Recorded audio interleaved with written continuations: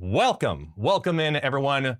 This is the Golden Gauntlet. For those who do not know, my name is Guest, also known as It's Guest Gaming. I'm your MC for today, here to start us off as we get ready for the third of 4 qualifiers for this year's World Championship. I'm very excited to be here. I hope you're here for a quick draw event based on what we've seen so far in the registrations, because we have a lot of Fractured Frontier gameplay ready for you, as well as a couple of twists that, honestly, going into this event, I personally was very excited to see. But we're going to leave that to the casters to decide how this event goes in the first couple of rounds. Let's introduce our first pairing. First up, we're going to bring back an old friend, a loyal caster over to here on the Golden Gauntlet. Not my dance. Not my dance, good sir. How are you doing today? I'm doing absolutely fantastic. I'm stoked to be here. Absolutely love the Golden Gauntlet and any chance to be a part of it. I'm excited for today's quick draw mechanic.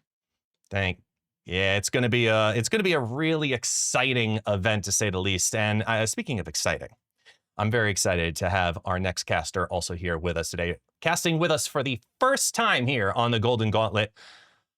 But I have a feeling it won't be his last. It is Dexter. Dexter, welcome on in, good sir. How you doing? Good. I'm happy to be here. One of my favorite metas at the moment, so excited to jump in.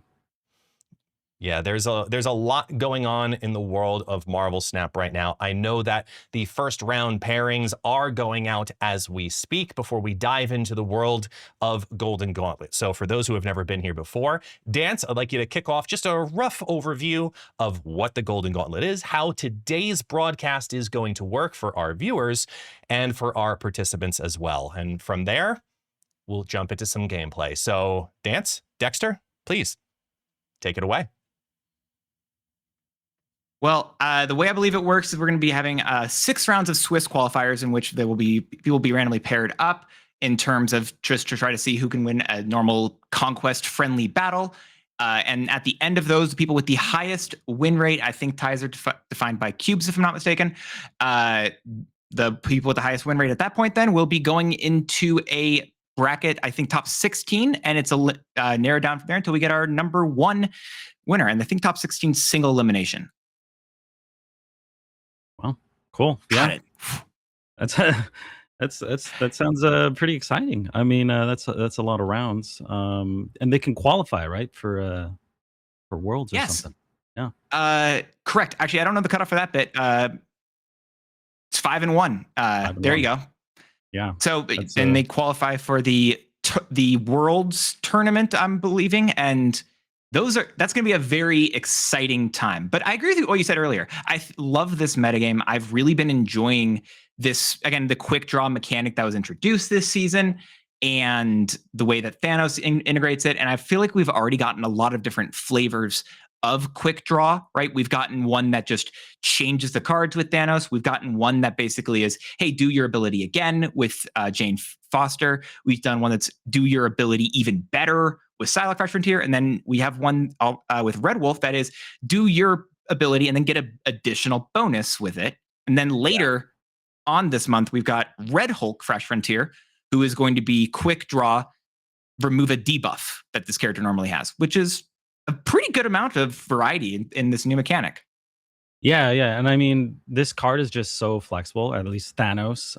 So I feel like we're going to be seeing a lot of Thanos, but the fact that it can be put into so many different archetypes is just really exciting to me as a player. You just pick up this one card and you can experiment with so many different things. So I think we're going to see a lot of creative stuff today.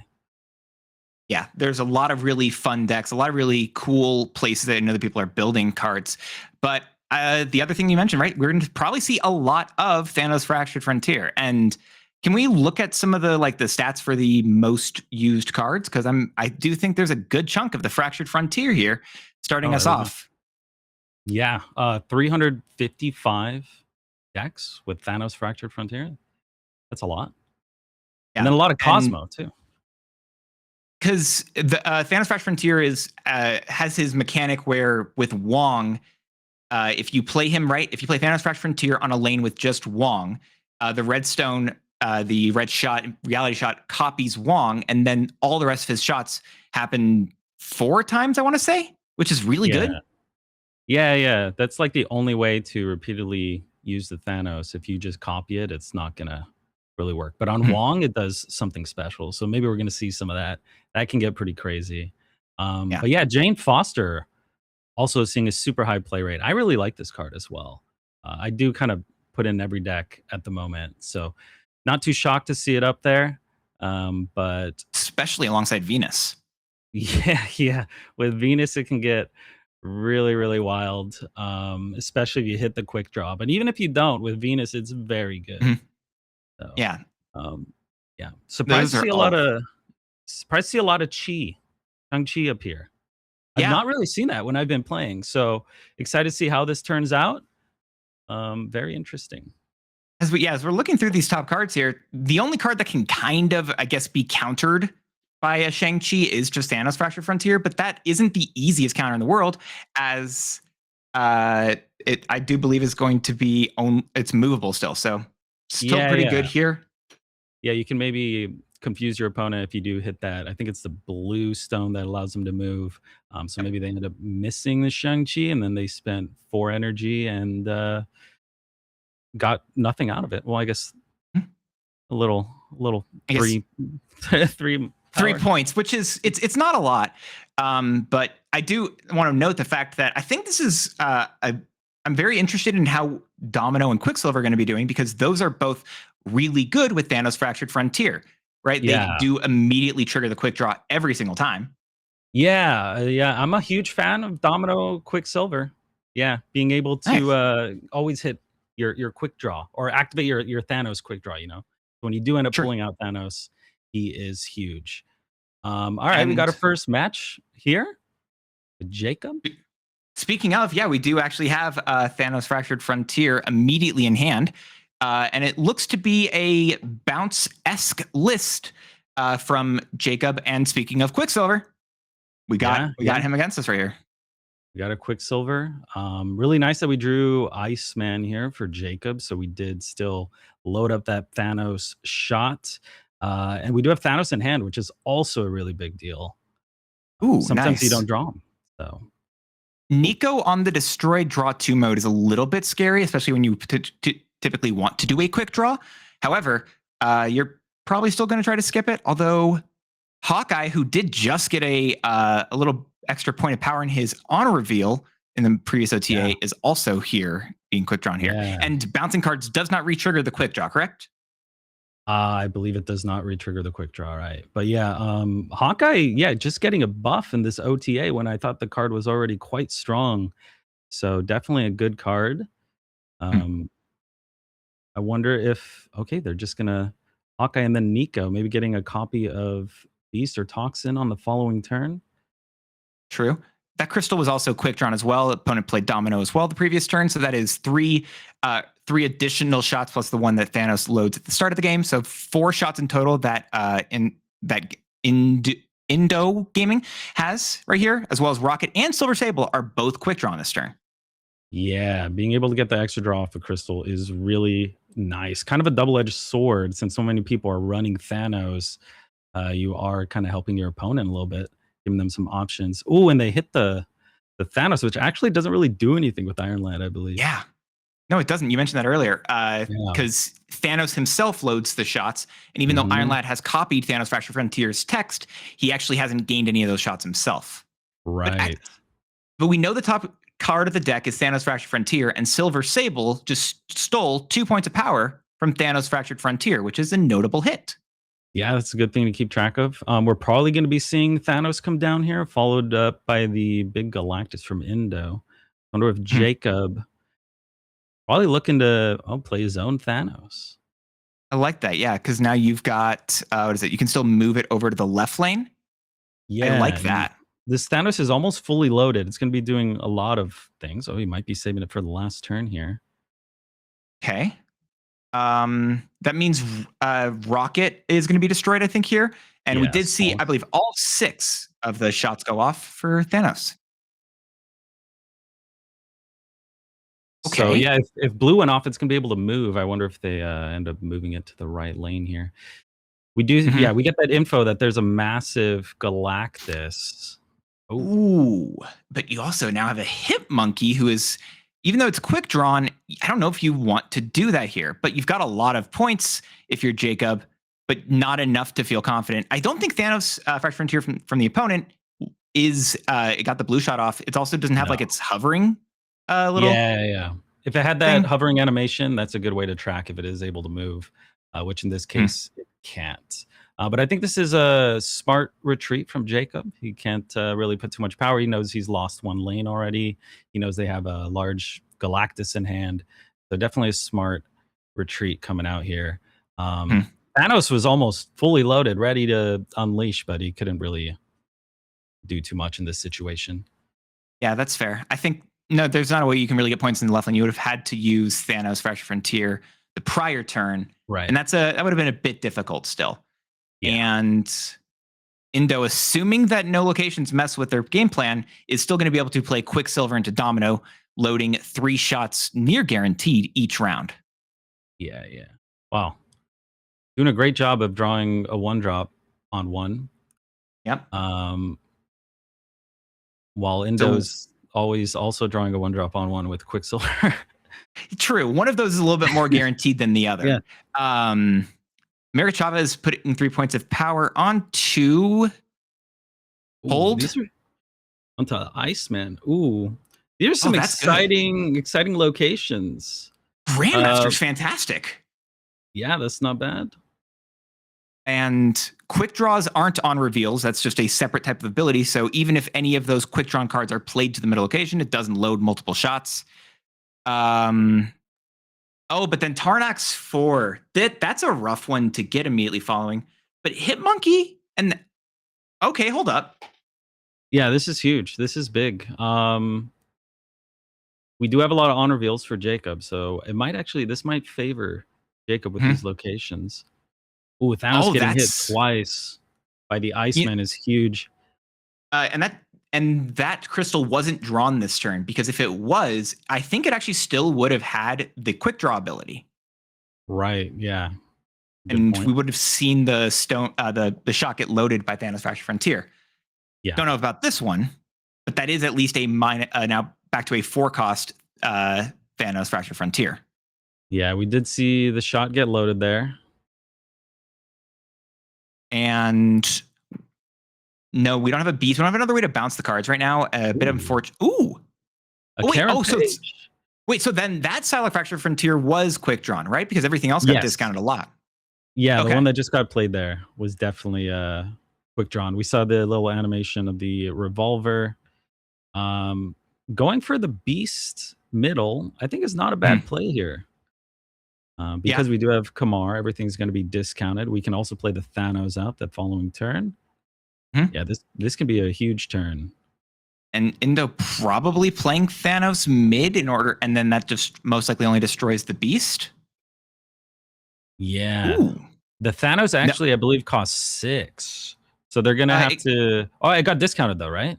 Yeah, it got discounted, cost increased, and then discounted again.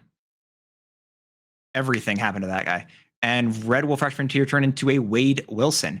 And Silver Sable hit Galactus. Yeah, the Galactus is not that big, but still pretty substantial. You could go, I don't know how many points you can really get with the Nico. If I'm Jacob, I wish I would have priority here to try to change Bar Sinister or something like that, just so you can get the value of it. Is there any value in terms of trying to change Tarnax here? I don't think so. I think Jacob is not in a great position here. Because if he has the copy off the Thanos, he's got the draw, the +3 power, and destroy weakest. I mean, he can go really tall in one lane. I don't know, like he can't really toxin middle. Yeah, he could Sable. The Iceman doesn't really do anything at this point, so it's kind of a really tough decision. Yeah, I feel like I would retreat. No, I agree with that as well. And if I'm not mistaken, right, if Thanos copies a card like Beast or a Toxin with the red shot, that actually puts him back into your hand, and it doesn't finish the rest of his like shots. That would not be ideal for sure. Nah, that's definitely not what you want here. But Karen Page, it's also another very fun card to see. Another card that was recently given a point in the more OTA, right? Hawkeye got a point in its ability. Karen Page got one more here, which this deck really enjoys, and she's been doing a great job shining here. I might be Karen Page's #1 fan. I I love the card so much. I played in so many things, especially with Quicksilver Domino. You're almost guaranteed that she is, hitting those targets. That's sometimes the hard part about Karen. Maybe you don't have a 1 down, you don't have a 2 down. So it's definitely, she ends up often being a 4/12, which is huge. And then if you have Venus down, she could be a 4/15. You can reactivate her. You can copy her with Thanos. So the deck that Indu is running is very similar to one that I run as well. Yeah, I do like the fact that also they're running every single card that we've gotten in the Fractured Frontier so far, I think. Other than I don't think they're running Dr. Octopus is the actual only one I would mention here. Yeah. I haven't seen it. How do you feel about Sandcastle? It's definitely an interesting location. I think I enjoy it more than TVA. True. Honestly, that's a great way to put it. Simply put, right? Because it's rough losing that turn that you're trying to build off of, but one more turn matters so much. Right. Yeah. It could. You definitely have to change your game plan. Okay. Lost Jane, but I mean, this is still a solid turn. You just ice into. Yeah, that's actually not bad. I'm feeling chill here. This is not bad at all. Do we know if it was Jacob who snapped? Jacob did snap, yeah. So in case people want to know as well, you can see the little circle typically that would be hovering and kind of goes out, rippling out from the cube. If you haven't snapped and Jacob has, Psylocke is quick drawn. Yeah, Psylocke was quick drawn, so looking maybe a little scary for Jacob, even though Jacob just snapped. Now that we know that the Psylocke has discounted the entire hand. Oh, that's a rough Nico right there. Yeah. Maybe getting a copy of a 1/5 is not that bad, though. Do you go, would next turn, do you potentially just play Thanos right in order to copy the Falcon and then just get all your cards back in your hand? But it's going to be the final turn. Turn 5 will be the final turn. Oh my gosh, you're so right. To do that. Yeah. You know what, Sandcastle, it's just as hard to see as it's just as hard to see just in general as anything that you don't pay attention to, apparently. Yeah, no, it's definitely easy to miss. I feel like Thanos is doing copy, right? Thanos is doing copy, draw, and +3 power. So kind of just a big target. Playing it right is not bad. I kind of like this. You're maybe making your opponent think you're going big on middle, but you're actually going big on right. Hawkeye maybe throwing him a little bit. Let's see. I definitely got scared that was about to hit the Falcon. I got terrified for Jacob here for a second. And Iron Lad copying Galactus First Steps, which means the next card is his Herald. Oh, that's not perfect. Enough. Perfect. That was close. Jacob doing some smart snapping here, really showing, the game is called MarvelSnap, and doing the snap effectively is one of the most important things in this game. Yeah, some smart retreats and definitely a good snap there. I thought it got a little scary when the Psylocke was quick drawn, but Jacob played it well. Iceman is such a good disruptive card. The fact that not only do you get to, increase that cost right back up, it also then shows you the card as well. It's so nice. Yeah, getting a bit of information is very, very useful. Yeah, especially compared to Iceman of old days. Of ye olden days, of course. Yep. We are not going to have the ability. Do they have Galactus First Steps in hand? No, at least not yet. If doesn't seem like it, yeah. Silver Sable isn't guaranteed for it to be Domino, right? Because it's not guaranteed to be she's not guaranteed to be the next card. She's just always drawn. Right. Correct. Yeah. Josie is a huge location for bounce. I feel like Jacob. Yeah, Jacob should maybe consider maybe even snapping, especially with Beast and Toxin in hand. Because you're able to constantly bounce and redo Josie's, and then Indu is playing 1 card per turn, doing Quicksilver, Domino, probably a 3-drop follow-up here. And even though it wasn't guaranteed to hit Domino, with Silver Sable. It did actually hit Domino Silver Sable, so that's not bad either. You have to play. It's exactly 2 cards. It's not going to be any more. And I feel like it could have been a snap, honestly, on turn just a little bit earlier because I think he was doing really well right there. Yeah. He's hovering the snap button even now as we enter high stakes.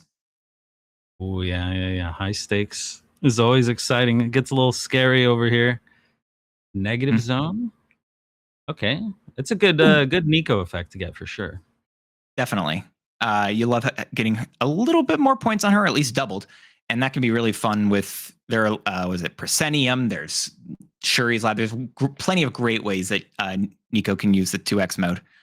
I've always loved doing it with a card like Symbiote Spider-Man. That always just feels so much fun. Yeah. Ooh. That is that's not fun. Great. It's not great for a bounce deck. No. It was a fairly easy, at least, prediction on Rocket. Yeah, true. Probably not going to play in the negative zone. This is obviously going to be a domino here. And the Beast being able to follow up here is not bad. A Falcon would be probably much appreciated. Wow, there you go. Okay, that way you can actually get your card out of the Brooklyn Bridge in the future. Can you just ask for whatever card you want? Is that what you were allowed to do? I didn't know you could do that. Yeah, if you try hard enough, sometimes it just works. Oh, I should have been trying that more often. I've been letting RNG take the wheel. I'm letting you know my secrets. That's it. Wow, ooh, that was quick drawn. Yeah, that's actually huge. Just completely removing the power that Nico added. Yep. Hawkeye's not going to be able to be triggered here. Oh, I don't know if I guess the Grandmaster does trigger the Thanos. The Grandmaster is going to send the Beast middle, send everything back to hand. This is a really good play, actually. That's nice. Oh, yeah, and it will trigger the Thanos as well. But Drax isn't going to move, right? Or no, he will move to Grandmaster. He will move the Grandmaster because he got placed in the negative zone, which is actually a really good thing to do with your Drax. Putting it in negative locations is incredibly beneficial, so he can get his effect off relatively consistently. Yeah, smart plays from the opponent here. Are they hitmonkeying now? I think they're just going to do this in Falcon, although they could hitmonkey now. Hitmonkey now would not be. I feel like if I was them, I might honestly just play hitmonkey now, because when are you going to re-trigger it? Yeah, I mean, they're just going to play 3 1-drops and the hitmonkey on the following turn, which isn't bad. It isn't, but is it good? They just got to win 2 lanes. Maybe they go a lot of 1-drops middle with the large monkey in negative zone. But we got to suspect a Thanos from the opponent, right? From Indu. Yeah. That's fair. Okay. I think so, most likely. And then I guess that probably just means Iceman's getting destroyed here, or they're just playing cards. Okay, well, now we know they have Galactus as well. True. And that was just drawn, right? Yeah, because it just found a Herald just now. This is definitely a little bit scary. You know, it's interesting. There's a lot of for Indo's deck, we can tell a lot of things in terms of exactly when they're drawing them. Because of, again, all the quick draw mechanics. We can tell because of Galactus first steps when exactly he triggers. There's a lot of that information that we're only getting because of quick draw and the choices that are being made against this. Yeah. Ugh. So Thanos does do all of his stones here. He does. Do you care? But, I mean, this monkey could win left, but I feel like Indo may play left. Also, the monkey's gonna. What the monkey would be +6, right? It'd be 9 - 3 would be a 6. So Drax would not move. So it's. Do you awkward. play Thanos right and then Rocket left, or Rocket mid? If you play Thanos, is going to copy the Grandmaster and send himself middle, I believe. Or I guess the Grandmaster can send the Grandmaster. Wait, it's possible. No, I like this actually. I don't know if the Rocket can compete with the large Galactus though left. How big was it? Honestly, I think it's only triggered once so far. Okay. Second of the second. Ooh. Oh, All right, they didn't get that shot off. Drax could potentially mess with some things here. If Drax chooses Rocket Raccoon instead of Hitmonkey, I think Jacob loses. It actually didn't matter. there you go. Yeah, I think it didn't matter. It didn't matter. But that's a tough one. 5 cubes. That was rough. I feel like that would have been one I honestly don't stay in on because, right, you just don't have the options on that final turn. Yeah, I think negative zone is quite bad for a bounce deck. That's very rough. So I'm surprised they stayed there. Mm-hmm. They were confident.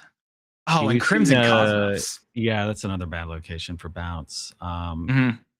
Indo doesn't mind having a lot of larger units, the Galactus and the Thanos being played a lot more by Indo. True. And Jacob. Yeah, there's a lot of that. Rocket thankfully getting triggered immediately, which means was it? You got a couple 1-drops. Wakanda's nice at least because it does mean you're ooh. Oh, Nico's actually really good with that doubling here. Are you toxining this turn? I get you follow up with the toxin on the next turn. Yeah, that's not bad. 2 toxins. I like But that. Cosmos is just bad. Mm-hmm. Oh, and Like, Atlantis. Second Iceman. This is good. Second Iceman. It does help. Thanos does cost 6 now. That's nice.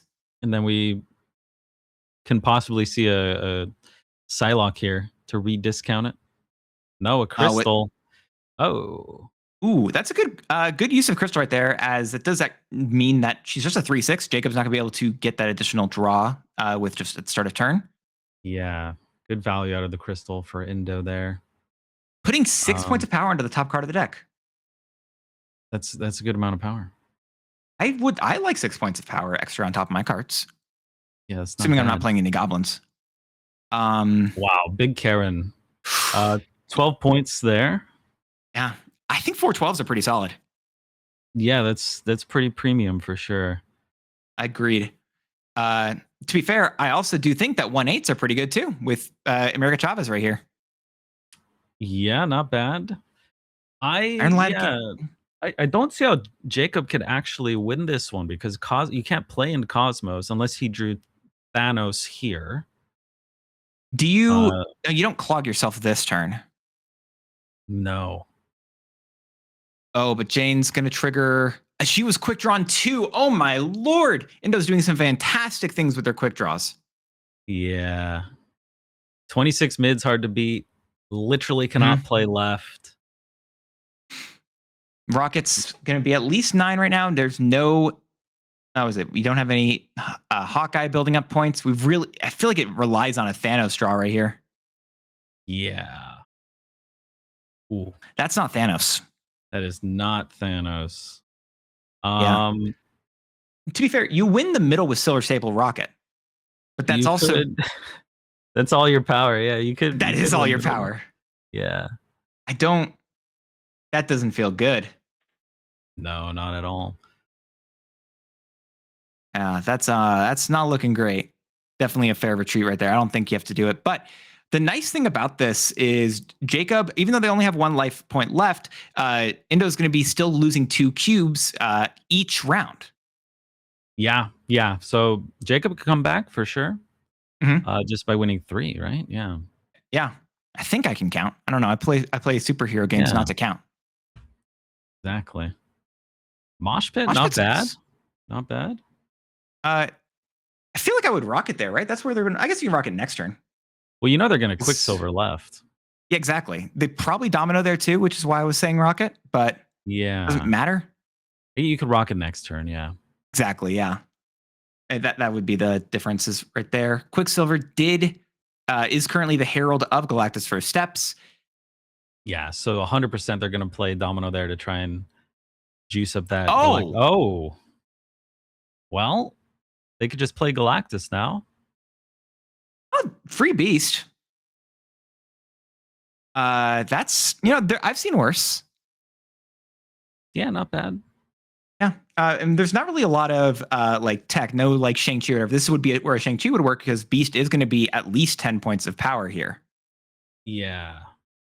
But I think Indo can comfortably put out this Galactus so early like this, because they've probably seen most of Jacob's deck at this point and realize there's no removal or anything. So that'll secure it as constantly game 2. And it is open deck list. Yeah, okay. And that's the Hell's Kitchen right there is notable as that is only beneficial for Jacob. Indo has no other 1-drops other than Quicksilver in their deck, as well as they actually no longer have Wiccan on curve either, due to the fact that they had 7 energy last turn and they spent 6 of it only on Galactus First Steps. Yeah. Okay, gonna get an extra copy of this Toxin, I believe. Which is, I do think that's very powerful here. The fact that they also are bringing the Beast back into hand, I think is going to matter potentially more than most of the other stuff they're doing right now. Yeah, that is a big deal. As we saw from the previous round where they really wished they had more cards that cost free on that final turn. Then Drax does go left, kind of overcommitting left, which is great.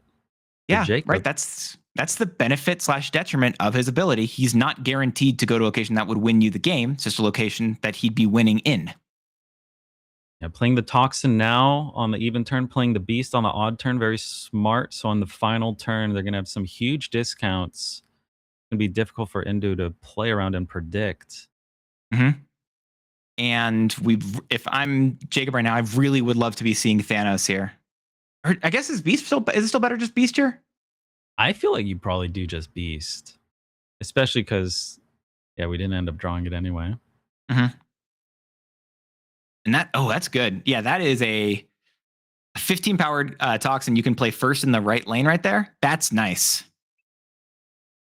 Psylocke did do the quick draw ability, by the way, as we saw from Thanos Faction Frontier loading another shot. Yeah. Beast's going to be 12 power the left, which does mean Drax is retriggering. Yep. So, but you now have a full hand. It might be good that Drax has re-triggered. Actually, no, I guess Drax will move to wherever Toxin goes. Yeah. I don't know if I love that for Jacob here. This could be quite difficult. It's going to be close, I think.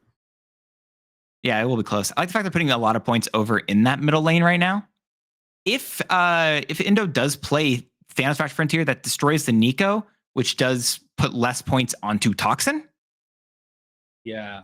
I mean, I think if Indo does have the Thanos that copies, it's going to go mid to copy that Karen.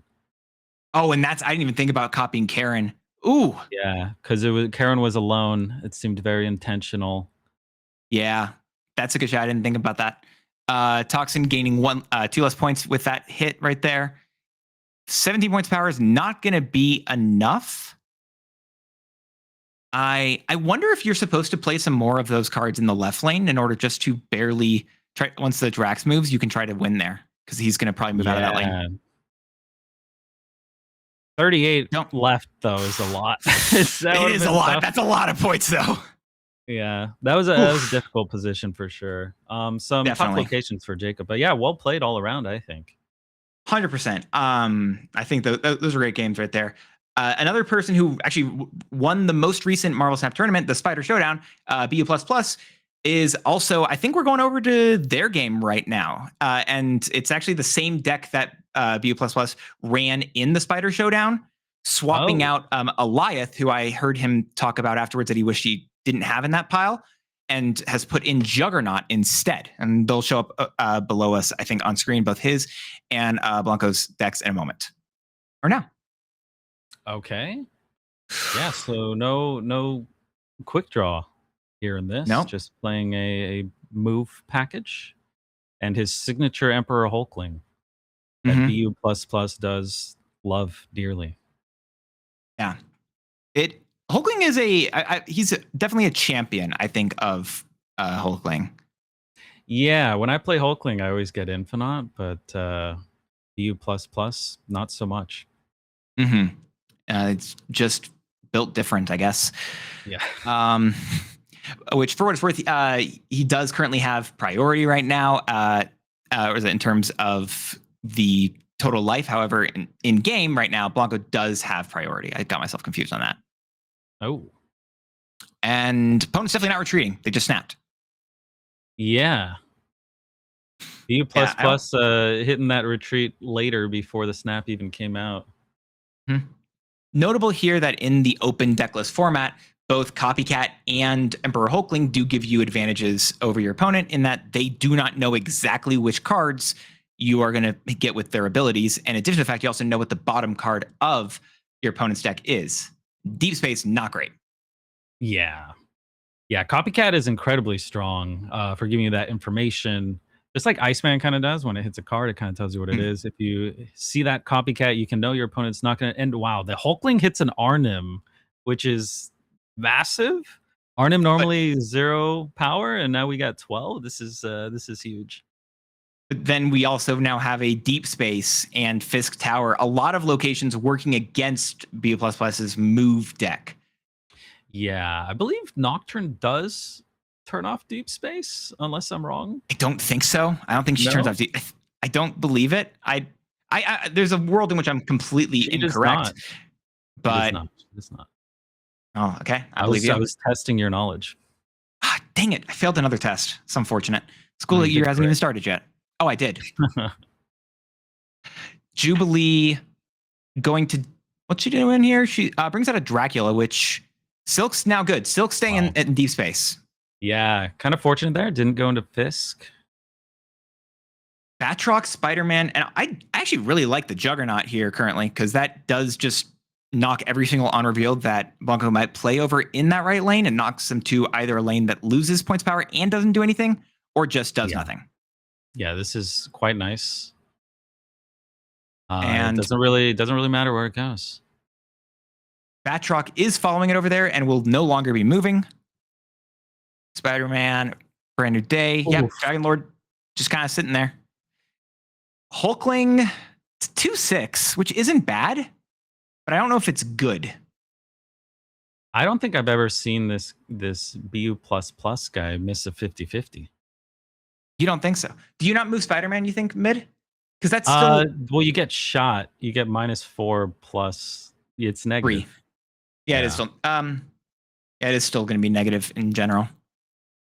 No, no, it's still positive. It's actually positive by 1 point, right? Because you gain 2 points for Kraven, you gain the 2 points from Spider-Man Brand New Day, the 1 point from his ability, and then it's -4. Well, technically, yeah. But I think you keep more points on the board by leaving it right. True. And I don't think that... I don't know.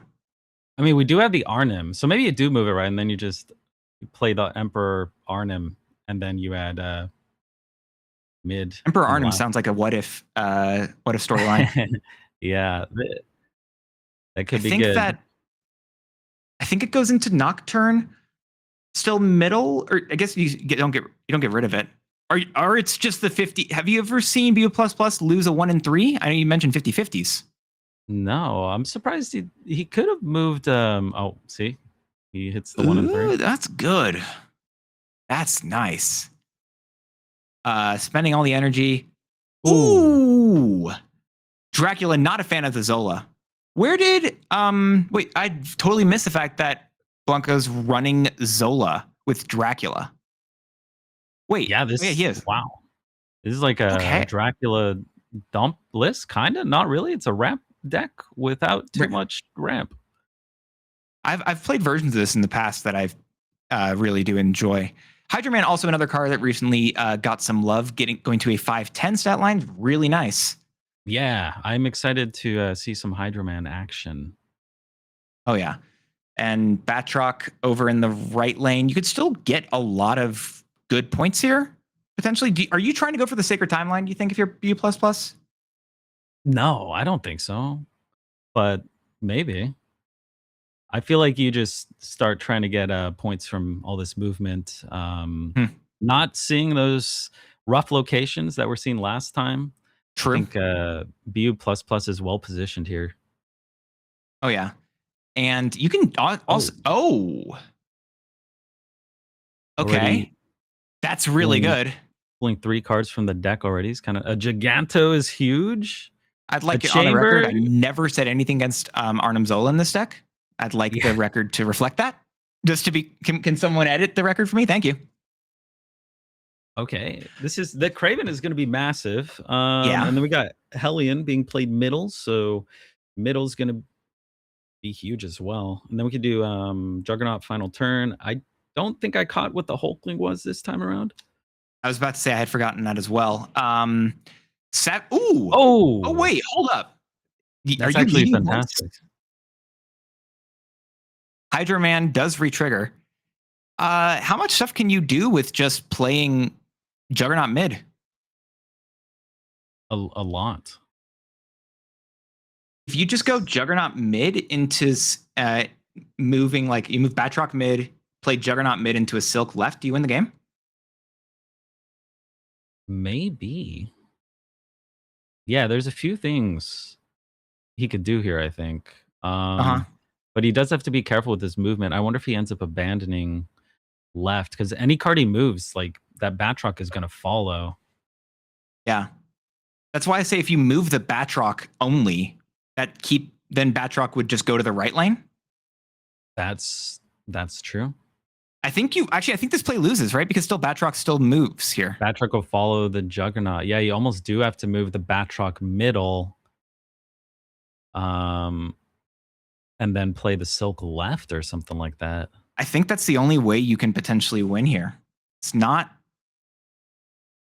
I don't remember what Hulkling is. He's hovering over it. I mean, we're just going to see one card, right? Well, Hydra Man did just get played. Oh, that's true. We might see two. And that's actually a great reason why you potentially don't want to just do those. Batroc is still moving. Left. He's intentionally gonna move it so that Stomper gets juiced up a little bit. Yeah, this is a rough one. Left. Okay, he doesn't see a line, so it must have not been there. Now, the fact that actually, I think that's it, right? The fact that they did just play the Hydra Man does mean I don't feel like you can confidently go for the Juggernaut there, because if it's 2 cards, there's a real chance you get ruined. Because again, open deck list. Yeah, I mean, if we saw the image of the decks again, I think Hydra Man makes it cost 1, right? Yes. So even if he has a lot of 6-cost cards, it's still going to be 1 card, unless he also had a 5 in hand. I think, are there any other 5-drop? So Scar is a card that Blanco's running. Okay, yeah, so, Scar and a card could have been great. Yeah, that was probably what kind of hurts you there, as well as you got Dracula in there as well. Yeah. Sam Wilson, kind of a turn late, but still fantastic to play out on 3. And he's going to go with the Nocturne instead. Honestly, getting rid of the Celestial Circuit, that's a really good location for Blanco. Could just be the call to get rid of it. Oh, that's a big X-Mansion. That's a good diff right there. I love a good X-Mansion difference right there. Again, BU++ has plot armor. I've never seen him lose anything RNG related. It's insane. So Copycat's was it Lockjaw? So I don't know if you're wanting to use that, but it's not bad. It's still a 3/5, and I guess maybe you can swap something out depending on what you draw later on. But with the current hand, probably don't want to swap anything. Yeah, fair. That's very nice. You do have Silk into a Hydra Stomper. A lot of points you're going to be able to move across the board here. You really need to. I don't know if like a Juggernaut or even like a maybe Cosmo might be enough to save BU++ this game. But I don't know what Blanco's going for here. Could it be like, all right, Dragon Lord hoping to hit Azola in hand, and then you're okay with it hitting anything? Oh. That's probably one of the worst hits for you. Probably not what they wanted to pull from hand. I'm assuming there was some larger things, but he's swapping the Spider-Man. Yeah, this is fantastic. Okay. Yeah, that's good. And you still could play Hellion as well. Yeah, that was a really good top deck for the Lockjaw there.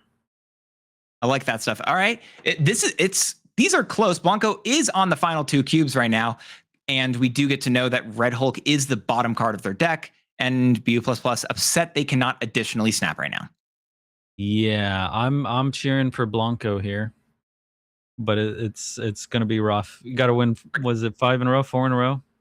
Yep, and One row? Copycat can no longer be played at the Pit of Exile, nor Crimson Cosmos. Yeah, gonna be rough. And you don't want to play her at Machine World.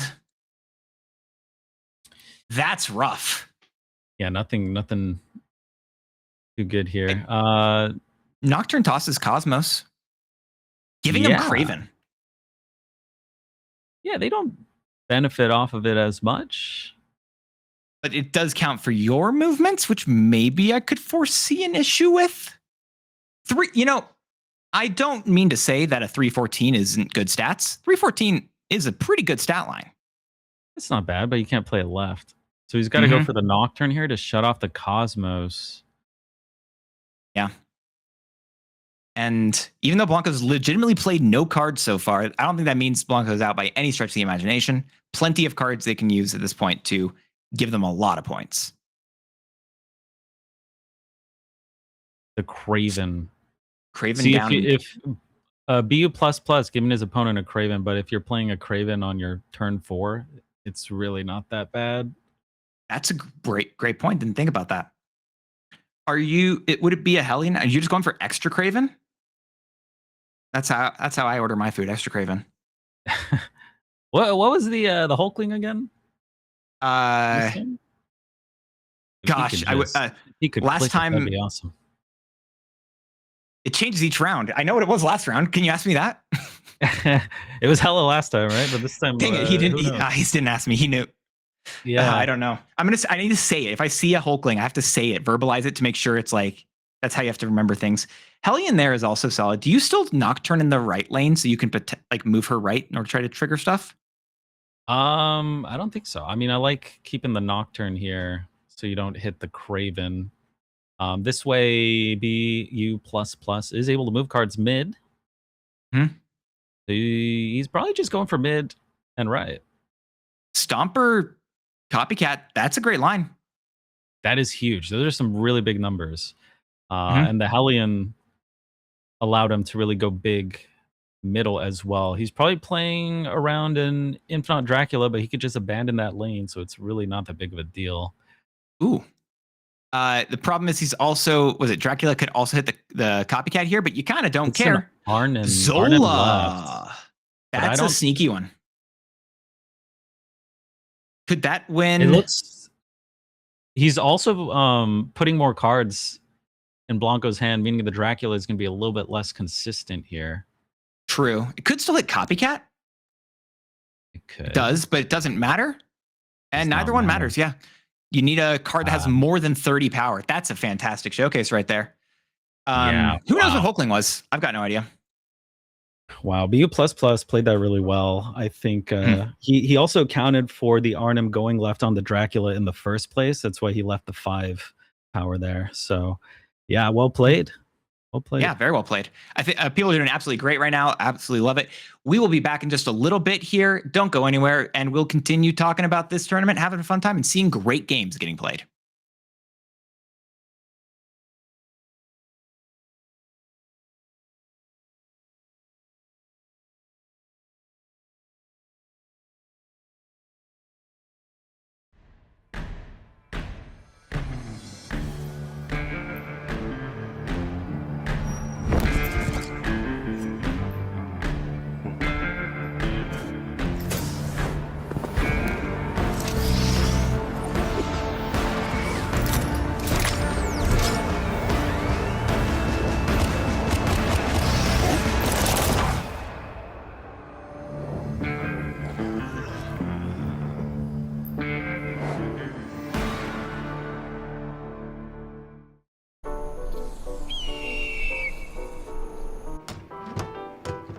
Nobody's seen him in months. Some thought he was dead. But my source said he'd be here. Something to do with the new season, MarvelSnap. Whoa, easy there. You're new around here, but it looks like you already picked up the quick draw mechanic. Bet you didn't think you'd see me. Beginning with the Fractured Frontier season, there's a brand new mechanic in MarvelSnap named Quick Draw. It activates when you draw the card. The Season Pass card Thanos Fractured Frontier gives all your cards a quick draw effect to load an infinity shot into his 6-shooter. And then when you play him, he fires all those shots for powerful random effects, like reducing cost, drawing cards, or gaining even more power. And whose might this be? Some poor fool who crossed Thanos? Wait, this badge looks scorched by electricity? It's the 1800s or something. Electricity doesn't even exist yet, unless... This belongs to Jane Foster, Fractured Frontier, sheriff, outlaw hunter, and just about the worst person for Thanos to run into. When Jane reveals, she shocks 4 random characters on each side with chain lightning. Yours get stronger, the enemies get weaker. And if you play her the turn you quick draw, oops, she does it again. Sweet mercy. Yeah, sorry about that. Still smells a little bit like gamma radiation. Red Hulk sure left his mark. Red Hulk, Fractured Frontier, likes picking fights where enemies outnumber. When you play him, he loses power for each enemy card at his location. But if Quick Draw triggers, he gains power instead. Gamma just works differently out west. Huh, my source was telling the truth. Or half-truth? Not torn, cut. Clean, energy blade, Psylocke. Psylocke Fractured Frontier gives your pricier cards a cost reduction. But after a quick draw, she slices costs for your entire hand. Just watch your fingers. Now he's running with the pack? Ben must be channeling Red Wolf, protector of the Old West. On reveal, Red Wolf gains +1 power for every card in your hand. Trigger his quick draw, and every card in your hand gets +1 power too. That's one powerful pack. There are worse ways to die, I suppose. Like how I went. Yikes. Wait, you're a ghost? Oh no, that would be scary. I actually just regenerated in this room one day. Kind of like what the new Death card does. Death Fractured Frontier brings back fallen allies before the dust settles. With zombie cows on the ladder, this is exactly what the corner ordered. Speaking of doing someone a solid, did you hear if you buy the new Fractured Frontier Season Pass from the web shop, you get a free Series 5 Snap Pack? That's a damn good deal. Oh, and while you're out there on the Fractured Frontier, check out these limited time game modes and the cards you can earn just by playing. It feels like I'm still missing one giant piece. Missing something? You're goddamn right. Fractured Frontier ushers in a whole new universe. Earth 383. This is just the beginning. There's a lot more coming. Like the biggest feature we've ever added. Parker! What the? I'll tell you one thing. You ain't ready.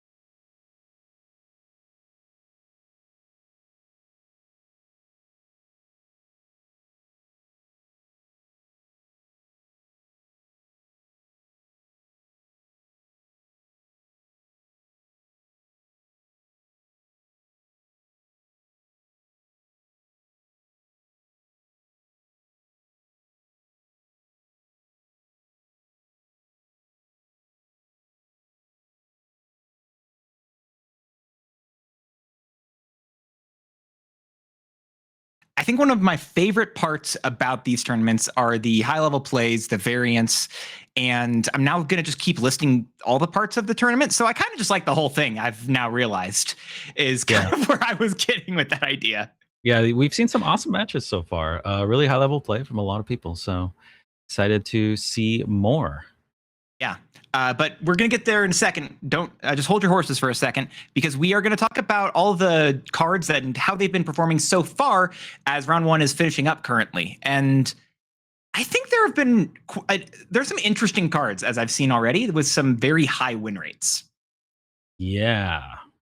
Okay, we're looking at above a 70% win rate here. Cards with above a 70% win rate.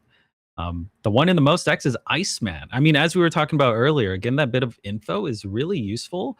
And it's actually also, I just thought about it now, if it hits Thanos, it's kind of a big deal. People really want to get their Thanos out on turn 5, right? Because he'll discount your hand, he'll draw a card, maybe make a copy, and he'll be movable.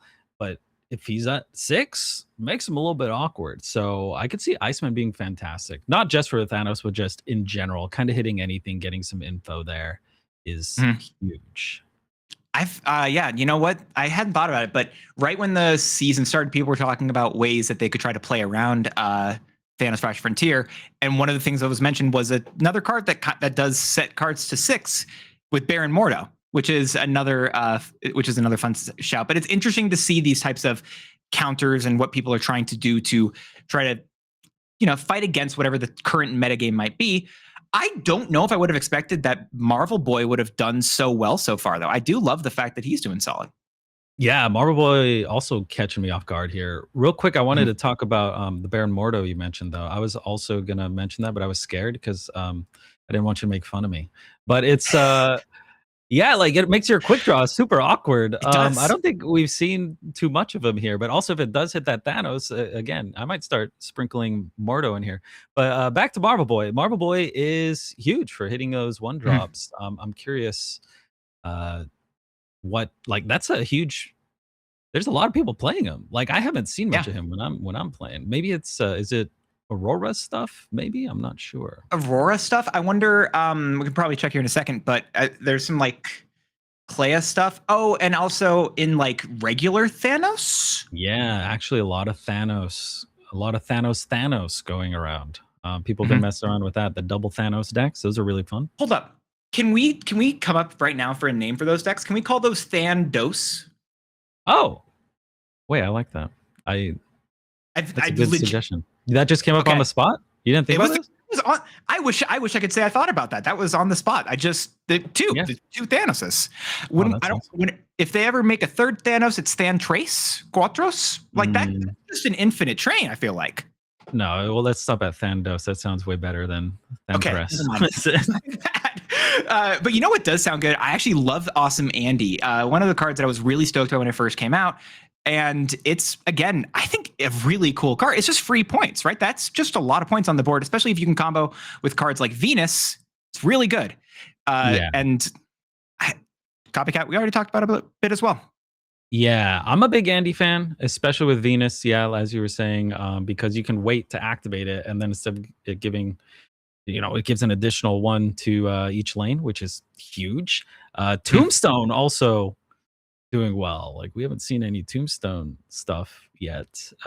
So keyword, yeah. See some of that.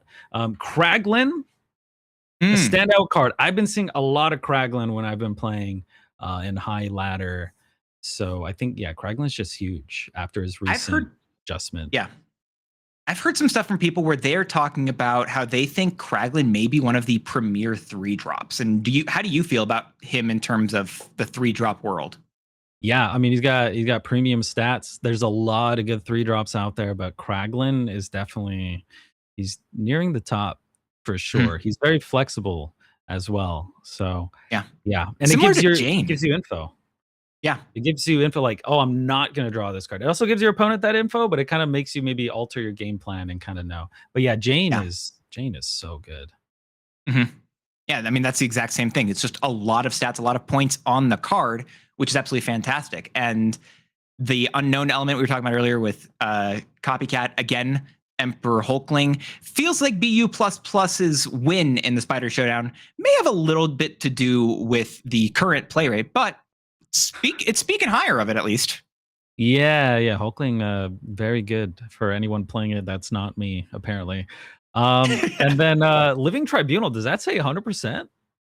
That does say 100%. My eyes are hopefully not deceiving me, because if so, it's deceiving both of us equally here. 100% win rate with Living Tribunal. I love that. I'm going to ask of the production team if we can see at least one or two of these decks that Living Tribunal is being run in, because I think that's cool. And Living Tribunal is a card that has existed for a long period of time in Snap, and people were talking. People weren't certain if it was going to be having as much staying power once they made the changes to cards like Onslaught from doubling to repeating an additional time. But it looks like it has some still good stats behind it. Yeah, it looks like it's doing well for now. I do think there's a substantial amount of Enchantress that signed up for this event, so maybe they just haven't crossed paths yet.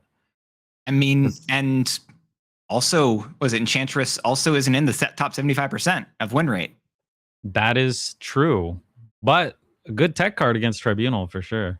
The best. Yeah. It's fantastic. I wouldn't have expected Kingpin here. Yeah, I mean, there's a good amount of move out there, so that definitely hurts that. But yeah, I'm curious about what decks are running Kingpin as well. Misery is a card I'm also stoked for, with Death Fractured Frontier coming out soon. Oh, there's like a lot of real potential for that, and I'm glad that she's already seeing play beforehand. Yeah, Misery is a very good card. I mean, we also see Annihilus, and it looks like those are going hand in hand. They have the same win rate, anyways. So yeah, I think I was playing a bit of like a new Clog deck recently that was doing well. That was before this season, so I wonder if that's similar to the deck that's being run here. But yeah, that's fair stuff there. Makari is a great card just as a free 3 points of power, like free-ish, but also like it does have a lot of use cases for Aurora, for end of turn style decks with Fantasticar, and also just in Silver Surfer. Are you playing her elsewhere? I feel like it's mainly those three, and some more than others. Cerebro 3, maybe. I don't know. That list is changing a lot, but yeah, I used to be a big fan of Makari, but I feel like there's so many premium 3-drops, but he does come out for free. That could definitely add up, especially in Aurora stuff. But I'm actually surprised I'm not seeing Aurora up here in the high percentages, unless I missed her. No, actually, Aurora is one of the ones that I think is pretty powerful here. And some of the ones I'm also kind of surprised about are the cards like, I'd say, potentially Batroc, and I think Shadowlands Daredevil, a lot of really interesting cards. I honestly expected higher, but I wonder if it's due to the fact that we have so potentially many more people playing those types of decks. Thusly, the win rate gets brought down closer to 50%. So that doesn't say anything for or against it potentially here. Yeah, that's a really good point. I just searched Aurora. Aurora's at a 66.7%, so barely not making that 70% cutoff that we are currently looking at. Hey, speaking of 100%, is that a Dormammu? I just saw that as well. Dormammu. Yeah, that's cool. Dormammu's such a fun character. I love that one. I wonder if Tombstone Dormammu maybe are in the same. Our lists. We've got the list. We got the first matchup here. Sorry, didn't mean to cut you off right there. Salamander versus Droxy. Oh. Ooh. Okay. New location for this season. Wow. This is a bit awkward. You have your Jane on quick draw, but not too useful if there's nothing on the board. And you have priority there. That's not what you really want. But we are seeing over from Salamander here. We've got Thandos with Nico Minoru. I'm going to call it that from now on. I've decided. I like it. You've got a lot of 1-drops in there. You've got some 3 costs. You've got a good variety of cards in this deck. The Festus is another really fantastic card I love here. And from the opponent, it looks like they're running this. Torch. I think it's Torch multiple man deck with Penny Yeah. Parker and such. Which Penny Parker is another card who had a higher win rate. We didn't talk about her before, but is another good one. Yeah. Yeah, I'm excited to see a multiple man deck. They were very popular right before this current season. Maybe they're making a bit of a comeback. We got Is Adam that Warlock a- going out on Madripoor. That's actually quite good. If it It can, is. Are they snapping because they're playing Torch right, or they've got like the multiple man here? maybe it is a multiple man snap, possibly. But they also probably know they're kind of favored in Sanctorium here because their move. They can just move it. It's really easy. Yeah. That's a good shout too. Yeah, there's a lot of potential things going for Droxy here. I'm interested to see, is this just Torch? I think it might just be a multiple man here, but could be Could the be. torch. Okay, there's the torch, and it does get the +2 from Madripoor, which is kind of huge, especially for torch. Turns into a +4, turns into then a +8. Like that's a lot. And Jane's now also going to be getting those bonuses. Yeah, this is an interesting play from Salamander. They're going to completely fill the right lane. Yeah. And it's going to be difficult to win mid and left now as well. So actually, if I'm Droxy, I think I'm retreating. Or sorry, if I'm Salamander, I'm retreating here. I don't think you can play anywhere. Unfortunately, yeah, they played Jane Foster right to try and get the Madripoor. You can play Thanos. Do we have That's the correct blue stones at the right? Oh yeah, we do have that. Yeah. Okay. All right. I mean, honestly, you don't lose anything for staying here. This is fair. yeah, you could stay. Yeah. There's no point And in if leaving on this. You know, No, you last wait till the final turn. I think Salamander probably still is leaving, but there's no reason to leave now versus in a moment. right. Oh, just Or, kidding. or time. Or Or maybe you just don't care enough and you just want to get to the next round. Yeah. Yeah, that was definitely going to be tough. Yeah, if Torch went mid, I do think they kind of won as long as they had 13 points of power on the right. Because Thanos couldn't really compete with the Torch. Not really, no. Is it weird to say that my favorite thing about the new Thanos are his variants and just even the base art? I just love the way they all look. Yeah, this game has beautiful variants. It does. Ooh, Red Wolf, a turn too early. Yeah, unfortunately, but still not a bad card to have in your hand. I actually like Red Wolf a lot. Red Wolf's a lot of fun. I think it's a card I really want to be able to do some more stuff with. I've been enjoying it in some very strange decks, but Strange was just discarded by Sokovia for at least Droxy. Oh, Gamma Lab, very nice. Really good. Do they have a way to change locations? I don't believe so. I don't believe so. They're not even contesting it. Okay. Venus is interesting here. Venus is really good. Did you know that Venus, in combination with Strange Supreme, gives triggers for each Strange Supreme trigger twice? So it not only gains points from the merge, it then gains points from Strange Supreme's ability. Oh, I did not know that. Yeah. Because I've not seen Strange Supreme in a while. That's fair. Strange Supreme is going to be massive this game, and I don't believe that Droxy's running anything to really stop it. Yeah, he might eat some Hulks. He's going to eat maybe even all of them, possibly. Yeah. So Strange Supreme gains the points from the merging, and then also gains points because he says gain +2 power each time you merge. So that's why Venus will do it twice there. Yeah, that's actually huge. But I think Strange Supreme will be large enough without the Venus. True. For this game anyway. It is mostly a moot point in this game. That is a very fair point. But he could eat the stones, so that would be totally fine. True. And Iska compete. I don't think so, but you can kind of just move that final turn. You don't care. Yeah. I'm actually really scared of the Iska if I'm Salamander here. I don't know what you can do really to stop her. You can move the Iska middle to win middle, and then Strange eats another Hulk. And then Iska goes off maybe twice. We also still have Aranya on the board, and if they do some stuff with Human Torch, potentially terrifying here. Yeah, this is a big. Oh god.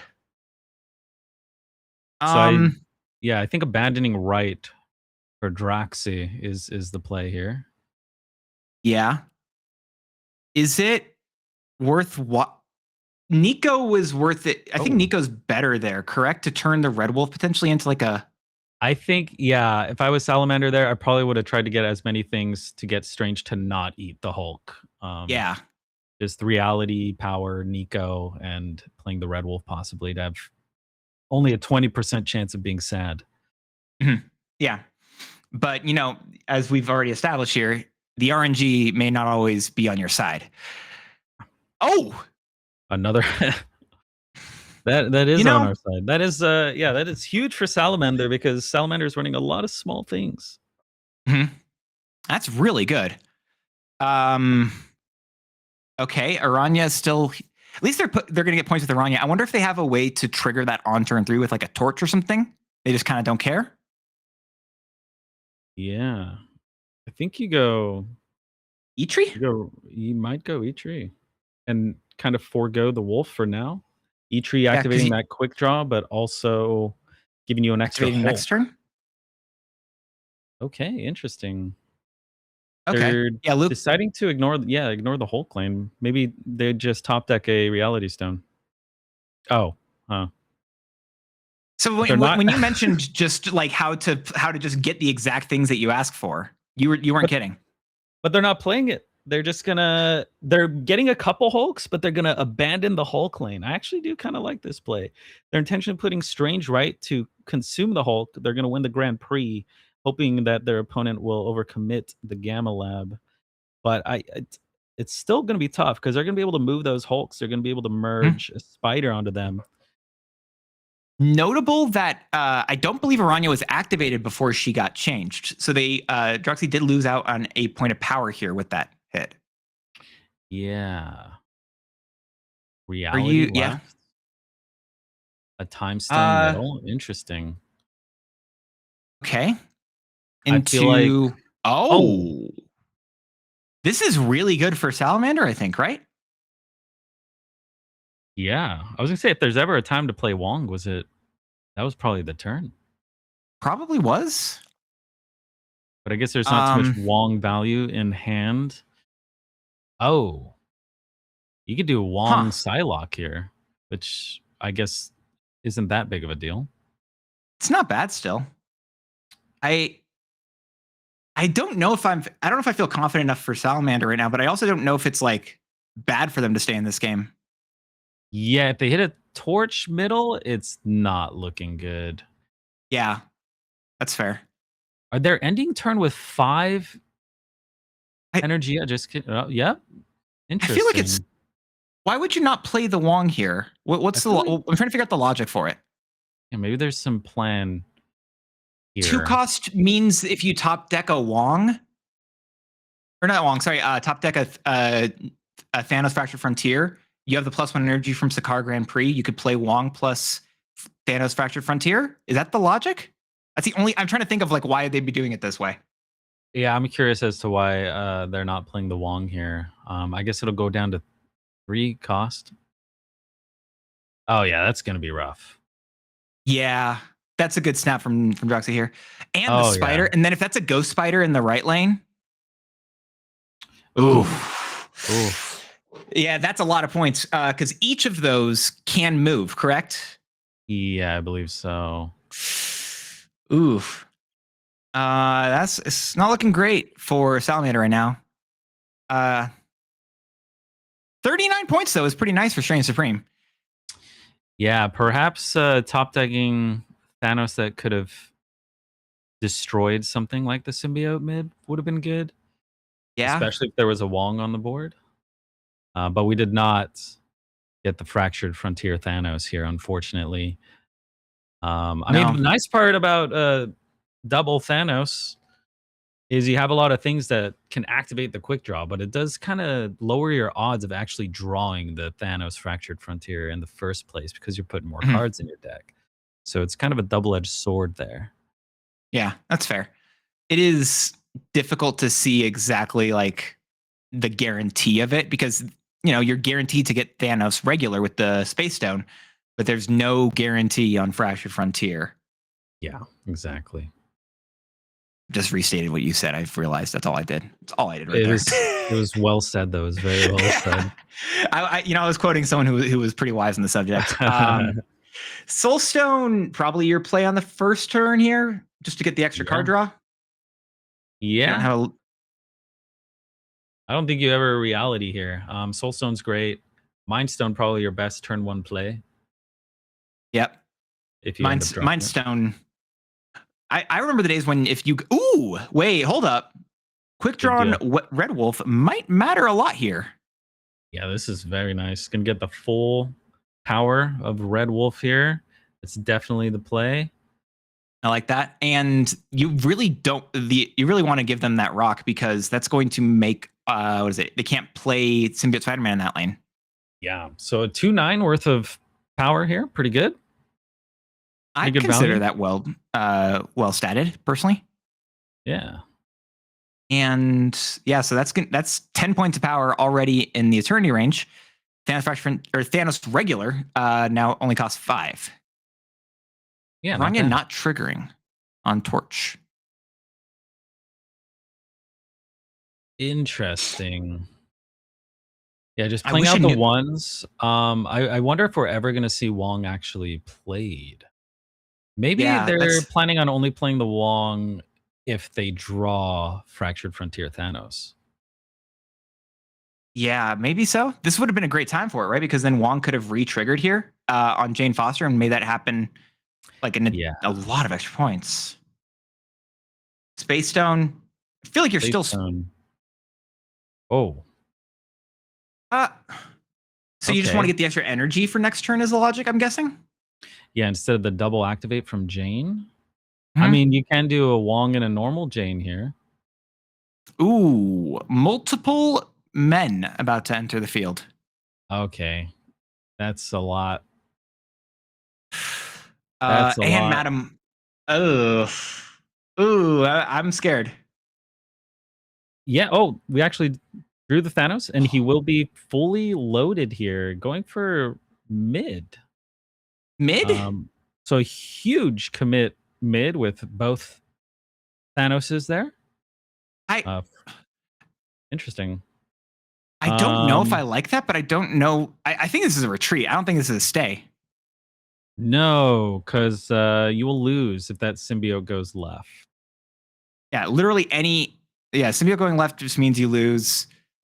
I get, okay, they did. Oh, it went right. Wait, hold up. There's a reason that Salamander did this. We'll see it here. This be Heimdall and a 1-drop is possible? I do not believe Heimdall's being run. Oh yeah, I gotta see that list. But yeah, no, it's. Oh, the jugs. There it is. Yeah, the Juggernaut stops it. Curve. Yeah, that's a interesting stay by Salamander there. I don't know if I agree with it fully. If you play Thanos in the right lane, you still lose. I just don't think there's a way you're winning that game. Yeah. Yeah. Gets very, very scary when you see symbiote on multiple man.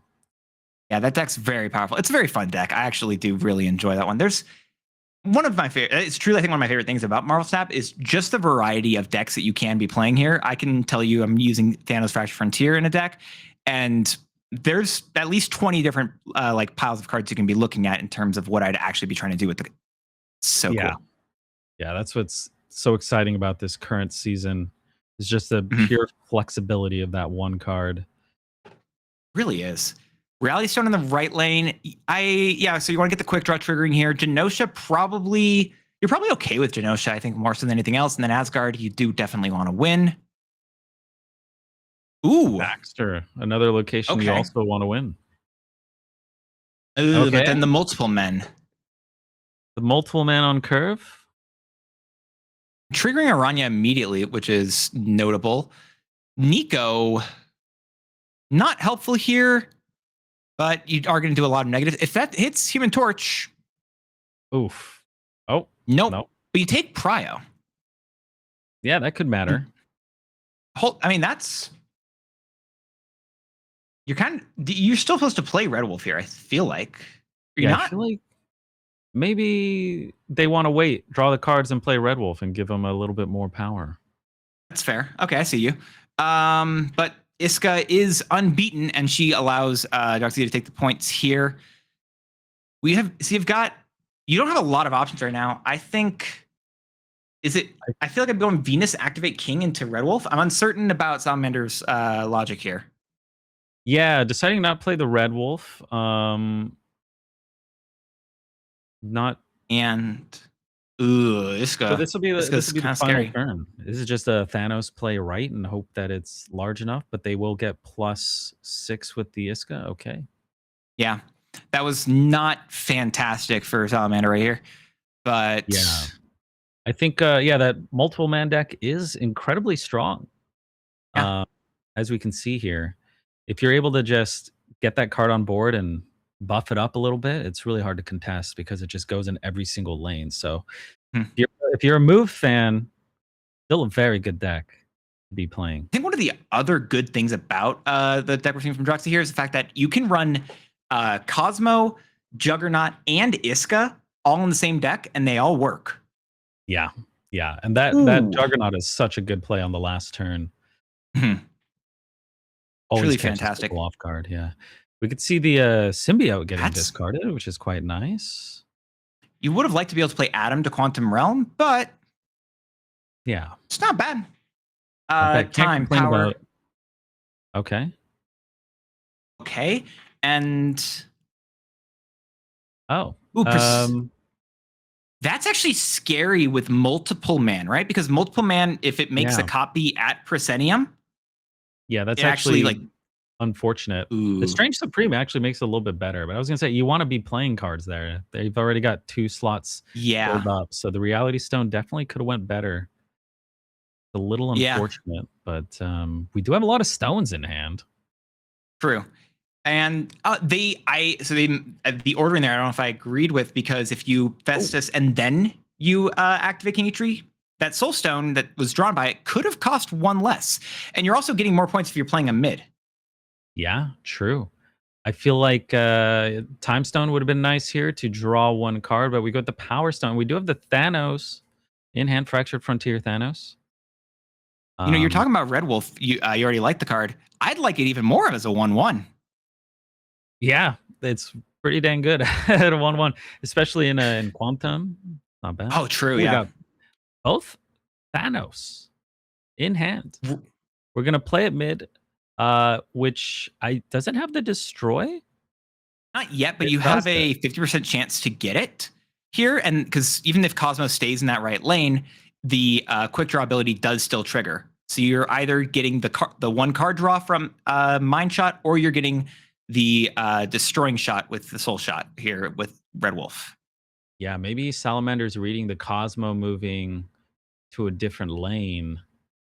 If that goes mid to protect the Iska, that's probably a good move.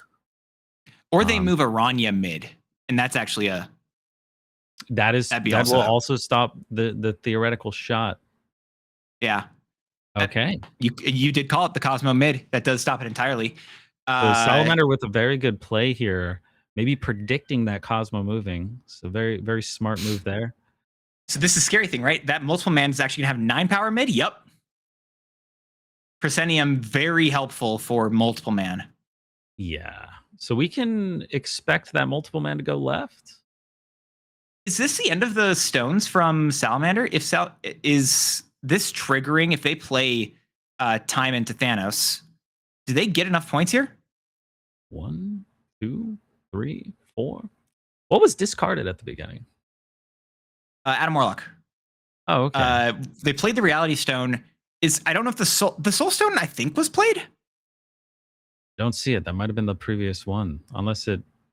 There was the Reality Stone at one point, but I don't know. Yeah, that's true. Oh, it got eaten by Strange. So everything's been played. Yeah. Okay, so I think you put you try and stop the Jug here from ruining you. Because they're probably going to go Jug left and move the multiple man left as they move the multiple man. And that way you will send the Red Wolf, right? Hopefully still win left. Yeah.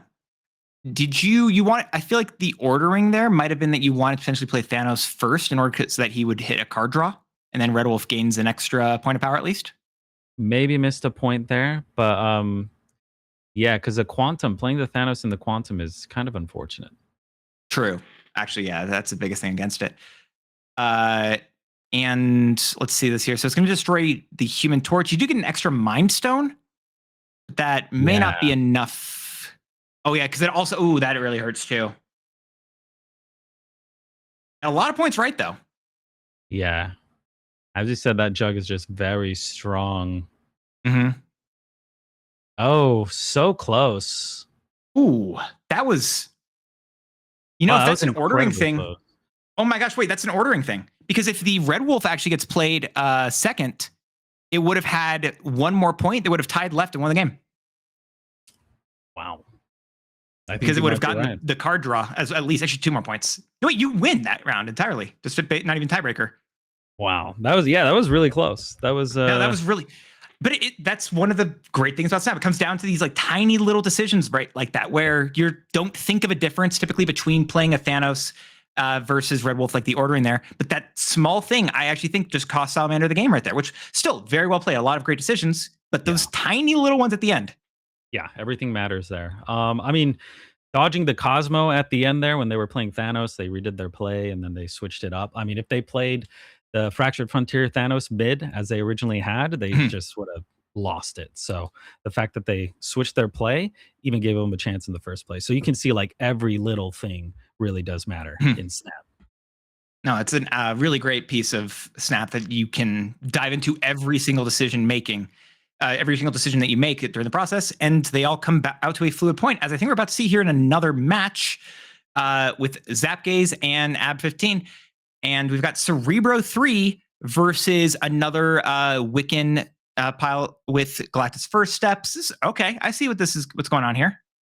Okay, yeah, Quicksilver Domino, Galactus, and Thanos Fractured Frontier deck. That's also running Cosmic Ghost Rider Shadow King. So a good amount of tech cards here, as well as the Cosmo, and then Cerebro 3. Kind of a more classic build. I think we've been seeing a lot of stuff similar to this. The Bastion can just copy that Cerebro, maybe even a Mystique, just give you a ton of things to do, because anything Bastion does copy is 3, which is what you want.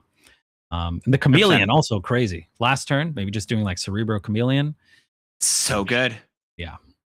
It's really fantastic. I've also enjoyed just being able to go Cosmo into doing a Mystique, because that can also just shut down so many people by playing that and just shut down the board entirely. I do want to note, right, Zapgaze won the previous tournament as a whole. And we can even see, I think, with the card back here. Oh, wow. Okay. I think we'll see it here for a second.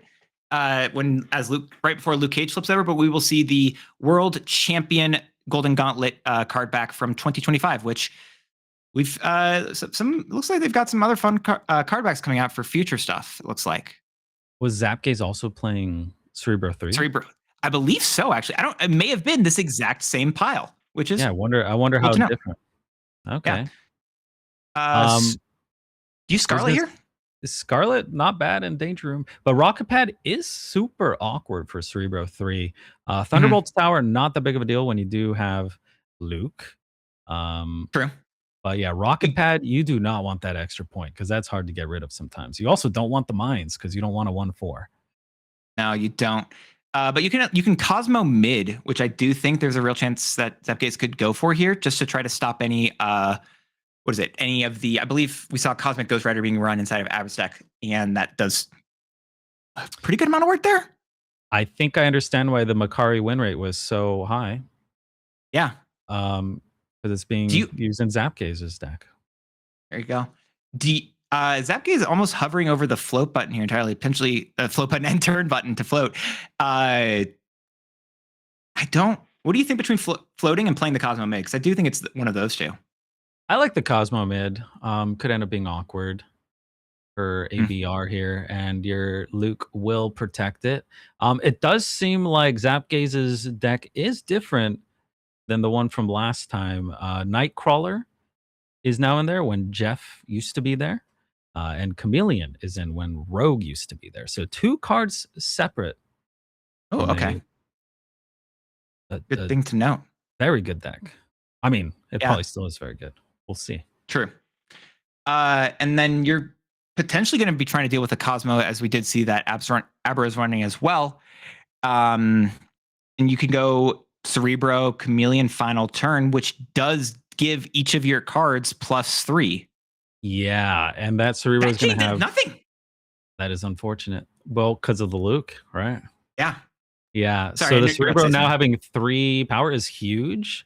Just Mhm. Cerebro, Chameleon, or switch it up and do a Cerebro M'Baku for fun. Here's an Because- interesting question. Was it correct to go Bast in the left lane last turn to try to lessen the chances of an M'Baku? I don't know.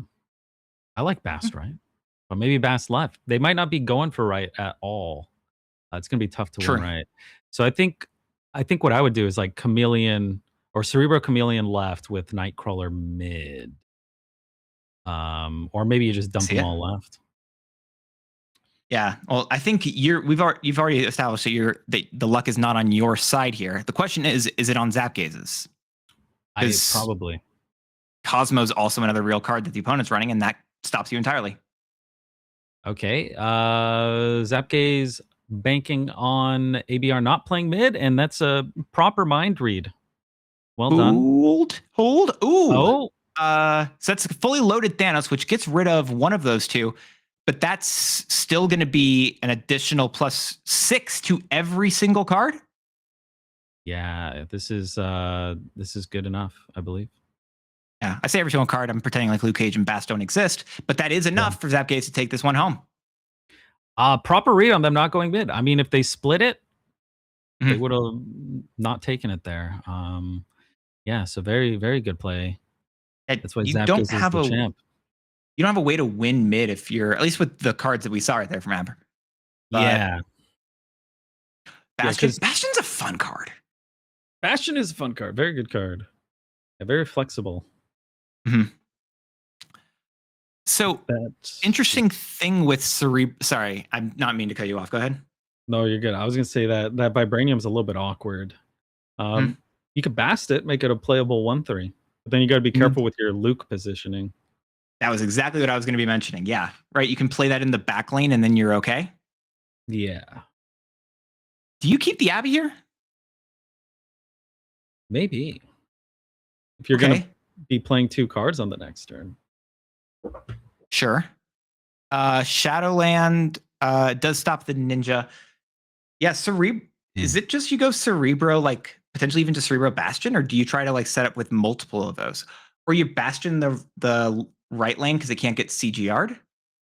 Yeah, that's true because it's open deck list. You definitely want that in the back. So yeah, this definitely looks like a Bastion follow-up. A hand is going to be a little bit clogged here, but maybe you don't care too much when you got Cerebro, Mystique, Chameleon all in hand. Actually, you would not get a copy of the Cerebro, so Mystique left. I like the Mystique left because then you can still play Bastion left next turn. I like this. You're a little bit susceptible to getting CGR'd, but maybe they can only CGR 1 lane. And then on your next turn, your final turn, or on 5, you're going to Bastion right and then do a Cerebro Chameleon Witch play or something like that. Yeah. And honestly, best case scenario, you top deck a Bast here, just turn make the Vibranium go down 1 point. Yeah, that would be fantastic. Okay. Okay. A little bit scary, but you can also just Bastion left, assuming you maintain priority. Yeah. Priority is actually the key, which you do. That's fair. Okay. Maintaining priority. Okay, so it's going to be a Bastion left, which is kind of the same thing as playing the Bastion right. Yeah, and you can't get rid of the Vibranium here. It hasn't lost any points of power. Yeah. So your final turn, you're dropping, is it Mystique Chameleon? It's probably going to be, Mystique Chameleon. Oh, I like that. They have, what is it? Now you can actually draw 1 more card here. Wow, okay, that's very good. Ooh. But again, do you want to if you hit M'Baku, which you don't ever? A good point. Okay. Keeping M'Baku in the deck. Yeah, this is good. I mean, you have to go with it mid. You might as well play the Bast in this situation to at least. I love we're seeing Zapcase, like we see him like his mouth hovering across the screen, like he's counting out each individual like point, how much he's going to have in total, where they're potentially playing cards here. I love that. Yeah. So Mystique and Chameleon have to both be played in the same lane, which is maybe a bit awkward. But it will be, I think, enough to win left and right. See this go through. Jane Foster. Oof. Oh, Jane Foster's that's a scary card. Any 3 power card that it hits, no longer viable for a Cerebro bonus. However, does it not matter? It's going to be enough. It's going to be enough because the Witch was not hit, and the Bast with the perfect placement, and the M'Baku. And M'Baku jumps onto the board. Okay, all right. For a casserole at the end of the game, that's exactly what you want to see. Wow. Cerebro 3 absolutely eating a fantastic showcase right there from Zapcase. Yeah, I love to see the M'Baku jumping out like that. That was it's always exciting. M'Baku's such a fun card. It's always great to just see him jump in. He always looks so excited. And then if he ever doesn't make it in, I always feel bad because then he's like, there's just the no room for M'Baku. I love that. It's so cute. Yeah. And he's way better now than he used to be. He used to jump to a random. Did he used to jump to? I think he used to jump to a random, and now he jumps to your lowest power lane or something like that. Maybe I'm misremembering, but I think that's correct. And he also used to be a 1/2. Yeah, Cerebro 2. I used to run in Cerebro 2. No, and you get to do all this stuff now, and because he doesn't have those old stats, doesn't have that old ability. Yeah, that Jane Foster was scary at the end there, but yeah, surprised that didn't end up mattering. He didn't even need Luke Cage. I hadn't thought about how Jane Foster does mess with the Cerebro game plan until that game. Yeah, me neither. That was a little scary. So yeah, I like that stuff. Wiccan's also another fun card that that's been very fun to see because it also does work with the Quicksilver Domino stuff from Thanos Fractured Frontier. Yeah. All right. Looks like we're in a possibly final round here between Recluse and Anakin. Recluse and Anakin. Recluse looks to be playing a Scorpion Brand New Day deck here that'll get showcased in a moment. And Anakin's running a Blink Proxima, like the discard MODOK Moongirl deck. Oh, that deck can go crazy. That can go really tall. Yeah. Yeah, we are running a Scorpion Brand New Day deck that is not running Medallion or Ancient One. Oh, true. Yeah. We don't have Mystique, so it's just a single Scorpion, I believe. The deck in mid is potentially okay. That's the perfect case here, and you're gonna want to have to use some Killmonger stuff, I'm guessing, but that's not easy to do. Oh, Hazmat's nice. They could just play a Cosmo.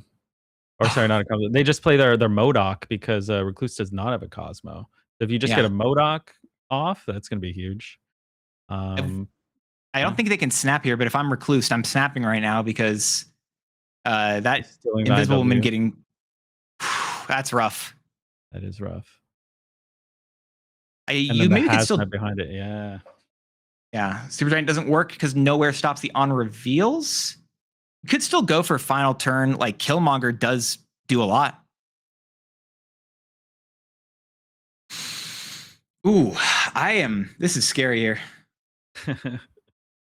This is going to be a decent Scorpion. Yeah, we got the Hazmat behind the Rogue, which is now Invisible Woman. Going off at the end is very useful. I think the biggest play here is something like a MODOK, right? The Daken will definitely win middle. You need to hope for a Zola.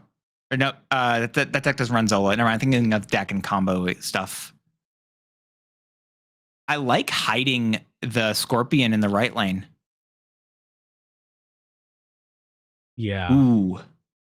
Okay. Marrow only hitting Oh. Diamondback because of Luke Cage's protection here. Yeah, I believe Anakin does win this one. The Hazmat's only -2 to everything, aside from the Diamondback, yeah, hitting the middle. Yeah. I will be honest though, I did not realize this was final turn. Oh, it did not matter. Yeah, I thought that was turn 5. was enough. I can't count. Yeah. Wow. The But power of Scorpion. abs- Even a single Scorpion. Every time I see Scorpion, people are always like mystiquing it, but I think that really showcases how good just a single Scorpion can be, especially with the Diamondback doubling. Getting a Hazmat there at the final turn is always a huge point swing. As you saw, it Yeah. didn't matter that the Dawkin was so large with all those shards in hand. Did not matter. No, doesn't matter at all. And I really do like that deck. It's a very cool, what is it? I love this Moon Girl pile in particular. And this is Polaris Horseman of Pestilence is a card that I really love, has found her place very effectively in these types of decks. Yeah, there's a lot of big cards you do want to pull with her. The Ajax, the Scorpion. You don't even feel bad about Malekith or an Anti-Venom Alofi. So yeah, a lot of good targets there. And the Luke to protect yourself. Not bad. Yeah. No, it's a lot of good stuff with this. But don't worry. You might think this is all the good stuff. It's not. We'll be right back with even more good games, good gameplay, and good commentary from us here.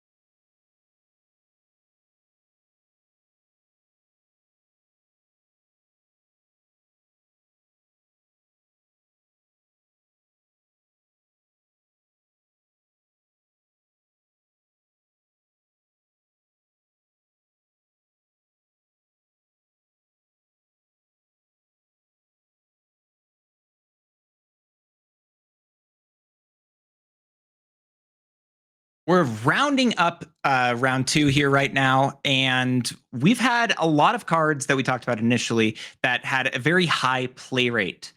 But I think the fun thing to do as it's wrapping up here is try to look at them individually and see how they're actually performing with that in mind. Yeah.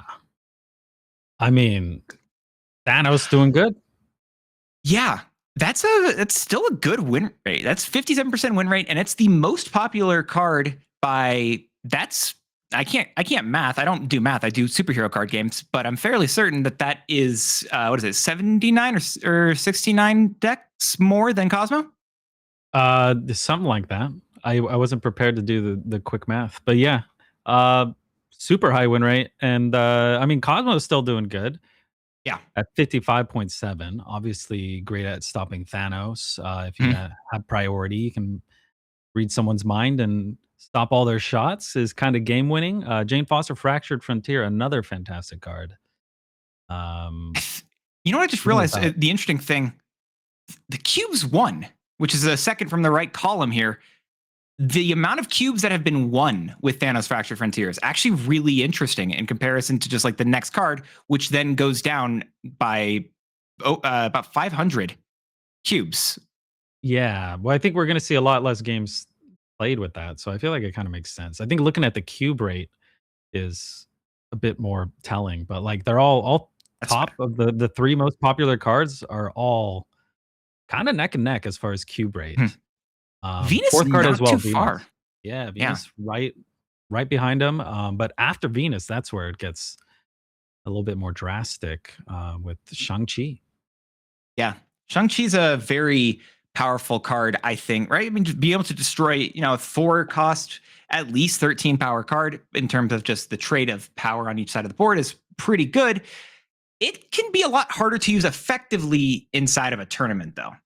Yeah, especially because it's open deck list as well. Your opponent can kind of predict that, maybe play around it, but it could also maybe at the same time being open deck list, maybe your opponent is playing around it and you don't actually plan on playing it in the first place. But that win rate is only at a 44.8. So yeah, that's quite a bit lower. That's a very steep drop off right there. I think there's a big difference between if you look at that one and then another kind of similar card in Cosmo. Both of those potentially stopping either your big card or stopping an on reveal from going off. The win rate for a Cosmo, again, 55.8% we saw a second ago. And then Shang-Chi is 11.5% less than that with a 44.3% win rate. So that's a big drop off. Yeah, it's a big drop off. I feel like Shang-Chi has been making a bit of a resurgence. I didn't see him for a while, for months probably, but yeah, and this Thanos Fractured Frontier, for some reason, a lot of people are really enjoying that. If we look at the next card though, Magic, very popular, but at a 30, below a 35, at a 34.8% win rate. Yeah. That's rough. Oof. That is rough. We are seeing a lot of location disruption, I think. We saw some Nocturnes. We see Reality Stones, obviously, with the Thanos, the original Thanos. So yeah, Magic not looking too hot in this event so far.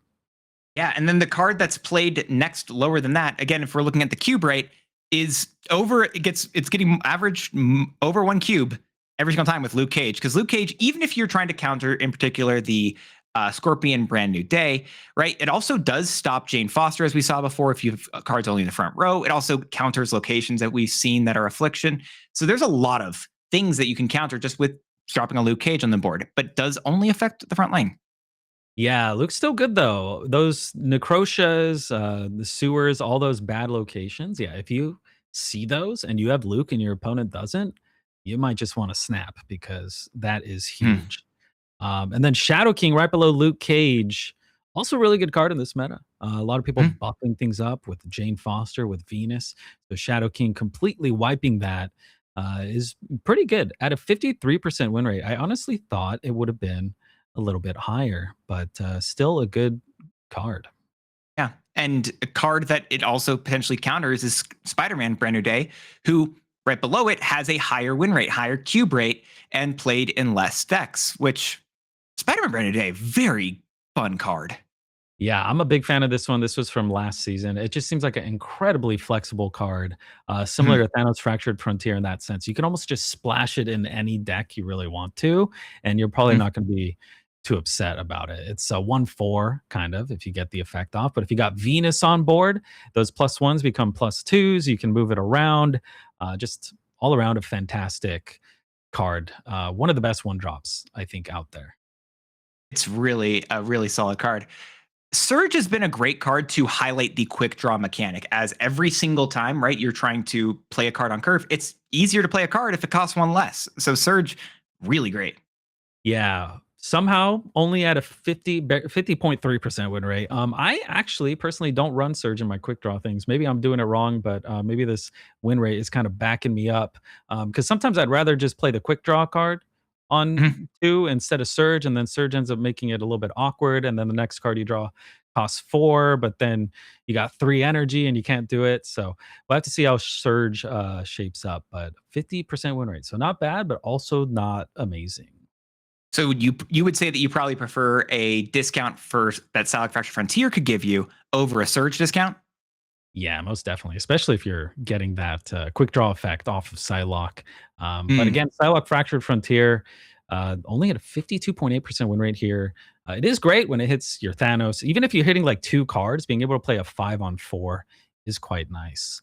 Oh yeah, But yeah, the card after Psylocke, King Eitri, huge, 62.8% win rate, doing very good. King Eitri is such a great God. King Eitri is such a fun card. I really do enjoy that. Being noted a little bit lower, the fact that Domino has such a higher win rate than Quicksilver. Yeah, that's interesting. I wonder why that is. Are people playing Quicksilver but not Domino? Perhaps that's it. Is that in some Thanos decks? I think, right? Maybe. Because I think if you're the logic I've heard is if you're playing normal Thanos with a Domino, it increases the chances that you might be getting a regular one of your Infinity Stones on turn 1, and then because your Domino is guaranteeing you're not getting a 2-drop, that 1/2 drop that you have in your deck. Okay, yeah, that definitely makes sense. Yep. Yeah. I don't think Yup is a card, but Thanos, again, we see that following pretty shortly here from Domino. That's just a good card. It's fun that Thanos has seen a bit of a resurgence thanks to his Fractured Frontier counterpart from Earth 383 officially, which is that's a cool thing, by the way, for this season. Yeah. If you look below Thanos, we got Wong, 45% win rate, and I think we were watching a Wong match, and Wong almost just seemed awkward all the time, didn't want to actually play it, would rather do other things. But at the same time, Cosmo is so prominent in this meta that if you're playing Wong, it is a huge liability. Because I think a lot of people are trying to do Wong into Thanos so you can get all those effects off. But yeah, if you put a Wong, they put Cosmo, you put Thanos, you lose. So that is tough. That is extremely unfortunate. But then also, you might on that final turn, you try to drop a Thanos, or maybe you move it out of Wong's lane. Then your opponent just juggernauts you. Yeah, Juggernaut. I think just one of the best cards in the game right now. I love Juggernaut. Very good, 63.9% win rate, high cube win rate as well. I think one of the highest we've seen, because it is so hard to predict and play around. Yeah. I actually think I think thus far that might just be the highest win rate as of that we've seen yet. There are some cards that have had higher win rates due to the fact that there are less people playing them. But in terms of a card that is being run a fairly large chunk, right? That's just under 10% of the total decks. That's a really good cube rate for any card in particular, especially Juggernaut here. Yeah, I think there's a few cards above it with at least being in 20 decks, like Lady Bullseye Copycat, Hydra Stomper. Yeah, there's some real standout cards here. Oh, yeah. And going through these some more, looking at exactly at that. Yeah, you mentioned Lady Bullseye Copycat. Stomper. Wilson Fisk, another one who was it? Recently just got changed from a 5 cost 9 power card to a 5/8, and still looking to be pretty good. And we're looking at currently the highest cube rate, I think, in 20 or 25 games right now is currently what we're organizing these stats by. Yeah, this is all pointing towards, I think, some sort of Hydra Stomper Craven deck doing really well, because you can see Silk right there as well. And Juggernaut also sometimes ran in that deck. So yeah, also the Techno Organic and the Fisk. So yeah, we're probably going to see some virus stuff, some movement stuff, maybe some bullseye stuff. Maybe I was saying, what is it? Yeah, or I was gonna say that is the next like deck that we're kind of seeing in this grouping, right? You see that move deck with the Craven, the Silk. We also then do see Technorganic Virus, Wilson Fisk, Sasquatch running those decks with Starbrand closely following. You got Scar in here as well. Like that's a lot of those. That's a lot of really big pointed cards. Yeah, and Sabanur, a very impressive card. I don't see that played that often, and it seems to be doing quite well as far as cube win rate. Not a large amount of people bringing it, just 25. But I'm hopefully we can catch one of those matches. I'd love to see in Sabanur. Yeah, that'd be very cool to see. I do love it. Another one I think is again just a great card. I mentioned it a bit earlier in the stream. Batroc the Leaper, one of potentially the best scalers, I feel like, in the 1 cost area. So many points. Yeah, if you get him out on turn 1, it's almost snap worthy, especially if you can follow up with like a Sam Wilson or a Silk, just constantly getting +2 every single turn. And then if you got a Craven on board, it could just get absolutely crazy. So one of the best premium 1-drops for sure. Yeah, it's absolutely fantastic. I love just the amount of variety that we're seeing in these cards. There's just so many cool cards that you can be playing with in this game that I feel like a lot of people, like you mentioned with Ensabanor, I feel like there are people who don't often look at that card and try to play it as much, but showing how powerful of a piece it really is. The fact that not only is it a 4/9 if you can trigger its objective, but it is also going to get rid of the lowest cost card in your front lane. Bring in something big, or lowest power card. Bring in something big is a very good deal. Yeah, it's really nice if you built your deck properly. I mean, there's a lot of Afflict out there, as we've seen, so getting rid of an Afflict card can really catch your opponent off guard. And Sabanur, I want to see it, man. Hopefully it can get pretty deep into the event here. So I was looking. One thing I was looking at, and I noticed we didn't have on the screen, was we never saw a Stardust. And I think that tech card is potentially very powerful, but we're not seeing a lot of it, and it counters these 2 lists that we're currently seeing right now in different ways, where it could be countering Brood, dropping a lot of points, or it could be countering that Nimrod deck that was shown on screen for a second ago here. But not a lot of Stardust does mean that Ensabanor, I'm not surprised, is really doing well. Yeah, it's a good point. I wonder why we haven't seen too much Stardust. It's so strong. Stopping those Broods, those Nimrod duplications. But yeah, Surfer is another really strong archetype that I have not seen too much, but I also played this recently, getting a lot of strength from the Jane Foster. The Psylocke also huge, because then you can consistently get your Sarah out on turn 4. Whereas in the past, people were running Luna Snow, which is a bit double-edged because you're also giving your opponent an energy. This way you could just run Psylocke and get that Sarah out. And if you quick draw the Psylocke, it makes it even better. So Surfer can easily run away with the game as long as you don't get like Shadow Kinged or something like that. And I love the fact that this deck also has chosen to use Killmonger and Nova, which does make a Nova a +2 points power on every single card on the board, which that matters a lot. Yeah, it sounds like the beta days, maybe. But yeah, Killmonger also good against all those Batrocs that we're seeing, those Spider-Man branded days, because I'm not seeing a lot of people running Kyera or anything like that. Yeah, not much Kyera, not much armor that we've seen so far. Captain Carter is another just really solid bit of points. Captain Carter, Brood, and Maverick, I think 3 cards that are great at taking a lot of points that you put into one card and then spreading it out onto the multiple locations or a lot of things onto the board. It's great. Yeah. Love Carter. Very, very strong. Yeah, it's a very good one here. But you mentioned Stardust, and I guess we both did. There it is. Shadowlands is really good with Stardust as well, because it is a 6-powered card, which matters for Shadowlands Daredevil's trigger.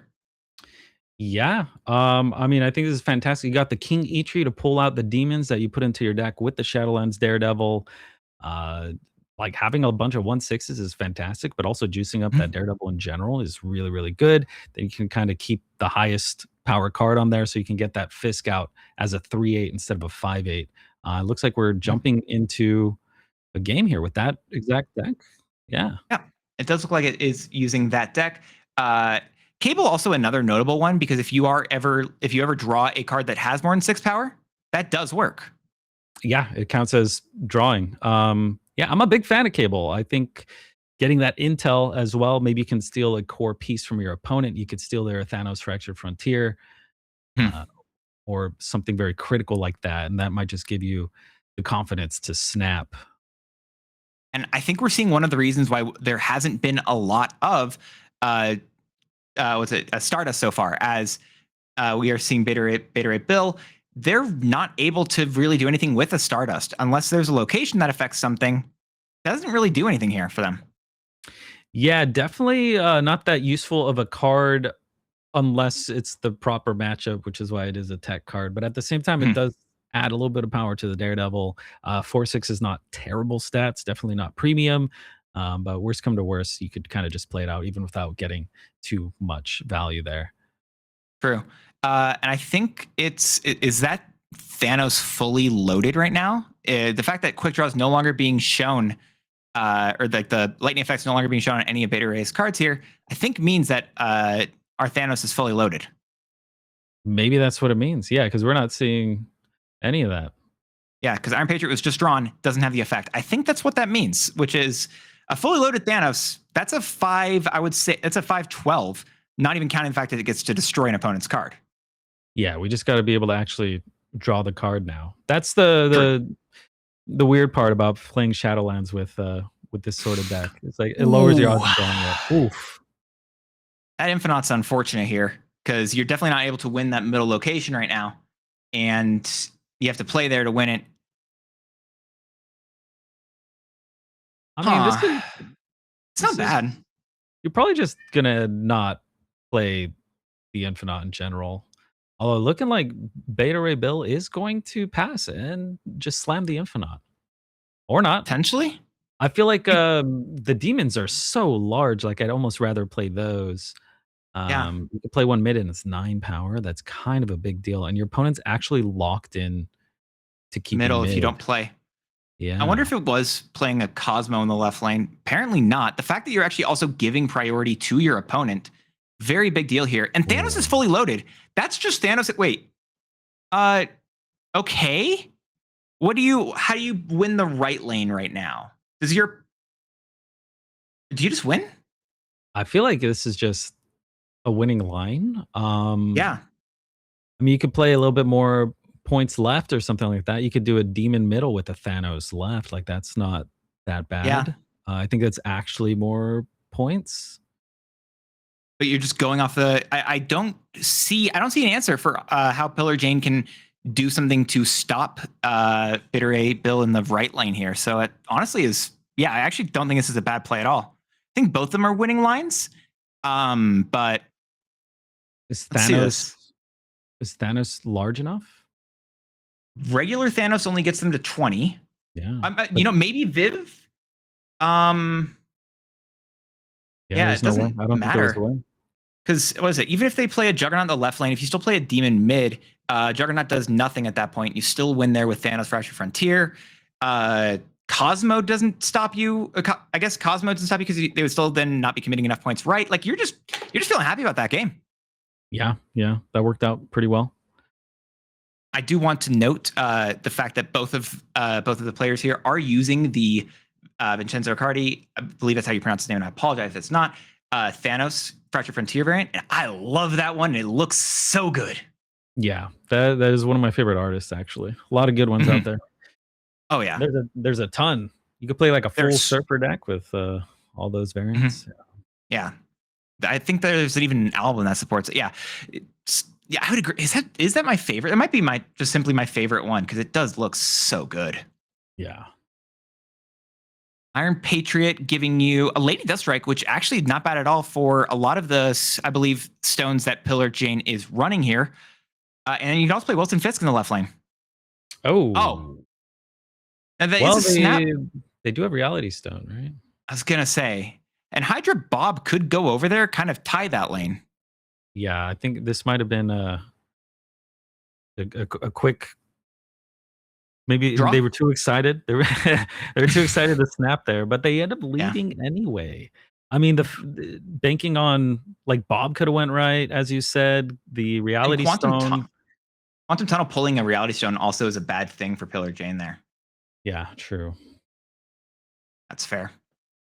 But as we get to see just all of the gorgeous pieces of art, Hydra Bob again on turn 1 into a Cable on turn 2. This is the curve. And Vader built getting it twice in a row. Fantastic. Yeah, doing a great job of drawing a 1-drop on turn 1. As well as being able to play a 2-drop. Very impressive. Yeah. Soulstone on turn 1, loading another shot. We're going to see probably Domino turn 2 as Pillar Jane is running her. And that doesn't stop, doesn't stop Wilson Fisk from being able to trigger. Ooh. Oh, that's fantastic. A little bit awkward, but kind of ensures the Fisk on the following turn. Really awkward for Pillar Jane, who has Domino. Did just draw Domino. Can't use it, at least if they choose to use it. Collapse Mine no longer matters. That's a rough one. You could also see if Beta Ray didn't chose to not skip this turn, try to play stuff out. If Pillar Jane did get the Reality Stone, then just turning off the Collapse Mine and changing to another location means that the rocks are going to be stuck there. Yeah, I'm trying to think of a situation where you do not skip on Collapse Mine, and I feel like it's only if you have Killmonger in hand. I would never. I'm running Ozymandias, and that's when I never skip that. That's a good point. Yeah, you love rocks. Yeah, I do. You know what? I would say that they rock. That was such a bad joke. God. Anyway, Viv over in the left lane. 2 points of power. Definitely not bigger than Wilson Fisk. Ugh. Tomatoes. Boo. All right. Stardust with the little quick draw there, but not going to get played anyways. Luke, very good for Necrosha, as we were saying earlier. Yeah, really nice here. And Cable, if Cable draws a card, we already know it can mess with Thanos' stones. It also does mean that card is a quick drawn card for your Thanos. Multiple ways that can go well for you. Yeah. And Viv most likely is going to lose priority here unless maybe they do a Reality Stone in order to play some extra stuff there and get some points behind her. But not looking confident. Yeah, she's probably going to be moving. Oh, there it is. Okay. Fresh. That shouldn't. Does that work for next turn? Actually, I do not know if this is going to. We'll find out in a moment. I believe it'll apply for the. There you go. Does it stay for? It does. It goes off. Does twice, but only works once. Wow, a massive discount on the King Eitri here. Yeah, that's wait. They're not playing it. I wonder if they don't realize that it's free. Why would you not play? Is it realized, or is there? I'm trying to think if there's a reason for it. Maybe they're trying to play Ultron final turn left lane. I guess that's possible, but I feel like Eitri does give you the quick draw. You top deck Thanos. Yeah, like, an Eitri is also larger than a drone unless it's going right. But like, I feel like you do want a Eitri middle here. Yeah, I would agree with that. I don't know. Maybe there's something else. Maybe also trying to keep the lane empty potentially if you do draw Thanos. Oh, or not, and they've just gone for it anyway. Yeah, I mean the odds of drawing Thanos are probably not that high. Playing it right instead. Okay, so maybe they just don't even care about the Ultron. I feel like it is for Thanos because then you would rather re-trigger a Jane Foster. Yeah, it's got to be that. Yeah. Pillar Jane snap. Why is Pillar Jane snapping here? I'm trying to figure out why they would be going for this. Turn 5, is this just a Thanos into a Thanos? Maybe getting rid of Luke Cage doesn't matter. Getting rid of maybe a Hydra Bob in the right lane. Yeah, I'm not really sure. Maybe they are just intentionally moving the Bob. It could be awkward if it goes left. That's a good shout. It could clog the left lane, which Beta Ray Bill just kind of has to win a 50-50 here. There's no real way to play around that except for clogging it. Okay. Copying the Mind Stone. Shooting the Bob. Yeah, so maybe they play. No Bob left. There's the second Mind Stone only drew 1 stone, and I don't know if it's because their hand is full or if it is because they have drawn all the stones already. I mean, yeah, I don't know. The Ultron. Oh, that is. Oh, the Thanos can move though, but the Ultron left is huge. The drones are 5 power in the right lane. We're adding 8 left, 4 middle, and 15 right. Like that's. I would take that. Yeah, no, Ultron's a very solid card. I feel like it's very easy to underrate the card and just think of it as just an 8 power body for a 6 drop. But in this particular situation, right, that's another 15 points in the right lane, 8 left, and then 4 more mid, getting yourself to 27 points of power with 1 card. Yeah, that's huge. They can win this. Pillar Jane can win by like a Thanos. I think the Thanos mid is enough to beat the 2 drones, and then playing the other Thanos left. Yeah. But that does stop Beta Ray here. Yeah, I think that would be the line, but I think it's really hard to read this random Ultron. Yeah. There's no way to read that. The question is, do you do that anyway for points? Because that's this scary thing about random cards. Like you can't play around it. And I think Beta Ray Bill probably knows that. It's completely unexpected. It knows you can't know. I don't know. Yeah. This is going to be, I'm trying to figure, I don't know how Pillar Jane wins this. I don't know what the best line is here, but this is every single one of Pillar Jane's cubes left on the line here for this right here. Yeah, this could be the end. Oh, completely stops the Juggernaut. Wait a second. That doesn't matter. Possible. Okay. I think that's good. I'd be shocked if the last card's like a Killmonger. It's definitely not. And you know what? Notable thing right there. The Thanos Fractured Frontier did had the Greenstone last turn, which meant that the all of those getting played for the final turn is fantastic. Yeah, that was a huge last turn play, but unfortunately, you just cannot play around the random Ultron. No. So, I don't think that was a misplay or anything. That was just you lost the luck of the draw. Yes. Yeah, you have to play around the known information that you have, and again, you have the open deck lists, but that's it. You can't play around the question marks and the possibilities. There's no way to there's a few other probably cards that what if they actually got a leader that probably beats a leader play? What if they got if they got the Giganto? If they play it left, well, Juggernaut would have moved it. You just don't know every single play that they get there. Right. Yeah. So I think it was a proper stay from both players for sure. Yeah. Because that Juggernaut would have won if it was anything but Ultron, I think. Probably. Yeah. It was. I don't know what else they could have done, but very solid pile. But we also saw the potential difficulties of some of these cards where Mobius never got used. Mobius does stop both Psylocke as well as the green shot from Thanos Fractured Frontier and the green stone for Thanos regular. Iska's just such a great points card. It really feels like it's just so good. We're talking about talked about the 412 earlier in Karen Page, and Iska, assuming no modifications happen, is a 412. Yeah. Karen Page kind of spreads it around, but Iska kind of just wins her own lane. She goes incredibly tall. And sometimes you just see Iska, you're like, all right, I lost that lane. You just focus on the other two. Yeah, it's a rough one to try to balance between all those, but that's why I get to watch and don't have to try to think through those choices and figure out the correct plays, because I wouldn't know what the right thing to do is half the time. Yeah, there's a lot of different lines, and that's, I think, part of the beauty of the game. So yeah, there's a lot of very cool parts here. How do you feel about Mobius? How well do you think he's positioned in this current metagame? I've not been seeing too much Mobius. I've also not been running too much Mobius. But yeah, you're right. It is good against Thanos. I feel like I'd rather run Baron Mordo to ruin the Thanos It's But cheaper. That does seem like the better option. it's a 2/3.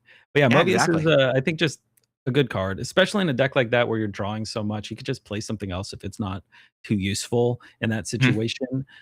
But this looks an Arshim list. Yep. Airshim with looks like we're gonna have a lot of other random cards. Not gonna be certain what they are going into stuff. Playing against a destroy deck with Ooh. Venom. Okay, I like it. Wait, this is like a classic, yeah, classic destroy deck. You're not seeing Tombstone or anything too new. Um, just playing with something they're comfortable with.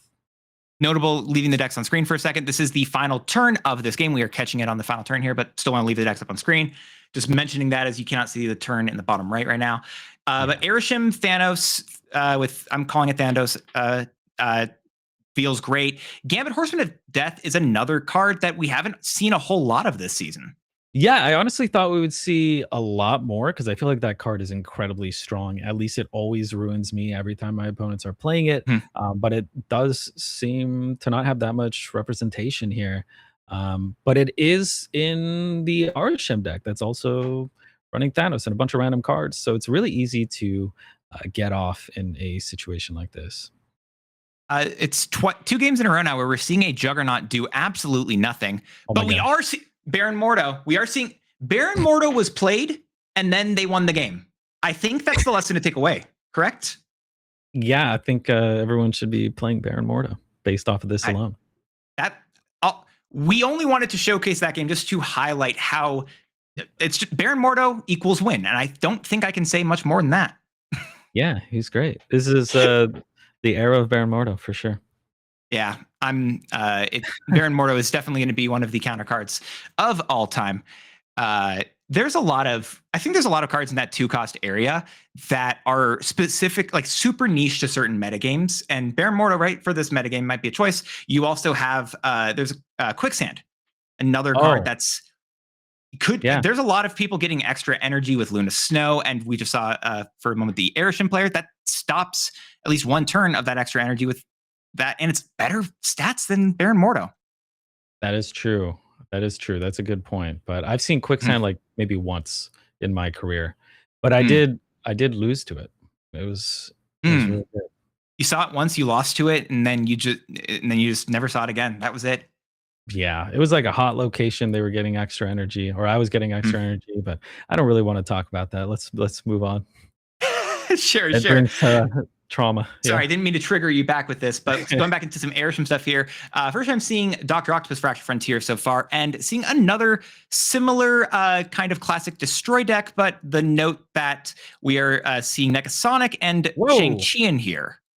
Oh. Wow, the Doc Ock just pulled an Arnim Zola, triggering a Carnage, which is actually quite good because then we're going to get an extra eat on that Deadpool, doubling his stats. That's quite nice. That's Arnim Zola on turn 3 is exactly what you want to see here. And Super Scroll actually just completely countering the null. Yeah, that's a huge card. Wow, that is an unfortunate matchup for It's Fire when your opponent is just hard running Super Scroll. But they did choose to be kind by by letting them destroy their Deadpool for them on turn 3, which was nice. Yeah. I mean, the Arnim is quite nice on the last turn to get something into Kiln. But it's not that bad to get it out early like that. Definitely not. How do you feel about Quantum Tunnel? I feel like Quantum Tunnel is a really difficult location, and it's one that I often mess up with. Yeah, it is tough. You kind of just hope you have a lot of big things in your deck and small things in your hand. But we see a Magic being played, so that location doesn't exist anymore. Yeah, cool. It's very helpful there. Going into the Arnim Zola node? Psylocke giving everything a discount. You have 2 5 costs in hand. I would not be playing in that order. If you play the Moon Knight, I'd wait a turn before you do that. Yeah, the quick draw Psylocke you have to play it. It's so good. Yeah. Do you ever think it's probably not supposed to be, because if you Moon Knight now before it, you could hit your Shang-Chi. Moon Knight after, you could hit Thanos. Yeah. The Moon Knight's a little bit awkward here. Maybe you just never play it, but I mean the Chi is good. because they're gonna have big cards, but also they do have a null, so maybe it's not even that good. Yeah, I'm But you uncertain you here. also have a null, so maybe it is good. I don't know. Do you wait? Hold. Is it Festus into Thanos? Right? Thanos right is good. They Moon- really want to. I respect the hustle. I like the Spider Sense. I think a little bit more here. Spider Sense is a card in this game. It's one that I feel like it makes sense to put that here right now because the Thanos, you probably want to try to get one more of your shots loaded before you play it. But if you do fire it now, you might be able to use the movable bit, which is loaded. Yeah, but they've got that left lane on lock with the Super Scroll. Mhm. I think True. being able to stop any sort of threat, especially because their Arnim Zola is wrong, or is gone. Notable, it's not any threat. Zombie Captain Marvel being played in the right lane by the opponent. They must have gotten that from Celestial Burial Ground, which actually is really good, meaning that could move over to the left lane if they don't play a Shang-Chi, and that could win the game. Yeah, I retract my previous statement. It did not age well. Yeah, because they're definitely going to go left. We got to somehow go big middle.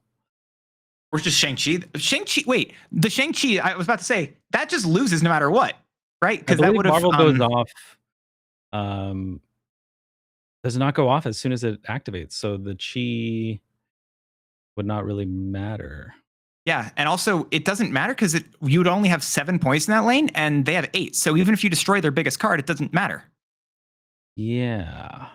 I don't know if... Actually, I think that... I was thinking that this was totally going to be Samuel's game here. I actually think its Fire might be able to take this home right now. Yeah, possibly. It's going to be really close. Yeah, 14 points of power. Zombie Captain Marvel, a really fun card. Null immediately giving the... that's not enough, I don't think. Wait, we're doing left. It is. Yeah, that's good. X-23 getting destroyed by Thanos Fractured Frontier. Null and... yeah, because then if you do play the Shang-Chi, even if you play Shang-Chi mid, you actually still lose this game. The only way you're winning is... Yeah, the Zola, I think, actually just killed you. Yeah, them playing Null is interesting because they must have forgotten about the Super Scroll because there's literally no way they can win left if they play that Null there. And they intentionally abandoned right. So there was just no chance, I think, of them winning if they play Null. Which is just unfortunate that this is the matchup that they're stuck in. But if they see Scroll, they can't Null. That's the phrase. Well, that is the phrase. I've heard it too many times to count. But it's interesting as well because Super Scroll, right? It does have Airsham has a limited chance of actually getting the cards that is started in with its deck. So Super Scroll, you have half the chance of drawing it than normal, or even less. So the odds that Samuel would get it, maybe even just 2 games in a row, would be astronomically slim. Correct? Yeah, and yet here we are. They got plot armor every single time they're gonna draw the scroll, I think. There you go. Ooh, yeah, free Viv is not bad, especially considering your opponent probably isn't likely to play any cards into Grand Central early on because a random card from that location sucks. Yeah, I like the Viv here. I feel like it's very unlikely that its Fire will play middle, so the Viv will probably go off. Its Fire might go for like a magic there. I think that's honestly the best case for it. Yeah.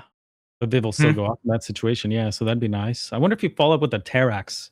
Adding rocks to your deck is not as bad as adding to their deck. Depending on how many points they put on the board here, which is only 4 points, and Viv triggers. If you play Toxin right into Terrax left, you get 3 rocks in their deck. But that's assuming they don't fight that. That is true. Yeah, because they do have priority. Yeah. Cosmo, again, quick draw is not on reveal, so Cosmo does get to load a bullet into Thanos's gun. Infinity shot, as it were. And Toxin not playing it. I feel like you could still play that just for points. Yeah, I'm surprised. Maybe they just didn't want to hog the lane up too much, especially with the Grand Central going off soon. That would make sense. I feel like I actually would have even left the Cosmo there because, again, it's harder to use all the on reveals. Yeah. That's a fun card. Does it put Torch back on top actually kind wait, of wait. removing a draw. Oh, but then you're shuffling. No, This is weird. Yeah, wait. This I disagree with this ordering. That's a really it should be Terrax first, correct? Just making sure I'm not missing something here. Yeah, you'd put one less rock in their deck though. But so we're putting But you're torch losing on top. Maybe they intentionally want to shuffle it. They don't actually want the torch. But I think Maybe. in that situation, you just actually play the torch. Yeah, I agree with that statement. Oh, okay. Well, Frigga is now here, and Terrax it does only shuffle. It shuffles the same amount of rocks in. Shuffles more into Sam's deck here. Ooh, if it's is this gonna be a rock with a Quinjet, which isn't the +3, which is quite unfortunate. And if that's just a null right, you lose. I think this is bad for Sam right now. Yeah, I think Sam loses to a lot. I guess Sam will win a null right in this situation. Yeah. Now they win against null right. If null is mid, they lose. It's kind of maybe a 50-50. But also Fire will just like not play null. That's also fair. If Fire also has priority, if it's a Negasonic, if they could go Zola left for the Negasonic. That is true. I don't know if it's correct, but if you're just blessed with good luck. Wow. Only plus. Oh yeah, wait. Okay, I guess not a lot of cards have been destroyed. Null. Wait, that might be the smallest null I've ever seen in my life. That's not true, but it's not very big. No, it's not. I feel like the smallest null I've seen was around the time when there was a lot of Annihilus in the metagame. And then you get the negative ones over there. Like, I loved playing against negative, or was it playing against destroy decks when I was running Annihilus then? Because then they're all just gone, and you're like, okay, cool, have fun with your null. Yeah, that was unfortunate. Mm-hmm. A lot of great cards to be drawing on turn 3 here, but they're on turn 1 instead. Yeah, can't really do anything here. No. Polaris interesting for a randomly generated card, especially with Jane Foster. Might be able to do something there. Kind of hard to pull that off, I think. Mhm. Because Jane's probably going to buff your own stuff as well. True. It's fine. Airshim always gives you a man thing. That'll do it. Let's see. That's definitely not the man thing. No. But playing cards at least helps your Gambit Horseman of Death trigger. That is true. I feel like you go for Stark Tower. Maybe you want to keep juicing that up. No, we're going for Cave of the Dragon. Maybe they wait for now so they can play an Iska left later, and they just let that get +2. Oh, that's true. Yeah, that would kind of just win it. But it does look like It's Fire setting up for either a Carnage or a Deathlock or a Venom over there. So if you play the Iska instead, you can get Jane Foster later, right? And then get it to do its thing. Yeah, and if you Jane right now and they don't actually eat that Deadpool, getting it to 0 could be quite nice. Although I guess they would hit the Nova, it'd go to 1 again. Yeah, but it does stop at least one of the doublings, right, with the Nova. Yeah. That's not bad yet, because now Deadpool should have 4 power back in hand.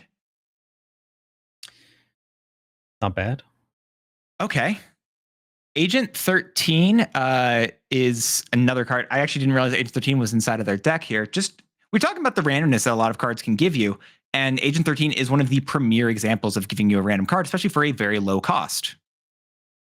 Yeah, Agent 13 and NTW are both relatively unconventional, right? Yeah. Do you hold for a turn and just play Infinite next turn? Because I don't know if I like anything that Samuel has here. Yeah. I mean, ideally, I feel like you would take priority with this, and then you would Cosmo on the Deadpool lane or whatever they end up putting out. But yeah, Iska maybe. Well, we'd have to float on 5 to play Infinite, right? You could float on 4. We're Arsham. That's right. Yeah. Okay. Which I don't know if that's correct here, but it's at least an interesting question. Yeah, I think that might have been the play. I don't think the Cosmo left does too much. Not really. Oh my gosh. Dormammu's more points technically, but Lady Deathstrike very effective. Yeah, and Its Fire does have null. And Sam somehow has not managed to draw the scroll in their 40 Yeah. card deck. No, I'm loving the fact. I don't feel like I don't think I've seen a deck, destroy deck exactly like what its Fire's run before, and it seems to be doing well so far. They're currently 1 win and 1 loss, which not bad at all. Sam doing the Nick Fury instead of the Fastos Jane Foster play. Maybe just wanting to Deadpool- guarantee a 6. Deadpool and the Cosmo. How are they going to get the Deadpool back if Killmonger's already on the board? I don't think they're going to. Yeah, I guess they can't. It's the final turn. It doesn't really matter, does it? So Yeah. they're just trying to lock left down, and maybe they're going to end up playing Null here in a single lane. Honestly, I actually kind of think its Fire is winning this game. Yeah, I think so. I think Yeah. if its Fire has Null, this is a win. And we do also not know what the Agent 13 card is. It may not have any effect on this game, but there are plenty of weird cards that could be jumping out here just to take it away. And Null is enough. Yeah, that's a good play from its Fire, taking a couple points away from Arishem. Yeah, not bad. No, I like it. This is bigger than last time.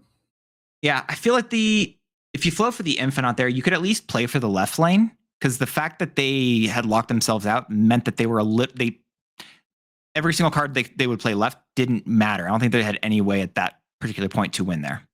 Yeah, I think in hindsight, yeah, the Infinite was a really good line. Have you done any Akari stuff with Jane Foster Fractured Frontier? I don't think so, but that's a good idea. That would kind of work. It's a 412. That's premium stats. It is. It's and there's only one 5-cost card that has more points in it. Yeah, that's a good idea. Jane Akari. Okay. I'll put that in my notes. There you go. That's the plan. That's the secret play. That's what we're trying to keep away from everyone. The secret Jane Foster Akari play. Akari is such a big card, and I love the fact that they can make it such a massive card because of the difficulty with it. Yeah, Ooh. it feels balanced. Jeff with Agent 13. Oh my gosh! This is great. Yeah, this is pretty good, especially with the Moor Island. Yeah, and Deadpool. Yeah, I feel like Sam should get rid of Moor. Yeah, Its Fire gets rid of. Okay, we got 2 different Interesting. magics. Yeah, one of them was random. Yep. Of course, your opponent and you played the same card, thusly the Spider-Man point must occur. Is it? I feel like you can just go for a Wolfsbane here. Wolfsbane mid. I feel like you want to start stacking up more, but it's gonna be difficult to win that. You don't want to play that back. Hurts. Yeah, you got so many big things. Mm-hmm. It actually is just Thing and Akari. Yeah. But this is tough. I like it. I don't know. You're also clogging your hand for a draw this turn. Is it actually worth it? I feel like just to play the Bast anyway. Just accept the fact you're not hitting an Akari. Yeah, maybe. I mean, it's going to be difficult to pull off regardless. So True. yeah. Maria Hill giving you a second Merlin. Lots of Merlin. Hand is just looking really awkward here. Got a lot of stuff. Once in future, maybe the Wolfsbane, right? Oh, Thing, right? Okay, Thing. Sure. I like the Thing there. Although Thing's a little awkward going up against a Destroy deck, you know? Wait, did they get it? Where did they get? They got an Airwalker. I just realized it's Fire from Triskelion. Yeah. That's pretty Fire's good. having like these random generated cards really work in their favor here. Yeah, if that can pull a Negasonic, that would be great. If it pulls Shang-Chi, not so much. Let's see. Deathlock destroying all those. Again, Null being absolutely fantastic potentially with it. What's Airwalker given? Or a Kazar. Yeah, a Triskelion card. Okay, that's probably better than. I'm fine with that. Polymorph being able to potentially change that Mirage into a different 3-cost card, not bad. Claw as well, given its location to the right +7 power, if I'm not mistaken. And triggering Wolfsbane. This is a huge commit right. Mm-hmm. Maybe it's correct. Is it the logic that you're just losing whatever lane null hits anyway?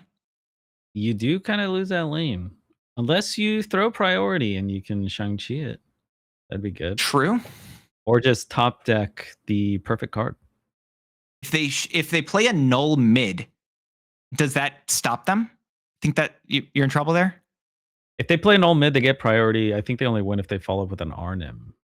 Yeah. But is it? I wonder if there's a world where you're supposed to polymorph the claw. oh, maybe. Okay. 8 points of power over there with Wolfsbane. You've got Deadpool and Killmonger both triggering right now. Oh, And you know what? okay. You were talking about how you weren't certain if it was correct to fill that middle look. Wait, what? Wow, oh, that's wait. So that's actually a recent change for what it's worth, the Jeff re-triggering on the X-23. If you remember earlier, right? What? That's so good for It's Fire. Wow. Wow. Sorry. So Jeff previously to the OTA did not work if a card was generated onto his location. He didn't actually give it an additional point of power. However, as of the OTA, that was changed. And I actually just saw that. That's really cool. Yeah, that's pretty nice. I think for this, you have to fight for 3 locations. But it's kind of tough. Yeah, I feel like it's Okay, the they're- left lane because that's the biggest swing. I think It's Fire might abandon the right lane. And play like a null mid with a Deadpool left or something like that. Notable that the Omniversal Presence does give both Merlins +1 point of power. That adds up.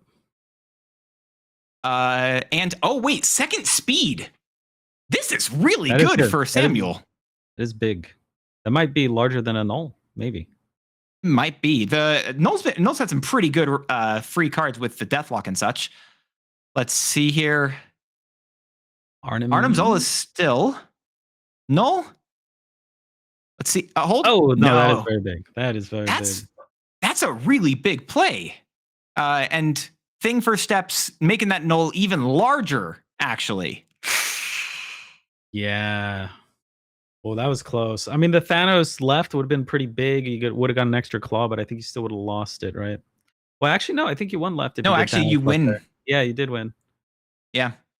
It does. It gives you the extra claw as well, but I don't think Yeah. that changes too much. And now we did see how Ultron won the one of the previous games. Very good card to get randomly for sure. Wait, how does this Okay. work? Magic happened before? No, okay, it does still choose both. Oh, so That's you're playing not bad Ultron, with the right? Ultron. Just play nothing else. Just stack left and play Ultron. Actually, you could try and get a Thanos copy. Get an extra Say, yeah. Patriot. Oh, that would be fantastic. Okay, hold up. I don't honestly think you want to play Quinjet. I think they're trying to get the copy on the Thanos. I feel like Yeah. Oh, that's fair. If you get copy on Thanos, you just win. yeah. I mean, destroy is not bad. Because then also, if you can play Ultron final turn, it means that's what they're thinking. It looks like. Yeah. Yeah. All right. Hold up. Wait. That's quite decent. I mean, that's not bad. Oh, I feel like you got to go with the quick draw. Okay, Marvel's big.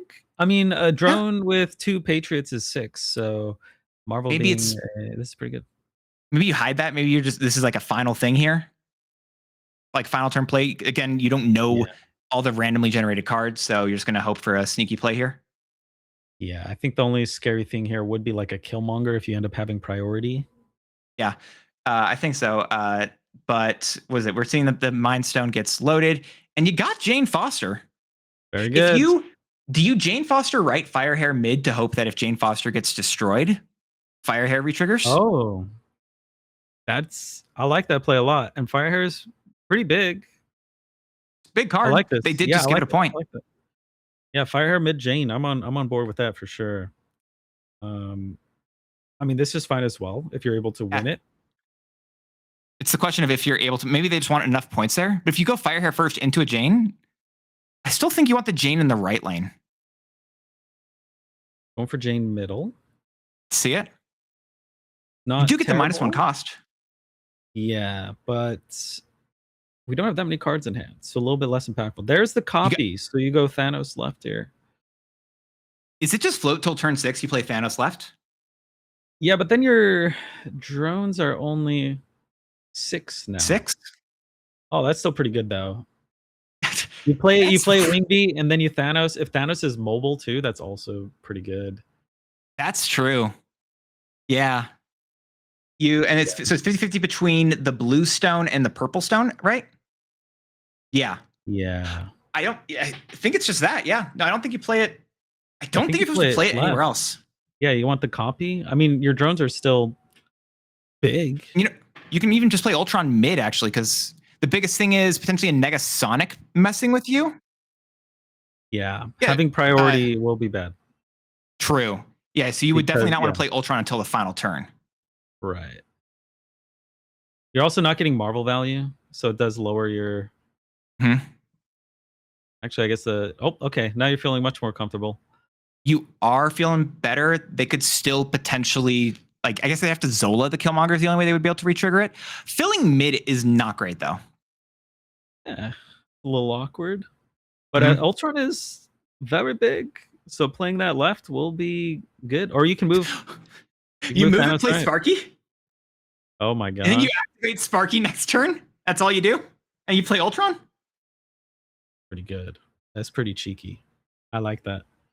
Ultron being a secret hero of this tournament, from my perspective at least. I should start playing more Ultron, but I think he's best when he's a surprise, you know, especially in an open decklist format. 100%. I love decks that are able to use Ultron as an out. I think those are very fun ones. Yeah. Null into Deadpool. Okay, I don't think you can actually. Well, I guess if you Sparky it left and you Ultron left, that's kind of like your best bet. And then what are they going to go for? Is it I don't think you. What? No, wait, no, Sam. I thought you had it. Interesting. Why would you? What could be the logic for retreating? Is what I'm trying to figure out here. Maybe the Sparky interaction was not known, or maybe they saw something that we didn't see. I don't know. Yeah, it's fair. Because that was a really quick retreat. Yeah, it was very fast. Maybe they just didn't want to have have the opponent with priority? I don't know. Yeah, maybe. This is interesting. Okay. Invisible Woman First Step's also potentially very interesting. We've got Lockheed in hand. We also have a Iska the Unbeaten in deck. So any end of turn card retriggering, very nice. Yeah. Wow. And if you get any one drops, that's good. I think and especially on a Deadpool or an X-23 that are going to be staying on the board. Yeah, that could really add up for sure. I wonder if we go with Viv here or the Rescue. Haven't seen Rescue in a long time. You know, I like the Rescue into Black Bolt right lane. Yeah, it's not bad. So you can get that additional energy and also prevent your opponent from getting it. Yeah, it's pretty good. Yeah. Now, Black Bolt, the Black Bolt decks with stature are absolutely fantastic. I do think those are good. Yeah, Rescue Black Bolt, that's just 16 points of power in one lane. They can't Shang-Chi it. Yeah. Wait, is it +5? It is +5. Thank you for knowing what I'm saying there, Samuel. Going with the Viv over the Black Bolt. Would rather get the +1. +1s on everything, sure. Sure. It worked. Okay. That's not bad. Negasonic not doing anything, any big favors for them here. Yeah. Festus into an Invis, maybe? Festus Invis is not bad. You will get the Stark Tower bonus, so I quite like that. But they're going for the Black Bolt now. Maybe you just don't bank on playing your quick draws because you're probably not going to draw your Thanos anyway. If its fire can get priority, there's an interesting world in which you might want to Zola the Negasonic, or Magic it gets to come down here instead, so you get the extra turn. Yeah. Don't know what the right play is here. I feel like this is going quite well for Sam, and we get the Super Scroll, which is so good. Okay, yeah, they're... That's great. That's fantastic. Yeah, I don't hate just destroying Festus at this point, right? That just turns it into your Super Scroll becomes better if they play Null. Yeah, and then you win mid because of the scroll. You go big right. Yeah. I think Shang-Chi is also a real card to worry about middle, as Black Bolt could go down to dead, as it were. Super Scroll. Okay. And to what are they going to get here in the right lane? Oh, hey. How does this work? I believe it's if it went off before they destroy it, I think it doesn't become active, right? Think so? I think it should be Cosmo mid to stop the Black Bolt from getting Shang-Chi'd. And then you go. Oh, okay. Yeah. So, yeah, it would be a new. So even if it's a new copy of the original, it's once. It's weird. So it's a new copy of the original card, but that it's a copy of a card that is already triggered. But then does the once per game thing carry on for Negasonic? Like, no, I believe Negasonic is new, so it'll go off again. As even though it's a copy of an old, like as opposed to something like an activate, I think that works a little differently. Yeah, I know it's different between objective and activate. I just don't know the differences between there. Yeah, it should go off again. Fast, most likely not the card to play here. I don't think so anyway. You've got Arrow, you've got Ajax. Yeah, definitely not great. Rogue again, going to, or not again, just doing nothing here. Magic coming down again though. Quinjet on turn 2 potentially into because you're going to have 4 energy the next turn. Being able to play an Arrow, a White Tiger, something like that over in the left lane, not bad. Yeah, not bad at all. Arrow's pretty good. Yeah. At a 4/9. Is it just an Ajax in the left lane though? Or you just go a White Tiger. White Tiger is really good. I like that, filling up the right lane here as well as being able to do that. Okay, I see you. I like that. I think getting priority here could be a big deal. Being able to Arrow and possibly pull away like a Deadpool or something. True. Is it Killmonger? No. Okay. Dropping an Agent 13. So no one has the Castle Blackstone bonus yet. Ooh, Shadowlands Daredevil does get triggered here. That's pretty good. Yeah. Bast again. Hovering the Bast. Bast is being rude so far. She's clogging a lot of the plays that I feel like Samuel wants to make. Yeah, not a card you want for sure.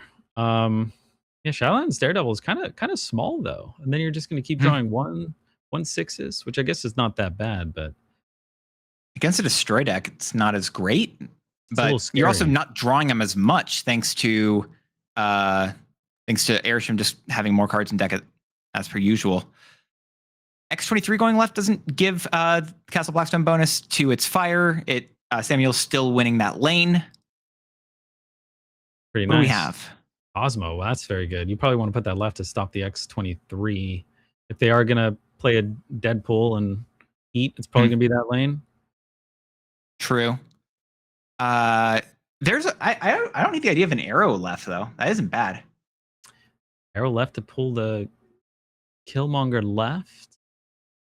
You could even play a Bast, honestly, following. I don't know if you're going to play an Ajax this game. Maybe you do, but it's not a lot of points. It's just a 5/7, yeah. Mm-hmm. I don't, and it doesn't count itself because it's not afflicted. Yeah, I like the Cosmo left play, but it does seem like its fire is playing right. Okay, well, honestly, not that bad. Definitely, its fire is getting some good cards from their Agent 13 here. It just unfortunately did not matter in this particular situation. Arrow doesn't do anything, as the last card played was the Deafening Chord. Right. And so technically, even if it would be a Negasonic, it would then pull it and then destroy itself. Bast coming in potentially just for that. Yeah, Bast is really good to trigger the NTW. Ajax going left just to maintain Blackstone. And the null here. Oh, wow. You could do a crazy play here where you trigger the NTW with the Swarm, putting null in Shang-Chi range. And then you kill that's fun. And then you kill the null. And then they'll do Arnim, maybe? They could be going Shung as well. Why? Wait, this doesn't work the way they're thinking, correct? The Arrow doesn't pull anything here for them? I don't Yeah, I don't If think that's just it was- Shang-Chi mid, I think Samuel actually does not win here. Because then that's going to be 20-point swing at least. Yeah. And Deathlock doesn't do anything. Still winning the right lane. Samuel just lost. It's Fire doing an absolutely great job with a destroy deck. The weirder inclusions, typically in terms like an Agent 13 or a Negasonic Teenage Warhead, really putting in a lot of points for them. Yeah, Negasonic's a really good card, especially if it blows up something big.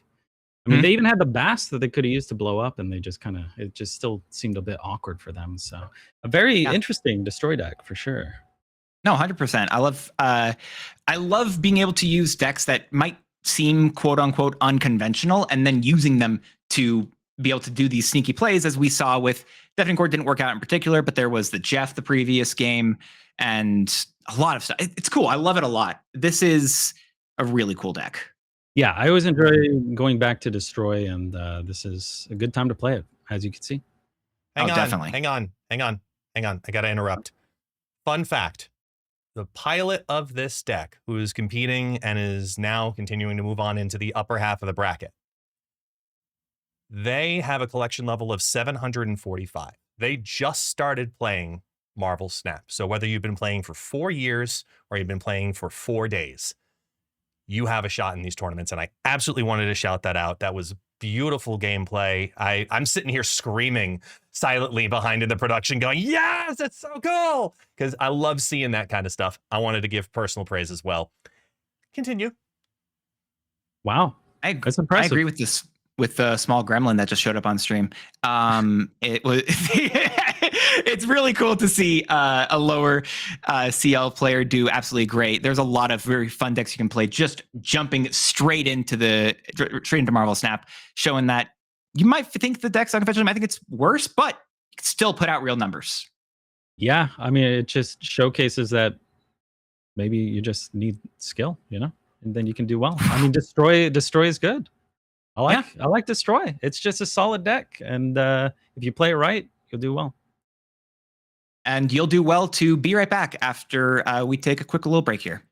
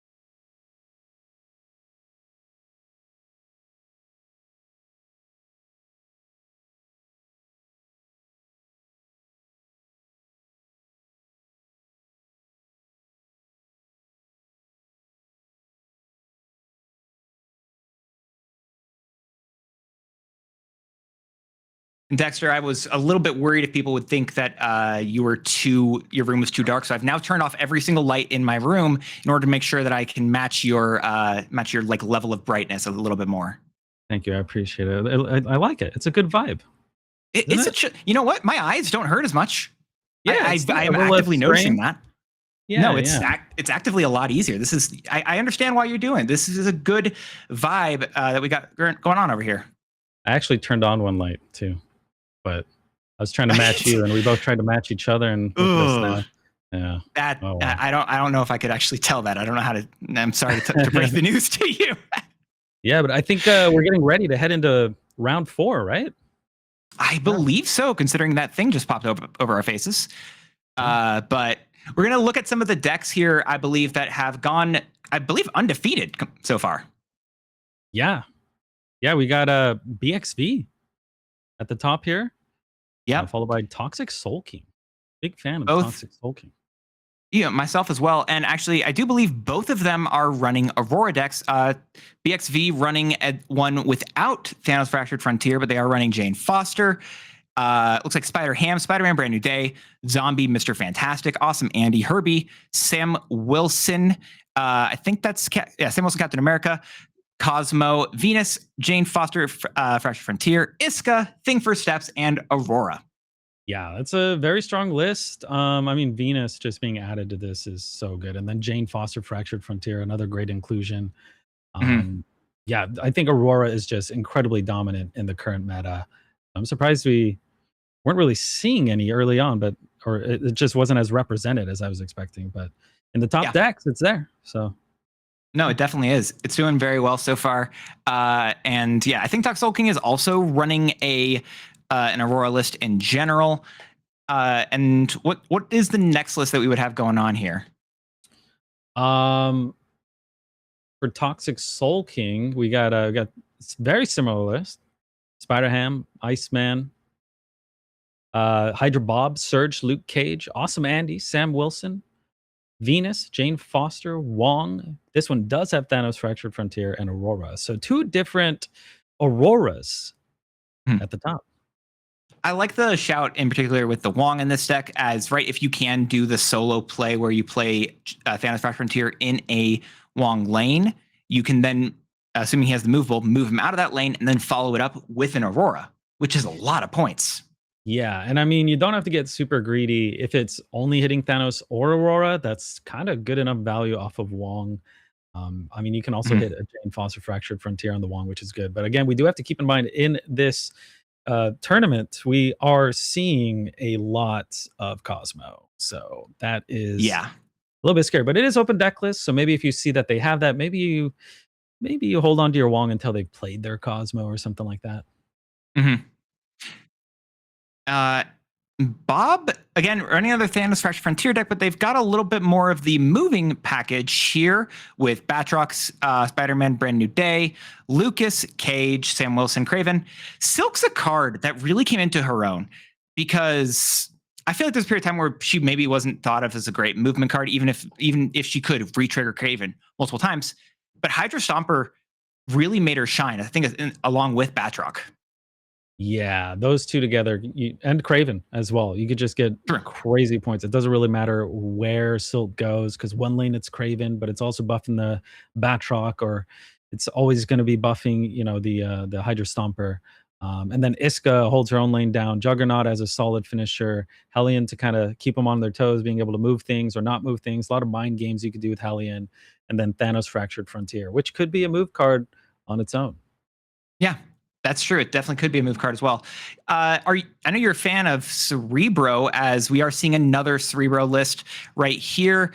So it was very similar to the Cerebro list we saw Zapgaze running earlier, but I think the difference is no Chameleon, and instead they're running Armor. Yeah, I mean, Jay Walla, I think, is one of the best Cerebro 3 players in general. He's probably put in thousands of games on Cerebro, and I do like the Armor. Armor's good. I was running Armor in Cerebro for a bit as well. Really good if you're seeing a lot of Destroy. But I don't know how good it is in the current. I guess against Thanos, you can protect from the shot, so that's not bad. True. You also get to use your Mobius right? Moby's actually, instead of M'Baku, I missed that earlier. That's another very good, like, just trying to counter some of the stuff we were talking about, how we didn't think there was a lot of it earlier. Yeah, not that much Mobius, but in Cerebro 3, it's a big card. It could be like a 3/9, Sure. you know? Yeah. And I love this zombie list that we got going on over here from Revo. It is very interesting here. We've got Hunger, Kitty Pride, Spider-Man, Brand New Day, Red Wolf, Fresh Frontier, Surge, Zombie Sentry, Zombie Mr. Fantastic, Venus, Superior Spider-Man, Zombie Scarlet Witch, Zombie Giant Man, and Thanos, Fractured Frontier. Yeah, they put in all the Horde cards in here, and Red Wolf Fractured Frontier. I'm a big fan of this one. I'm happy to see this one performing well. I've also been enjoying a lot of Horde lately. Yeah, it does seem pretty good. And then Thanos Fractured Frontier kind of ties it all together. The Venus is fantastic, and yeah, excited to see this one for sure. Yeah, Venus is a card I really absolutely love. Just the introduction of her to MarvelSnap, as it made so many different piles of, like, I don't know, it made the zombies package so much better as a result of being able to be a consistent +2 every time. It's so nice. And there's other decks that it's done that too as well. Yeah, Venus is a very flexible card, very, very strong, and I absolutely love the sound effects. Oh yeah, it's absolutely great. I love listening to her music. And we've got another Aurora deck here, but this one also is using regular Thanos as well as Thanos Fractured Frontier, which I like that. We talked about Marvel Boy earlier as well. Yeah, this one's quite different than the other Aurora lists, and I think that really shows like the flexibility that Aurora can bring. You kind of just bring a menagerie of different decks and kind of put them together, slap Aurora in, and then you're probably going to do pretty well. Yeah, you definitely can. And again, we talked about it earlier, Stardust showcasing here, which is not bad. The interesting thing I'll point out about this one is that instead of using, I feel like what I typically would be seeing as a Sam Wilson Captain America, looks like they have a Cable in that slot instead. Yeah, I like it. Cable's a good card. Good stats. You pull something, get some info.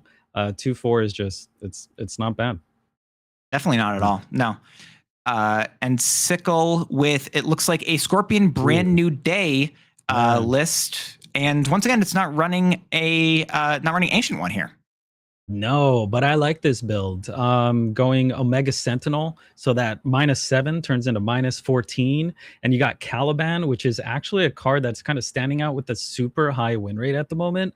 That's another one where you just get, instead of trying to do Ancient One and getting a bunch of Scorpions with these, making these little afflicts really big, you just get one or two big afflicts and you double them, and that's like enough to win its own lane. A massive swing. And Man Thing as well, just slap that down, you get minus, I don't know, 8 × 2 sometimes. So yeah.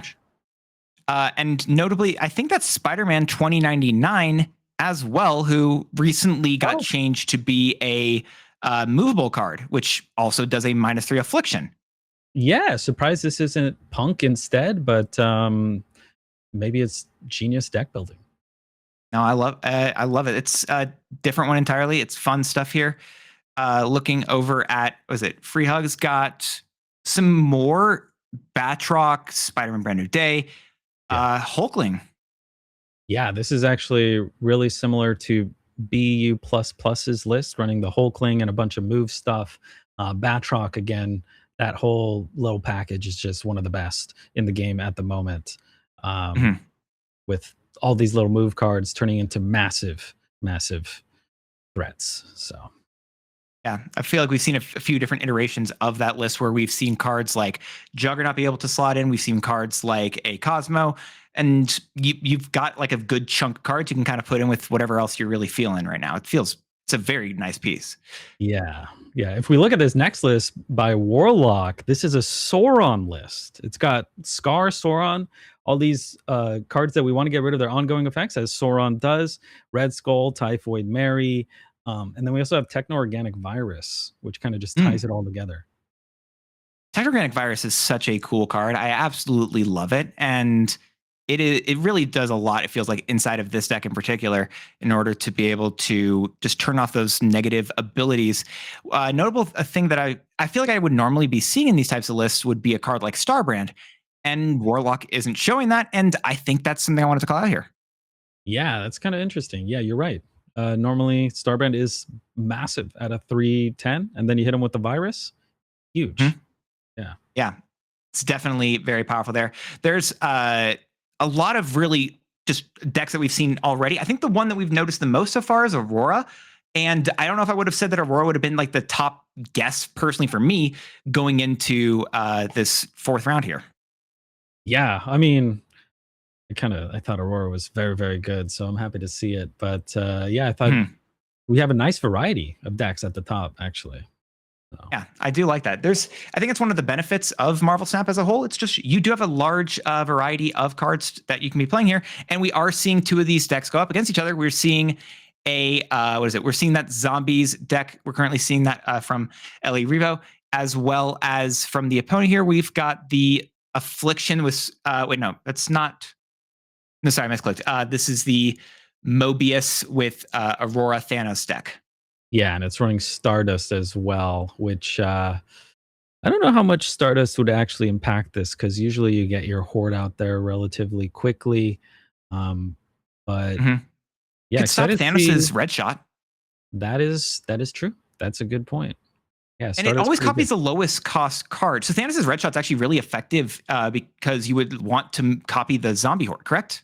Yeah, you could double the zombie horde and then play zombie giant man, and it would just be massive. So this does kind of mitigate that, but I think the deck can still put out enough power where it doesn't really matter. Yeah. And we are seeing from we're seeing the decks below us right now. Notable, the opponent doesn't have like a Shadow King or anything, so this zombie giant man makes a lot of sense right now. Yeah, really big card. As long as you can dodge the Cosmo, which they do have priority, so it doesn't really matter. Yeah. But Not yeah, even needing the Shadow Venus. King would be very scary. And all right, the zombie horde going up to 10 points of power, putting 15 into zombie giant man. Oof. But that's the perfect timing, doing it one turn early just to make sure that you were going to be safe from a Thanos Fractured Frontier. Yeah, not bad. I didn't catch if that Thanos is mobile or not. Ooh, a fully loaded Thanos. Looks like it's not. Wait, would that be middle? You go for it middle just to stop the Venus? They're just trying to lock right and left. Yeah, I feel like you could go with the Thanos middle. Getting rid of the Venus is a big deal. And then you would win that lane. You could put Zombie, Mr. Fantastic, and the Kitty mid as well. This is going to 8 cubes. This is a huge snap here. Both players seemingly very confident. It's wild that they're leaving. So the mid's just being completely left alone. Have enough points over in the right lane, and it is a fully loaded Thanos, right?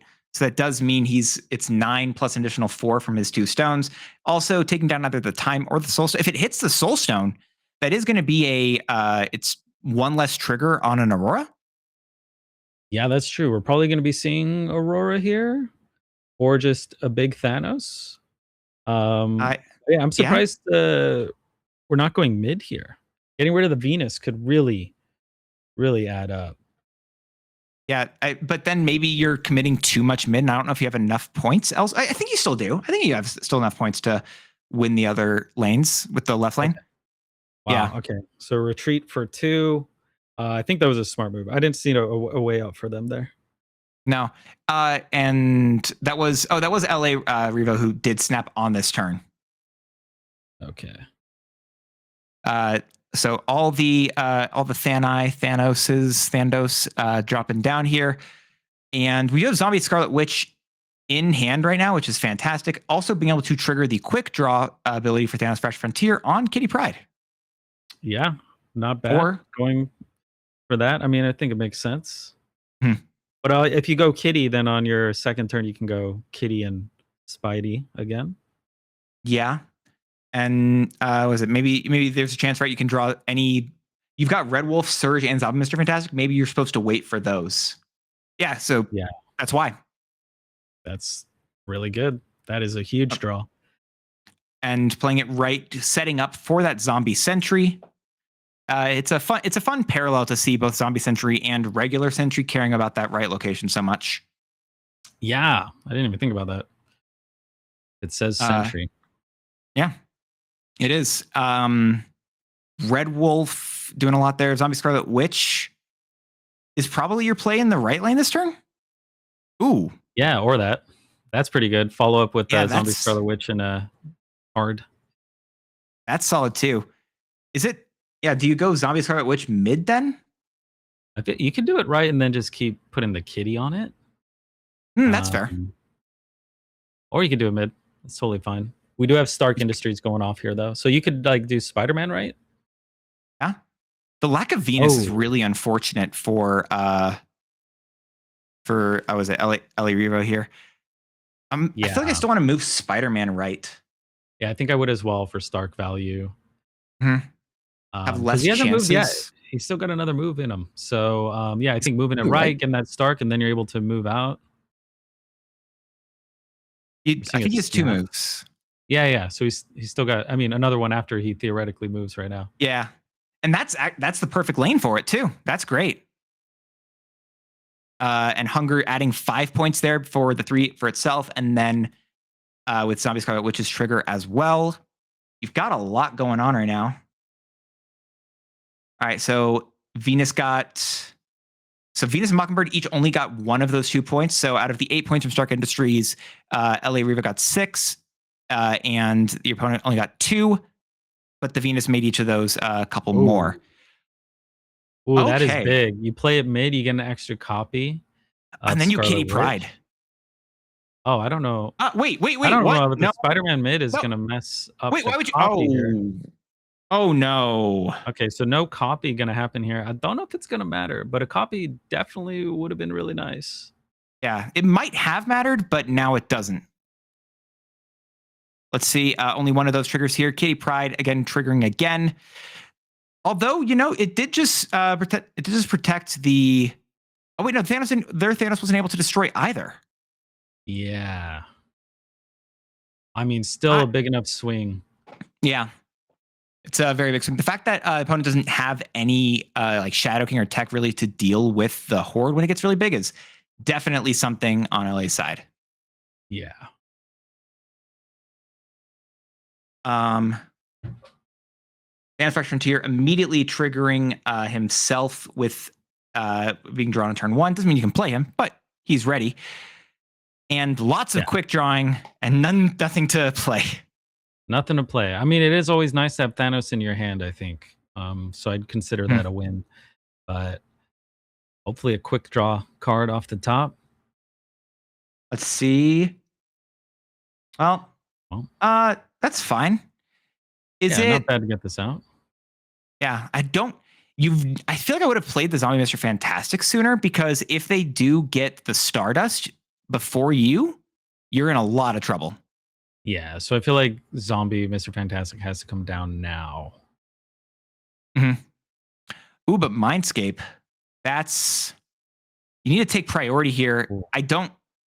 This doesn't take priority here. I think you have to play Venus right in order to stop a Stardust from ruining your day. Yeah, there's no way this is going to get... Yeah, oof. If it went right, yeah, they would have had priority and they wouldn't have been scared of this at all.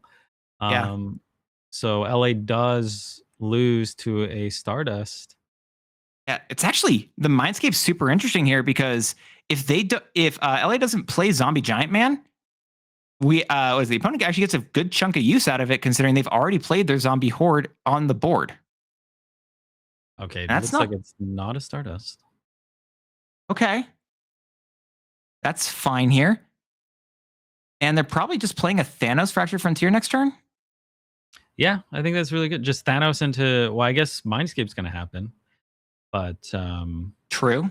They can also copy. Yeah. Do you copy the Horde just to make sure that if they play their Thanos? Because I don't remember how many stones their Thanos has loaded. But if you do just play Thanos Fractured Frontier, is that worthwhile? Maybe. You also you delete Marvel Boy, right? Yeah, you do. You do delete Marvel here. You get a copy of the Horde, but Thanos does not have mobility. Yeah. I don't know if it matters to activate now versus later. I feel like I feel like waiting's good, because if you can get any stones with the Mindscape, that's really good for you. Yeah. That could add up. I like this play, unless I don't know if their Thanos has a orange stone or orange shot. Oof. It's going to be tough to beat. Ooh, that's purple, orange, red, and blue.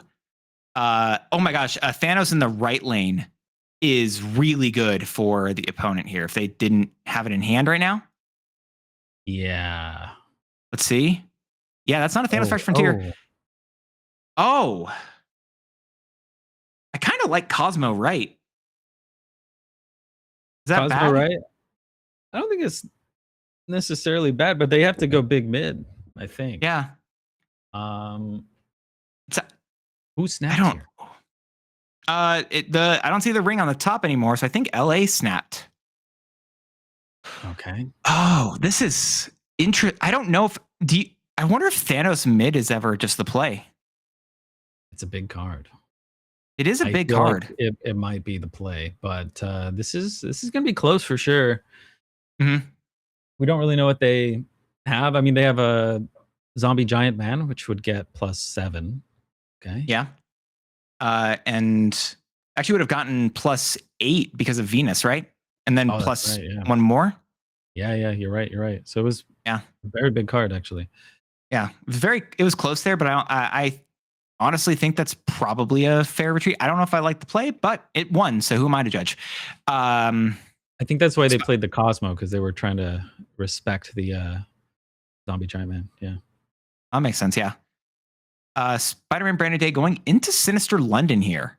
You're gonna have double of those on the board. If you can get your zombie Mr. Fantastic, Sinister London would be actually fantastic.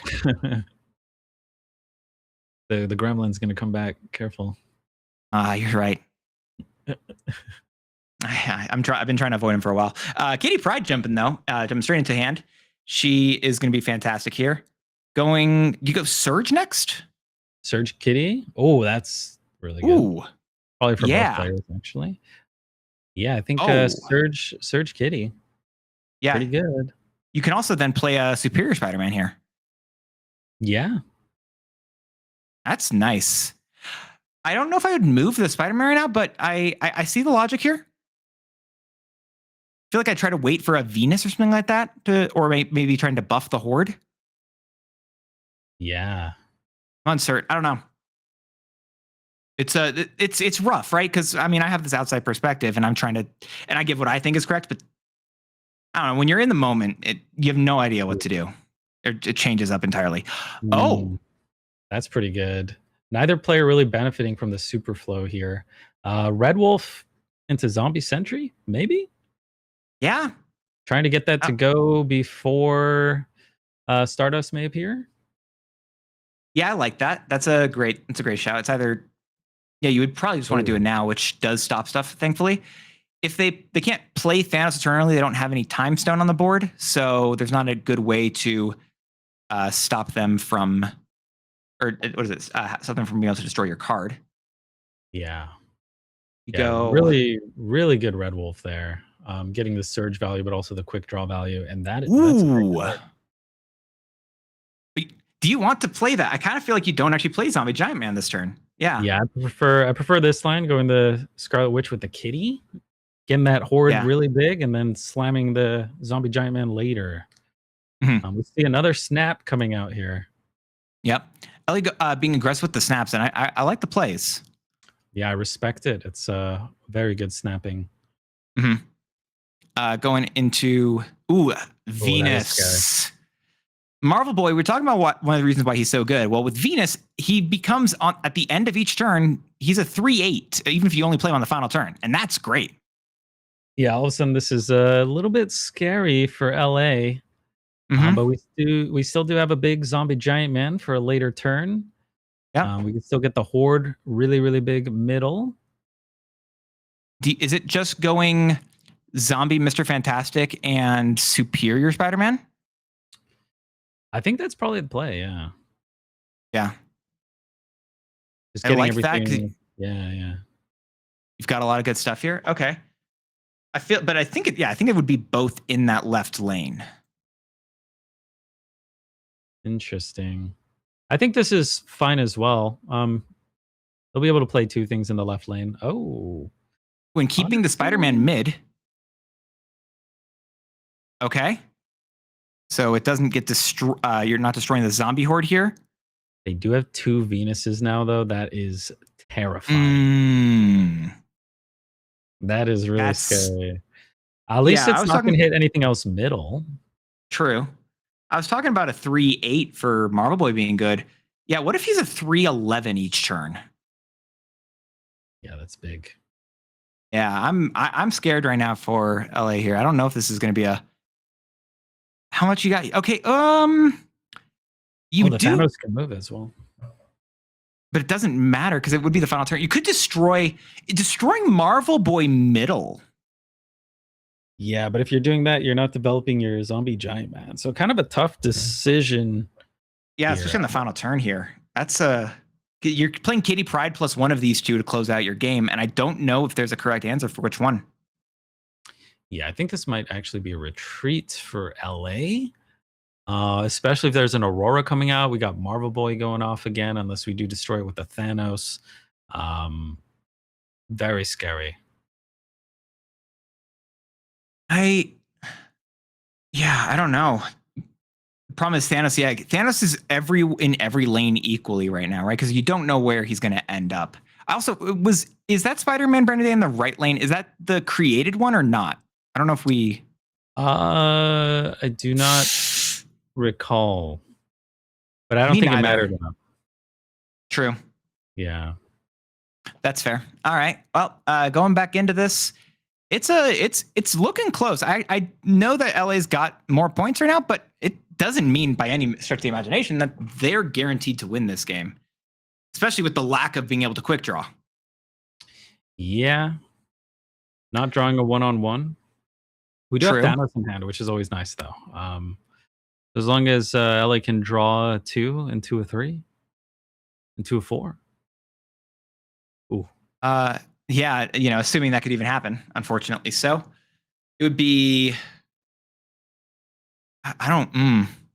You do get a lot of quick drawing here, which is nice, right? So Mind Stone into 2 different, most likely other stones. Yeah. This is an unfortunate zombie sentry, but better than nothing. It's not. Yeah. At least it's early on. I don't know if I feel. Oh God, this is just a rough set currently, or a setup. Yeah. Superior Spider-Man, though. Very nice top deck here. It's going to give him an additional energy and the quick draw. The quick draw is great here as well. Cable is going to be a little bit unfortunate. Okay. What do we got? It really depends on this next draw here. What is it? Opponent Akata really getting all the perfect draws right now. Yeah. Fisk Tower. Okay. I don't think that impacts anything too much, right? It does. If the Thanos wants to move, it's not being able to move into Fisk Tower, assuming it's not played there anyway. Yeah. That's the only thing I think it would actually impact. I wonder if because of that, it's correct to play Zombie Mr. Fantastic in the left lane to protect your zombie horde. That's a good point. Yeah, that's a very good line, actually. Yeah. Because then you've got, then they're mostly just destroying your Superior Spider-Man, which isn't great, but it's not your classic win. Going into, we got Kitty Pride. That's very Purple, good. yellow, and green. It'll load another for the Thanos to go off here. Maybe getting a copy of the Horde? To potentially either destroying their card or giving it movable. Yeah. And notable as well that it's a +4 with the Power Stone with Venus on the board. We also, all right, it's Mobius. Okay, so the Green Stone no longer working. And I think that's, what is it? I think that is LA's Surge, by the way, as the opponent is not running Surge. So we do know which card they got with Cable. And the Red Stone, like you mentioned, is the one they got. Pretty good. Definitely great. And nothing's getting discounted here again because of Mobius stopping the green Infinity Shot from working. You could go Zombie Giant Man still. Yeah, Isn't atrocious. Oh. Do you Red Wolf? It's not Red Wolf though, is it? They're just going for a big left?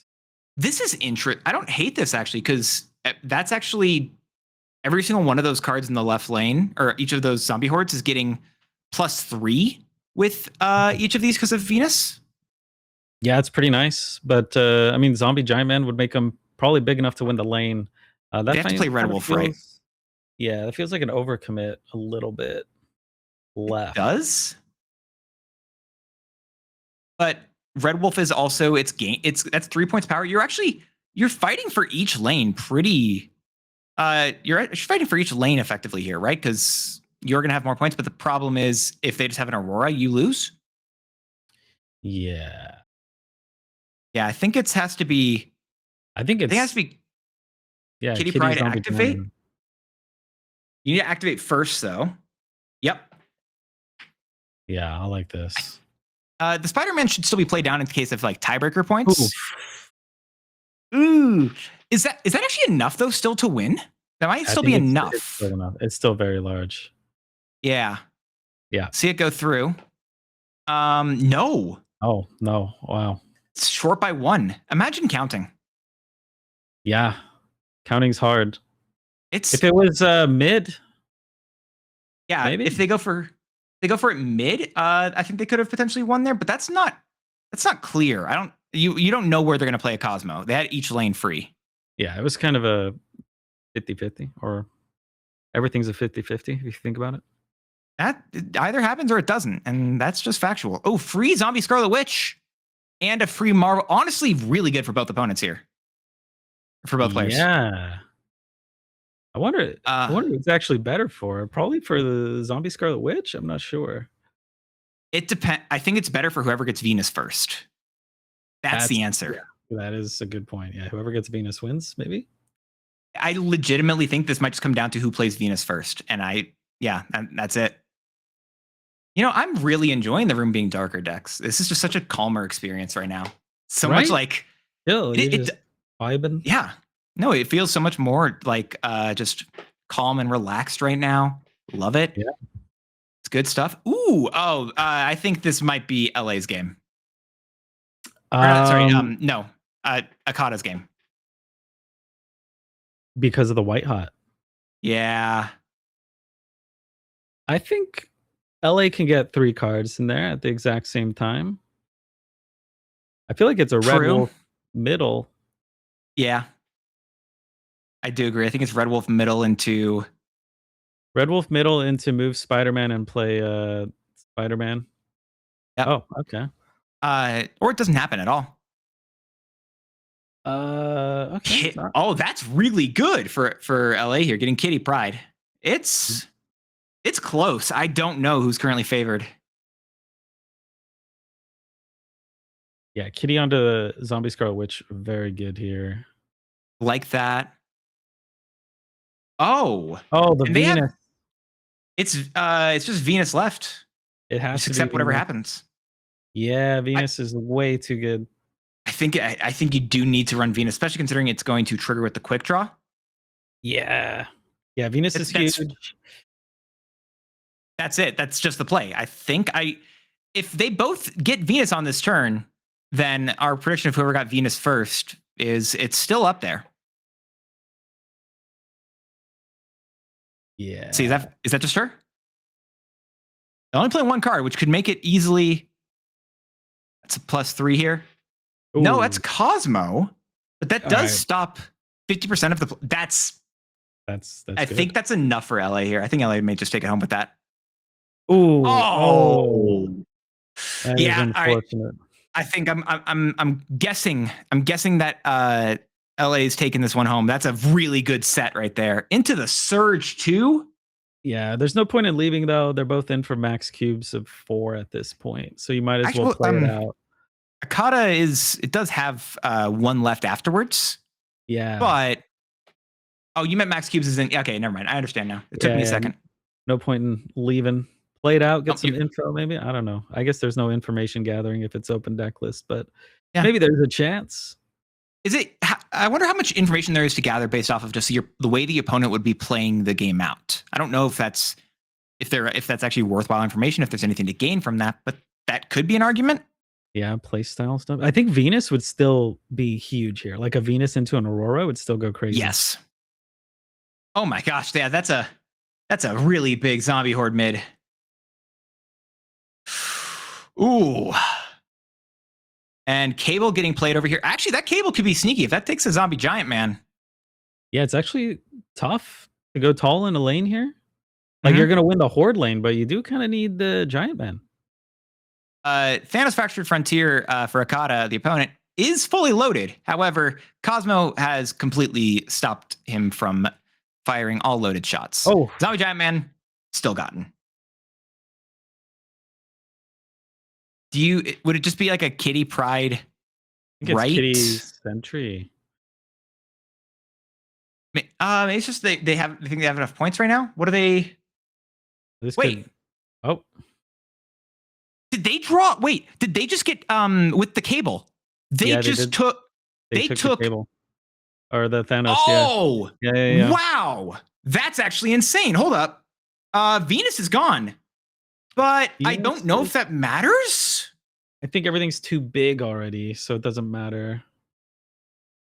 It can move though, but it doesn't win middle. both. Wait, the other one has movable too. What? Yeah, they they loaded up more Thanos. It kept the shots in it when they stole it. There's no way they can win though, right? It's just I don't it's too big. think so. No, there's no way. Maybe could Aurora do something here? Yeah, or it could do it. Aurora could actually do it. Wait a second. Thanos only has 1 stone left. He had there were 5 Infinity Stones on the board, so Thanos was going to be 22. Oh, okay. So yeah, they could have won with that left.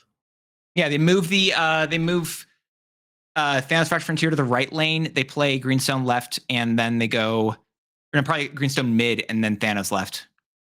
Yeah. So LA in a good spot here would have to lose 2 in order to get yeah. knocked down. But people have won 2 games in a row. That's all it's asking. Lemuria completely stopping everyone from using any quick draw abilities. And cloning, that's really fantastic for Zombie Mr. Fantastic, which both players are running here. Okay. Surge. Extra surges. I wonder if that's going to change anything up here. Playing 2 surges and both going off, it's kind of a big deal, but I feel like I'd rather develop a Venus middle, getting multiple Venuses. They're going to go for Surge Kitty. That is good. That is good. So now you're going to get -2 cost on the top card of your deck.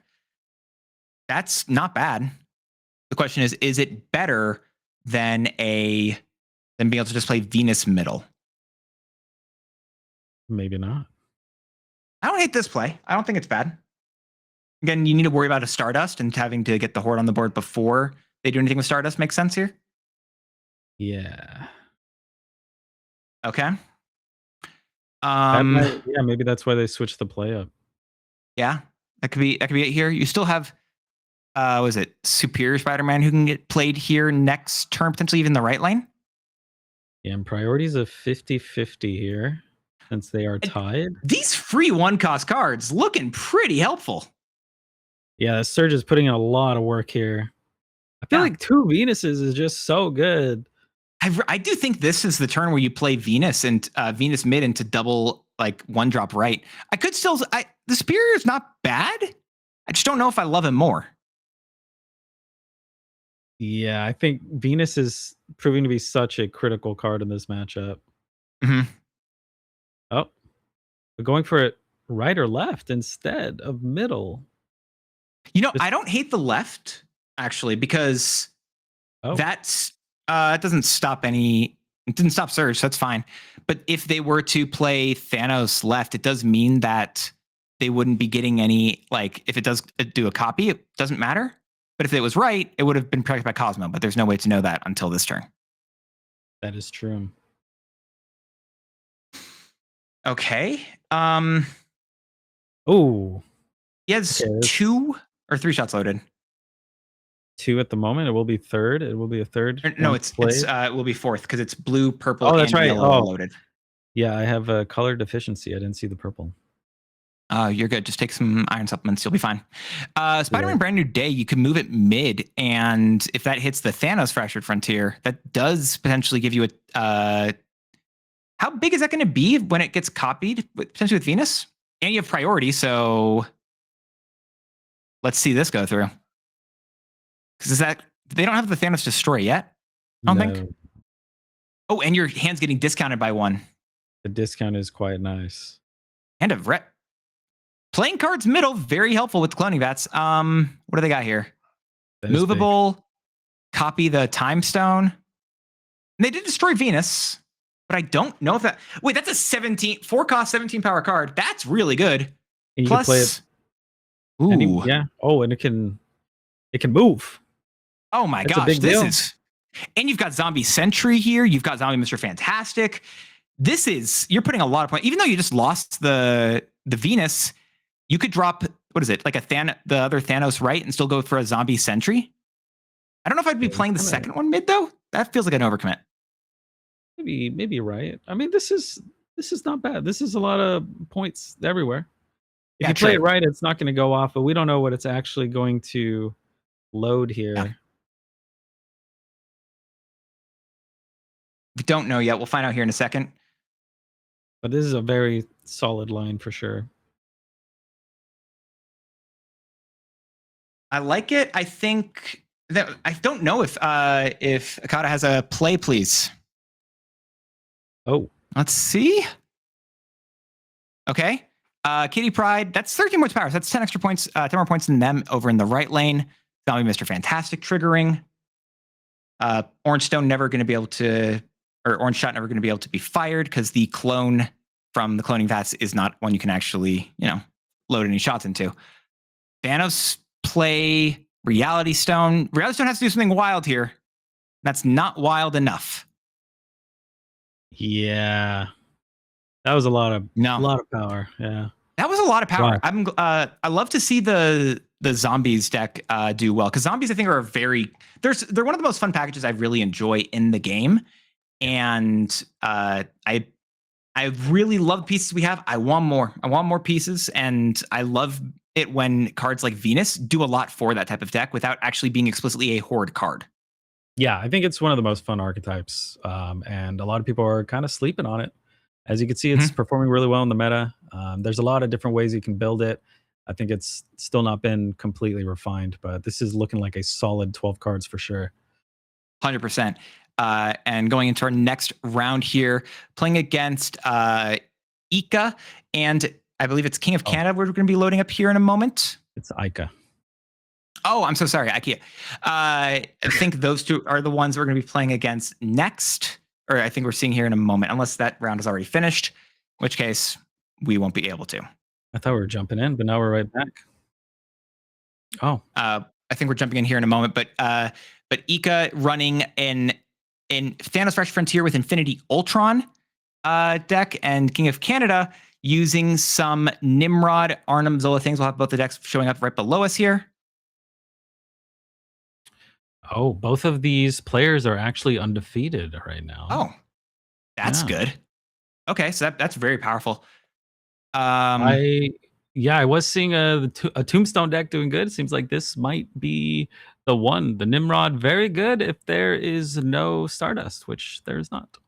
Yeah, again, we were talking about it. Stardust is super particular, right? So if you're playing against, I believe it was Akita last turn or last game, you absolutely hate to see the Nimrod. However, this one doesn't matter. I also love with this deck that even if you don't get your whole Nimrod package online, the 3-card combo of Symbiote Spider-Man, Black Panther, Arnim Zola, and sometimes even just Black Panther, Arnim Zola is enough to completely win games. Yeah, there's always multiple lines you could take, and I think that's part of the beauty of the deck. It's very flexible. Going the Black Panther line, the Nimrod line, just doing fastball adamantium stuff can also go crazy. Yeah, fastball special and adamantium infusion. Some of my favorite pairs of skills that they've added to the game. Really love the way that they work together. Feels so good. Yeah, bit of an awkward hand here. Nothing to play out in this turn, but they do have Shuri into Nimrod. If they get fastball, they can do fastball adamantium. Yep. Or they could go Shuri into Black Panther fastball adamantium. Got options. Nico potentially copying a card like potentially a Gambit here. One thing to note is we have an Emperor Hulkling over on Ica's side, and we don't know exactly what it's going to be each round. Is giving it that randomness a good amount of power. Copying Gambit, Ooh, and that doesn't matter if you're using Nimrod stuff. it doesn't. It will destroy the rock, though. True. But you can just go right. You can go Zombie Captain Marvel in the right lane into Shuri, then playing Nimrod, and that's fantastic. Yeah, King of Canada, unfortunately, not getting a card draw here. If Luke was played, a card draw would have happened, but Yeah. we played a rock, and another one is regenerated.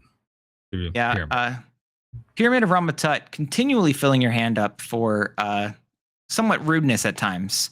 But Yeah. at least King Canada is going to be getting a card draw here, assuming nothing else goes wrong. I feel like it's a Black Panther still here. Problem is, you don't have a consistent way to destroy it. Yeah, this is a little weird. Maybe you're just hoping for a top deck of a destroy. I mean, something is going to be played in Grand Central. Maybe it's Zombie Captain Marvel. But if you do get a way Yeah. to destroy it, then Tombstone can really do some work in the following turn. True. Yeah, we don't know what's going to be happening here. It's a rough set currently. I think a lot of that's coming back down to that earlier turn where again you mentioned the fact that Luke Cage wasn't played. I wonder why, because I feel like the Luke Cage being played there, giving you one extra card draw, would have mattered a lot. Yeah, it was maybe a kind of important. You really do need to draw some cards here. You need to hit Yeah. your combo, and it pulls a rock. Which pulled wait. That's actually Wow. so unfortunate that pulled the rock, because now you could have used Nimrod or used Tombstone with Nimrod, but now you Ooh. can't, or you just use Fastball Special, and who cares? Yeah, fastball's only adding 12 mid and 12 left, And then- but subtracting 12 But then right. you adamantium it, or you could Yeah. Tombstone it. You could Tombstone, but Tombstone will hit the one middle. So you go Yeah. big left, right. I actually don't think King Canada. It looks like he's potentially hovering retreat. I don't think he's in a bad spot here.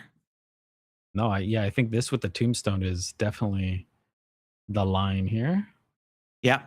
I don't think, at least according to what I can tell, it doesn't look like Ika has any cards that are actually going to be doing any affliction things to King of Canada. So Luke Cage may not matter. The Adamantium Infusion is really putting a lot of points into exactly one lane. I'm not sold that's what you want to do. I would guess that Thanos is going to move into Danger Room, which would put him at 11, right? So the Nimrod would beat that. Gambit is probably going to go off, maybe? If they play Snowguard plus, if they played Snowguard Hawk to turn off locations, plus the other Infinity Ultron Stone, Yeah. that hurts. But I mean, deleting the rocks doesn't really do too much. So they might just ignore the Gambit. But they do have 2 Gambits. Yeah. Right? They do have 2 Gambits, but I don't think they play the second one. I don't think it matters. It doesn't, but it would activate the other Gambit. But yeah, deleting the rocks is not that big of a deal. Yeah, it looks like they're going for that. It is Snowguard, but they're leaving that location online. Wait. Oh. Secret Hulkling, or Secret Heimdall from Emperor Hulkling. I think this wins. Oh, no. By No, one? it actually, you're losing the right By lane one. still. Yeah, it was the Tombstone. So if you play Tombstone right instead, I think you win here. Yeah. Yeah, Because the Gambits are... You know, you were talking about how you didn't think destroying the rocks mattered. I did hate matter. to disagree with you. It mattered in the end. It did. But also, you know what else mattered? That Luke Cage not getting played. Yeah, Luke might have helped a lot. I mean, it could have got you a Carnage or a Venom or something. Yeah. We'll never know exactly what that last card was, but could have changed that game. But that's... You can't plan. I mean, I can't know what the top card of my deck is. I'd love to, but I'm not running Howard in every single deck. You should. Obviously. Howard and Monstro, that's all I'm playing. Yeah. Just in case I wasn't certain what the top card of my deck was, I just double check with Monstro. Yeah. Ooh. Ooh. Okay. Nexus can get really crazy. This is interesting. Zombie Captain Marvel, how is she going to work with the Nexus? Don't know. I think it's just dropping Luke Cage mid. Doesn't matter if they hit I it. think I think ideally you go with the large BP, Black Panther Yeah. line left, right into the Nexus. Yeah, you're fine with that. If you do you want to play it left? You want to play it right in case you get a Zola?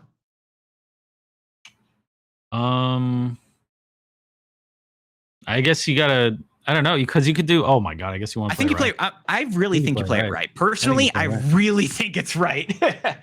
Ooh, Yeah. and Shuri into Venom in the right lane is fantastic. I think they need to be dropping Luke Cage. I don't know why Luke Cage is being held in the hand. It doesn't do anything here. Yeah, I'm not sure why they're holding it. Maybe for Tombstone stuff. I'm not sure.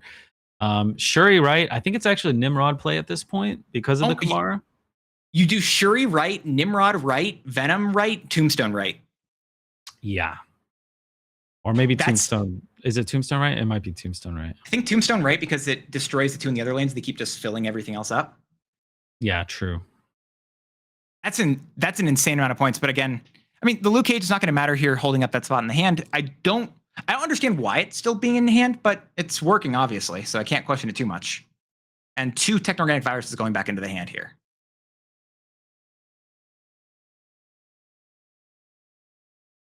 That's exactly what you want to see. And I'm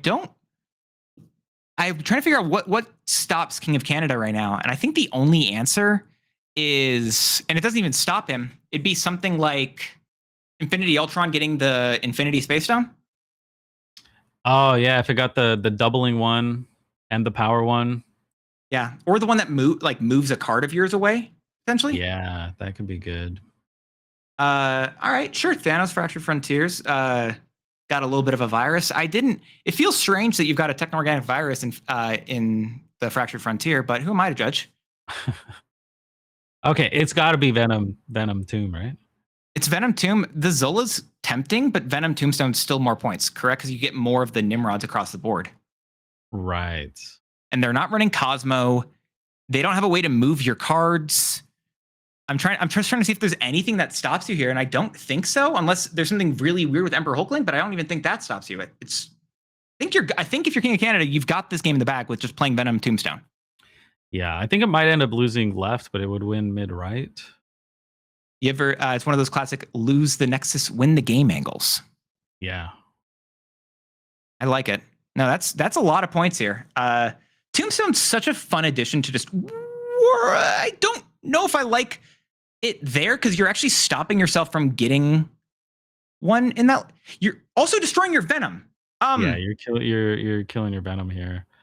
That that might actually just take it down here. It might still be enough. Oh. Yeah,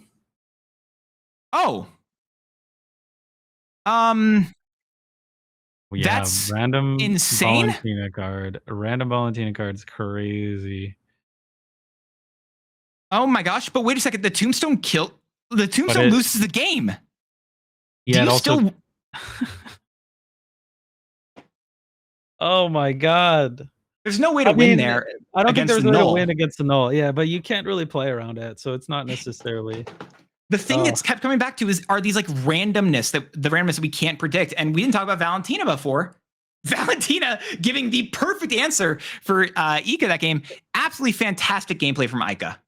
Yeah, I've noticed in Conquest in general, like these random effects are way better than standard ladder. Because cards like that or your random Ultron, all these things you can't really predict in an otherwise open deck list format. So exactly right. I'm doing that exact same thing that probably King Canada was doing. I'm looking over at every single card in Ika's list, and I'm trying to figure, okay, what card stops me? None of them.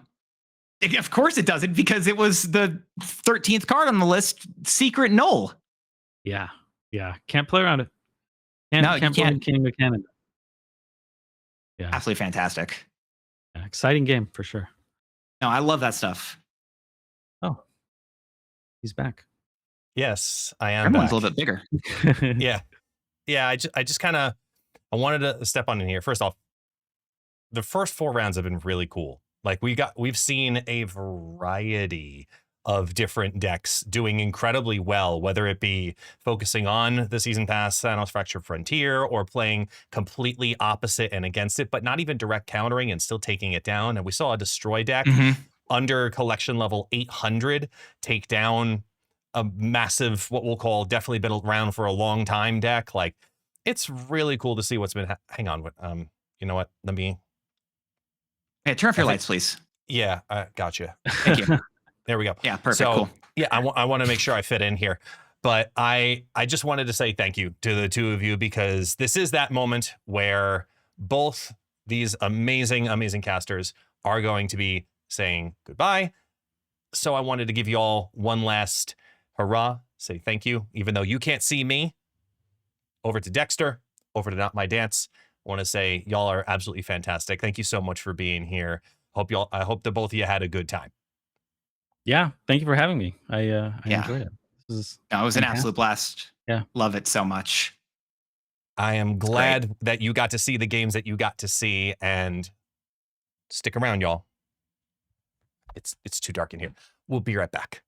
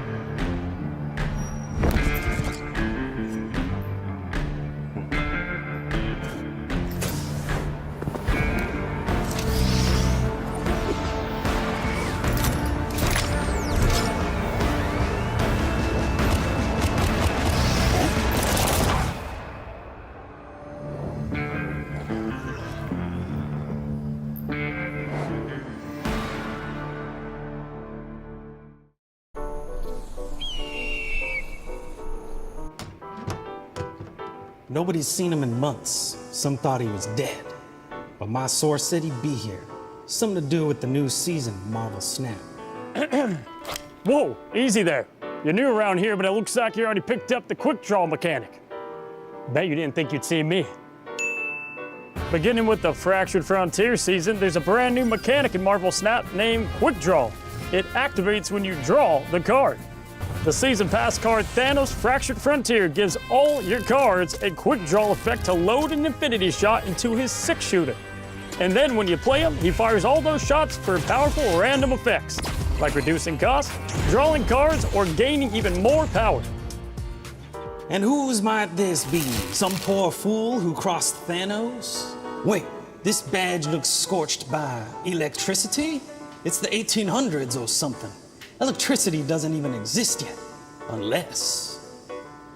This belongs to Jane Foster, Fractured Frontier, sheriff, outlaw hunter, and just about the worst person for Thanos to run into. When Jane reveals, she shocks 4 random characters on each side with chain lightning.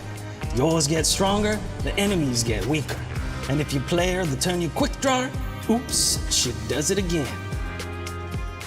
Sweet mercy. Yeah, sorry about that. Still smells a little bit like gamma radiation. Red Hulk sure left his mark. Red Hulk, Fractured Frontier, likes picking fights where enemies outnumber. When you play him, he loses power for each enemy card at his location. But if Quick Draw triggers, he gains power instead. Gamma just works differently out west. Huh, my source was telling the truth. Or half-truth? Not torn, cut, clean, energy blade, Psylocke. Psylocke Fractured Frontier gives your pricier cards a cost reduction. But after a quick draw, she slices costs for your entire hand. Just watch your fingers. Now he's running with the pack. Ben must be channeling Red Wolf, protector of the Old West. On reveal, Red Wolf gains +1 power for every card in your hand. Trigger is quick draw, and every card in your hand gets +1 power too. That's one powerful pack. There are worse ways to die, I suppose, like how I went. Yikes. Wait, You're a ghost? Oh no, that would be scary. I actually just regenerated in this room one day. Kind of like what the new Death card does. Death Fractured Frontier brings back fallen allies before the dust settles. With zombie cows on the ladder, this is exactly what the corner ordered. Speaking of doing someone a solid, did you hear if you buy the new Fractured Frontier Season Pass from the web shop, you get a free Series 5 Snap Pack?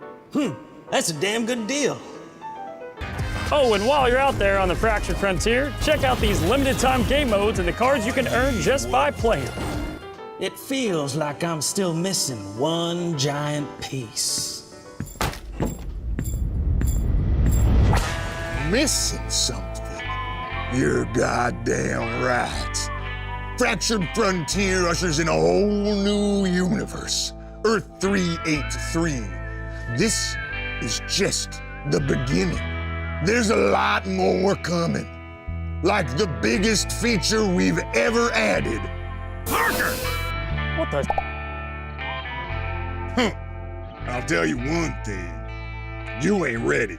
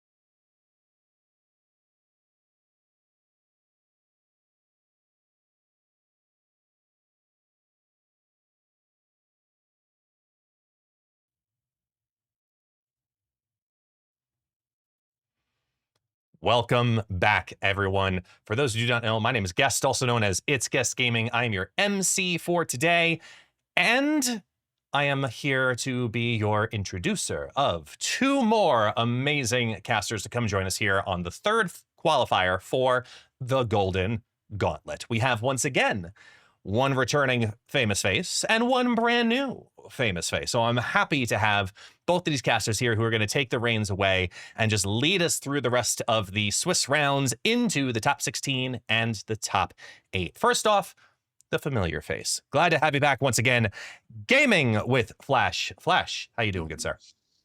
Hello, my friend. Thank you again for having me. It's always a pleasure, and I look forward to having another great time here doing one of these. It's always a good time. Thank you. And now on the opposite end of things, we do have a newcomer, but not a newcomer to Snap in any possible way, shape, or form. It's Roram. Roram, how you doing, man? I'm doing so great, guests. Thank you so much for having me here today, and I'm excited to watch some amazing gameplay. You know, I just love the Golden Gauntlet. Yeah, absolutely. And that's why I think it's going to be a great pairing to have the two of you here together to guide us through the next steps, because now the field is starting to dwindle down. We're starting to see who's more than likely to maybe make it into the top 16, which cards are performing well and why. And that's where I hand it off to the two of you and letting your MarvelSnap minds go absolutely crazy. So I'll start off with Flash here as we lead into the cards that were brought in mass seem to be doing very well. Lean into, in this meta a little bit, what Quick Draw and the Fractured Frontier, in your opinion, has really brought to the game MarvelSnap as we take a look at all of the statistics that have already happened so far. So the two of you gentlemen, please take it away. Thank you, guest. Yeah, thank you, guys. Very much appreciate that. Listen, Fractured Frontier has brought a lot of the, these quick draw mechanic cards. We love this new keyword. It's been very fun. Everybody's been having a great time with the new cards. And they've just been adding a baseline level of strength to a lot of pre-existing archetypes. Even the season pass card itself, right? Thanos is a card that is doing very well today, as was expected. As you can see, you look at the numbers here. Thanos is 56.2% win rate. It was in 355 of the decks, performing very well. The beauty of Thanos is that it is this plug and play kind of card that just you can almost kind of put it anywhere. So if you have a strong archetype and it pairs well with another card that's been doing really well today, Venus, right? It goes well in these different archetypes where it's adding power. It's doing a lot of different strong things across the board. And especially these kind of small ball decks, as I like to call them. Yeah. A lot of 1-drops, a lot of 2-drops. You are actively getting a full clip on the Fractured Frontier Thanos. It just performs well, Royal. Like, I love this card. It's so flexible. Yeah, it's such a cool card. I really like how it's kind of transformed the metagame into I play the top card of my deck, and now decks have kind of changed and formed with this really cool season pass card I'm trying to fill my deck with some really good cards that I don't mind playing the turn I draw them. And so we're seeing a lot of those lower curved decks start to creep out, and they are just so much fun. Getting to play a bunch of cards every single turn is always a blast, and it's one of the best parts about Snap. Absolutely. And you look at, we talk about those small cards. Venus, those decks really love those. Like, she goes well in a lot of those different decks that we've seen. And we look at Venus' numbers today, 55.9% win rate. She was in 170 of the decks. Like, another card that's performing well. And another card that kind of snuck up on everybody that is performing well, again, another Fractured Frontier card is the Jane Fractured Frontier card, right?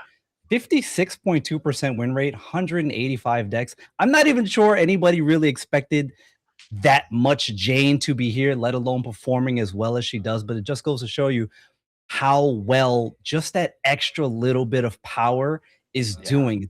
You're adding power and you're taking away power. And again, Venus is another card that loves to add that power, and you're getting those extra clicks, and it's just really doing well. Yeah, that's been wonderful to see. Super cool. And one of my favorites, Cosmo, as well. Ooh, I think oh boy, we have a Sin 6 game here. I'm a huge fan of Sinister 6, so I'm really looking forward to this. But what kind of Sinister 6 do we have here? It appears to be a Wiccan bounce deck that Dragon is playing. Yes, and we love that. Dragon, great player. And this is a very interesting deck here. And again, you have these small cards, and the Wiccan curve, Wiccan being the highest cost card in the deck. Yeah. There's nothing but small cards in here, right? And you have the Venus line, you got Jeff in here. this is an archetype that we've seen be very popular over the last couple of seasons with the Angela, the Jeff, the Venus, these small ball cards mixed in here with a little bit of bounce and Wiccan at the top end. This is very interesting. Yes, and we do see the aggressive early snap from Captain Summers playing the Mind Stone down on 1. When you have Mind Stone down on 1 and you're playing the Sinister Six Thanos list, that is almost always like a really nice aggressive snap. So that way you can just curve out, because your Sinister Six is going to count every single card you draw. And so when it's those 1-cost cards, you're in a good spot.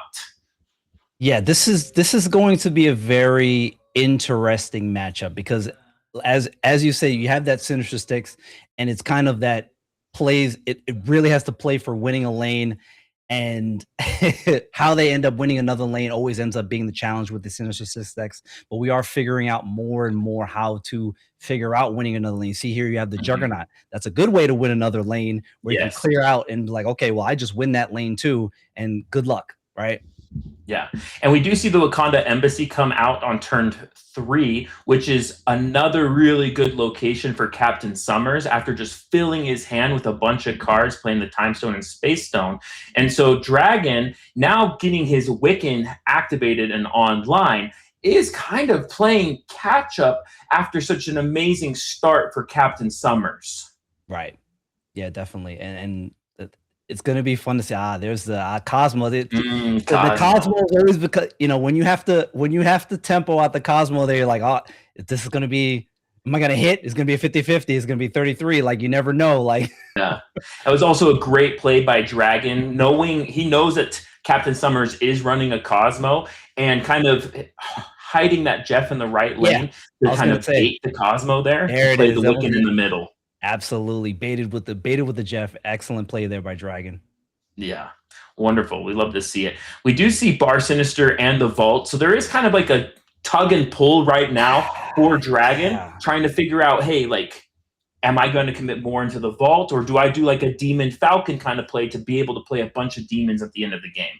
And it does look like he is going for some sort of Falcon play and committing into the Vault more and get that hood out of there. Yeah, and he's going to commit the Angela and the Bishop to the Vault here. Bishop, not a problem to commit Bishop to the Vault, obviously, because you can still get power in there after. Yeah, very he can curious still get a to lot see. of power. Yeah, I do think Dragon is in a good spot to win the Vault. My question now is what is the follow-up, knowing that they are a Sinister Six deck? And we do see a snap from Dragon. Oh, this is going to get very interesting very fast. An 8-cuber to start it off at the very beginning of the match. We love to see it. This is going to be, see, there's the Jug. The Juggernaut. It really does. And where did the Falcon land? Okay, well, it's not great, but not the end of the world. Yes. He did get kind of saved there with the Falcon going left, making sure that he doesn't get clogged in the right lane. I know he can still move the Jeff, but having a -3 there is just super detrimental. Yeah, this is very interesting. Yeah. Because now we see how many, I'm trying to do a quick count on how many of those Sinister Six cards have actually been played. Looks like we got 1, 2, 3. You can see Dragon doing the exact same right now, too. Like we're all doing it at the same time. Like. We're trying to figure out how many Sinister Six cards, and if he even does the Sinister Six. Correct, because then he effectively gives up the middle lane if he does that. Yeah. So Dragon trying to figure out how many Sinister Six cards are on the board. He wouldn't, because Domino and Eitri are not Sinister Six cards. So Domino and Eitri would still clear the middle lane on the 8 power. Well, although if he moves the Jeff, see, this is going to be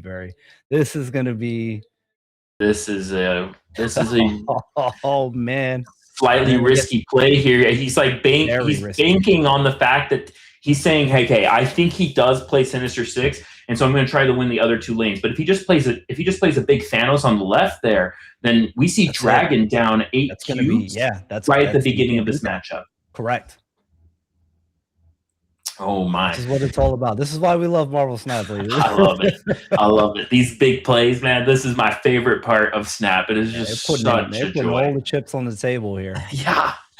This The is like Dark this Sisters is you know this is still- like a showdown, right? Yeah. It's like Yeah. who's gonna break, or are we just riding this out? I think we see. Oh, and They're he going for committed. it. They're going for it. Oh boy. Oh my gosh. What do we see here? We do see a lot of stats come in for the right at 27, course, and then a double rocket, and he played 2 cards. So two cards is like, that's not just a Thanos. Right. Is one of those, is he going for the Sinister Six? Oh man. A Frigga? That's one of them. That's Oh a Sinister boy. 6. He just needs one more Sinister 6 card, and then he has it. Is and he- then it Well, pops out. right, but Oh my goodness. wow. Oh my Oh, goodness. Just a jeez. massive Venom on the left. Ay, Just to ay, close the ay. game out for 8 cubes. Sheesh, that's tough. That That is is tough. But see, mates, and that's where Captain Summers, like you said, like we were just alluding to, makes the smart play by like, okay, I'm not going to pull for that Sinister Six, and I'm just gonna let that middle lane just do what it's doing. This is very smart play, good pivot, and wow. Yeah, that was a great play by Captain Summers. And we do see Dragon now on the back foot. There's a big gap now that Dragon needs to catch up. And he needs to basically win 5 games in a row in order to basically make it through this round and stay undefeated. We are going to see the Sinister Six kind of play a little bit more either aggressively or conservatively. I know that sounds kind of oxymoronic, but the thing is that if he goes hard in and snaps on turn 1, which we just see Captain Summers do, which kind of alludes to the fact that he has a yellow stone coming out. Right. That is my thought. Right. Wonderful. And so we do see the Mind Stone coming out, which means that he just got 2 free Sinister Six cards in his hand, and he does have Prio going into this turn 2. So we'll either see that Domino that we know Captain Summers has, Right. but he is going to get a free Rocket Raccoon trigger off of this Pet Mansion. So that's kind of nice for Dragon, knowing that he is a Wiccan bounce deck, just to kind of get a free trigger on that Rocket Raccoon. So we see that he plays Space Stone and Time Stone. I do think that if you're playing Sinister Six, you kind of want to make sure that you play the Time Stone first and then the Space Stone, so that you don't get that accidental Thanos, like evil Thanos in your hand. Correct. You definitely do not want that. Absolutely not. Yeah, it's super rough. And we do see him having to play Shadow King on the left, just to kind of keep the tempo for his Wiccan. Yep. And it's not the best play that you want to be seeing if you're Dragon here. You're kind of hoping to top deck either like a 2-drop or a 1-drop to kind of continue going through your playing line here. But we do see that he does get his Wiccan down. It's another Pet Mansion. If you're Dragon, how do you kind of come back from this here? His whole... It's going to be interesting. We'll see, because again, at least he has the Wiccan line. So now it's not the best. It wasn't the cleanest, like I said, with having go Shadow King on 3, but he is going to get the extra energy, and that will at least give him some ammunition, if you will, going into the last 2 rounds. We do see that he gets the Nico copy. I wonder if he's going to try and copy some sort of Bishop or Angela here, just to kind of give himself a little bit more play. It does look like he is opting in for the Bishop and giving himself a way to play Angela, then Bishop, and then a bunch of different cards on the final turn. A little bit risky, filling the full middle lane, knowing that he does have a Thanos in hand. Yes, I was gonna say that's a bit risky, and that's a strong commit if he sticks with that. Yeah, and he will only have 4 cards to play. So like his Bishop is maximum going to be 8 power on the final turn, unless he gets Venus, and then it will be more. But it looks like he's trying to save that Angela in his hand for the bishop that he is going to copy on the next turn, just to get as many triggers as he can on it.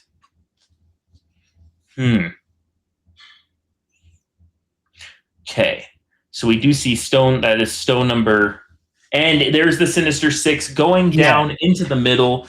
It is a 30, And that's 28. and that's the danger of the overcommit, right? Because now the Sinister Six is there, and that's the lane that it's like, okay, well, how am I going to win that lane now? Because he's got no Venus. You know, it's that's tough. It's just tough. It's unfortunate. It's like now you know he has a Thanos in hand, and it's like, can you beat 12 power in any lane? And Dragon, valiant effort. He did a wonderful job just getting a free 12 power body from the deck as Sinister Six is just already kind of a very large challenge to overcome. And so we do see that this is Dragon's final play here. It does win all three. It does win the 2 lanes on the sides. The question is what is Captain Summers going to do to counteract this play? Right. Because it's like, does he have enough? That's what. Do they each have enough for the other? That's the question. Who's got more left and right? That's what it boils down to. And that becomes, and as we alluded to with Sinister Six, that ends up being the issue as the opposing player, where it's like, if you don't have a thing to take it, if you don't have a Shang-Chi, right? If you're not bringing Shang to the party, that this becomes a much more difficult proposition for dealing with a card like that. Yeah, exactly. And so we do see a kind of a cool deck from Dragon here, like that kind of multi-buff deck. And yet there's the Thanos on the left, sealing the game for Dragon. A very quick matchup for us here, but nonetheless, very exciting to see. And Dragon put out a great effort there. We love to see it. He played very well, despite having kind of a hard matchup to start off with. And Captain Summers showing how perfect it is to be aggressive with that yellow Mind Stone when you have it. Absolutely. When you have what you need, just go ahead and go with it. Sometimes too many, we get caught up in the, well, let me wait for, or I'll wait for the perfect. And instead of doing that, just what you have, if that's best, then just go ahead and go with it. And a lot of times it just pays off. Yeah, and in the Conquest format, it's very rewarding when you know what your snap lines are, which Captain Summers showcased that he did, that you know when you're supposed to snap with that deck, and then you do it. You actually snap. And in Conquest, the more that you can snap your winning lines, the more rewarded you are going to be. Absolutely. Cube equity is important there. And knowing your lines is super important, like you said. Absolutely. And it does look like we are in a new match here. Ela and Ika. This is a great matchup here. I'm pretty sure both of them are undefeated.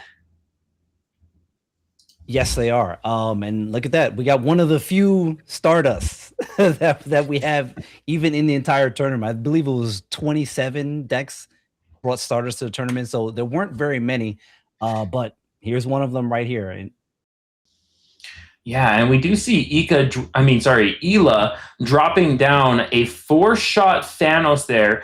And the Mobius, of course, very strong in this current meta game, stopping that Sarah-like effect from that Thanos. And both players playing out their Thanos on that turn, just kind of showcasing that turn 5 is dominated by Thanos Fractured Frontier. Yeah. A really cool technique right there. Back here. Valley of the Hand. Okay. So Ika's hand is probably very full now, and it's got probably a bunch of 2-cost birds and hawks in it. However, he does have the Gambit on the left-hand side there, and so Ela has to kind of figure out, where can I position my power so that I can still win even if I lose a demon in this lane, or if I lose a 3-cost in this lane. And we do see that he chooses to go all in into the middle here with his demons. Okay. Yeah, that's not Bad idea. He's going for the let me cover all 3 bases just in case situation, as opposed to dedicating any power into the left lane. Let's see what we got here. Okay, so we see both the demons come down into the middle here. I'm very excited to see what Ika's turn comes out. This is going to be for 4 cubes, which Ela has already lost 2 cubes in this matchup, but we do have a quick drawn Fractured Frontier Jane, which ends up playing as a 3/12, which is just absolutely massive stats. Nutty stats. Yeah, nutty stats. Exactly. Okay, so we do see that Ela does lock down the right location, and a Scorpion Fractured Frontier coming down the left. Gambit He is winning all 3 lanes right now, but where is that Gambit going to be hitting? Here's the that's enough. Only the one card. The one. Wow, that is 10. That's the risk. That's the risk. risk reward. He could have destroyed like 2 lanes with that Gambit, but the Gambit only hit Jane, and Jane's main ability is spreading that power across. And so only losing 4 power for Ela, he is ecstatic about that outcome right there. That was quite frankly the best case scenario. Yeah, it was. To the 10th degree. You do see an aggressive snap from Ika there at the beginning there, showcasing that he probably did get a 1-drop, and seeing that Ela did not have a 1-drop. That's a good retreat. That's a smart, very smart retreat from Ela there. Yeah, no reason to stick in there for any extra unnecessarily. I just think this is a really cool deck from Ika, running a Pixie Mobius deck, and so kind of his only form of like interactive cards are the new Thanos and the Mobius and Mobius, which Mobius is very strong right now. Right. And we all know how we've watched for a few hours now how amazingly strong the new Thanos is. Yes. But I guess technically Gambit as well, right? Oh, I guess you're right. Yes, that's true. Yeah. Technically Gambit as well. And we do see the Scarlet Witch immediately turn off the ego, which is wonderful for Ela. That is, that's a good snap. It was like, oh, we're getting rid of this. Look at that. It appears that both players snapped here into this ego. Ego, one of those locations that is always a fun thing to run into, but in a tournament setting, I'm sure it adds another layer of mind, like, worry, where you're like, what is he going to do? Yeah. But we do see that he is going to play the Mercury mid, which is very, very well done, because now he can reposition the power, and if they try to play any movable cards in the middle, it just gets locked there. And so a Mercury middle does give Ela a lot of flexibility in kind of containing power and where it's going to be. It does. You end up having that small concern of board space, right? Because, in the long run, while that is all true, she is still just 4 power bodies, right? Oh my goodness. Ooh, the Stardust. This is a great snap from Ela, because now Bar Sinister is basically saying, hey, you can't play here, and you lost your Thanos Fractured Frontier. Like, you don't get to have any more cool shots from it. Right. That is such a swing. See, the RNG strikes again. Stardust showing how powerful it can be, not just like with shutting down specific strategies, but also with how it interacts with locations in this game as well. Yeah, most definitely. Okay, we do see that the Cosmo comes down, blocking the Iron Patriot and a Psylocke. The question is that Psylocke, was that quick drawn? I don't believe it was. I don't think so. Okay. Yeah. So now we do see Ela now committing more into the right. Now that he's seen that the Thanos is onto the left there, he can now give more power to the right, knowing that it does give him some extra play there. And we do see, instead, he's changing his mind up for a Shadowlands Daredevil into King Eitri. Shadowlands Daredevil, just wonderful card. One of my personal favorite season pass cards that was released this year. Yeah, that's a great card. That's a solid card, right? It's just one of those things. It's like not overpowered, Didn't need, everybody wasn't upset. Didn't need a big adjustment or anything like that. Just oh boy, yeah. But you only get the one, so that's fine. Yeah, only the one gambit, which does kind of help Ela there, and the quick drawn thing. Wow. That's awesome. Oh, but he's choosing to go for. I think he's Hulkling. still I don't remember what the ability was on that Hulkling. I missed it too. I didn't get to see it. I wonder if it was like a. Yeah, it had something to do with one of it. I remember vaguely it said something about one of your created cards here. That's all I remember. I think it was an end of turn card. Oh, so like an Isan? It may have. I don't know. It may have been. We'll find out together. Hulkling is so fun because it's like it just adds that little extra RNG that you need in like tournament settings like this, because then your opponent can't play around it. They don't know what's going to happen. Correct. And we do see that Ika does decide to go all in middle here with the Soul Stone. And and winning 2 of the 3 locations, the Soul Stone, man, that's tough. Taking it up the edge there, only winning by 1 power on the right. What a crazy play by Ika. Yeah, that is wow, great play there, and Gambit comes in. I personally, I may have, you deal with the situation of opting to move the more Mercuries over. Do you or don't you, right? Because how much you never know, and it always becomes a split decision, if you will. It's a hard one to kind of decipher there, like which lane are you going to fully commit to, or are you going to try and compete for all 3? And Ela even moving just 1 Mercury over to the right could have helped him seal the game, but then that means I'm giving up the middle. And so that's just a hard read to make. Absolutely. Especially when you don't know how many cards Ika was going to play on the other side there, right? It wasn't like the usual Boss Sinister where you knew it was going to fill up for sure because we had Stardust on the board. Yeah. Seeing an Infinity Ultron there, though, it kind of does hint at, hey, like I'm going to be able to put more power there on the right, because Infinity Ultron has 3 cards that buff him or has the ability to buff him. And so that's just always kind of a lookout when you're playing with Infinity Ultron. Just, hey, this card has a lot of ways to buff himself. Correct. We do see the early Destroyer, though, come down on the left there, which is just awesome for Ika. You're happy to see that. When you're a Valentina gamer and you got that down on 2 and you have Quinjet and you're like, well, I guess I'll take, a free 16 power card. I love it. That's one of those best case scenarios where, like, yeah, absolutely. I don't mind Valentina getting destroyed here. Absolutely not. Yeah, exactly. You're like, I'm up 13 power. I'm happy about this. Sure. And I love the Mercury in Strange Academy. Really strong, kind of forcing them all to stay there. Just kind of lets you consolidate power into 2 lanes and kind of forces Ika to either compete heavier into that 1 main lane that you have your Destroyer on, or spread his power across 3. Yes. But we do see that he does have a Thanos, but it is only the Power Stone and the Reality Stone. I mean, sorry, shot. Power Shot and Reality Shot. Right. Ooh. Stealing the Gambit. That kind of does give you a little bit of, like, comfort, knowing that he doesn't have that. Exactly. Right.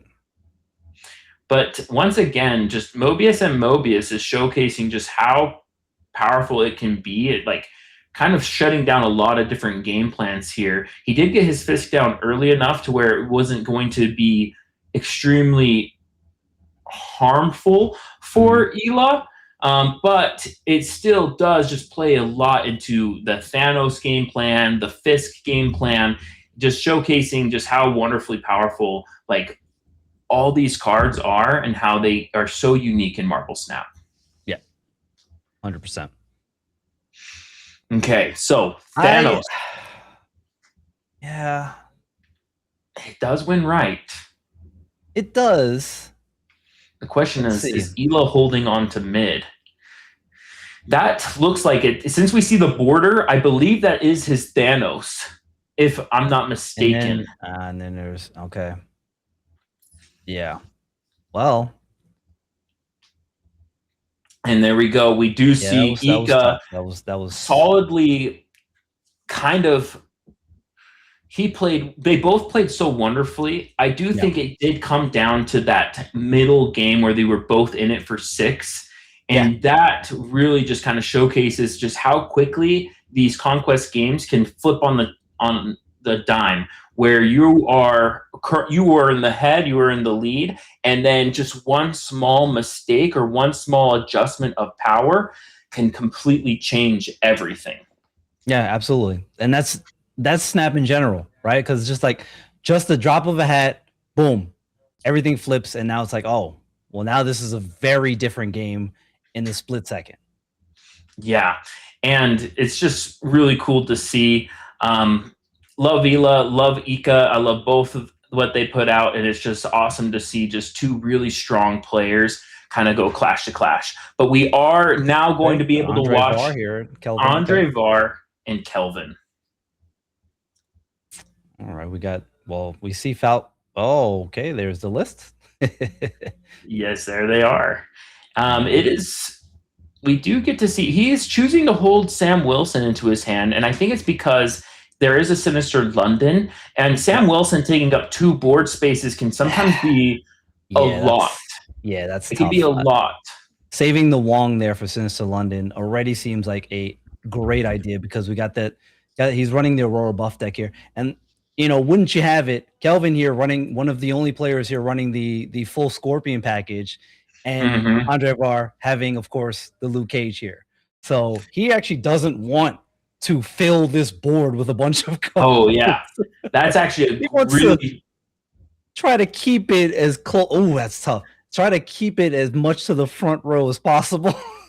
That is a really good statement that you just said there, because I didn't even think about that, where you're wanting to keep as minimal cards as you can into that back row. But he does get the quick drawn Fractured Frontier, Fractured Frontier, which is just massive. That is very good. Here comes the Luna. Here comes the Luna. Spider-Ham doing excellent work here. Remember, hitting that Hazmat. So the Hazmat is already now off the table. So that's one of the only 3, taking power away cards, if you will, that exist in the deck here between Lady Bullseye, Scorpion, and Hazmat. Now, that's the word I was looking for. Affliction. My goodness gracious me. Yes, Affliction. I think now that if you're Andre Var, you're kind of just holding out to see if he gets the Lady Bullseye, which Lady Bullseye in a Sinister London game is huge, because it double dips on that energy saving on its ability there. It does, but man, this is because oh boy. Here we go. The question is if you're Andre Var, can you outpower with the double Venuses and the Auroras what this Scorpion Brand New Day is doing? Oh boy. Oh no. Man, it's this Bullseye. This is going to be done. There's Luke. There's Luke. But I don't know if he has too many cards in the this is gonna get real dicey. This is a crazy game right here. He's going to play Talmudal mid to save the Scorpions. They're all right there, and then he's gonna do double Lady Bullseye on the left. Right. If he drew it, that is the biggest question. Like if you're Andre Var, you're like, okay. That's always what it comes down to. It always comes down to, did you draw it and did I draw it? Andre Var drew the Luke Cage. Did Kelvin draw the Lady Bullseye? That's what this comes down to. Interesting choice here to do the double Luke Cage instead of the double Aurora. I would go. I wonder if we see that swap. Yeah, I would. I think he had it right the first time. Oh, at least I think, right? Put the Luke mid, and then you come back with that Aurora. That way you at least have a chance if Lady Bullseye hits too many things in the back row. The question is even if he plays, he has to play around that Aurora getting really afflicted, because he's going to have 4 Scorpions. So the Aurora is already afflicted. And so you kind of have to play that in a sense where, hey, like, I'm going to lose the lane that Aurora is in, because that -1 point from it is what, 2, 4, 8, 16 Oh, boy. 32? Is it? Yeah, because they got the, like I said, the Tal Mandala. Oh boy. Yeah. This is So this actually is the correct play. Wait a minute. Not Hold on. only is it, it is. Is that right, It Lady is Bullseye? 6 scorpions. Oh, If this Lady Bullseye my hits the Venus or the God. Jane, it is over. That's game. For Sarah. Sarah, he didn't draw it. He Didn't draw the Lady Bullseye. Didn't draw it. Wow. And that's wow. Wow. That now we get to watch the singing and the Aurora go off the entire time. But Wow. look at this. Look at that Very, Aurora. very, and I like that call out. Very smart there, because if you had put that Aurora into Sinister London, that would have gone very poorly. Yeah, that Aurora being negative 59 power on the right there. Very Great smart play by play. Andrevar, knowing that his Aurora was going to be lane losing. And so choosing just to say, hey, you know what? I don't need to greed for 4 Aurora procs. 2 Aurora procs is going to win me enough games as long as he didn't get his Lady Bullseye, which Smartly played there. yeah, would love to see it. But now we do see that Andre Vard is not starting off with a 1-drop in a Thanos deck, which is just, it is tough. But we do see Surge, so maybe he can catch up on it. Yeah. Oh, but he's opting to play the awesome Andy here on the left. Oh, an early Scorpion. Oh boy. You never see, when you're going up against that deck and you see the Scorpion come out on 2, you're like, Sometimes I'm thinking, is that a snap condition? Ooh. Oh, but he does lose the Mystique. Okay, and Andre Var getting the Venus for free here is very good. Wonderful. That's just wonderful for Andre Var, seeing that he is getting the Venus. I'm surprised he's doing the Surge left, knowing that he does have Luke Cage in the deck, but you also kind of need to get a lot of stats left. Yeah. And so you're kind of playing for a, hey, like, I'm going for the double Aurora here as long as I can get Luke. Does Wong Aurora put out enough stats on the left there? And there is the Luke Cage. And Andre with the snap. Just knowing, hey, you know what? Right, the Luke is a snap, because it's like that's his ammunition here. Yes. Luke. Andre Vard, as soon as he draws out Luke Cage, he's like, all right, snap, because that's how are you going to beat me when I'm not going to commit more into the back row? Correct. We do see, though, that I bet Andre, if you're Andre here, I think you full float. Because, and the reason why is because you want them to get prio, so that way when they do the massive afflict, your back card, which is going to be Aurora, doesn't get hit by it either.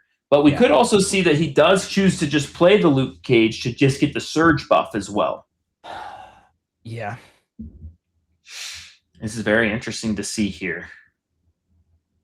This is a cat and mouse game here. You love this. You love to see it. I love to see it. This is one of those games where it's like, do you have what you need? And if you don't have it, then I'm going to punish you for it with the Luke Cage. Yeah. And we do see Ancient One come out. Oh, boy. Kelvin getting his main line here. All right. Which, now, after losing the Mystique, now he's like, well, I got Ancient One, so I'm about to load it up if I get Scorpion. You see Andre's hovering over just the full float turn, knowing that, hey, like, you can't afflict me because you have prio now. The only card that's going to get super afflicted now is Ice Cube on the right. Yeah. Yes, correct. What a great Luke Cage change. Can we just say that? I agree 100%. And as somebody who loves Affliction, I love Luke Cage, but it's necessary. I felt like it was a strong necessary change because Luke kept his foot underneath. Luke had a very for way too long. Yeah, Luke had a very, very strong dynamic against Affliction. Correct. And now that we've gotten this really wonderful and cool rework of Luke Cage, we get to see just so many more cool decks in MarvelSnap, which is what I love to see. Agreed. Oh, fascinating. The Aurora, of course, being afflicted, he is playing around that again, showcasing that, hey, like, I know this card is afflicted. I'm going to make sure I'm only losing one lane instead of two. Correct. Just really cool to see here. Well, yeah. Okay. Okay. So he does win left. He wins mid, assumably. Right. He is adding 6. He's adding 9 power mid plus the awesome Andes, so 12 power plus the Ham and Bob, which is what, another 6? Right. This is interesting. I'm trying to find all the power here. There's a hazmat. Oh, and there's 4 Scorpions here. So you know that the right is just dead. But the middle, does he have enough stats? And I think he does. Venus. With the Prodigy coming down, only 4 extra stats in the middle there. I think that gives Andre Var the edge to flip that lane. Oh, Venus. You love to see it. Just awesome. Wow. And now, Andre, who started this matchup behind, The tables now are turned. It's turned.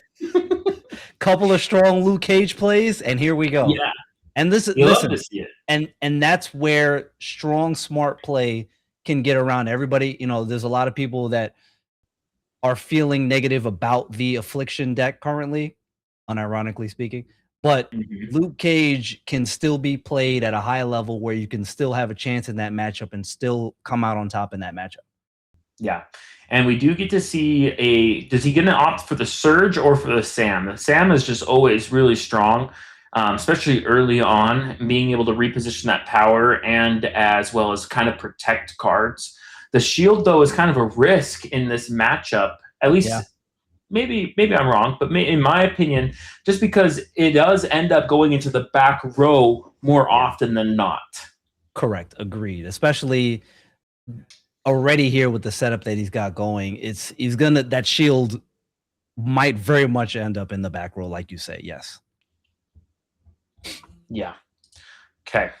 Wonderful. So we do see that Kelvin is kind of taking some time. Is this a magic in the middle here just to kind of catch up? Or no, it is a Psylocke, kind of to discount things. Do you think Kelvin's going to go for, I'm going to lose Prio this time? You're not going to lose Prio on me. That very well might be possible that we're gonna be playing the priority game here. Which wonderful aspect from MarvelSnap being able to throw or gain Prio and how that interaction happens with your opponent is just one a cool feature inside this game. We do see that he is committing more to the left here. It is a Sarah, which does tie it. Yeah. And that's kind of that forgotten about a lot of the time, I feel like, mechanic where fighting for that priority is so much of an important part of so many games that sometimes gets lost in translation. Yeah, it's just such a cool feature inside MarvelSnap. We do see he's only going to choose to play Awesome Andy, showcasing again, I'm keeping all my power in the middle. Yep. I'm trying to throw Prio. And the Scorpion is gone! Oh, no! Spider Ham strikes again. Oh, Spider Ham just showcasing. There it is. The strength of Spider Ham. Oh, yeah. Spider Ham just kind of basically saying, Andre Var, I got you. I got you. Let me carry this matchup for a second here. And that's I feel like that's pretty much it. That's almost about all she wrote there. Yeah, that's just going to be a really rough way to it's tough because those Affliction decks, as have been the case for a very long time, they don't generally carry much else in the way of being able to win the game on just points. It's not really what they do. I mean, you can still, get a lot of Affliction out with the Lady Bullseye, and maybe that is what Kelvin does here, getting a Prodigy on the Ice Cube to give him another 2 extra energy so he can afflict the board wider. And we see that Andre Var hasn't drawn his Luke yet. maybe it is right here, but not No getting Luke. Luke Okay, Cage. well. Oh, but he does guarantee the mine shot on Mojo World. Or he's got the he's just gonna go close it with Venus Aurora. Like that, Venus Aurora on Wong that's this is just a tremendous amount of stats. We do see some good sportsmanship here from Kelvin and Andre Var. and Just kind of saying, hey, you know what? Good game. This was hard fought. Would love to see it here. Another one that comes down to that RNG. Yeah, Spider Ham just going, hey, I got you. Yeah, Spider Ham just saying, hey, you know what? I got you, fam. And we do see that Andre Var does win all 3 locations, closing this game and showcasing again just how powerful Thanos' Fractured Frontier is inside the shell of Aurora. Yes, very much so, because that's what it's doing. That's what it's doing. That's what it likes to do. Like we spoke about those incremental bits of points that it already kind of gets from Venus, from all these different, kind of places. And now so many people have taken to putting Wong in these decks. It just explodes for power. Yeah, and wonderful matchups that we got to see right there. Just can't wait to watch more. It's going to be super fun to see what else comes out. We are going to be right back, though, with more MarvelSnap gameplay after this.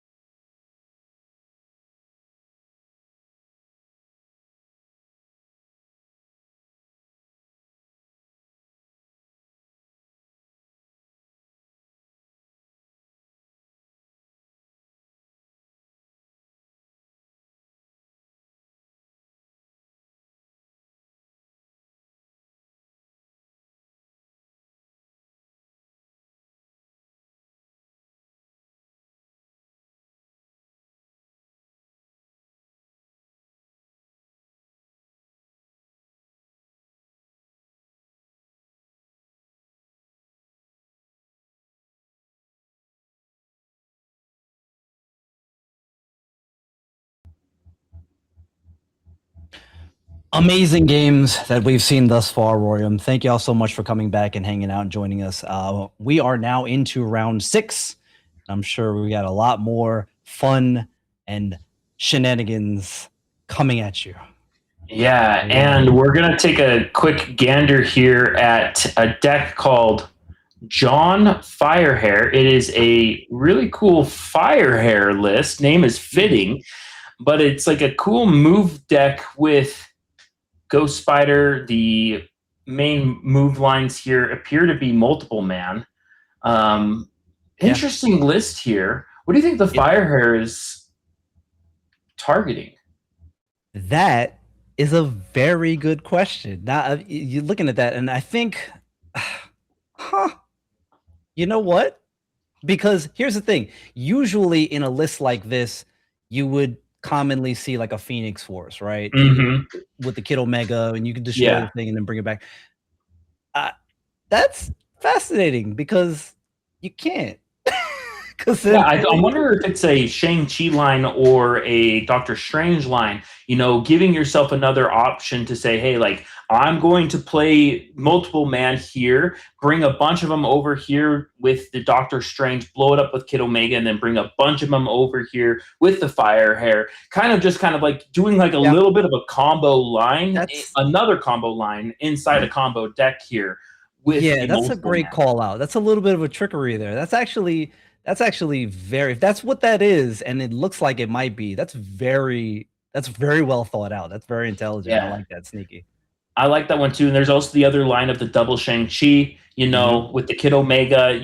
If you're playing against a Scar deck and they have some big lanes there, you can do Shang-Chi one lane with the Firehair in another lane. That's another cool line. I kind of like the look of this deck. This is a really cool deck. It has, of course, the main line of multiple man, kind of getting a bunch of power everywhere, but then kind of some sneaky lines in there to kind of trick your opponent with the Firehair. Like, you don't know where power is going to go and I like that. how it's going to be positioned.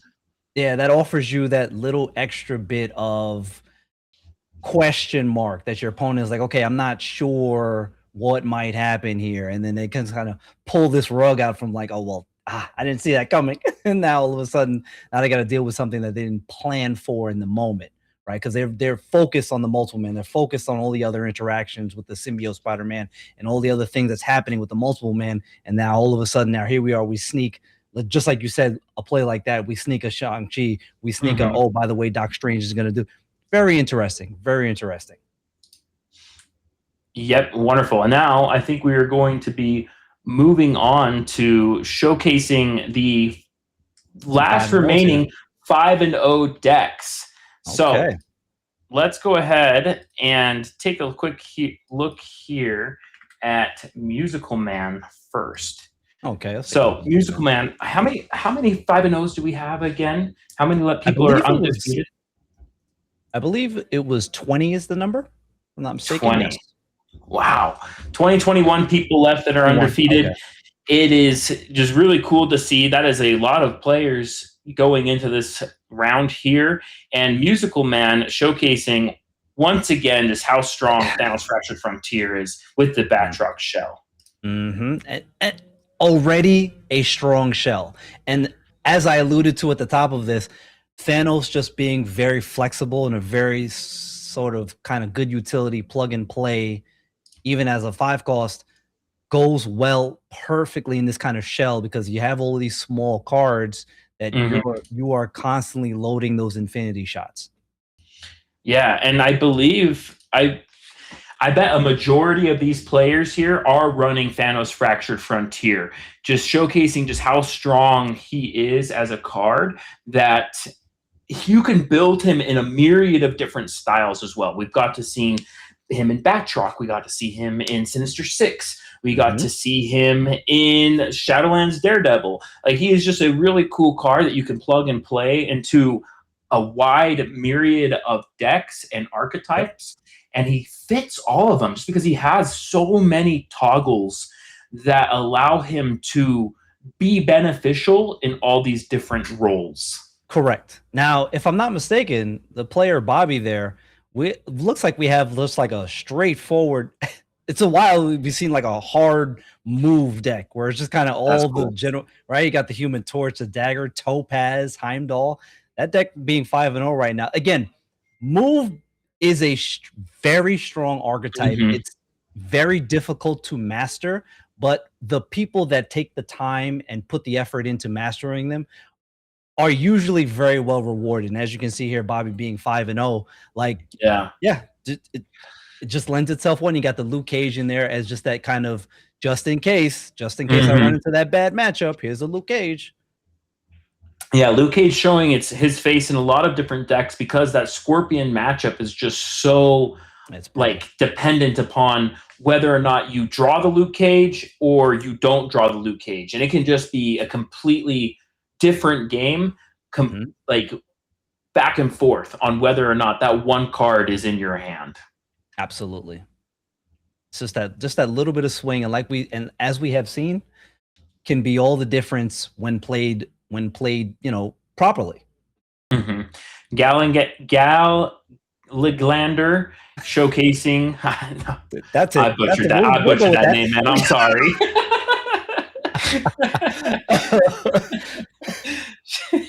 Showcasing here a cool Shadowlands Daredevil deck with Kraglin, the GOAT. Kraglin. Wow. Listen, Kraglin enjoyers over there, stand up. 1 second. I do just love to see Techno-Organic Virus again, once again showcasing just, hey, like repeated stats, slow scaling over the course of 6 turns, just kind of can just snowball into a win. He does have meaningful tech with the Cosmo, the Juggernaut. The two of the GOAT tech cards right there. You bring Cosmo and Juggernaut to the party, you're going to be covered in a lot of instances. Yeah, and they do cover you in so many different matchups, which is why they're so strong together. I would like to go see Captain Summers' deck, showcasing it for everyone here. We did get to see Captain Summers earlier, but now here you go showing it. It is that Thanos or Thandos as Not My Dance coined for us earlier here. It showcasing though that, hey, like Sinister Six, being able to draw your 1-drops and get a big card out for free, just very strong.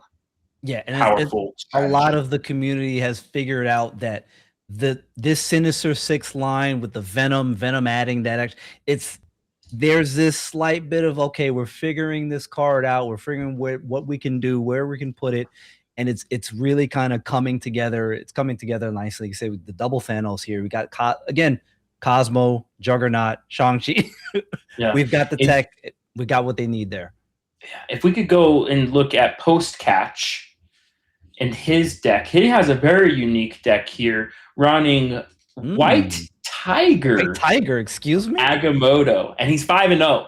White Tiger, Agamotto, Fractured Frontier, both Jane Foster, Psylocke, and Thanos. This would be a cool deck to see in action. Just so many different tools that you have available, but the clog deck, the deck clog does play a factor, which is what Agamotto, just kind of really cool card, really cool design.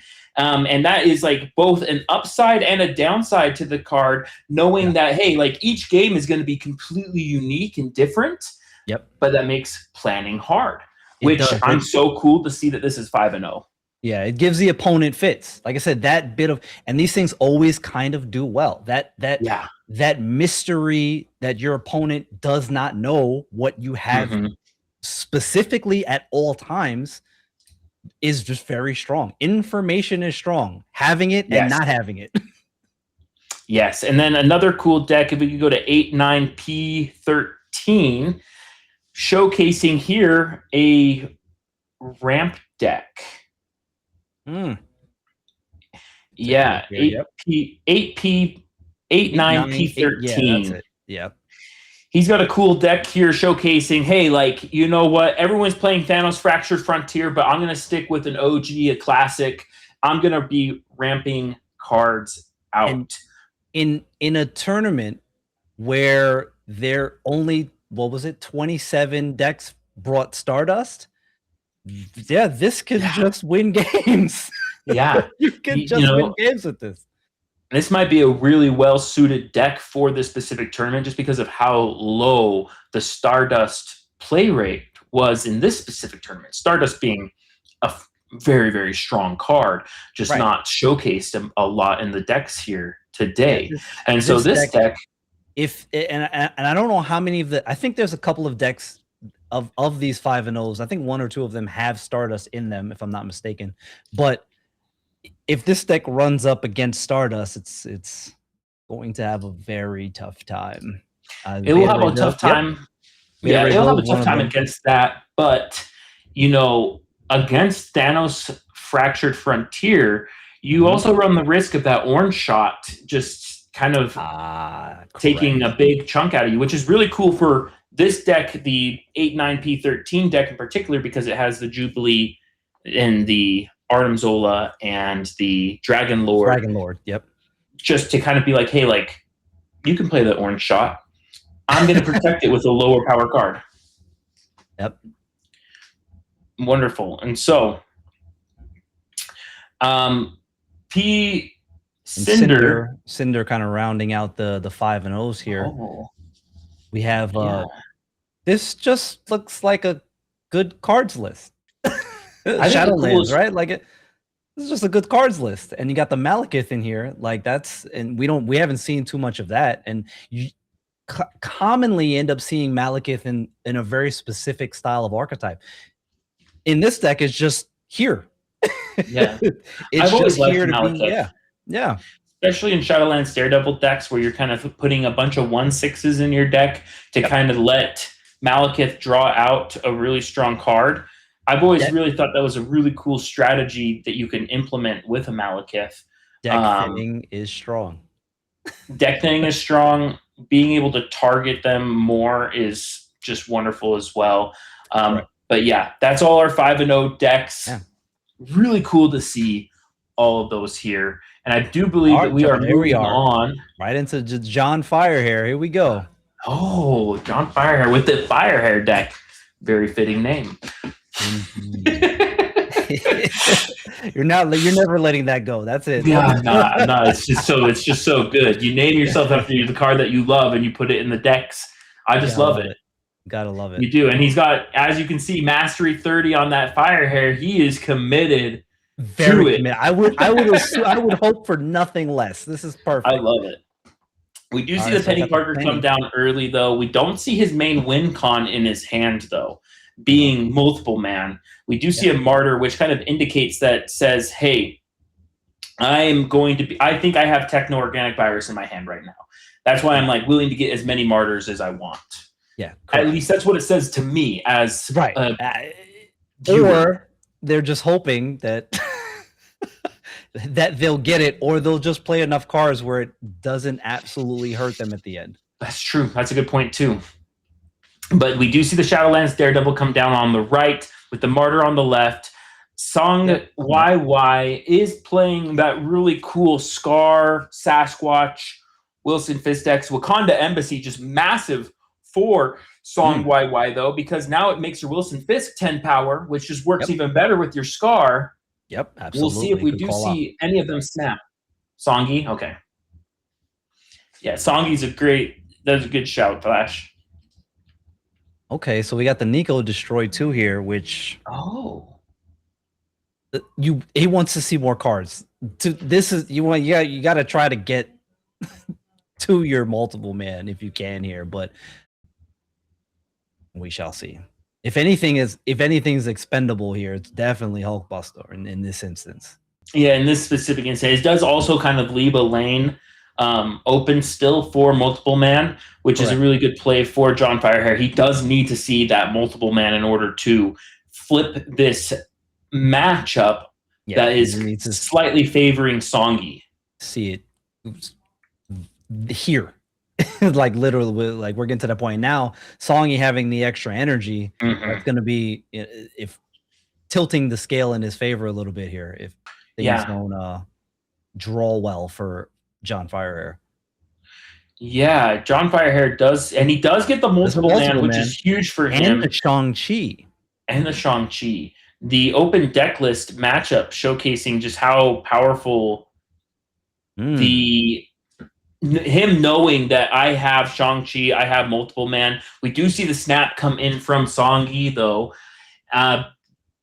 If you're John Firehair, do you stay here?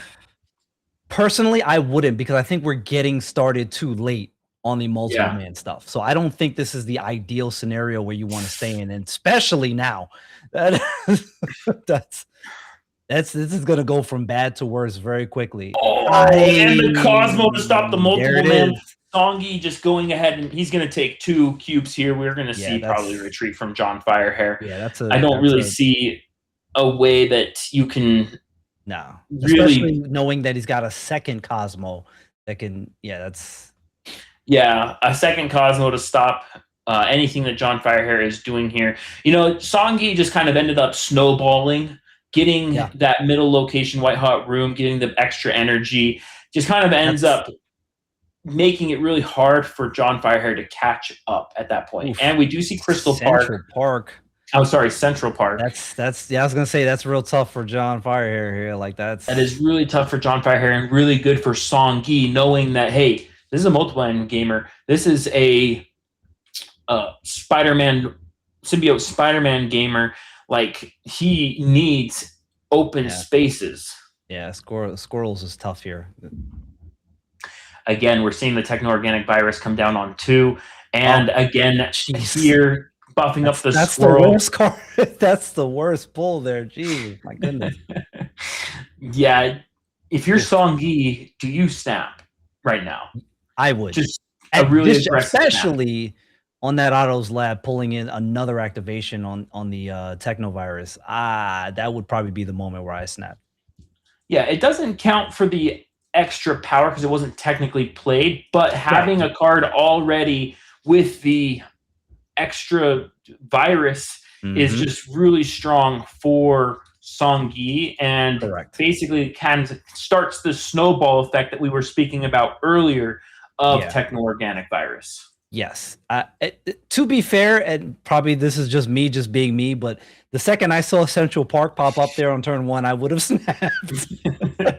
Hey, you know what? I'm exactly the same way, just a little bit more aggressive on the snaps here.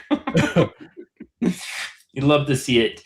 Techno-organic virus with Hospice, just really strong. Honestly, all these locations are showcasing just really well for Song-Yi for this first match and second match. I feel like this was definitely a snap. We've passed the situation where this was a snap situation. Yeah, I do think if you're John Firehair, you do try and play a Gamora mid, I think, just to try and catch up and maybe move it away with a Doctor Strange. But then I don't even know. Like, you could do Gamora mid, Doctor Strange left, and Shang-Chi right. That's probably... that's still just... I don't even know if it's enough. Right. It's a plan. It's a play. And then we see the snap from Song-Yi. Again, that's... to me, that's late, but I mean, they're probably figuring each other out right now, and they're in the way that they're going through and seeing kind of what kind of play lines they're going through here. Song-Yi probably just mentally taking notes of like, hey, like, this is what John Firehair likes to do. I'm going to try and whittle him down just slowly but surely, and we are seeing that happen here. Lemuria. It's an okay location for both of them. Like, doesn't really change much. Yeah. You get the penny down, and John just desperately wants to see multiple man early in this game. I know, John Firehair not seeing multiple man one time. He's just getting denied at every turn here. Now, Weapon X facility could help facilitate him getting multiple man, and it did. There it is. We got a movability on Nico. I don't know if he's going to want to. I don't think you do. I think you kind of need to wait for that now. Yeah, I think you kind of need to just save as much space as you can with that ninja there. I bet we see multiple man come down, and then we say symbiote Spider-Man, and then does he greed with the spider? You could. Yeah, it's tough. Yeah, it's hard because, like, if you play Spider and then Ghost Spider, you run the risk of getting, hey, this is Cosmo. You know, Cosmo can come right here and ruin my game plan. But if you're John Firehair, do you have to play the spider in order to win the matchup that you wanted to win? And he is choosing to do Nico, probably on the spider next turn. Yes, that would be because that would get to dodge, right? The Cosmo. Well, no, not really. Not depending on where they played it, but well, him playing Shadowlands Daredevil on 2 does lessen the likelihood that he did draw the Cosmo. And so he is going to play the spider. This is... Is he going to play the ghost spider, though, is the real question here. I don't think you do. I think that you just say, hey, like, I need the space. I can move to multiple man next turn. Mm-hmm. And I can save some space for if they draw another 6 power card, and that Shadowlands Daredevil becomes 10 power and becomes, hey, like, look, here's my Shang-Chi in action. If you're Songy and you have Cosmo here, do you snap? Yeah. Oh, Jesus. Oh, if this hits multiple man, though, he's in a really good spot. Okay. And it hit the multiple man. Oh man. We have a game. All right. So this is still a very winnable game here for John Firehair. And the Shadowlands Daredevil did not draw a 6 power card. And so I think if you're Songy, do you do you just play Sparky? That gives you another move into the middle, and then you could play Shang-Chi there. Because you're gonna win left. You're winning left no matter what. Right. And so do we really need to try and win more locations? Or do we just say, hey, like, I'm gonna play Sparky, get 11 power multiple man there? And it does look like he is saying, hey, I am going to play a 9 power multiple man here. Now you have to compete in this location. It is only by 3, though. Now he needs to draw a 6 power card, otherwise. So now it says, hey, you see it. He's like, I needed you to draw some power. I know exactly what he was thinking. Oh, okay. Songy backs down there. He didn't have for 1. Okay.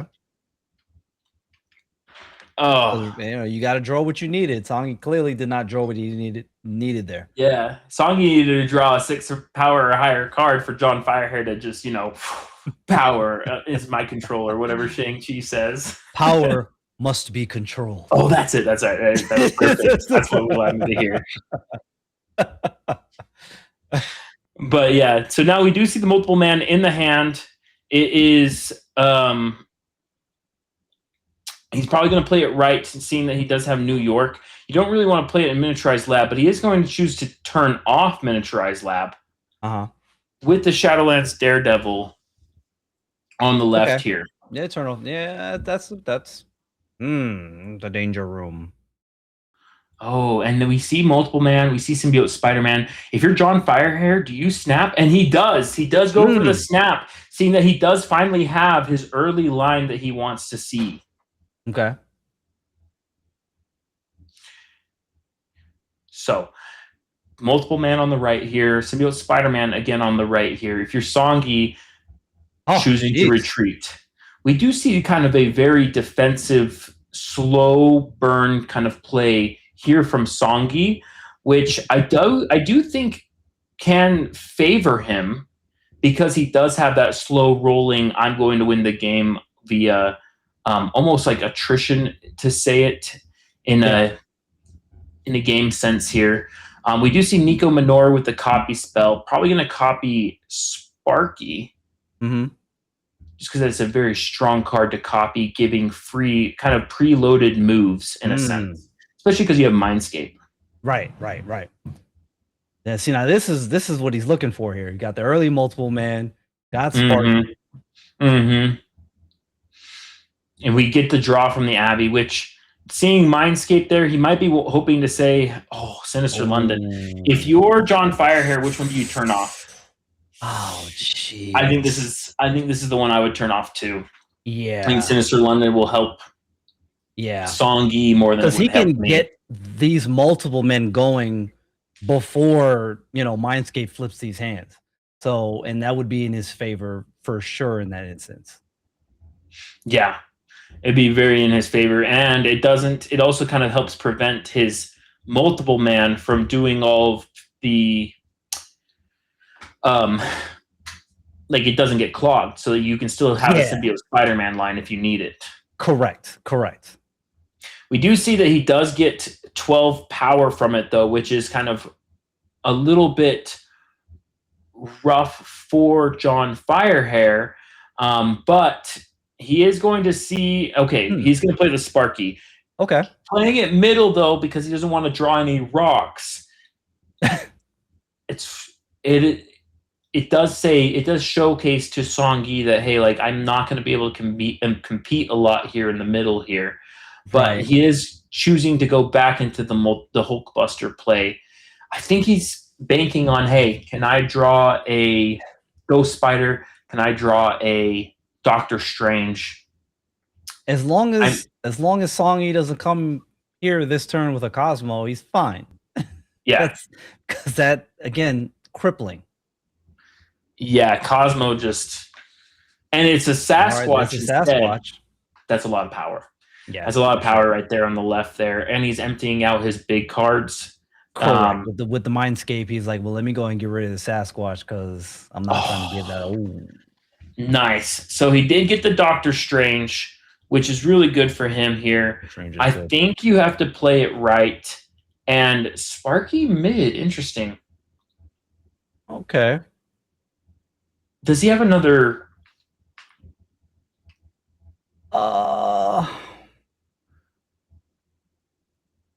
I guess he's going to play it mid because he can only. And we see the snap from Song Yi now.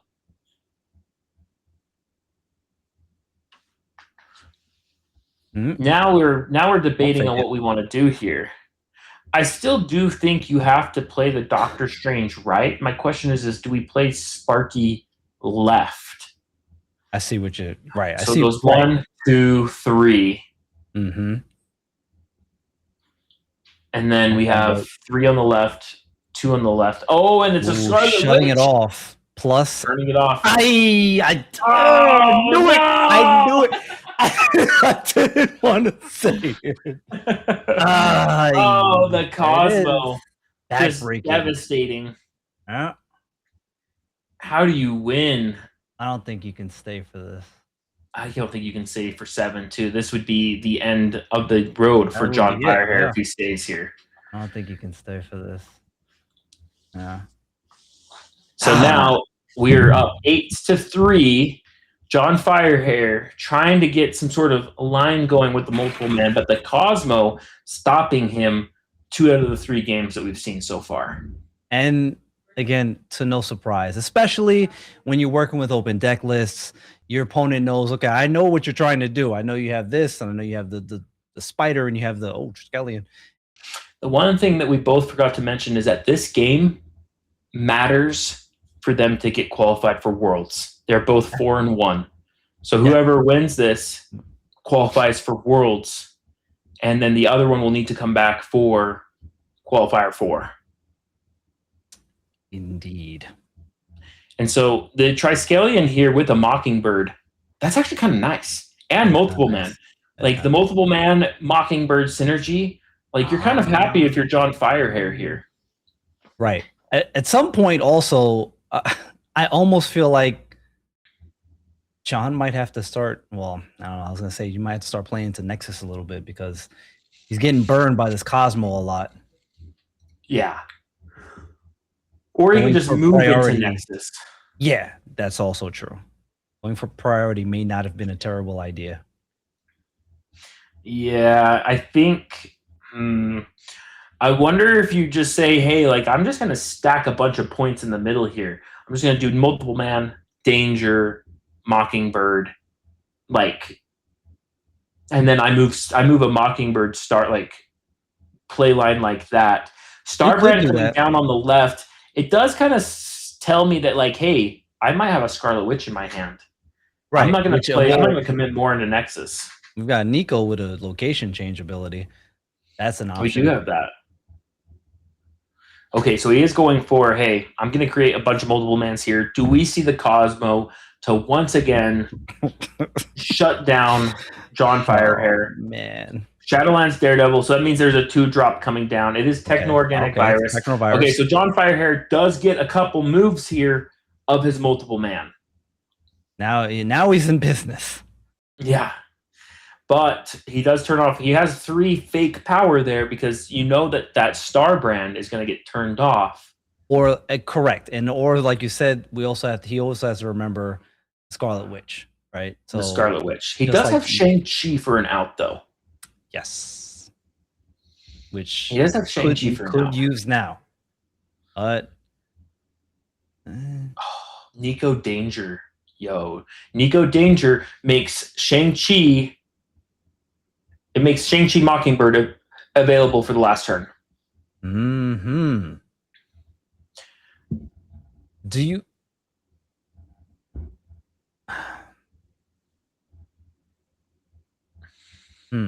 I think you put the +2 power on Danger just because That's Danger what does I care was- about okay. how much power it has. we're on the same page? Because I was thinking, I was like, I think we want Danger to have the power here. I think it's kind of okay either way, though, because even if he does turn off the Well, looks like Danger wouldn't have had the power anyway. Shadow King. Shadow coming in King. real clutch there. Now the question is, does he turn off Nexus with a? You have to. This is probably This is. Now we're looking at it like, hey, your +2 Nico is actually, you did great, bro. Like Yeah. you saved that. Look at us, we were wrong. Oh man. We did not expect the Shadow King, but John No. Firehair did. Okay, this could still be something because there's a lot of options here. There's a lot of things on the table. Songy could shut off Nexus. We have we got the virus doing work. There's a lot here happening. So this Yeah. could go either And way. even if he plays Scar in the middle, so that's +12, so he's at 32. We're going to 28. So it's Wilson Fisk. I think we win. I think John Firehair wins. I think with that Danger. With the Danger, I think he wins all 3 locations. Wow. Okay, so 2 out of the 3. The Wow, and there's the Techno-Organic Virus just showcasing again, the scaling is just really strong. And John lives to fight another day. We love to see it. Songy Absolutely. did a really excellent job there, though, showing that, Techno-Organic Virus just puts out tremendous stats. It really does. It really does. I wonder, though, if a Scar would have made that any different for John, for Songy. Yeah, and we do get to see, Penny Parker, Multiple Man, Hulkbuster. Wow. This is a great start and Wow. lineup here for John Sheesh. Firehair. All he's got to do is dodge Cosmo and he'll be fine. Yeah, just dodge a Cosmo. That's so much easier said than done, though. Well, in his favor for this turn, at least he has priority. So at least there's that. That's true. He does have priority this turn. Maybe that's a Cosmo in the middle there. If you're Songy, though, you recognize that he loves to play the multiple man on the left. Yeah, I've So seen maybe he that. does play the Cosmo on the left. Okay, so it's a Star Brand. Shadowlands Daredevil. Okay, well, John's still holding on to Prio He's still holding on to Prio. for now. And he got the Sasquatch here. Oh man, Which it costs you 3 wish- now. Dang, that's tough. He did draw a demon or a 6+ power card, so Songy could steal Prio right here, which would be Good. devastating for John Firehair if he had a Cosmo. Right. And we do see the demon here come There's down on the the- right. So now there's this because let's not forget if Songy throws it. Oh, Elysium. Oh boy. Okay, this is cool though because Symbiote Spider-Man can say, "Hey, you can play a Cosmo here, and now I can play around it. I just need to wait Correct. for a Spider. Doctor Strange Doctor or Strange. a Ghost Spider, one of the two. It does give John Firehair kind of a semi-out if he does play the Cosmo on the left right now. He definitely has a lot more play as a result of being able to get the Symbiote Spider-Man down. It's like, yeah, sure, if you want to play the Cosmo there, go ahead. I can at least still get that out of there. Yeah. The question is, does he even play Cosmo if he doesn't have Techno-Organic Virus? Leaving the Star brand on is... Probably not. It might be... Oh, Jesus. Here's the Cosmo. My Your favorite card. Man. Listen. We love But he does have Prio. And you get the Ghost Spider as well. Spider. There so we go. If you're now John Firehair can be able to move 2 Symbiote Spider-Mans with the Sparky and the Ghost Spider. He is opting to do it all into the middle, though. Okay. I was wondering if he wanted to do it on the right so that he has a way to play it with Spider. Right. Just try and even just to try and even get one, you know? Right. Because at that point, it's a 50-50, but you can at least take that shot. Yeah, you can take that shot, which is what you've kind of are both want and need to do in order to... Oh, so he's opting for extra energy on the penny. Okay. And activate. Okay. Activate. That's the lineup. Go for the extra energy on penny. Yes. It's kind of saying, hey, like, I'm going to give up middle. Correct. And I'm going to compete for left and right. Hey, this is fun. This is awesome. This is a lot of big stats here. He does have a Sasquatch, and it hits the penny. So Sasquatch kind of can help him solidify the game here, getting it with cloning vats. Oh, and he can do Sasquatch Scarlet Witch in the middle and turn it off. Nice. Perfect call. Yeah, there we go. And he gets another 2-cost 4-cost Sasquatch with a 2-cost Firehair just to kind of help solidify this, what I'm going to assume is a win for John Firehair. But I wouldn't count him out quite yet. Not yet, but it's looking real good here. Yeah, it's looking real good if we haven't seen John Firehair. Because Songy didn't draw the virus, clearly. So, and even if he did here, it's still kind of too little too late. Yeah, it's a little too late at that point here. But we are going to once again seeing multiple men getting hit by the Wakandan embassy. Oh, John Firehair letting his opponent know, hey, you know what? I got multiple men. That's crazy. I'm happy about this. I got multiple men. Wow. Ooh, playing Firehair out. You know, this one could go to the end right now. One of them could snap, and this could be the last game that we watch for John Firehair and Song Gi. Man, this is amazing. One of them. This is good stuff. Okay. We like to see it. Love to see it. Love this. Ooh. And we got, So we have Nico multiple man, or he could just choose to do multiple man Ghost Spider, but I'm assuming he's going to wait for that. Oh, so he's opting to say, hey, like, Camelot? Changing the Camelot does make sense. He hasn't done more stats. Or there. He can leave it on for that kind of bait almost where Songy might not play anything there because he doesn't want his big cards to get set to 5, although there is Shadow King. So it's like this, again, this is Nip Tuck here. If he plays multiple man left, he's basically saying, hey, like, I don't think you draw a 6-power card next turn, and I stay, and I have Prio. This is amazing. And he didn't snag Prio. He didn't draw, so he grabbed Prio. Wow, that is huge. And we're going to see that he uses the Nico move with the Spider to get 11 power into the middle and 2 movable multiple mans next turn. I was going to say, do you snap here if you're John? Absolutely, you snap here if you're John.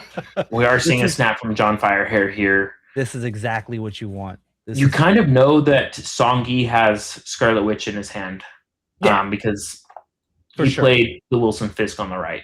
Right, correct. But again, also Shadow King, right? So we gotta. That's true, and Shadow King.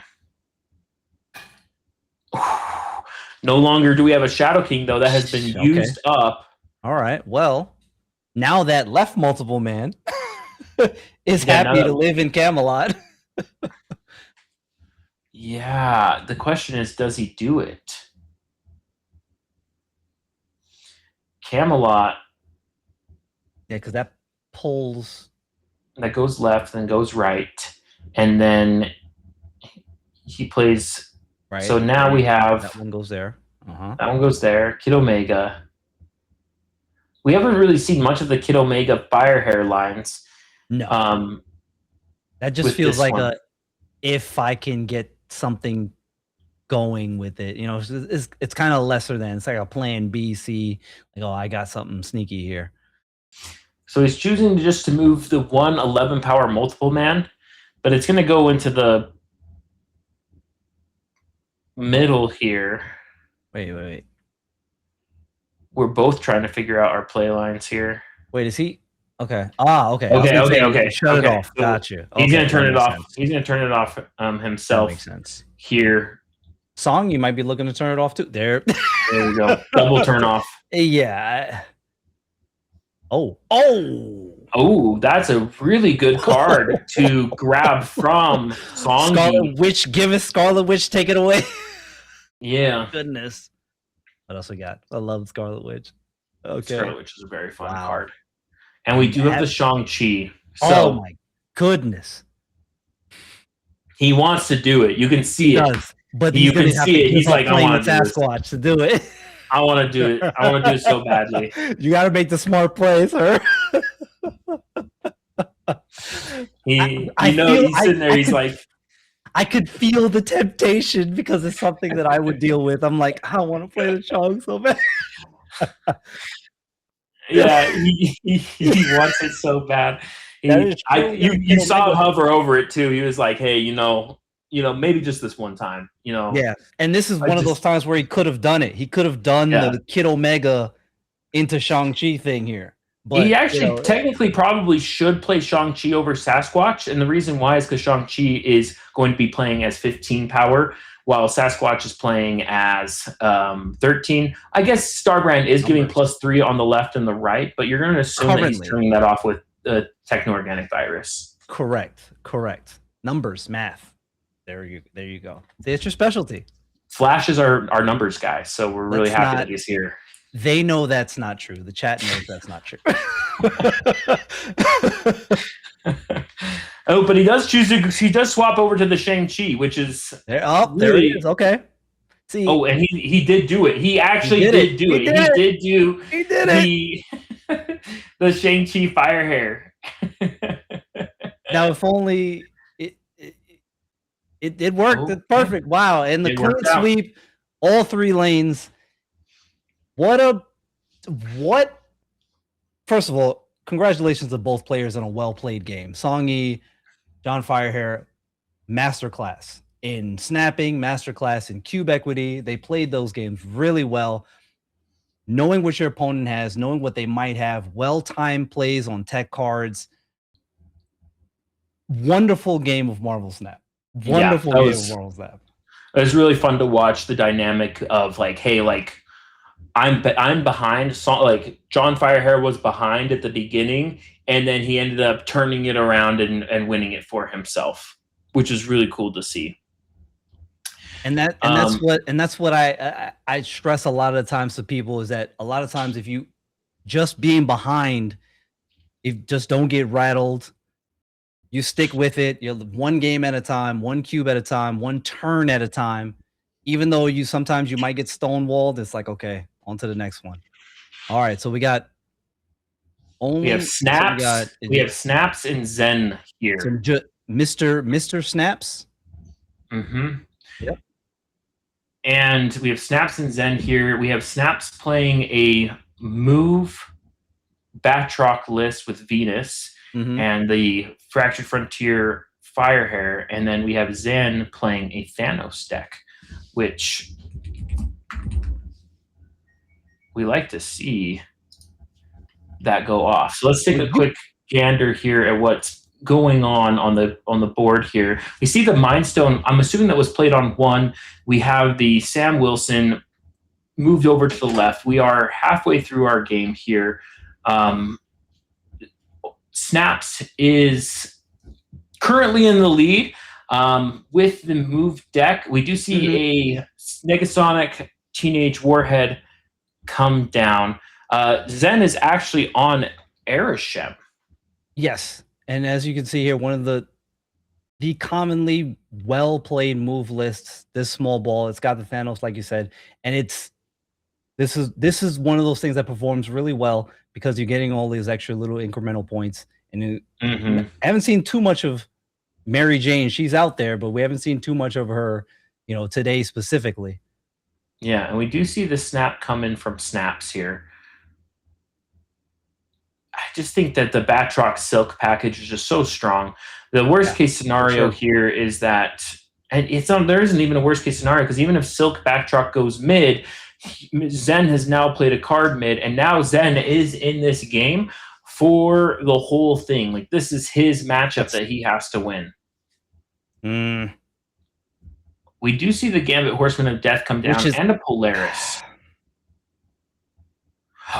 Oh. Let me think here. I think that Fallen 1 on 4 is okay for Arishem. I don't think it ruined his energy curve. No, I don't think so. But getting rid of Blob just eating up your entire deck is really rough for Snaps. Yeah, for sure. Choosing to change the Craven just to move the Silk.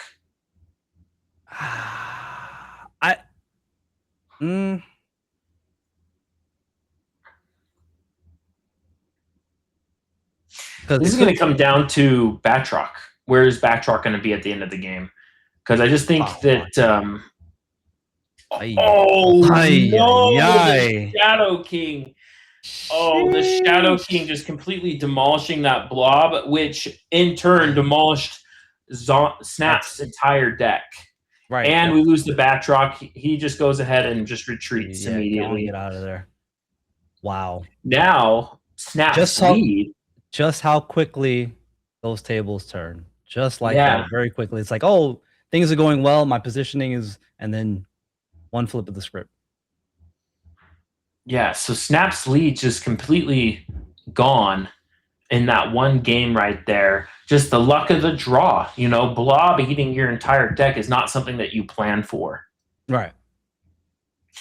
And so we do see that Snaps has a really strong hand where the Batroc and the Sam Wilson, is he gonna opt for Silk or Sam Wilson? That kind of determined on what is the next draw. If we see a Hydra Stomper in the next hand, I'm assuming we're gonna see him, or actually probably play Sam just because Genosha.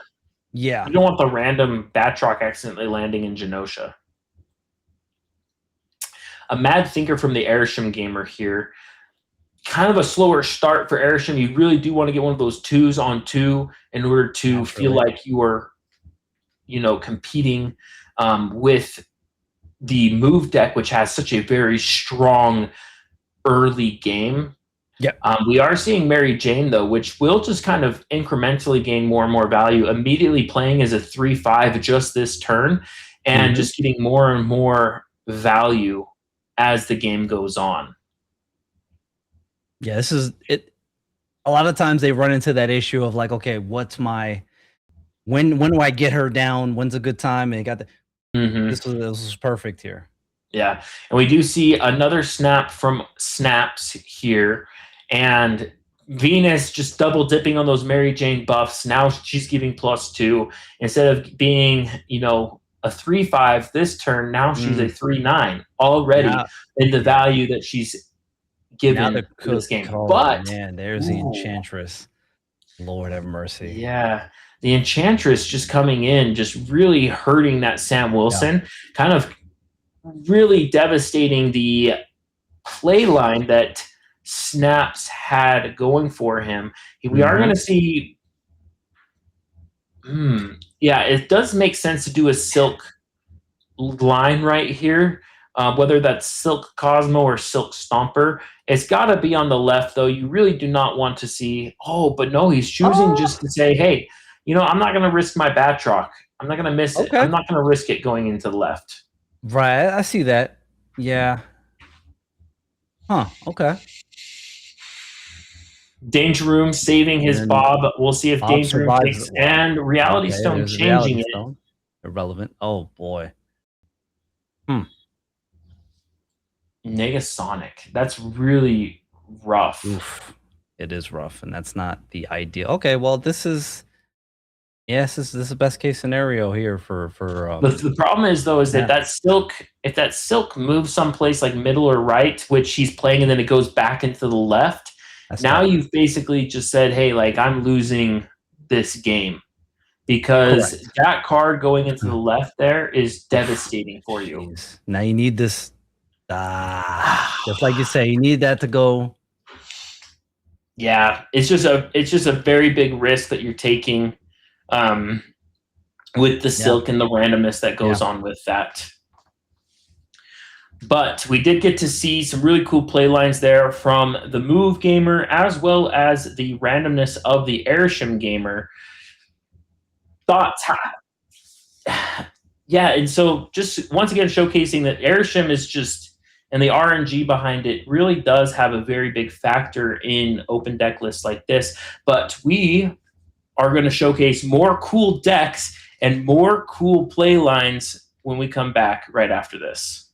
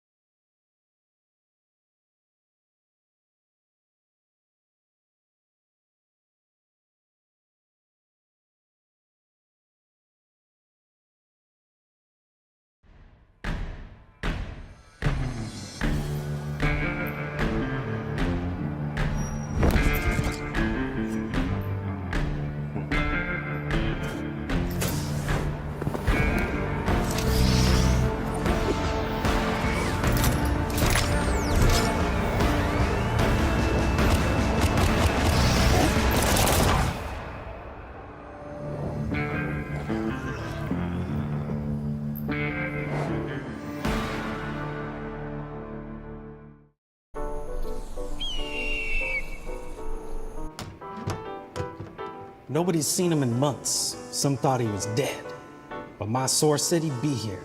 Something to do with the new season of MarvelSnap. Whoa, easy there. You're new around here, but it looks like you already picked up the quick draw mechanic. Bet you didn't think you'd see me.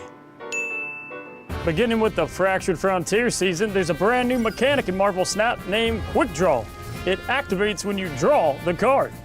The season pass card Thanos Fractured Frontier gives all your cards a quick draw effect to load an infinity shot into his 6-shooter. And then when you play him, he fires all those shots for powerful random effects, like reducing cost, drawing cards, or gaining even more power. And whose might this be? Some poor fool who crossed Thanos? Wait, this badge looks scorched by electricity? It's the 1800s or something. Electricity doesn't even exist yet, unless... This belongs to Jane Foster, Fractured Frontier, sheriff, outlaw hunter, and just about the worst person for Thanos to run into. When Jane reveals, she shocks 4 random characters on each side with chain lightning. Yours get stronger, the enemies get weaker. And if you play her the turn you quick draw, oops, she does it again. Sweet mercy. Yeah, sorry about that. Still smells a little bit like gamma radiation. Red Hulk sure left his mark. Red Hulk, Fractured Frontier, likes picking fights where enemies outnumber. When you play him, he loses power for each enemy card at his location. But if Quick Draw triggers, he gains power instead. Gamma just works differently out west. Huh, my source was telling the truth. Or half-truth? Not torn, cut, clean, energy blade, Psylocke. Psylocke Fractured Frontier gives your pricier cards a cost reduction. But after a quick draw, she slices costs for your entire hand. Just watch your fingers. Now he's running with the pack. Ben must be channeling Red Wolf, protector of the Old West. On reveal, Red Wolf gains +1 power for every card in your hand. Trigger is quick draw, and every card in your hand gets +1 power too. That's one powerful pack. There are worse ways to die, I suppose, like how I went. Yikes. Wait, you're a ghost? Oh no, that would be scary. I actually just regenerated in this room one day. Kind of like what the new Death card does. Death Fractured Frontier brings back fallen allies before the dust settles. With zombie cows on the ladder, this is exactly what the corner ordered. Speaking of doing someone a solid, did you hear if you buy the new Fractured Frontier Season Pass from the web shop, you get a free Series 5 Snap Pack? That's a damn good deal. Oh, and while you're out there on the Fractured Frontier, check out these limited time game modes and the cards you can earn just by playing. It feels like I'm still missing one giant piece. Missing something? You're goddamn right. Fractured Frontier ushers in a whole new universe. Earth 383. This is just the beginning. There's a lot more coming. Like the biggest feature we've ever added. Parker! What the? I'll tell you one thing. You ain't ready.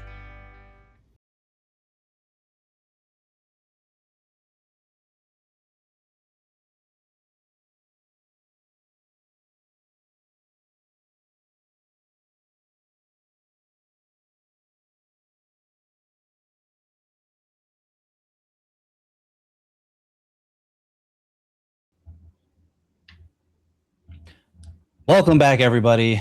It has been an exciting set of matches as we continue to roll along. And thank y'all so much for hanging out. Thank you for spending your very valuable time here hanging out, enjoying these games. We very much appreciate that.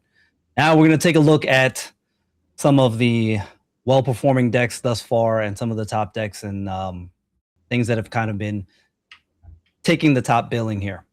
Yeah, we still have 11 decks that are undefeated here, and some cool statistics about them. 9 of them feature Thanos, Fractured Frontier, and the other 2 of them feature Cerebro.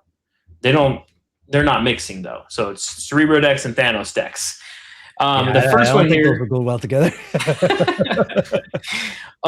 that has a cool deck here featuring Cerebro. It is running kind of a very base Cerebro 3 deck, but the main feature here, it is running Makari, which does give it that cool free points package that kind of can just come help win the end of the game for you alongside M'Baku. Just kind of getting some free stats there. Feel like Makari was kind of like a staple in that Cerebro 3 a while back, and then she kind of got cut from the list in recent memory for some time, and now it seems like she's finding her way back into the list as players figure out, wow, that free power actually that is a good idea, especially when she goes out early and then you can bastion that lane and then you'll immediately get another one for free. It's kind of a nice play line when that Makari gets out onto the board early, and you can double up on it, if you will.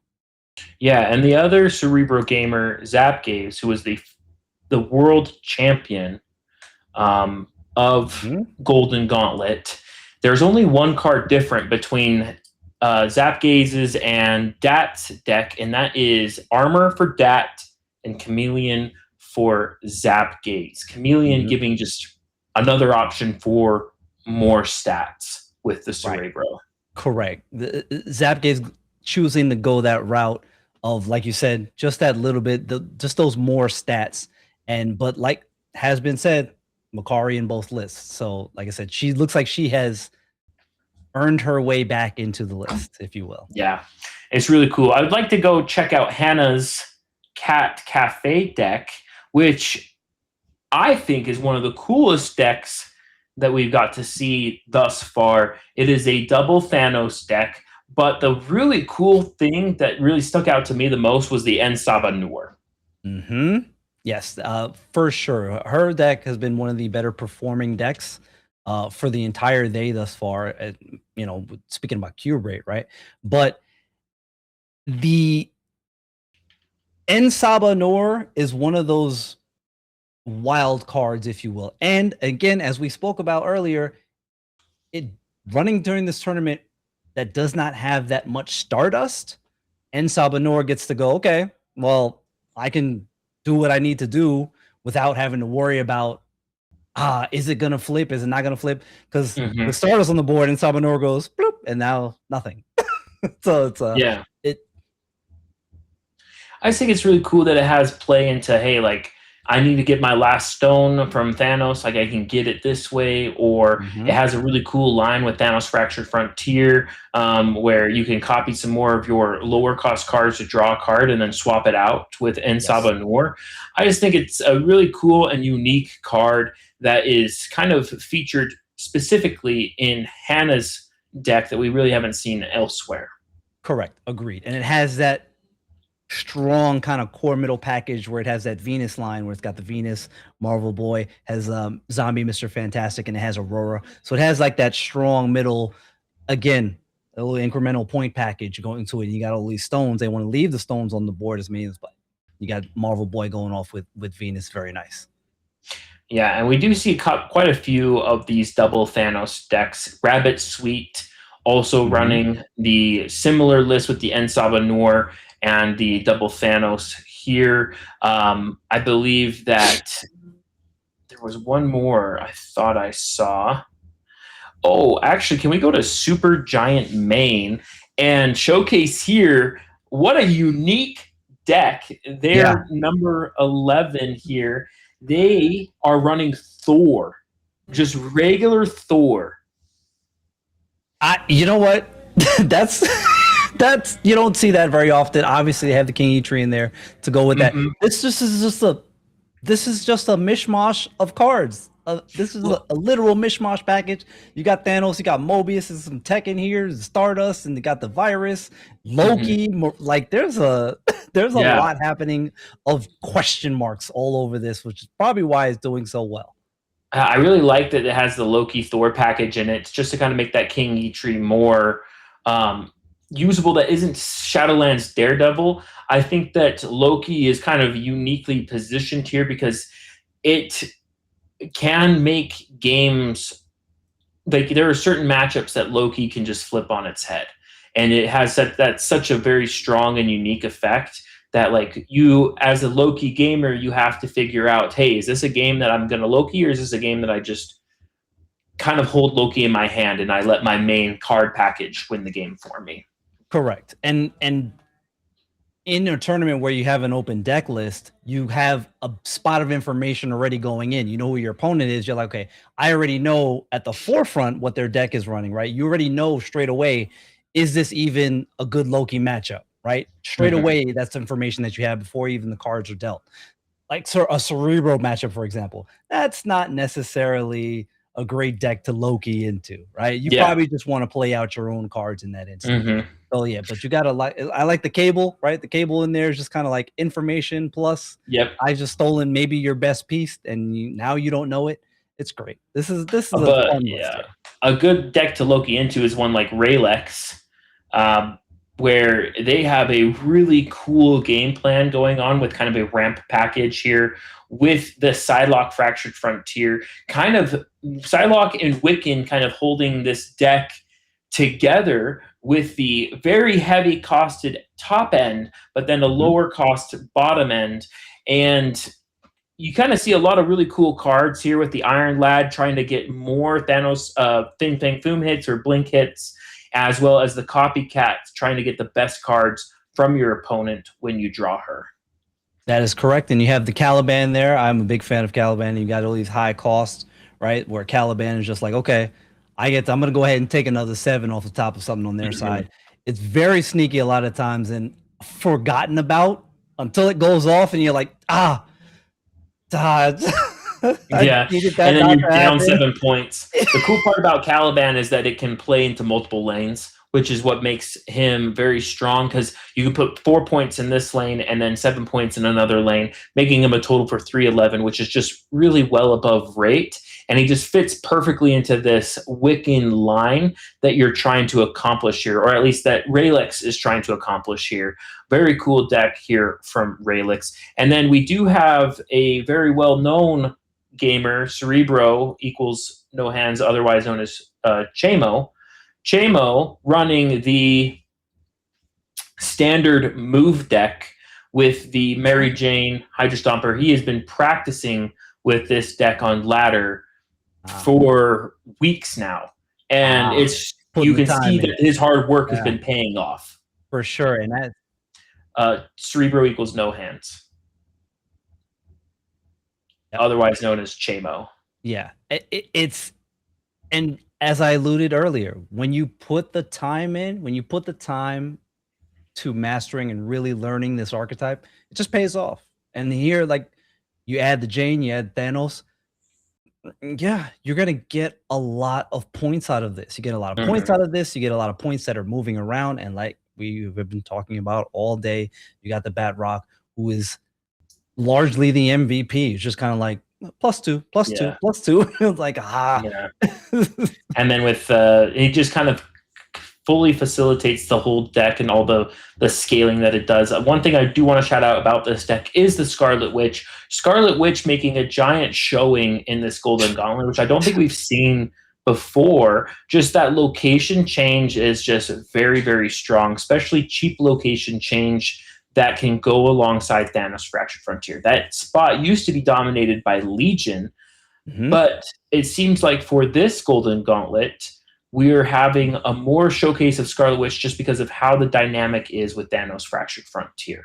Exactly. With her being a lower costed card, she's something that later on you can maybe even load another Infinity Shot and get more value.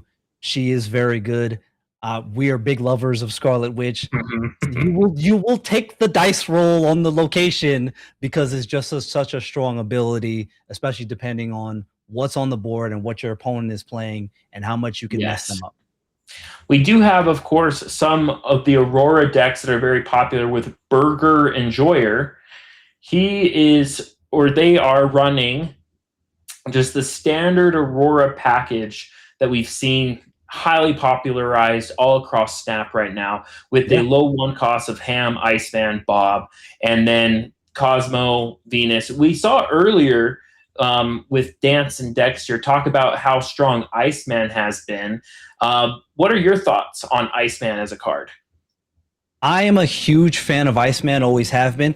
Iceman is one of those cards that is excellent disruption and got even better once the card got its adjustment where you can see what card he hits. Iceman, because for a long time, Iceman was left dormant. It was just kind of like, Iceman's fine, but he needs something. And that's exactly what he needed, was that information. Look, and you see the numbers right here. They speak for themselves, right? Iceman, in the decks he's in, 59.3% win rate. The cubes are good, 4.35. Iceman performs well. And I think Iceman largely goes underrated until you remember how good he is when he's played against you, or when the icebox location pops up and the first thing you think is because it hits exactly the card that you need it not to hit. And that's the strength of Iceman. And in a world where Thanos Fractured Frontier is so popular, in a tournament where he's getting so much play, relegating that card sometimes, if it gets hit to being a 6 cost, it can sometimes just win you the game.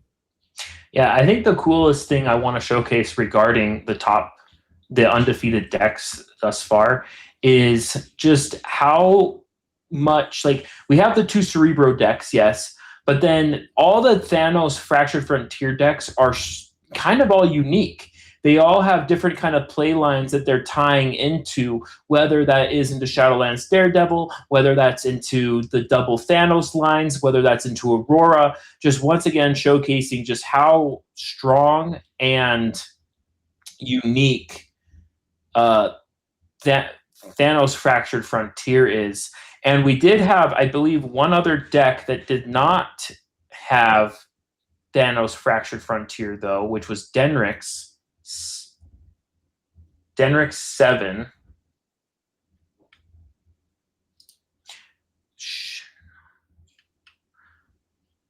Yeah, that list. Yeah, I got it right here. It is running the top end line of Scar, Monstro, Sasquatch, and just the base Techno-Organic Virus deck with Cosmic Shadow King as its tech cards. Again, Scarlet Witch, right? Scarlet Witch is in so many of these decks because, again, she plays so well. But like I said, this is a deck that can succeed. Didn't have the Thanos in it. Could they have put it in here? Yeah, probably. Oh, yeah. But they didn't need to, right? Because they were just like, no, I feel strong enough in just this whole core package that I can just do well with it. And as you can see, the numbers, they speak for themselves, 6-0, right? So you get good with the thing and you don't muddle it up. They could have just thrown Thanos in here, but they chose not to. They kept it. They kept the package tight. They kept it strong, and they're benefiting from that. It's paying off. Yeah, the one cool thing I want to shout out though is Monstro.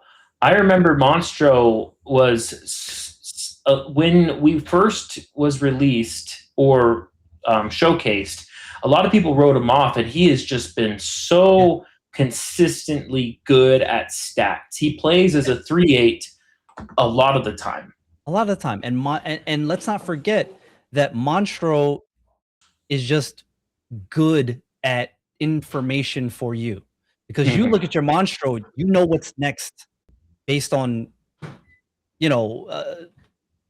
if he's 5, you know your next card is the 3-drop, right? Yeah. So it's very good informationally. Yeah. You love to see it. Just wonderful to see all these really cool decks, and we're so excited to see more of them coming up here. I believe that we are in our top 16, and we're going to be able to see some really cool decks, and we're going to find out who our Golden Gauntlet winner is here shortly. I'm pumped, man. This is good stuff. It's very exciting. It's very exciting. We've had a lot of great games. And the players have really shown out, and everybody has been, we've seen a lot of good sportsmanship, and it's just been solid play. It's fun. It's amazing. Well, first game that we're going to see here is 2 big favorites, which is we have Zapgaze, who is the former Golden Gauntlet winner, that's world champion, and we have Ika. There we go. Oh, there it automatically is. turning off the Scarlet Witch. Scarlet Witch already going, hey, I got you covered. Bad location? No problem. Hopefully it's not a worse Hopefully location, it though. stays. Hey, there you go. That's Oh a good location for Zapgaze. Bar with no Oof. name. Well, We do see a snap come in from Zapgaze here with the Cerebro down early. you get the Cerebro down early because at this point, I think Zapgaze feels strong enough that, you know what? Even if I lose Bar with no name, I think I can still win this game. I can still win you're these other just 2 lanes. Yeah, none of those other locations are like really disrupting your Cerebro at all. And you have the Bastion line, so you can get another round of Cerebros, giving you basically plus 12 in each location, which is just massive. Absolutely. Well, plus 12 for each 3 power card by the end of the game, because you're gonna have 4 of them. Well, let's see what Bakari does here. Oh boy. Bakari landing mid. I actually probably would say that's not exactly what Zapgaze wanted. Definitely didn't want it, but not terrible because you can just follow up here with the Bastion and just keep the train moving. And he does get his Scarlet Witch again, which can turn off the Bar with no name. Bingo. So Zapgaze in a very favorable position here. Yeah, that Cerebro is just so strong. And he has the Chameleon in his hand and a Cosmo. Oh boy. It's tough. It's tough because if you have no way to stop this, you have no way to turn it off, you just kind of you're at the will of just like, I don't think I can beat this. I have to retreat or whatever the case may be. Oh, do we think he just does Cerebro Chameleon and doesn't turn off Bar with no name and just says, hey, like, I'm putting out so many stats, like, try and beat it? He could do that. That's very possible. Oh, man. But we will find out here. He does have the Cerebro Chameleon. We do see the double Gambit come down. The double Gambit, that could be very... The double Gambit could be problematic. It could be, but I think Zapgaze is kind of okay here. He has 12 power in each location. Well, he has another 12. See, but the problem is that if those Gambits hypothetically both go after Cerebro, right? Yeah. I mean, that's a worst case scenario. You're playing with RNG at that point. Hey, this is MarvelSnap. That is true. You know, I'm almost in lieu of that. For me, I'm almost inclined to go ahead and put that other Cerebro down because I'm like, you know what? Yeah, because you never know what might happen. Yeah. I mean, you could put a bunch of 1-drops in the right lane as well and just say, hey, like, you're going to kill him for me. Like, your Gambits are going to take care of him. The problem is here is, like, he just needs to play the 1 Valentina card and then both of the Gambits go off. Right. Correct. And so the question is, what was the Valentina card? Aha. See, that's because if it's an Arnim Zola and you can just play that in Bar with no name. Oh boy. That changes the whole landscape of what we're looking at. It almost makes it right. Oh, okay. Let's see. Okay, so we see Thanos come down in the middle here. Oh my! Oh, God. And it takes out the Cerebro. Are you kidding me? Okay, but the question is what does the Gambit do? Gambit takes out 1 of the left, the Scarlet Witch in the middle, and Zapgaze still does close it out. The Thanos Fractured Frontier just too many stats in Bar with no name. Stats. Man, that was cool.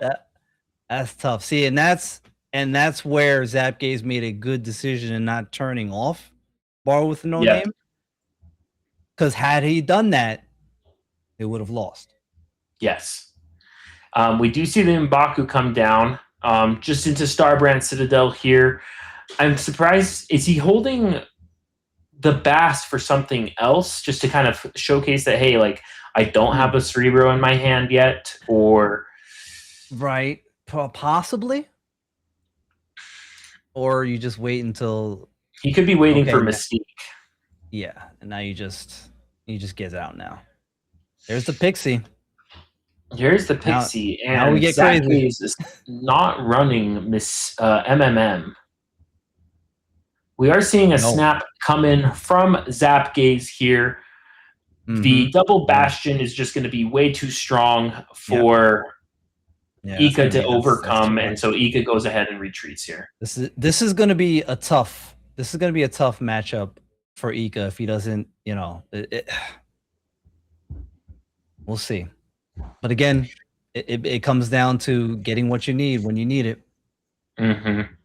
Again, he is holding the Bast, trying to see if he can get one more draw in to get Mystique in his hand to get double value off the Bast. But he does have the Cerebro Bastion once again. Are we going to see another early aggressive snap from Zapgaze here? It looks like he's holding off for now. Yeah, I think he maybe wants to see that last location before he locks in potentially another. He does have Scarlet Witch, though, to turn off any troublesome locations. That's true. And there we go. We do see the snap now. He does have the Cerebro. He has the Bastion.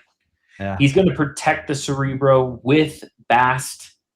Yep. Knowing that his opponent is playing Thanos Fractured Frontier. Yep. But it could hit. It could hit anything. Yeah, it's true. Thanos Fractured Frontier against Cerebro having very limited targets just because everything is having the same power. Does kind of limit how good Thanos is against Cerebro. Now, we will see him play the Cerebro mid. What is Ika going to respond with? A Psylocke on the left with a Draw 2 spell, basically filling up his whole hand here. Yeah. This turns into a race where Zapgaze is happy to go out and I'm just going to try to get as many Cerebros out as early as possible. Sometimes you got to be a little bit more savvy with that. But now he's just like, just go. Can I get more? Let me get more. Let me try to get ahead of said Thanos. Let me try to get ahead of all of those things. Yeah, if you're Ika, you're kind of playing on the lines of, hey, like, I need to get some Thanos Fractured Frontiers. I do think that he does have, I think Zapgaze has a really wonderful line here on turn 5 where he can do the Cosmos Cerebro and then he could do Mystique Chameleon just to close it out. Yeah. Oh, but he is choosing to do Cerebro Chameleon now, gain Prio, and kind of hold his Cosmo as a, hey, you don't know what I have in my hand. Yep. That's not a bad idea at all. Especially yeah. Jesus. +9 on each card right now. That's just a lot of stats. With more to come. More to come potentially. We do see that the Eson does pull out the Techno-Organic Virus, which I don't know if that's exactly what he wanted to have happen. I don't think so. And he's going for the double Cosmo here. Interestingly enough. In my parts of town, we love a good double Cosmo. Just saying. Me too, brother. Me too. It kind of shuts down 2 locations from interaction. Just a very powerful effect. We do see Ika retreat for 2. Zapgaze just showing just how powerful the snap mechanic is when you have an early snap and you have your win con in your hand. Correct. That is the important lesson in the cube equity, snapping and retreating. When you have your line, you need to go ahead and say, okay, I have the advantage, push the advantage. And this is why he is the former Golden Gauntlet World Champion. You are seeing it on display right here. Yeah. Just showcasing just how well he knows the snap mechanic of this game here. We do see Kiln come out in the middle here, which is not a great location for Ika, but it is a very good location for Zapgaze because you can back power with Cerebro.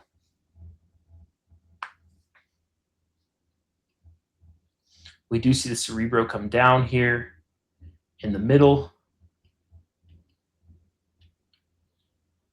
And it is going to be... Oh, that was a Cosmo. Cosmo down in the middle here to stop the Nico Minoru. And there is the snap from Zapgaze with Is he playing the Cerebro out now in the middle just to kind of guard it? He is going to do that here. I do like this snap here from Zapgaze. Like, you already have Ika on the back foot, and there's not much he can do to kind of stop you. Not having played like hardly any cards until turn 3, you kind of just have to punish the lack of play from Ika's side if you're Zapgaze here. But yes, I am seeing here we're on the last 2 cubes for Ika.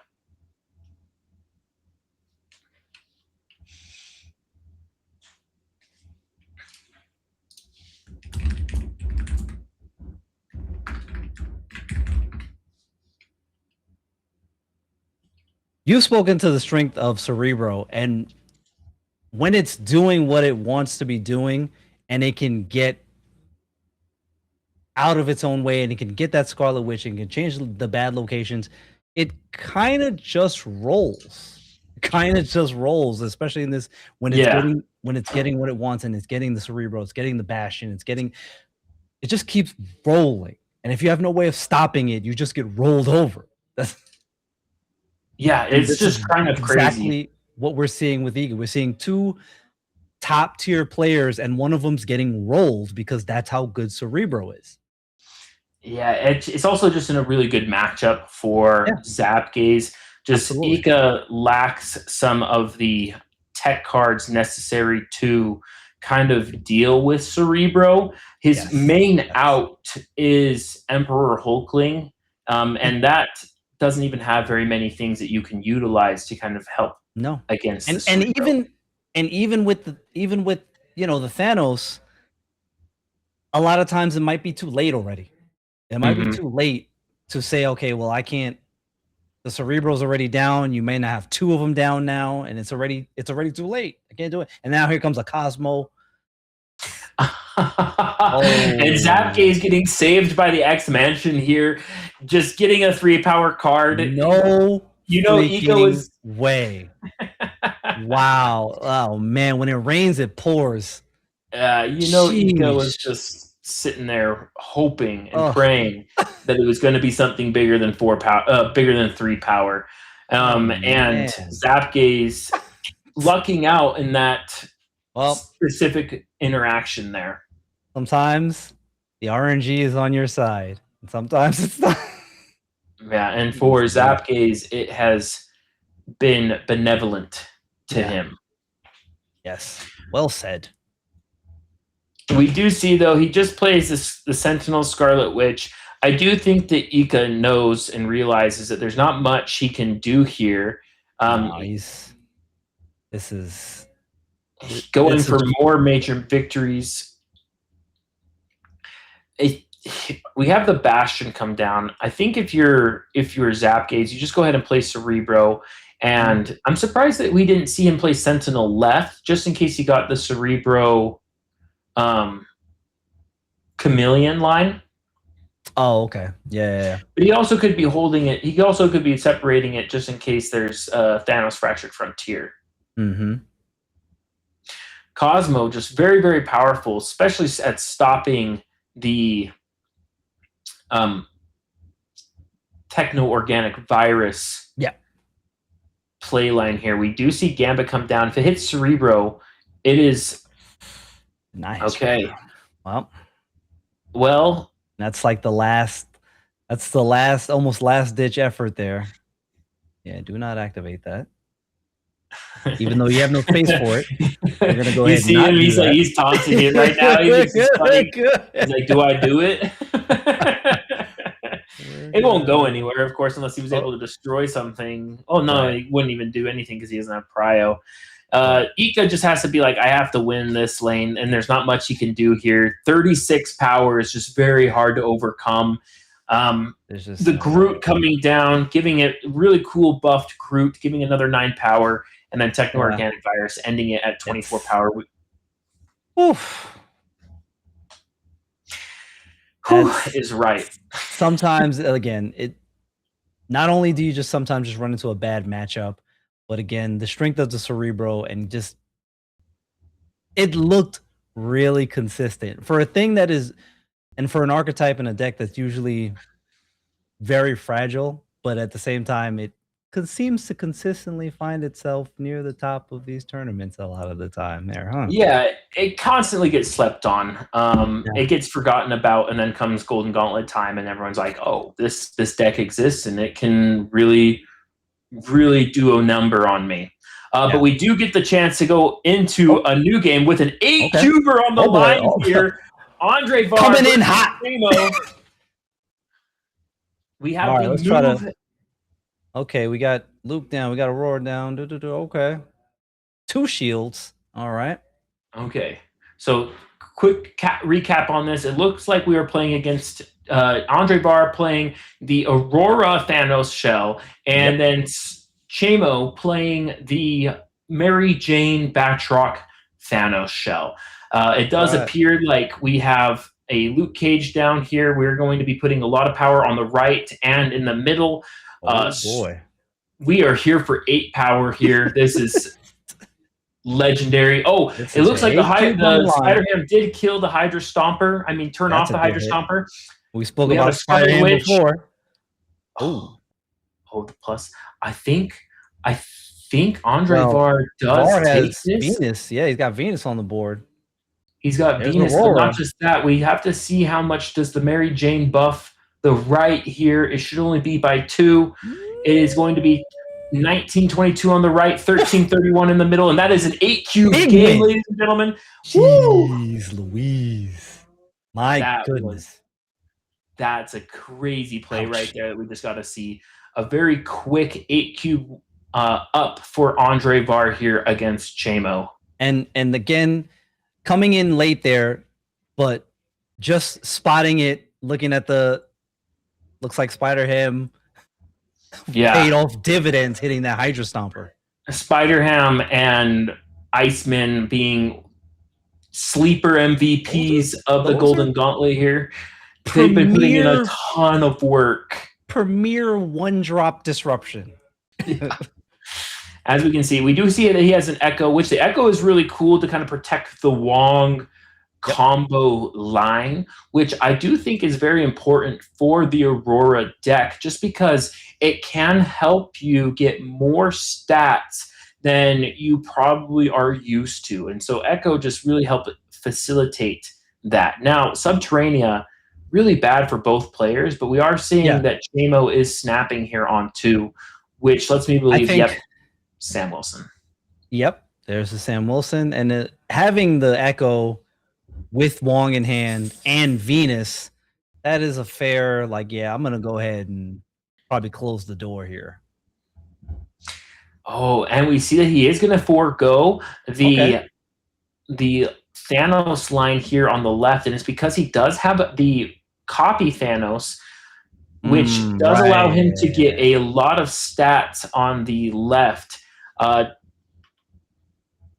Chamo is not running.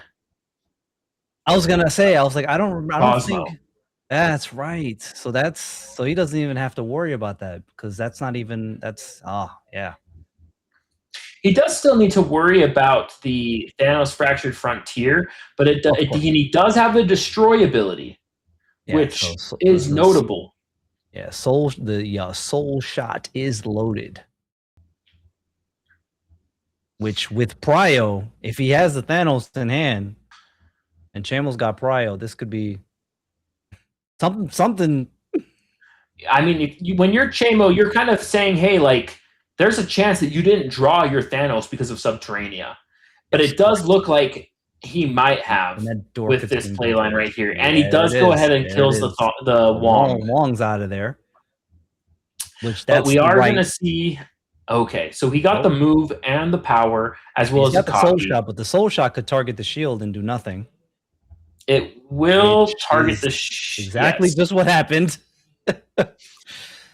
Well, Andre Var has no reason to leave, of course, because this is what it is at 2. But drawing 2 rocks, showing that Subterranea really is a great disruption piece and offers a very cool, dynamic into play lines and knowing, hey, like what did you draw a rock? Did I draw a rock? Like how do we know who drew rocks and who drew their cards? I am gonna go on record and say that is the first time I've heard anybody refer to Subterranea as a cool potential.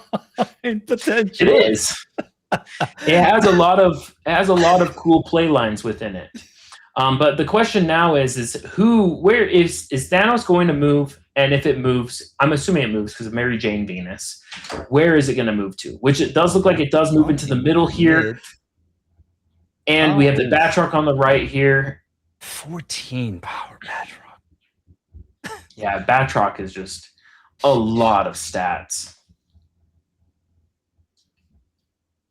Mm. And then the Jane Foster Fractured Frontier, just giving the board a bunch of stats. Yeah, this just turned into, kind of who drew the shorter end on the stick on getting messed up by Subterranean. Yeah, but then we go ahead and see that Andre Var, of course, having to stay because there's no reason to leave when there's only 2 cubes. Getting to see a little bit more of Chamo's play lines and how Chamo holds himself and takes care of his board state. Correct. We do get to see the sleeper MVP for Andre Var, which is Spider-Ham. And we are seeing a snap come in from Chamo to go up to 2 again. We are still not in the high stakes rounds, but he got the Batroc, which leads me to believe he has Batroc Sam. Yeah, I would assume so. I feel like that's a safe bet. Ooh, Shuri's Lab here. A very cool location here. Do we see him play? There's no reason to play Bob there because there's no way to move it out unless you just want the 8 stats. Yeah. Now the question is where does there it is. There's the Sam Wilson in the middle here, giving himself a double bonus. The Batroc, of course, already doubled from Proscenium, and now the Bob getting doubled from Shuri's Lab. All right. Ooh, okay. Pet Mansion. Very cool location here. I think we will see him go for the Wong on the Echo, just because that does give him a lot more power. And the Batroc version of this deck just ends up having so many early game stats that you kind of need that catch-up mechanic. Right. Okay, and now we do see the the Spider-Ham get activated. Yeah, it was kept holding that there. Yeah. I want to see what it hits. Doing it on 4 is really, really tactical because it can have the chance to hit the Thanos, which I believe is your main target with Spider-Ham. And that is exactly what it does. Oh, there it is. So now he has to play Sam mid, but I don't even know if that's going to give him enough stats mid to go over the top of the Shuri's Lab, which is just always kind of the issue.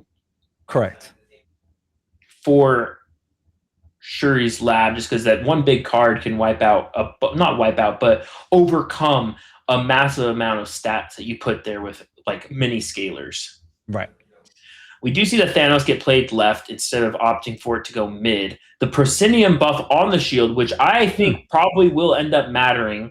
Agreed. We see Jane Foster get triggered twice. Mary Jane activating a bunch of buffs. And now, does he go for the Aurora? I believe he does. Yes, he does. Yeah.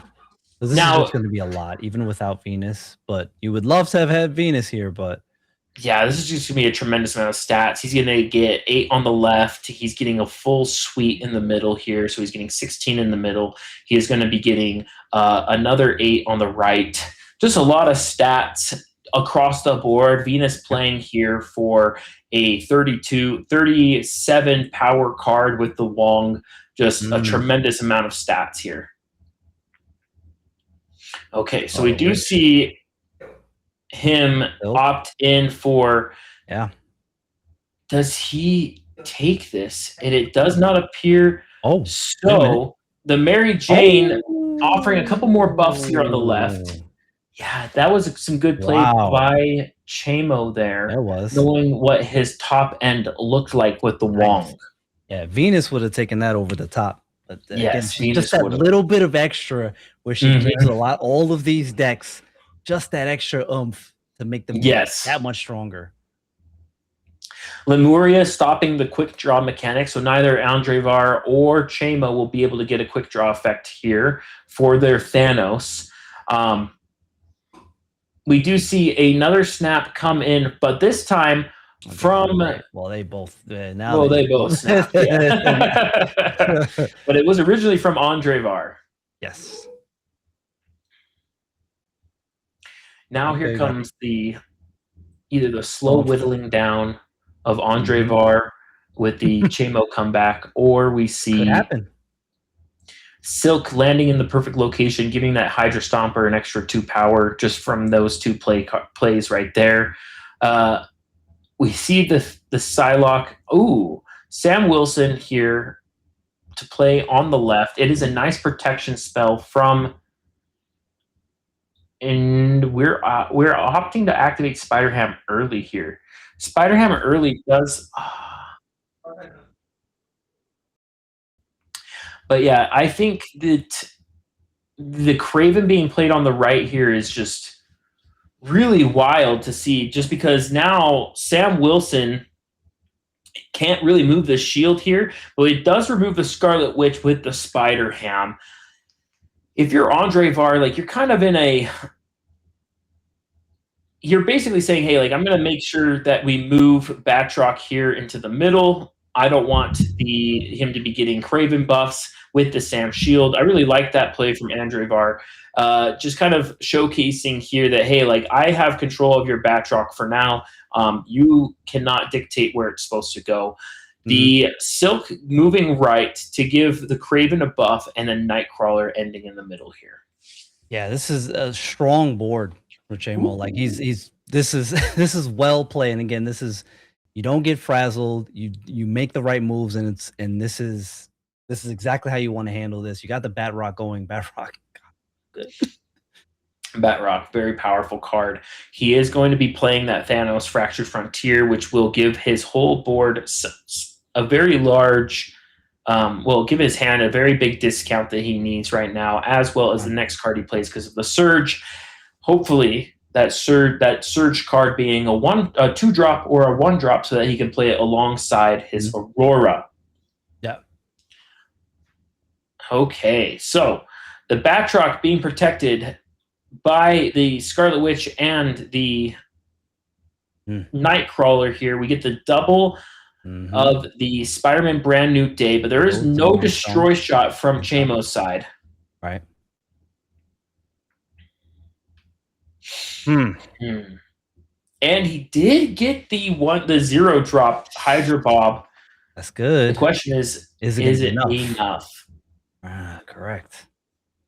Now, notably, I do not believe that Chamo's Thanos cannot move. No. And so we're looking at where it's basically playing, where does the Batroc go? Does it go middle or does it go right? Chamo is playing around the fact that it could go middle. And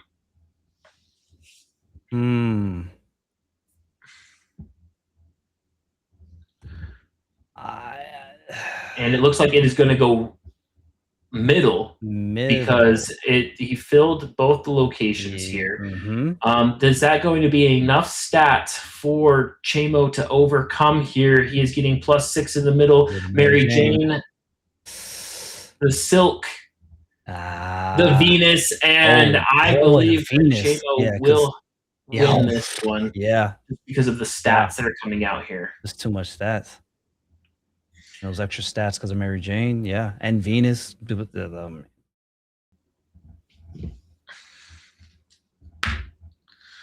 Andrevar doing some quick math, showcasing that if he moved the Thanos to the right, he ended up winning that.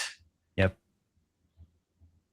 This is how it goes sometimes. The playing against move decks and the ability for them to reposition power is just such a strong mechanic in Marvel Snap that as an opponent, it is really hard to know exactly where they're going to be placing power. It's why we've seen Sam Wilson and Batroc be so dominant at top ladder for so long. We do see that he gets the free Venus. Hang on. Wait. I've been listening for the last 3 rounds, and good sir, you have continued to forget what Res Snapper in the Spider Showdown taught us. It's pronounced Batroc. Oh, Batroc. My apologies, Res Snapper. I was not familiar with your game. I love this. Batroc. Yeah, that's. I will not make that mistake again. I You shall apologize not. to everyone. Oh. This is really cool. He's going to play the Sam right to prevent the Batroc from moving. He will be able to move it with the Spider-Man Brand New Day, which then could actually be bad for him, but he does not choose to do that. No, I gotta say, Andre Var getting the free Venus might be paramount because a lot of these games always have been coming down to who got Venus and who didn't. So could very well be the case again here. And not to mention the Jane Foster. The question is, does he go for Wong or does he go for? Yeah, he's going for Wong on that left. You can follow up because Thanos has the Infinity Shot loaded, which means. I really like this play here from Andre Var, kind of protecting the Venus and the Wong just in case anything were to happen.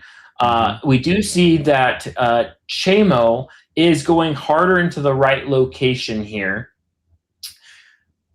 They'll see if it stops him from being able to play and get Prio.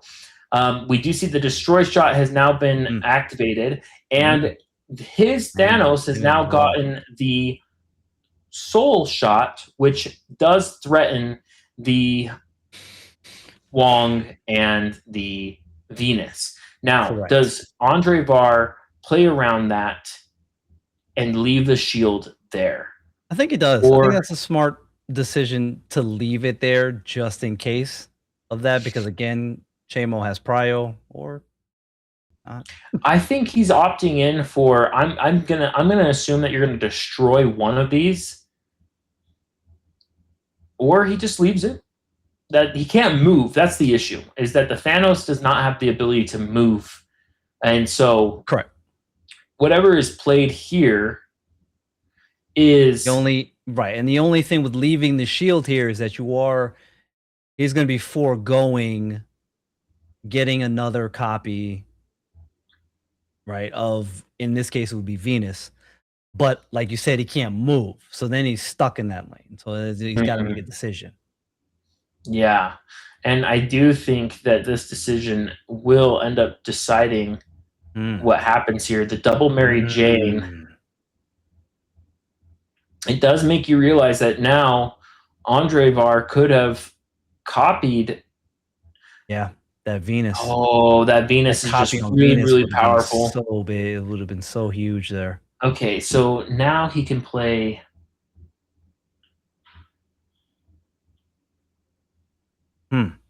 All right, so he hits plus. And he's got Luke. Well, he's trying to avoid moving Batroc to the right for Chamo. The question is, though, can Chamo eke out a win here with the double Aurora? Wait. That's we did the same thing. You want the Andy first. Order of operation. Andre Var showcasing. He's not going to be getting the buff from the Aurora on the Awesome Andy or the. Because he did everything so fast that I think he forgot that he switched. I think he's looking for the Deadpool one. Yeah, he knows what he did. Yeah, that he could have won this game fully Right. I and wonder ended this if round still if he have had placed Awesome Andy first. Oh. Well, Well, hold on. Otto's Lab. Did he eke out a win? oh my god. Oh my god. Wow. You know What what? a beautiful save. What a beautiful Oh. save. Oh my goodness. Andre Var taking it home against Chamo. Okay, honestly, I didn't see that coming. I think Andre Var also was like, oh man, I messed up there. Yeah, he I dodged did the one order there. wrong. But it Jeez, ended up that's tough. not mattering. And he ended up winning No. it.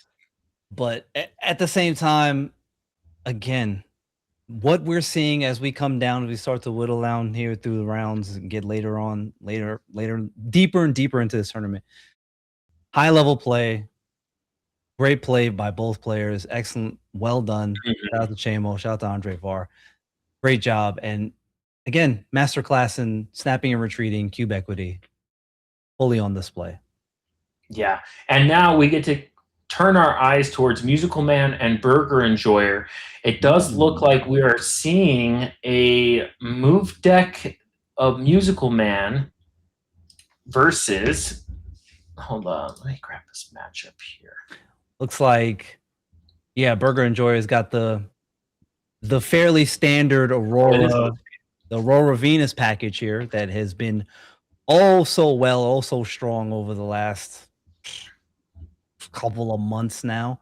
Still performs very well. You have the Scarlet Witch slotted in here for just that little bit extra. And Iceman, again, what we spoke about before, and Mercury for these move matchups, which this is the perfect matchup to have Mercury.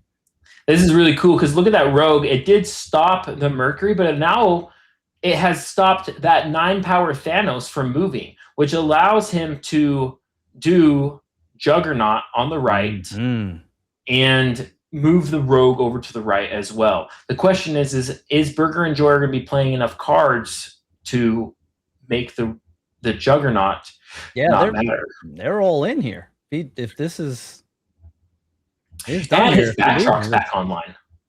That's true. That's a good point. Alrighty. Well, we'll see here. The Batroc going ahead and moving into the middle here. The Mercury and Thanos not being able to move for Burger Enjoyer. And we are going to see, once again, Juggernaut. Just a beast. Juggernaut ruling the day. Like, oh, wait! That's right, because the Rogue took the Mercury!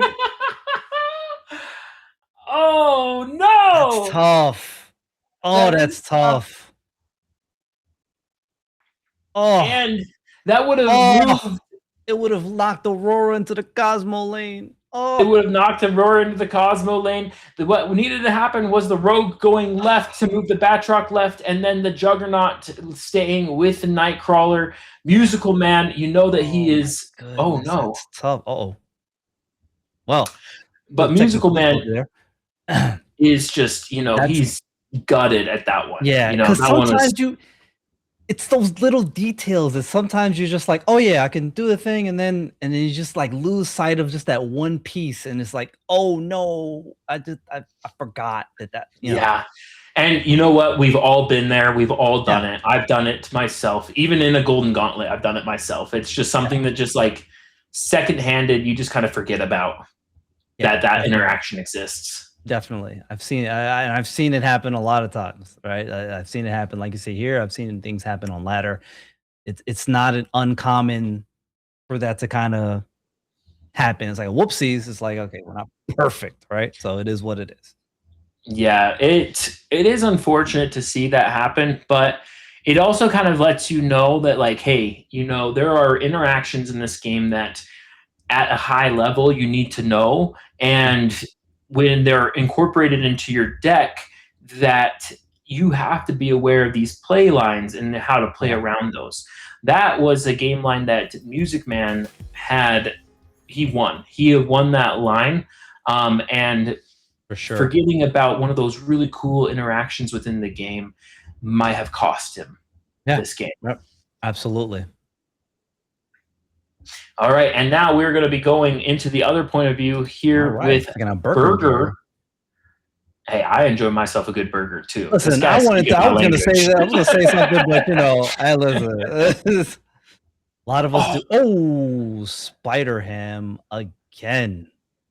Yeah, Spider-Ham didn't take in. Gut shot. I mean, Spider-Ham has just been feasting this Golden Gauntlet. He was absolutely feasting. A lot of Spider-Ham for the next week. Spider-Ham just showcasing just how really strong he is, especially in this Aurora show where he is that activate that you're looking for and that you're needing to kind of finish off your lines. Yes. And we do see Iska, though. Iska, a very, very powerful card in Aurora shows here. The question is where is he going to be able to play a card that powerful and gain a lot of power from it? He does choose to do the Awesome Andy line instead, though. Choosing to go for the Awesome Andy line, loading another Infinity Shot. We do see the backdrop come down on the right, and then the mines go off in the middle with the Strange Academy moving towards the middle. This is really good for Craven here. Yeah, and we do see Iska come down on the right with Iceman on the left. This is just really good. This is just really, really good for Burger Enjoyer. Just a lot of stats here. Hopefully, and the double Craven. Oof. Musical Man is not out of this game yet. And that's look, taking that's a huge hit. Wow. Alrighty, and so we do see that all the buffs go into the Iska lane, which is very good for Burger Enjoyer. Now he just has an Aurora to play. The question is does he play it left or does he play it mid? It does look like he is opting to play it mid. There is the risk that runs of the Spider-Man going mid, moving the Batroc mid, and then some sort of strong card on the left. But since we are at the last cubes here, there is no reason to leave. Yeah, no. You're just playing this out anyway, so it is what it is there as far as that goes. But yes, we shall see here. I don't think that Iska even gets tall enough to compete on the right there. Maybe it does. It goes up to 8. Yeah, not without that Venus, right? That Venus getting... Yeah, Venus, what a wonderful card. Very powerful, very meaningful. We love to see it. I'd almost Musical be tempted Man to play Aurora in the left lane. I would be tempted to do it because this is going to come down to a matter of, again, we're playing this game of chicken of, am I going to move this Spider-Man into the middle lane for Batroc to follow for even more power? Yeah. And potentially play a card there so it gets buffed by the Spider-Man. I wouldn't be surprised if we see Jug in the middle here, and there it is. Well, Juggernaut in the middle, buffing the Craven, and then a Flight Harness to go ahead and seal the deal here on the right for Musical Man. We do see the Aurora come down here on the right, and a couple extra buffs, and just not enough to push Burger Enjoyer over the edge. They needed Venus to still be on the board there. Yes. Thanos. All right, and now we are on round 7, which is high stakes. What a great game that we're watching here. Down to the wire. Musical Man needs to take Burger Enjoyer down 2 more games. Burger Enjoyer only needs to win 1 last game to continue on to the top 8. Castle Zemo, one of my personal favorites. Yeah, you little electro gamer. Well, listen, I have a history with Castle Zemo and Scarlet Witch. It's a whole thing. That's all right. There you go. What are my Awesome Andy, most likely going to come down here in the middle here. He does have the Venus line, and he is choosing to activate Spider-Ham early, which is contrary to what we saw with Andre Var doing it later to try and hit the Thanos. There's probably a lot of move targets that Burger Enjoyer realizes that are good early in Musical Man's hand and wants to try and eliminate those as quickly as possible. Definitely. Very smart. Smart call out. I like that. Yeah, and so we have the Venus, we have the Awesome Andy, we have the Aurora, we have the Thanos. Like, this is a really good hand for Burger Enjoyer, but he has Batroc. And Batroc has shown time and time again that he is just an insane scaler. Ooh. That's a good hit. It is a good hit. The thing I've realized is that Spider-Ham just always has good hits. Listen, because people don't run bad cards in their deck. Exactly. If the shield goes right, I think this is over for Musical Man, and it does. Oh, the Mercury. Wow. Locking down the shield and the Batroc. My goodness. Yeah, that might be, that's backbreaking right there. It is devastating. Cosmo coming down. Cosmo's almost a card you can go ahead, well, in lieu of giving up the points. It's probably the only thing here that's asymmetrical.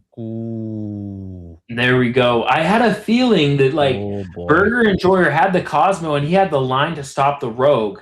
And could have chosen it. He could have chosen it. But now Burger Enjoyer has to play this game of, hey, like, where do I put my points? We still haven't seen any of them use Castle Zemo yet. Both players dodge it because it's just one of those things where neither player has anything sacrificial to put into Castle Zemo. Yeah, people run good cards in their deck. They don't want to. Right. I mean, Musical Man currently has that Spider-Hand Cosmo, but do you really want to just play that for the sake of just... No, you don't want to waste that. The 3 energy, use that somewhere else. But we do see that the Thanos comes down. It has the Destroy Shot, so it's going to kill a squirrel. I actually think that the Destroy Shot is kind of detrimental for Burger Enjoyer here, because now you've given him more space to flip Crown City. Right. And we're opting just for Aurora in the middle. Mm-hmm. He's basically saying, like, if you play Castle Zemo, I'm not going to play Castle Zemo, so you're not getting any extra stats from me. But Musical Man has move, and he can move the power over to Castle Zemo if he needs to. Correct. The thing is, though, is like Musical Man also knows that Burger Enjoyer's top end is Aurora, and he's only putting +8 in the middle. That is not a tremendous amount of stats that you need to beat in the middle. And they also have Crown City. So, like, if you're a Musical Man, you probably just go, hey, I'm going full into the mid here to prevent you from just kind of winning this location for free. And then Venus singing. Now, the thing is, though, is Musical Man, he has the Silk, which does end up flipping that left location. We have the Hydra Stomper down in the middle, which will put out a tremendous amount of stats, but not enough stats to make it matter. And very close. That was a cool game. I really enjoyed that. Absolutely. That was sweet to see. I liked how he kind of held the Batroc. Like, he saw the right play line, he just didn't have the stats for it. Yeah, absolutely. And this is strong deck, and is a reason why it often finds itself towards the end of a lot of these tournaments and always performs really well. It's a strong package, and it gets better a little bit, right? You throw a little Thanos in there, ones that have the Venus, it's nice getting these incremental. Oh, got another one down to the wire here. We are down to the wire. Captain Summers, a game, an individual that we watched earlier, facing against Denrix, where Denrix is playing that techno-organic virus deck that we saw. Now, the question is the Captain Summers going to be able to turn this around with a monster coming down in the left here? That is 19 power, with a Juggernaut. This needs to go middle, and it does, and it is still. Oh, yep. Wait. That's hold on. Yeah, from the jug, right? Yeah. Oh, and Sinister Six Wow. does manage to win the game for Captain Summers. He did not have enough creative cards, evil cards on the right to prevent. Wow. He had enough, just barely. Yeah, barely, just barely. Like you said, that Monstro needed to go the 50-50. Monstro needed to go mid, and it needed did. to go mid, and it did, and he lucked out. God. But showcasing again, Sinister Six being able to consolidate all that power into one lane is both a boon as well as a challenge when you're deck building and making sure that you have a way to win the other location. Yeah, correct.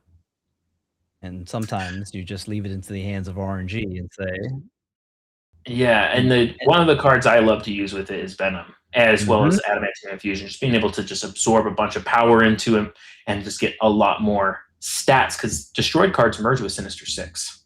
Yes, they do, which make it very favorable, I will say, in terms of not having to worry about things like, the Thanos Soulstone, where it's like, okay, you've destroyed one of my cards, but that can come back. If it's one of my Sinister Six cards, that can come back. I can get that back. That's not a big deal.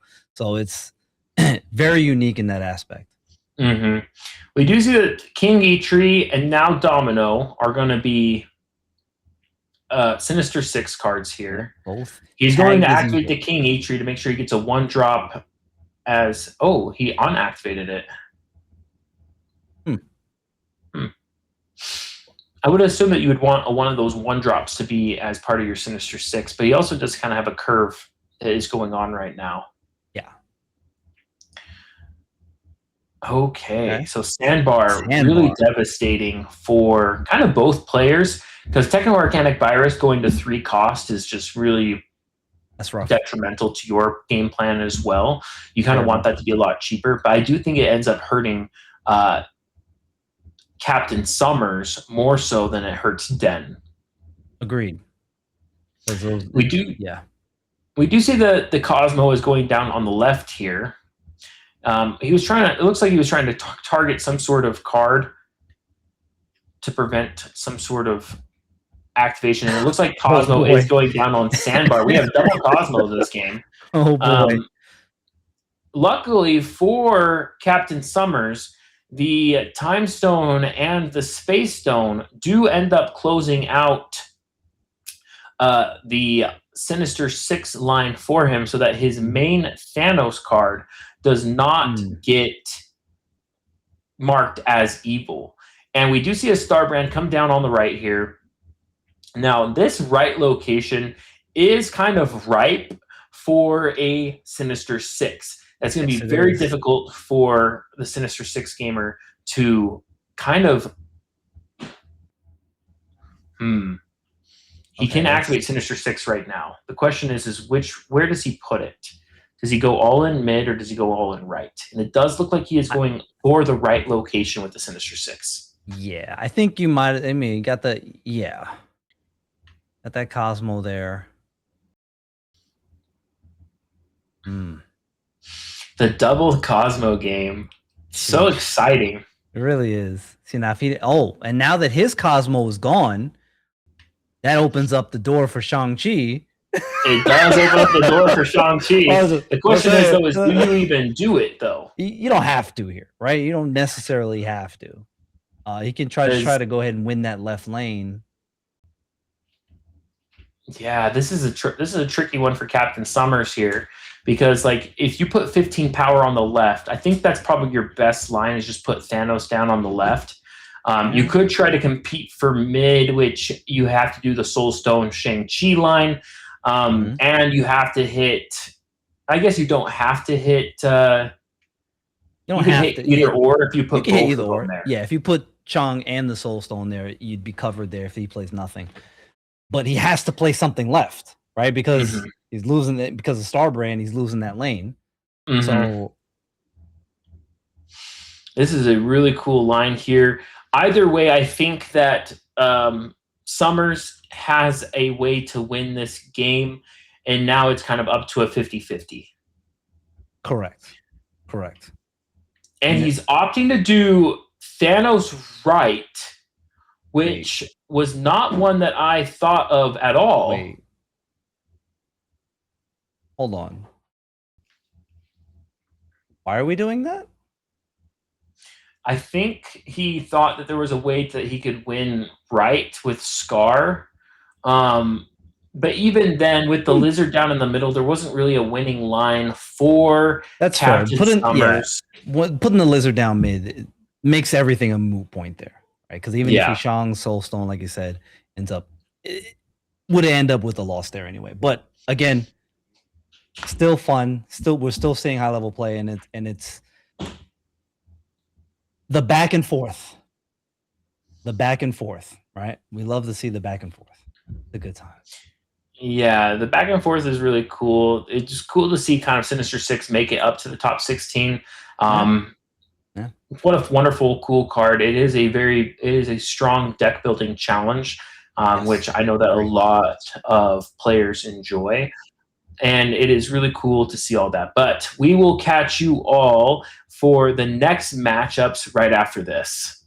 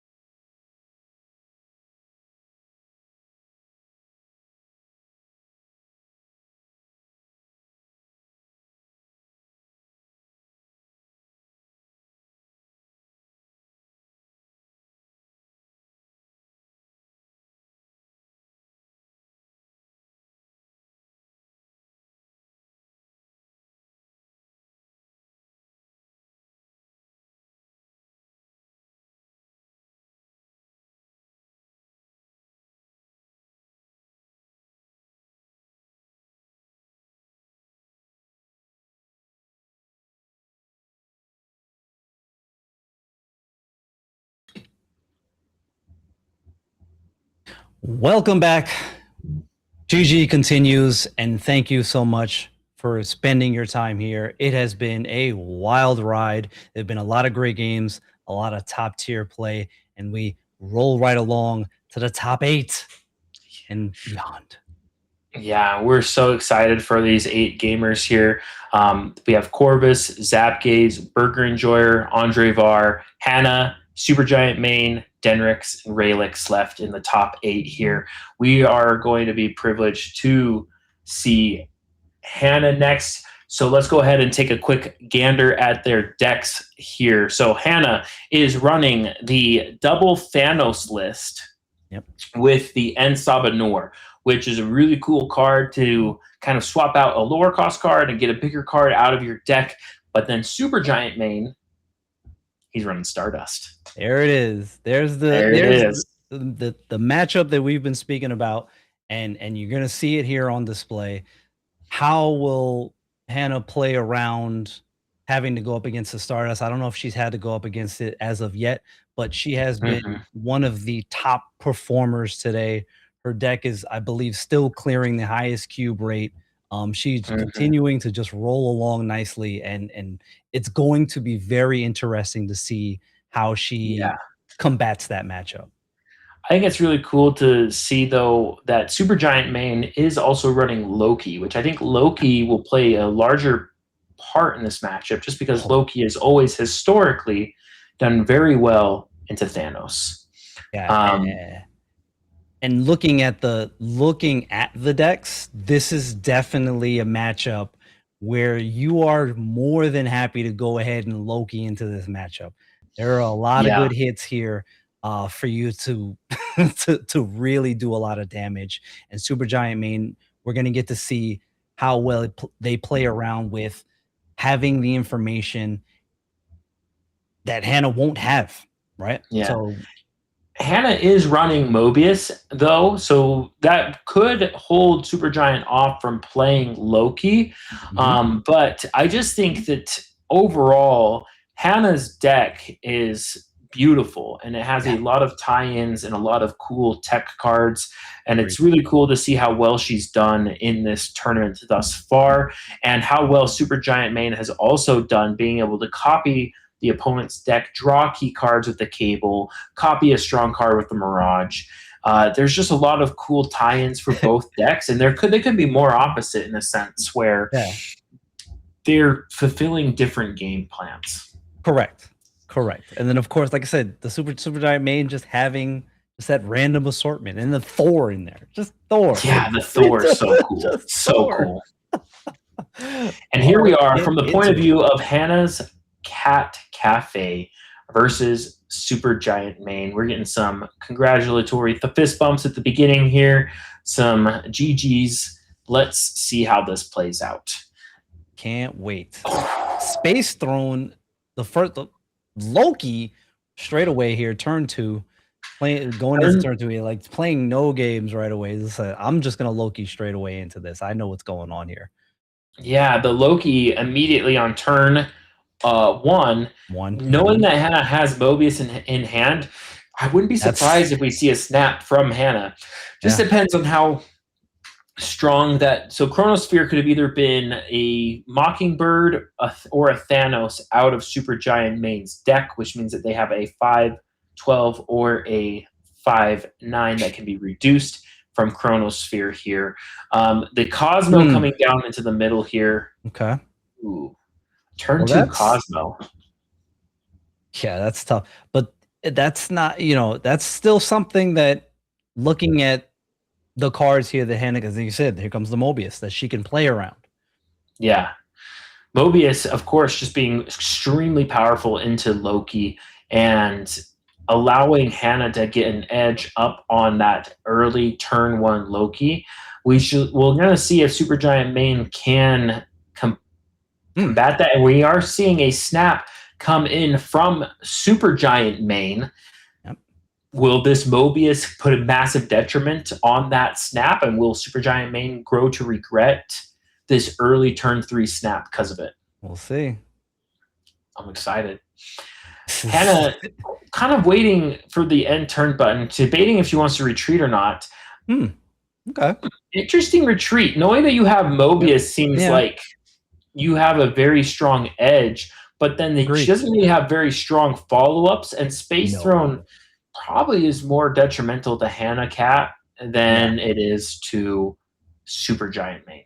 Definitely agree there. Even though having the Mobius there to play on turn 3, not having strength in the next several plays, it's kind of like, you know what? I still don't feel great about that. Even though I have the trump card here, I still don't feel great about it. Yeah, the Mind Stone on 1. Are we back into the meta of Yes, snapping on yes, 1 with Mind Stone? absolutely. Yes, we are. Absolutely, we are. Let's go. When you have the double, I'm gonna tell you right now, the double Thanos, and I figured this out the other day, the double Thanos, Mind Stone on turn 1 is back to being a turn 1 snap, in my opinion. It's so powerful of a snap. And we see the Time Stone, Space Stone. We don't have any Sinister Six to worry about, so she can go ahead and play the Space Stone first and then the Time Stone. Oh, but she's going to be able to play 3 cards this turn due to Tinkerer's Workshop here. Really awesome to see. Got options here. She's got a lot of options. I bet we see Space Stone as one of those options, just to make sure we get the big card out of our deck quickly. Correct. The question is, though, are we doing Space Stone plus Zombie? Or are we going Space Stone, Time Stone, Rock. potentially Soul Stone, or Rock, right? Yeah. I assume we play the Rock because we There want we to be go. able to still top deck a card Yes. on our turn. Well, the Rock actually will prevent us from top decking something. So we're still not going to be right, 'cause- drawing. Correct. Either way,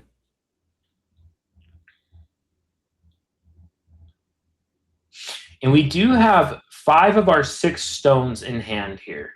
And there is Got the 4 early shots Loki loaded. on turn Early 2 Loki. with the Mirage.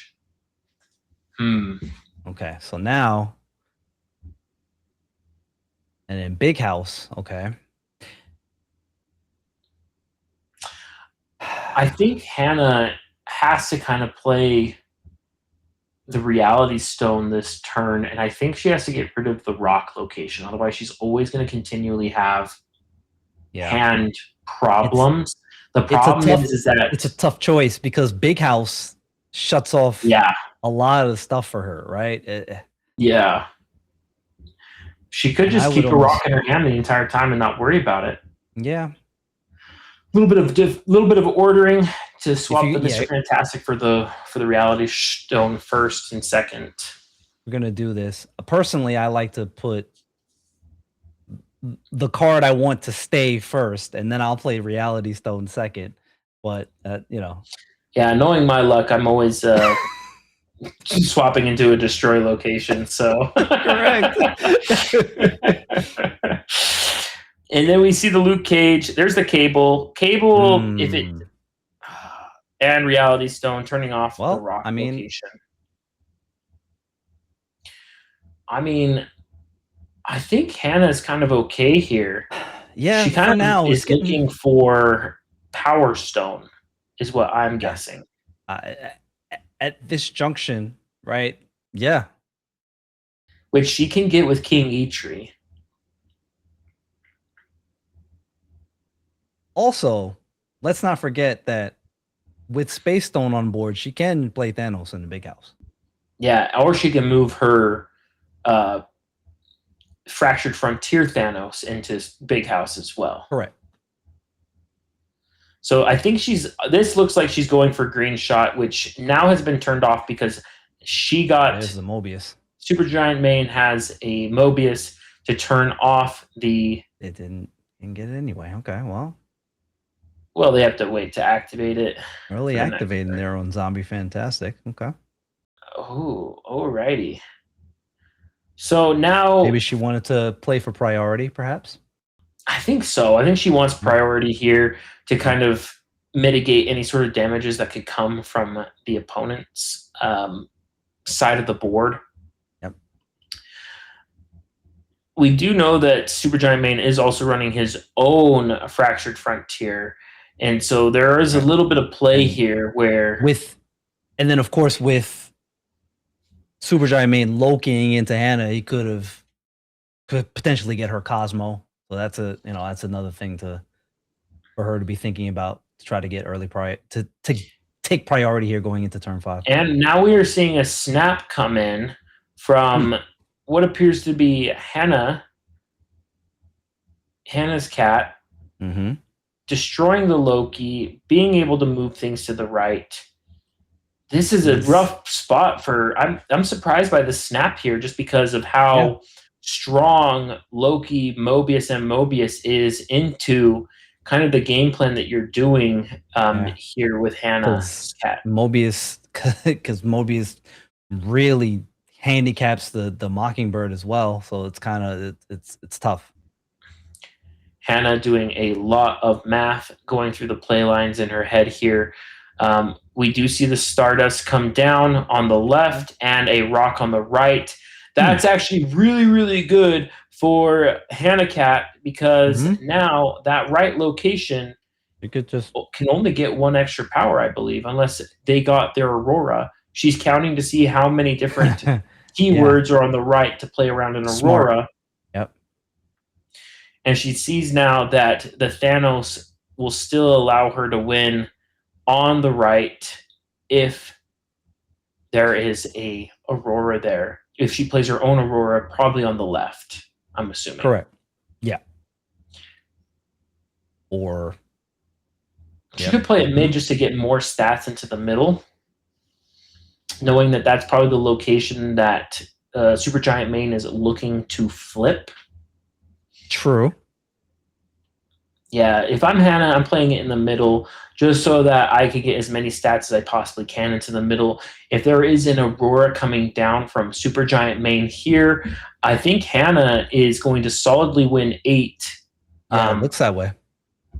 Just because of how she is being very calculative on how she approaches this matchup here, which is really cool to see. And they played left. And there is Hannah's own Aurora from the Loki, but we have our own Aurora, which will put us up by 1 point, bringing the game from a massive 8-cuber right there. Holy. That's a... That is wild to see. That was some wonderful math done by Hannah there. You could see she was going through, checking how many keywords were everywhere. She had a thought, she had a feeling that they got her Aurora from the Loki, and it ended up paying massive dividends for Hannah's cat. Absolutely. Smartly played, well thought out, and clearly you can see in a game where even her deck, and I'm not going to say her deck is at a disadvantage, but the deck, I mean, the deck that she's playing against has some good lines into her, right? Because it can do the Loki, and it has this and it has that. She's in one shot navigated that no problem and has taken a commanding lead. Yeah, and it's really cool to see just kind of all the play lines here. Wakanda Embassy being massively huge for Hannah Cat, getting an extra card off of it compared to Supergiant Main here. I would not be surprised if we see Zombie Mr. Fantastic come down here on the left. Yeah. And there is a snap from both of them. Both players. We are now, Supergiant Main is locked in to this game. This could be the last match for Supergiant. That's it. All or nothing here. And getting a 1/7 Space Stone is really powerful for definitely Supergiant. Okay. Hannah does secure Mosh Pit. Oh, Marvel Boy. Here we go. Marvel Boy. Yeah, this seems right. I like this play a lot. Just getting the extra stats in, but she could also opt for Marvel Boy, knowing that Thanos, the extra shot, is just so powerful. Right. And then you do the dance of, do I go for the shot even though I'm not like I don't have Thanos in hand yet? Like, you do the. Do you go for the shot, or do you go for the stats? Go for the stats.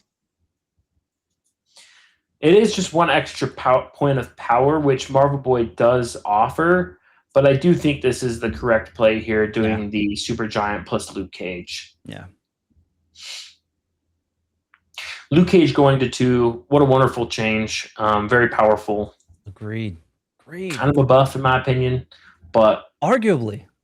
I do like it quite a bit. The Loki Space Stone King E-Tree. That is a very powerful play from Supergiant Main. Sheesh. We have the Thanos.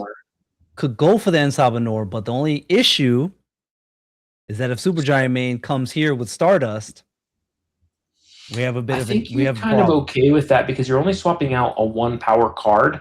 Yeah, it's not the worst thing in the world. And you It's get, not the I worst mean, thing ever. And you Salvadore's get, got 8 power. well, even more so. It goes to 11 Correct.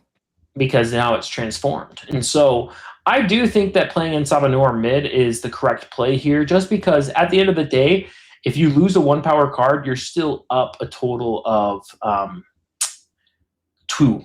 Yeah, you're up 2. You're still getting the stats. You're still Yeah. getting good stats here. So And you're getting rid of a lower cost card that you might not need. correct. Or you could draw again. Right. Okay, and we see Venus and Mobius. Oh Sheesh. my goodness. This is just Well, this is a great line for Supergiant main here. and it gets the flip though on Time Stone here. Oof. And it's into her own Mobius against the Boom. Loki Eddie. gamer. The question is now, though, is like, what do you copy? Do you copy the Zombie Mr. Fantastic to get a Probably. bunch of extra stats? Or do you copy the Space Stone just because it is an extra 7 and you solidly win that right lane? That's even if she goes for Thanos Fractured Frontier, or if she opts in to do Time Stone plus Marvel Boy. Which again, definitely an option. Would be a much more enticing option if Venus were on the board, of course, right? Yeah. But I think you'd be leaning Thanos here for sure. Yeah, right? just because Like, it can target the Venus. yes, correct. And getting rid of that Venus on their side of the board is just such That's a powerful, That's it's such a huge. powerful effect. She's gonna activate. Opting to do Zombie Mr. Fantastic now just to kind of secure Prio, Yeah, that's because it will target the Apocalypse. yes, it will. So I really like this play. Getting rid of the Venus this is- here. It's a strong This is just play. kind of a very solid line here, which does give. Yeah, now she has Prio, which kind of allows her to win in a sense. The only thing is, though, is like, where do they put points? Do they put it mid? Do they put it left? What I'm going to guess is that they play Thanos Fractured Frontier in the middle, Mm-hmm. and then a 1-drop on the left. And so if you're Hannah, you kind of have to play around that where it needs to go on the left. Correct. And you can see she's currently debating where they need to go. Mm-hmm. She could try to compete for all 3. She is choosing to do this here. The only losing 3 power if I don't remember what their Thanos had, but if I it do only not has the either. destroy shot, then you're kind of good. Yeah, for sure. They're not getting any extra powers, and her Thanos taking out Venus helps in that regard as well. If there was any power to be gained on Thanos, but let's see. Marvel Marvel Boy Boy. into the middle, and Reality it's Stone, Reality and Stone. Hannah Cat has won this game with the Venus on With the top Venus. to Add just insult to extra buffs injury, to jeez. the soul space shot Salt in and the wound. Cage. This was a cool game. You really like to Absolutely. see just kind of how Hannah's just mastered that deck. Yeah, she has, and it is showing itself in spades. You see that matchup, and you quickly understand why she's been undefeated all day, why her deck has been clearing the highest cube rate all day. She is playing it masterfully, and continues to do so. Like that was such a cool line. And there you see it there again, just playing it well.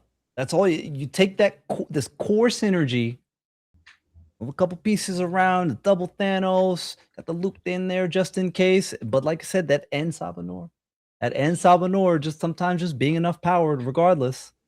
Boom. And then it's very good. She's playing very well. Yeah, I really liked that BG's whole line. both I sides. loved the Ensaba Nor and how it ended up just kind of facilitating another line to get more cards out of your deck, which I just think is really cool. Swapping out one of those one costs, whether it's Mind Stone, Time Stone, or Soul Stone, you're just happy to swap that out for something bigger. But now we are going to be turning our attention towards Zap Gaze versus Corvus here, and we've already got to see Zap Gaze before. They are running a C3 deck. C3, and Corvus, I believe, has that another one of those move decks. That small movers package, right? With the Thanos. Jane Foster. Yep, there it is. We are seeing a very aggressive snap from Zap Gaze, seeing that he has Onslaught Citadel. Citadel. Oh yeah, that's Cerebro. You gotta get out of there. Absolutely. And Corvus here, like you see the Jeff here. This is kind of a different inclusion that you haven't seen, but with the Venus, I could understand that, just that extra level of power gain. But Corvus does not have any counter interaction, right? So there's no Cosmo here. Yeah, the only thing is just Thanos. That's it. He's heavily relying on that Thanos Fractured Frontier to interact with Zap Gaze, which means that Zap Gaze kind of just has, and there's Monster Island. Corvus should snap this, knowing that there's not much he can do here. Yeah. And there we go. We see a snap from Corvus. We are back now to 9-9 tied game. Shared a couple of jabs there. Bang, bang. We're back at one. Back again. We're so excited to see that here. Yeah, this is going to be Corvus has to play this very well and put up and just foot on the gas, right? Because again, not having any interaction, foot on the gas, and sometimes you have to hope that. But like we spoke about earlier, a lot of times against this Cerebro deck, that Thanos is too late, or they put down a good Cosmo, and then they're protecting the Cerebro lane. So it's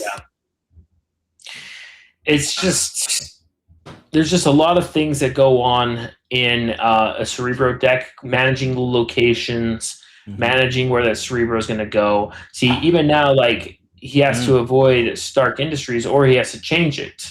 Right, and then just seems to always have the Scarlet Witch here ready. Love it. You love it. He's ready. He's always ready. This is a reverse card.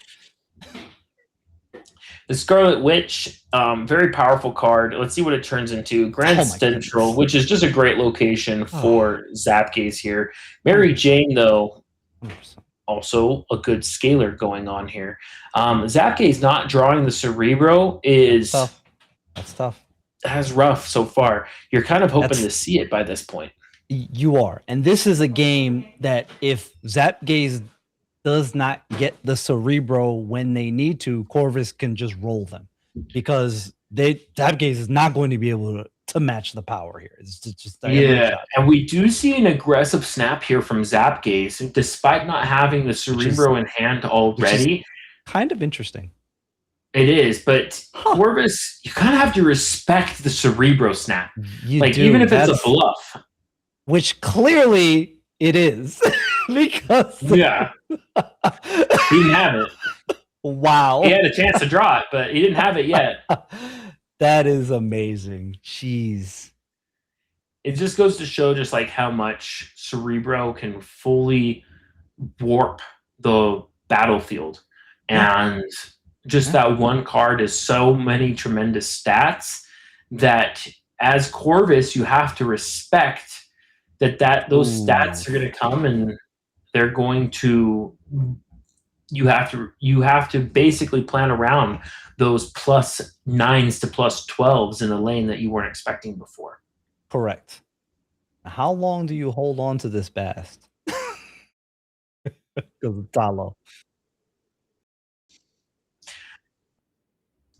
Yeah, I don't know how long you hold the Bast in your hand for, just because of Tao Lo. I bet you hold it in there for a little while, just to make sure that Tao Lo doesn't end up Yeah, you messing kind of up have to, right? Like, anything that you're wanting to do.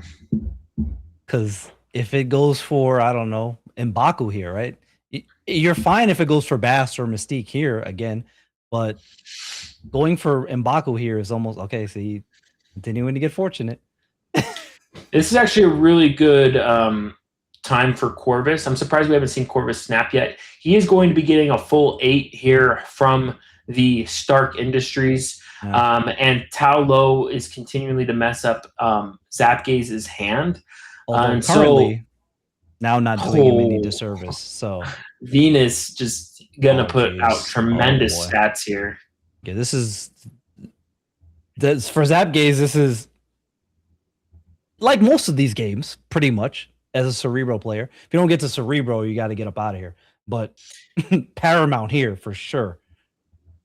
Yeah, Corvus just has to pick a moment where they should snap, and I think it's coming.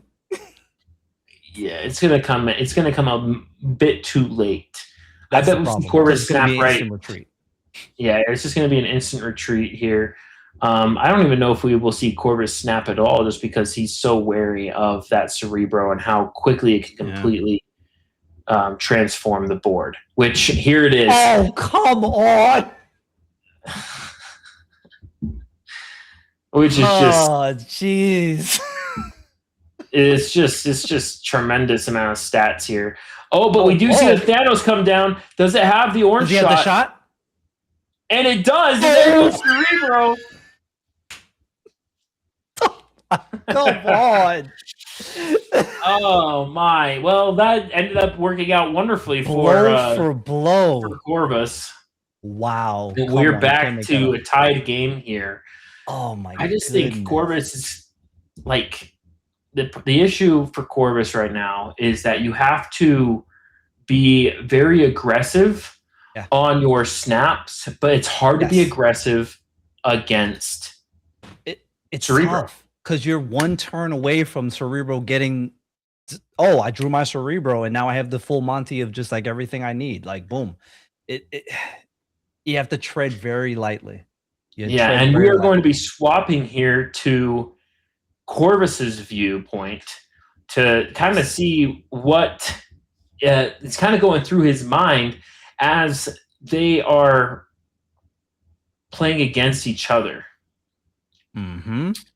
But now we are on round 5, which means that we are in high stakes now, which means that we've spent the time figuring out each other's play lines and how it works, and now it's time to kind of ramp it up in a sense.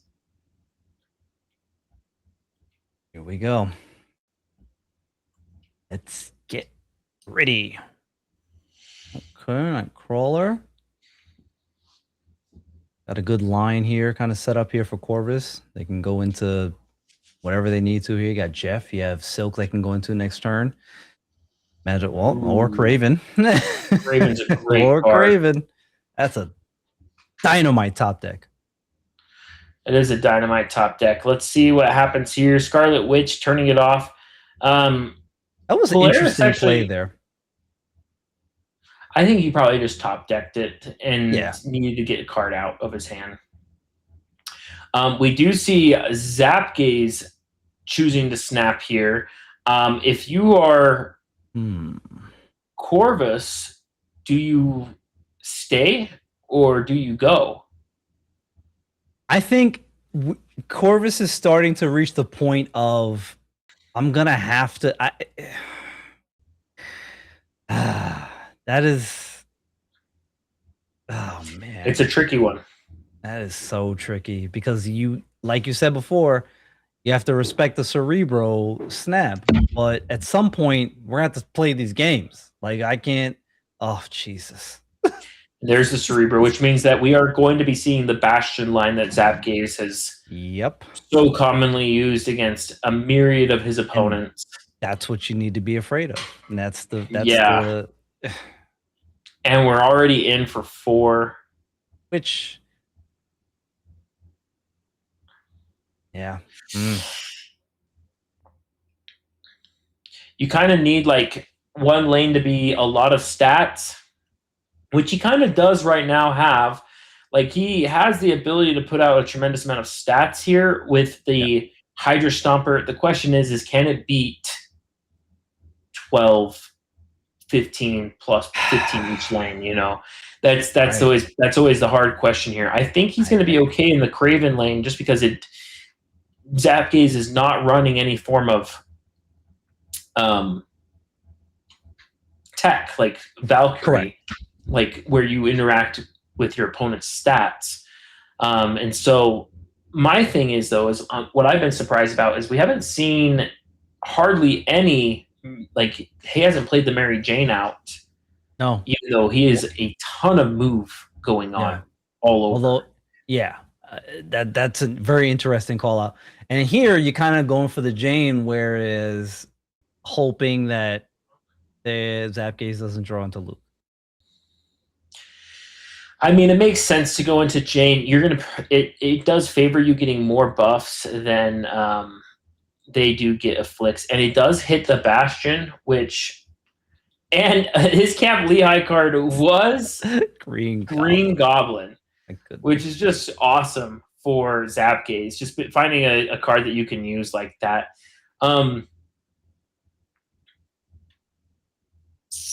This is going to oh man, and we're in this, they're sticking this out. They stick this out. This is 8. This is it. This is where somebody's getting knocked out here. If this is,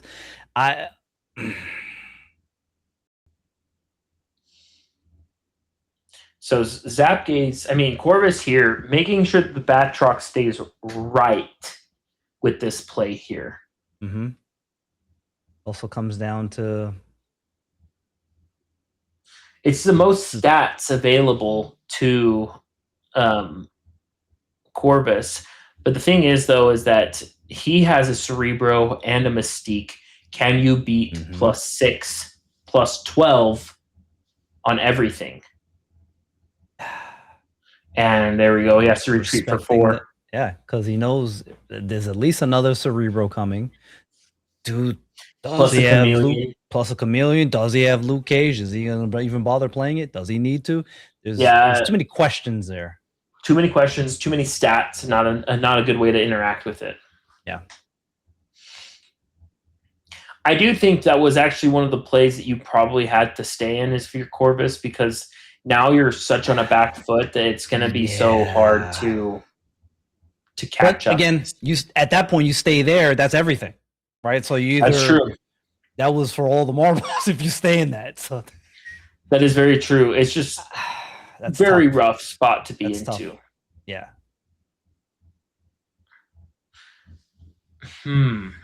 The Silk.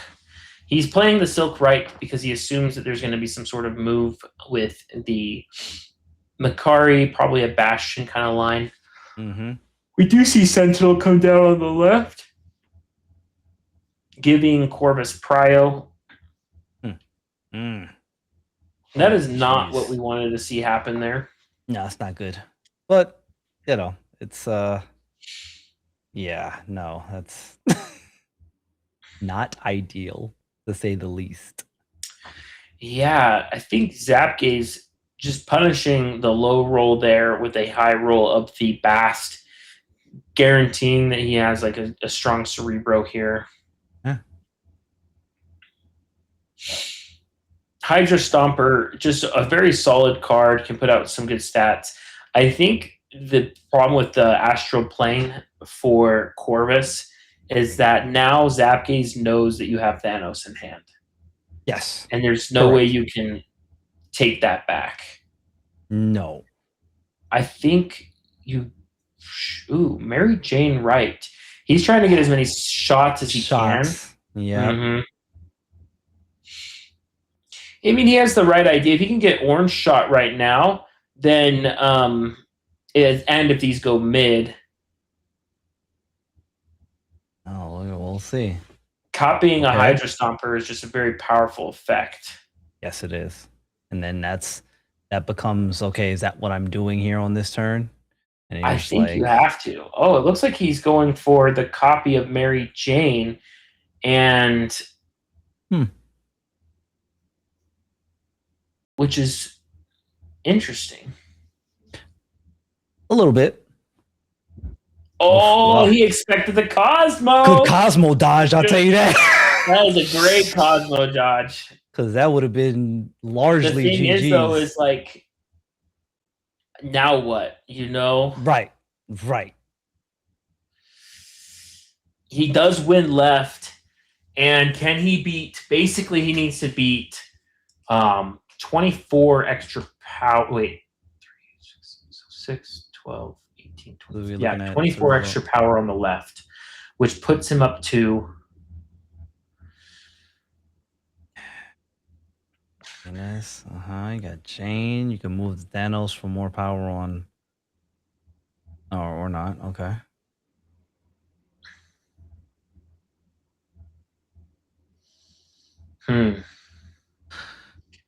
Yeah, that's a cool interaction. You can move both Thanoses if you play the Thanoses in the same lane.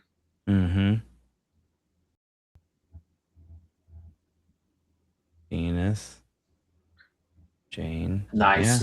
I mean, I like this line a lot. Yeah, I like this line a lot. Agree. Mary Jane putting out tremendous stats here for the moves. I'm surprised he didn't move both of them mid, knowing that that's kind of like where he needs to put a lot of his power. I guess he still does need to beat 36 left. Man, you have to play around 36 left. Jeez, you kind of have to play around 36 in all lanes. That's the problem. So difficult to do.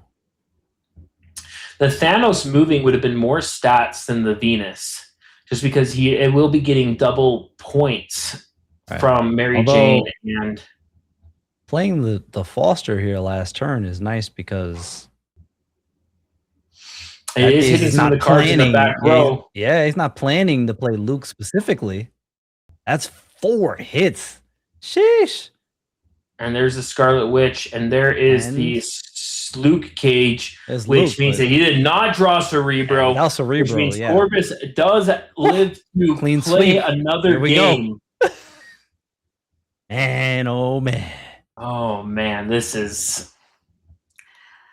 was some good stats though, and he did get over the 34 mark. So even if they did draw Cerebro, he won that game. And also, of course, the debuffs from Jane, which came in a lot of clutch. If you're Corvus, you kind of have to leave here. Yeah, this is your last opportunity to. Yeah, just Fisk Tower just is way too brutal into what you're trying to do. That's a rough one to leave on though. Like that's such a free snap for Zapgaze that you're fuming on that one. Yeah, that is unfortunate.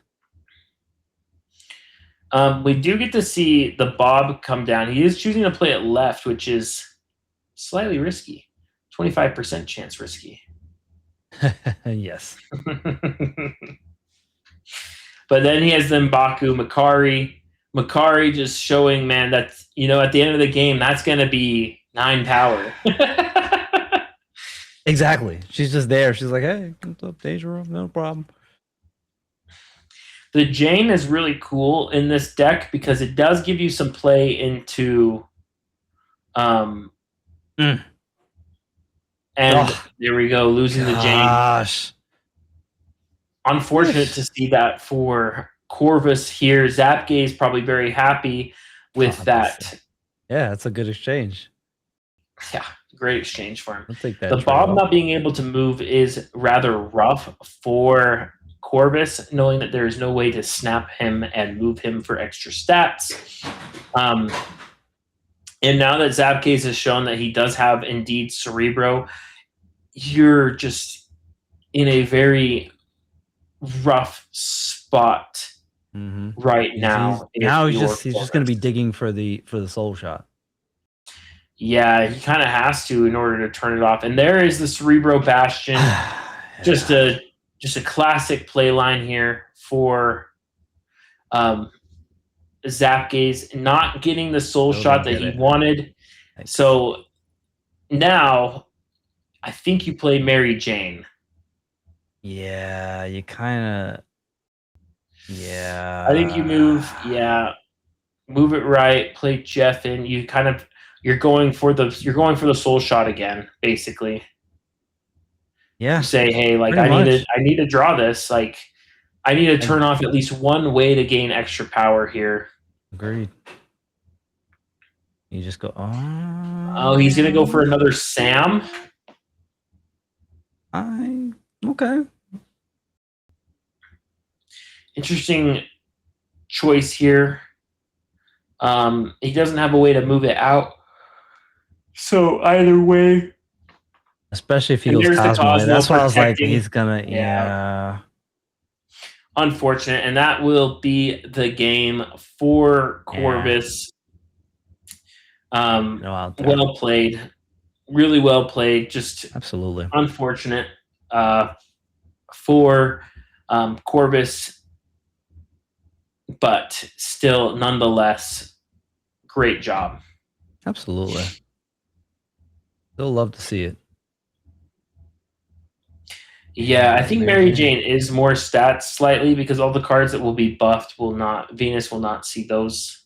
Mm-hmm. So, but there we go.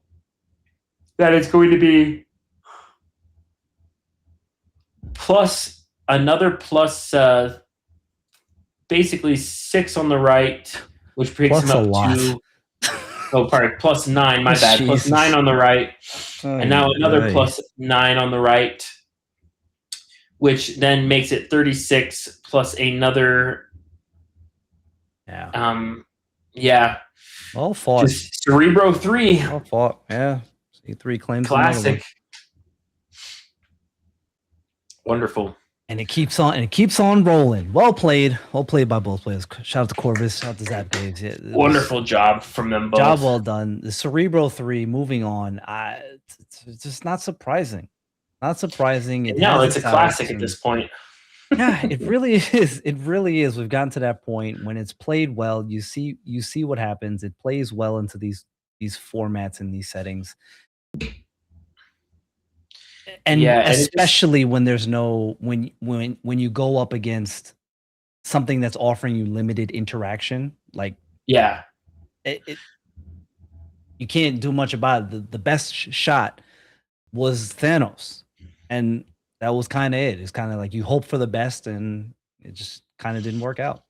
Yeah, I think Corvus needed to try for that soul shot if possible. Yeah, I agree. That turn 5. Yeah, I think they maybe could have went with that Silk Mary Jane play. May have been better, but again, even still end up on the other side of the stick with the Cosmo going into the. It's just tough. It's tough. It is. It is just a lot of tremendous stats there. Hello. There he is. Hello. Couldn't join the two of you just to simply take my hat, tip my hat, including the weird parts of it, and say, "Thank you, partner." I don't do hats. You can tell because I've lost everything up here anyway. But I'm just looking to say, I appreciate you, partner. You rock the hat much better than I do, Roram. So the two of you all have done absolutely fantastic today. I hope you all had a good time. I hope the audience got to enjoy both Gaming with Flash and Roram. I just wanted to say thank you to the two of you once again as we get ready for the semi-finals. So Roram, Flash, thank you both so very much. I greatly appreciate having both of you here. Thank you for having us. Pleasure was all mine as well. And mine as well.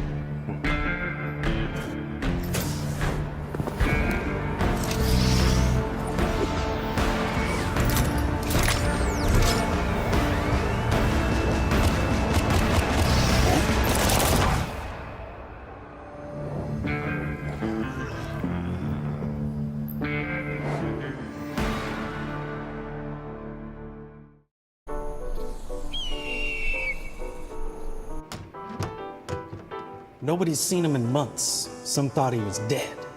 But my source said he'd be here. Something to do with the new season of MarvelSnap. Whoa, easy there. You're new around here, but it looks like you already picked up the quick draw mechanic. Bet you didn't think you'd see me. Beginning with the Fractured Frontier season, there's a brand new mechanic in MarvelSnap named Quick Draw. It activates when you draw the card. The season pass card Thanos Fractured Frontier gives all your cards a quick draw effect to load an infinity shot into his 6-shooter. And then when you play him, he fires all those shots for powerful random effects, like reducing cost, drawing cards, or gaining even more power. And whose might this be? Some poor fool who crossed Thanos? Wait, this badge looks scorched by electricity?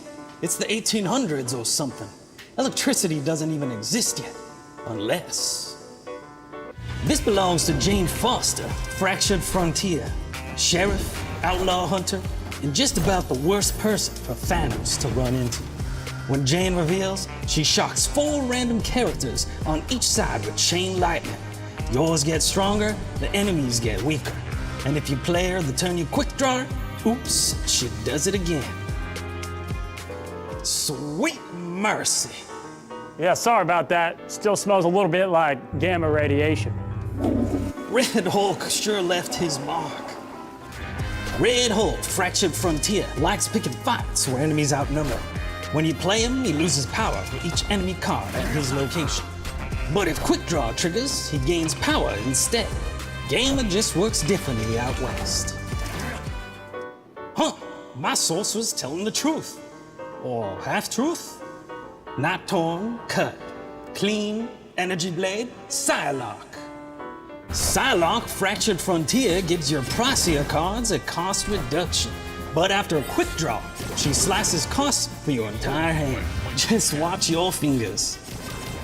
Now he's running with the pack. Ben must be channeling Red Wolf, protector of the Old West. On reveal, Red Wolf gains +1 power for every card in your hand. Trigger his quick draw, and every card in your hand gets +1 power too. That's one powerful pack. There are worse ways to die, I suppose. Like how I went. Yikes. Wait, you're a ghost? Oh no, that would be scary. I actually just regenerated in this room one day. Kind of like what the new Death card does. Death Fractured Frontier brings back fallen allies before the dust settles. With zombie cows on the ladder, this is exactly what the corner ordered.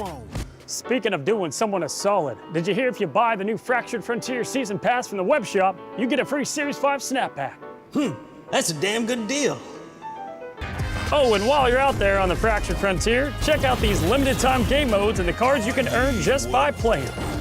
It feels like I'm still missing one giant piece. Missing something?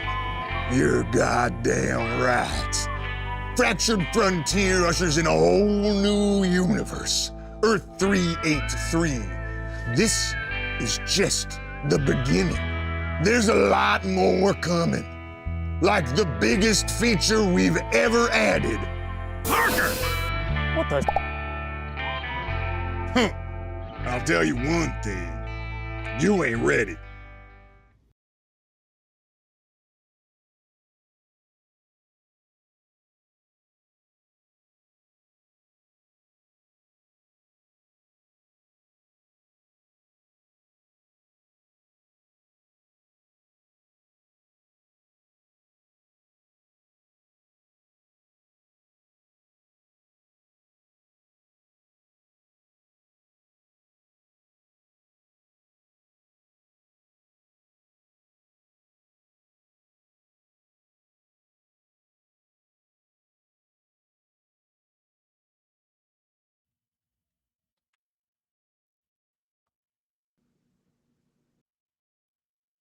Welcome back, everyone. We are now officially here in the semifinals. It's great to have you all here. Let's welcome in the one, the only, the legendary, the fantastic, the wonderful, the best there is, KM. Best. I am at least one of those things, and that is KM Best. It's great to be here with you. Let's get into some golden gauntlet crunch time. Yeah, there's been some real chaos happening over the last several rounds. We've seen a load of Thanos Fractured Frontier, to say the minimum, both in initial attendance as well as into the top 16. But now that we're heading into the top 4, we're starting to level off a little bit, is what it kind of starts to feel like. I know you've been watching the stream over the last several hours, so just as an overview, how have you felt watching today's showcase? Optimistic. I will say this. Thanos Fractured Frontier is a card that's on the forefront of everyone's minds. He's a season pass. He's an extremely cool season pass, and he's being played a ton. He was the most played card in this tournament so far. But I think it's notable that he has not just performed well due to high numbers. He has a positive win rate overall, despite being one of the most brought cards, which is a testament to what he can do. But more than that, it's a testament to his versatility. There are a bunch of different Thanos decks that all get grouped in as Thanos decks. This is a deck that I absolutely love. One of the biggest advantages of playing double Thanos, Thanos, however you want to phrase it, is that you have Reality Stone built in as a part of your kit. If you can make a deck that has a similar level of power output to the other Thanos decks and a similar level of consistency, you end up just benefiting from all the added power and utility that the original Thanos adds to Thanos Fractured Frontier. The big question is whether this list can hold up against the more focused Thanos decks. But so far, the answer has been yes. Overwhelmingly, yes. I've been pleasantly surprised because, I've enjoyed playing Thanos Fractured Frontier just on ladder. I've been having a great time with it, and I've been really enjoying, like you said, it's a very versatile card. The experimentation into different shells, playing it into Bounce, playing it into Thandos, to playing it into the small ball packages of Move, and there's so many different places that this card organically wants to just be a good card.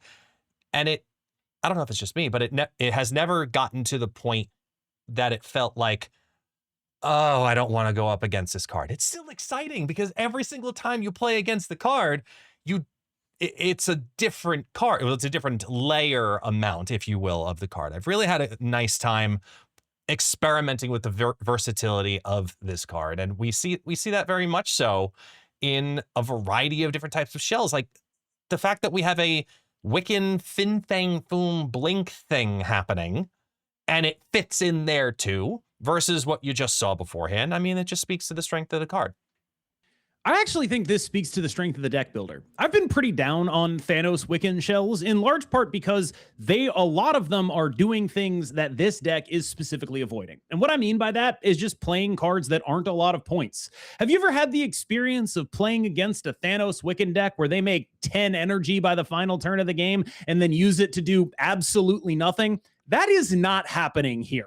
They are going to use all of the resources they generate, whether that be discounts from Psylocke or extra energy from Wiccan, multiply those things, go get powerful cards like Fin Fang Foom and Galactus First Steps, whose nerf has not stopped him in the slightest from being still one of the biggest 6-cost cards in the game. I especially want to give a shout out to Caliban here, the Caliban Horseman of Pestilence at the 3. That is just a significantly better card than the typically run speed in that slot. A lot to be said for the way this person put together the list here. I think it solves a lot of the problems that I have with the more commonly run versions of the Wiccan Thanos list. There's beef here. You don't have to go find it. Let's go see it. Let's go dive on in, and we're going to be taking a look at Hannah's Cat Cafe here in the semifinals versus Ralix. So opening hand, we've got the Thanos directly on turn 1, first position into the hand already with a Soul Stone and a Time Stone. It's not a Mind Stone, but it feels almost as good and maybe potentially snap worthy to be that strong on the draw situation right from the very beginning. I think Wiccan has a pretty binary snap yes and no condition, actually, where so much of this deck's power is unlocked by specifically the card Wiccan that by the time turn 4 happens, you have a pretty good idea of what their output is going to be and if it's going to be one of their good games or one of their bad games. So I wouldn't knock Hannah for being a little more cautious here. On the other hand, we might know by turn 2. Now we might. I mean, as we see Parker Industries drop down, and we've got now 4 to work with, but you only have 1. If anything, I could see some snap equity from both sides here. I would imagine that this is a snap if Ralix has the Wiccan. Unfortunately, we know the card he drew, and it definitely wasn't a Wiccan. This is true. This is very true. So it would have been a 20% chance that they drew it in their opening hand, essentially, as we see Psylocke Fractured Frontier come down into Asteroid M, not wanting to see the fun slide animation just by putting it anywhere else. But Psylocke's been another card that's been pleasantly surprising me, not just through the tournament, but over the first couple of weeks, trying a variety of different shells with it. It's a lot more flexible than I originally anticipated. I expected it to be fun and good, so it's cool to see it here now in the semifinals.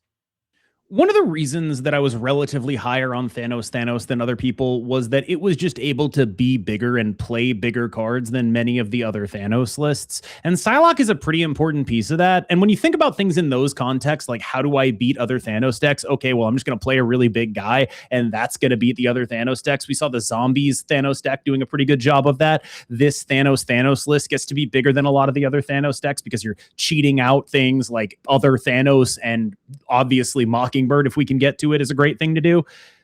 This is a long way of saying that both of these decks are big Thanos decks. These are decks that are using Thanos Fractured Frontier and also playing a lot of cards that are bigger than Thanos Fractured Frontier, which is a contrast to a lot of small Thanos decks, the Batroc versions, where Thanos is the biggest card they're going to play. And that, I guess I would say, it's not actually particularly surprising that decks that are leaning into it in this way are the ones we're seeing succeed. They're better prepared for the pseudo mirrors. It's also funny to keep watching all the players throughout this entire tournament. It makes me feel, ooh, as we see a Fin Fang Boom get blinked into play into the middle of Parker Industries, swinging that to an 11-point lead. I see it with Hannah, and I see it with so many different competitors already today. The amount of times players have clicked into Thanos Fracture Frontier just to remember every single one of the Infinity shots. It makes me feel better that, look, they're here in the top 8, they're here in the top 4, and they're still clicking through the card because there's so much to ingest consistently. Pop quiz, which one does he not have here? The black one. Interesting. No, it's the Power Stone. I took the cheap route. You took a shot. I know. It looks kind of a 0%er, but I respect it. Actually, it was 100%er because I got it right. So of course. I love seeing here that we're going to have Psylocke most likely disappearing out of Asteroid M, have a little bit of move flexibility on top of that as well. Then you're debating which direction do you go? Is it single card plus Aurora? But we see a retreat. Yeah, Snap came in. Hannah felt like it was not worth sticking around. My apologies. Yes, I see the rings now up on the top. I thought it was her Snap. I thought it was Hannah's Snap. I thought it was theirs.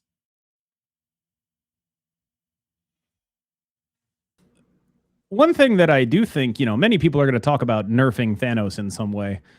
I do think they should take an eye at take a little gander at potentially reducing the amount of time the pre-game animations take. Hey, I personally think that as someone who has compiled a deck personally of as many different, not just pre-game animations, but as many layovers on a card as possible with the VFX, it just brings a fun element that you get to dictate how much of it you want to lean into. We've seen that a lot. We've seen a lot of Thanos Sinister Six. Even when Sinister Six came out, having the 2 of those together. Now we're seeing the 3 of those together in the same deck. Some of those decks also play Surge. There's so many different things that can get layered onto these cards. And it's just an interactive element that I very often think gets underappreciated because there is so much information in front of you. And the reason these players have made it as far as they have is because they're able to decipher through it, obviously, a lot better than myself. I can't say that for you because you're always in the top 100. You're one of those people.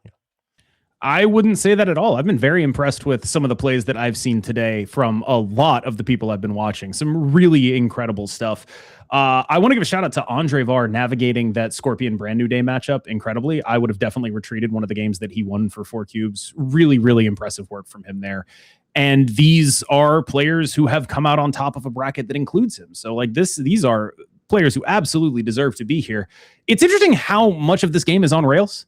Like, everyone's playing in Kiln, and then everyone's going to pile into Avengers Compound, and that's the game. Well, now, if you're Hannah, you have the mental game of, do you Reality Stone or do you not? And given the type of deck that Ralix says, I would probably lean towards no, only because it's 3 weaker power cards into Kiln, and if they play nothing into it because they think they're already maintaining a really solid lead, they have 2 slots and they've got big, beefy cards. So I would probably lean towards not. I think there's something to be said for Reality Stoning the Kiln here. The problem is, A, Zombie Mr. Fantastic could go there, and then what's the point of Reality Stoning the Kiln? And B, if you do, you have used 4 slots. You've used 3 of your slots on the Kiln, so you need to put something really big in there in order to win it. The Aurora does change a little bit of that math, though, for sure. Zombie Mr. Fantastic might make this a bit of a moot point, though. Yeah, because the most you're only adding in there with the Aurora is 7. Well, Zombie Mr. Fantastic, I mean, he is an activate as well as an on reveal. So if Zombie Mr. Fantastic goes in there, there's an on reveal, an activate, and an ongoing. It'll be some amount. I was thinking the other way around. Yeah. Yeah. I don't know if it'll be enough necessarily to come out on top against the Wiccan or Iron Lad that is likely to end up in there. Not to mention potentials for Blink and their Thanos to move in there. Definitely some worrying things here. I mean, Ralix has snapped, so we could be just going directly on that line and going into a Blink. Yep, there's your Wiccan. That's a problem for me because I think that play of the Wiccan really screams Thanos in hand. You do not leave that spot open unless you're thinking about moving a Thanos with a blue stone into that lane. Especially if you Thanos right now. And then with Elysium and get double Wiccan and a bajillion energy to work with and cheaper cards. Yeah, you know what? That's probably a pretty strong line. Well, that's, it could be worse. Okay, maybe not the extra energy from Elysium, but you get what I'm saying. I do. So we've got the Stoplight of Stones right now. Really looking to avoid, I think, getting the reality shot here and really hoping that the quick drawn Thanos loads up perhaps a space shot.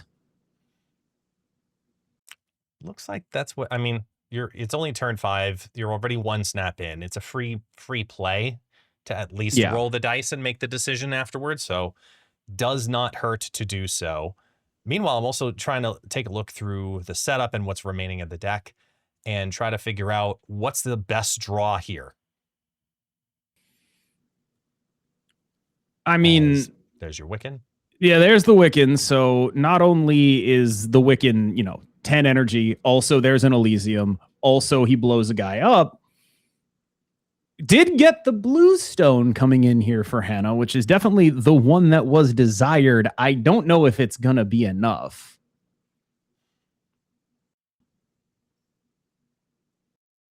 No priority for Hannah.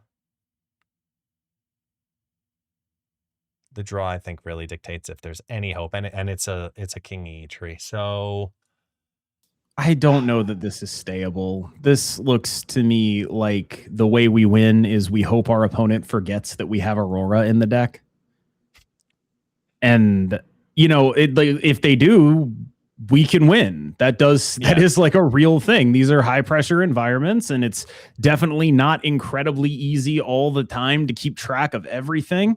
So it is entirely possible that there is an Aurora, like for all they know, there could be an Aurora Venus coming down. Maybe they think that's too hard to play around. Yeah, that's the biggest threat right now, hands down, is the Venus plus Aurora, because Venus would be technically reduced via the Elysium, so it goes down to 2. The Aurora's already been brought down to 4, and we also know that there's a Mind Stone in hand simultaneously, so there's a lot of potential power that shows enough threat that maybe they abandon Elysium thinking that there's a chance. I gotta imagine this is not a game we can reasonably win. Hannah might beg to differ, though. I'm really interested to see how this one goes.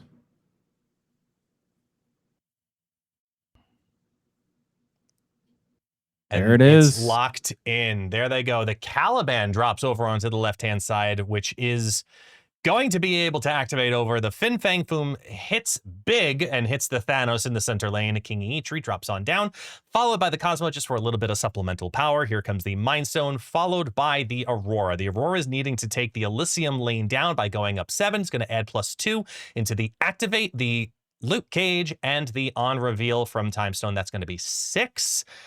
And it's going to be waiting on the hits from the zombie Mr. Fantastic. And it's just enough as the Caliban gets hit in the right, and they hang on. That was a little disrespectful of a Caliban play, I suspect. That was a little iffy. I don't know for a fact that there was a Fin Fang Foom Galactus First Steps available, but I wonder if something might have gone wrong in there. We'll never know. But what we do know is that we have a Mindscape in location 1, Mind Stone in hand, snaps are coming on down. This is just a great scenario if you're Hannah. That was an amazing play by Hannah in that last one. It was basically the win condition was there's an Aurora and there's a Mr. Fantastic First Steps. And if they just slightly do the math a little bit wrong on that, it is a game that can be won. Even games, and this is sort of the traditional Wiccan issue, is that even when you have a lot of big guys, you still need to actually get them on the board. Hannah is no stranger to competition. In the World Finals last year, Hannah made it to the finals, only to be gotten taken down by Zapgaze, who was in the second match we will see in the semifinals. So there is a 25% chance that we will have a rematch between the two Grand Worlds finalists from last year. All of these are coming up Hannah right now. These are exactly what she wants to see. We have not just a Mindscape, there's also the additional ongoing synergy from that Smithsonian Museum, a Mockingbird in hand on the Mind Stone game that is going to cost an extremely small amount by the time that actually ends up coming down. It is very likely a Reality Stone ends up showing up for that Mindscape. Subterranea? I mean, Ensabanur is here to get rid of it. Assuming we don't see a Stardust. Sure. Oh, wait, sorry, no, that was the other match. I thought you were joking. I thought you were just like, what if a Stardust shows up? I've been watching a lot of MarvelSnap. Bear with me a second. As we see honestly, Mockingbird flip on the right and the Caliban flip into Smithsonian Museum. What if a Stardust shows up? That is a scary thought. I think a lot of MarvelSnap players are familiar with that one. Yeah. Especially in an open deck list format in this exact scenario. If a Stardust shows up, it's a very, very unique day. Hannah recognizing the Luke Cage here. Caliban going to target the highest cost card. Mockingbird does cost 6. In that front row.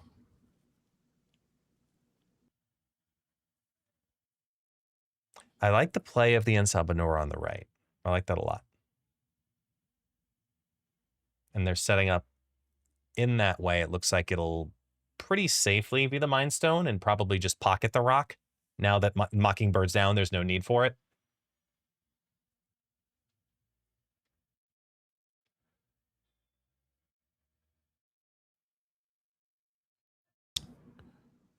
Ooh, let's see. The Iron Lad pops on top of the deck the Copycat, which has nothing associated to it yet until it's drawn. At this point, I'm almost wondering if Hannah even wants to Reality Stone, because there's a big Galactus First Steps just sitting right there for the taking. If there's a world where this is just like a hand dump situation, put the ongoings in the middle and just let it ride. I don't think there's many losing lines from here. This into Venus Aurora, very powerful thing to be doing as well. I think there's a there's a really hidden good call buried in that as well, which is the Aurora has almost zero value going over to Ralix's side of the board. Sure does. Sorry, 2 points out of potential 8. It'll hit. Well, actually, it's 0 points out of a potential 8 because the Iron Lad is a copy of Copycat, which is still an on-reveal, but just hasn't activated the on-reveal. Not if Copycat hasn't been drawn. Oh, yeah, you're right. No, it's not an on-reveal. No, she hasn't. Yeah, it's just there's zero. Yet. There are zero things that right, Aurora hits over there. As we see the Thanos Fractured Frontier drop on down, hitting the hand, reducing it down, banking on the fact that you are going to flip the hand. Yeah, like now the hand though is. I'm not saying this is gonna like necessarily go wrong for Hannah, but a bunch of those cards just got discounted. Oh. Well, that's a card, to quote Dexter. So I think if you've seen the reductions down, looking at the decks,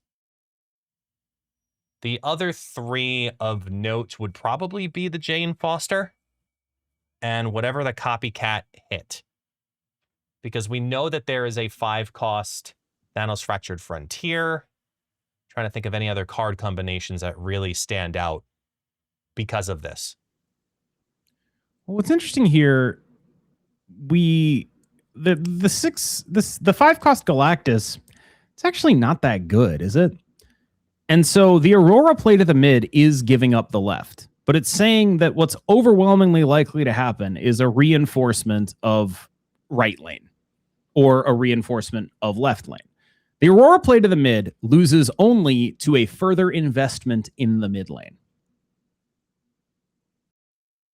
The Aurora play to the left loses to a further investment in the... I honestly would not be surprised if we saw a double retreat here.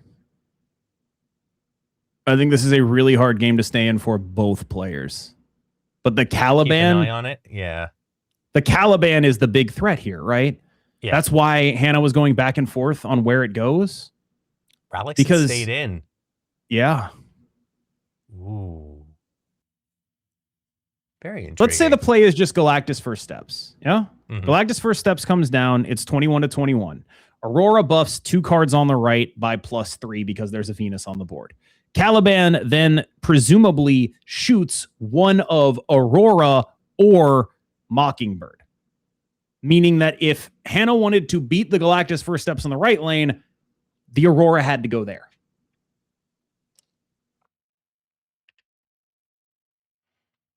And again, we have a Mind Stone, and we ended up with a Hope Summers from Camp Lehigh. Value of Hope Summers in this deck for Hannah.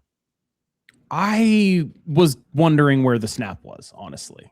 This feels like an incredibly snappable hand. Not only is there Mind Stone with Thanos Fractured Frontier already in hand, it's a Mind Stone with Mockingbird in hand. Everything goes well with that hand. Edging it a little bit closer. We are now at 7-5. Hannah has the advantage over Ralix. And again, Thanos and Thanos. The Thandos are in the hand, and a Surge. I would argue that those first 3 are something close to the worst possible first 3 you could see in this deck. The lower the better. Get the ball rolling. And even the Mobius is really rough right here. Thanos Fractured Frontier just sitting there, loading a power shot. These are the games you don't like, where you're just playing stuff because it's using your energy efficiently, regardless of whether or not it's coming off the top of your deck. Seeing what we can see from our perspective coming down from Hannah. If I'm Ralix on turn 4, I'm probably immediately snapping. It sort of depends on what the 4 is, although I do think that playing the Copycat there tells us either they don't have Wiccan in hand or they don't have Thanos in hand. Otherwise, you'd leave a lane solo to copy it. They do not seem to be playing for that right now. look to get at least a little bit of something going over in Fogwell's gym.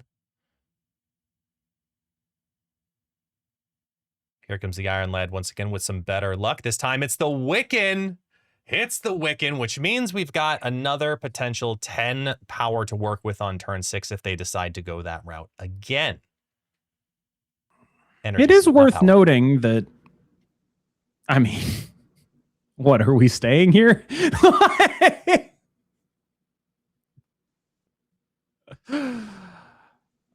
Strongly suspect. Yeah, not even really worth retreat latering there. I think that's one that's really worth pointing out is people love talking about how you should always retreat later. When your opponent snaps, they're not retreating. They're not even allowed to. So it's okay to retreat now when they snap. Agreed.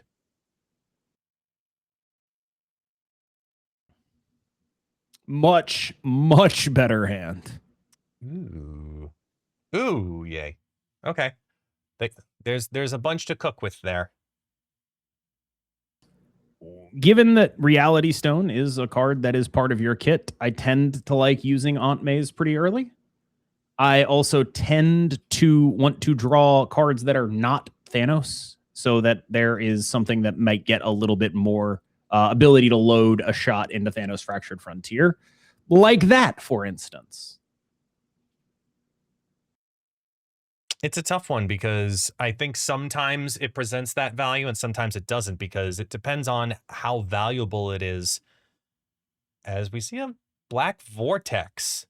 Oh, oh man. The worst part about this situation for Hannah is that this would normally be so incredible, but we both know the Domino is the only card that will ever go into the Black Vortex, so there's no chance at blowing up the Black Vortex with the Reality Stone. Null. We see the Space Stone drop, and that converts into a Hela. Yay! As they say, it's the Battle of Mid.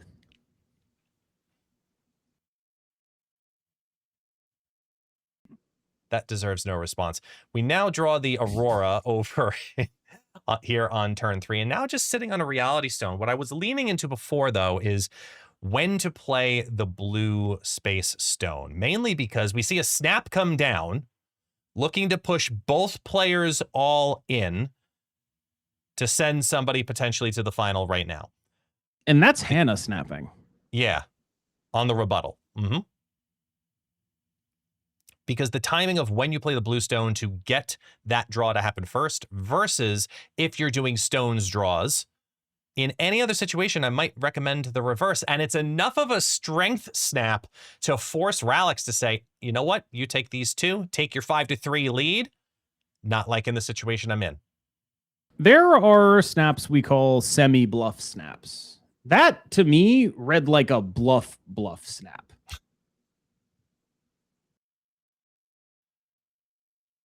The power of Hela. First up is the Great Portal. And we get ourselves a Magneto on the board here. With a, get the ball rolling. Go ahead. Here we go. Time Stone. Give us a good draw. It's the Thanos, who's already locked and loaded with a Mind Shot and a Soul Shot now. So we've got the Destroy in line. Now, Ralix, this might shock you, played a Quicksilver on turn 1? What? Kind of unbelievable, I know.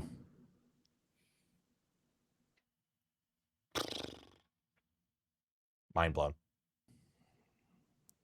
If you can do that again turn 2, I'll be impressed.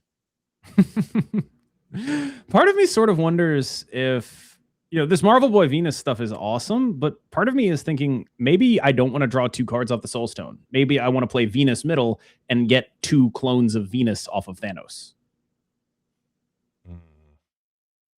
I think you feel more comfortable with that line if you already have the Aurora in hand.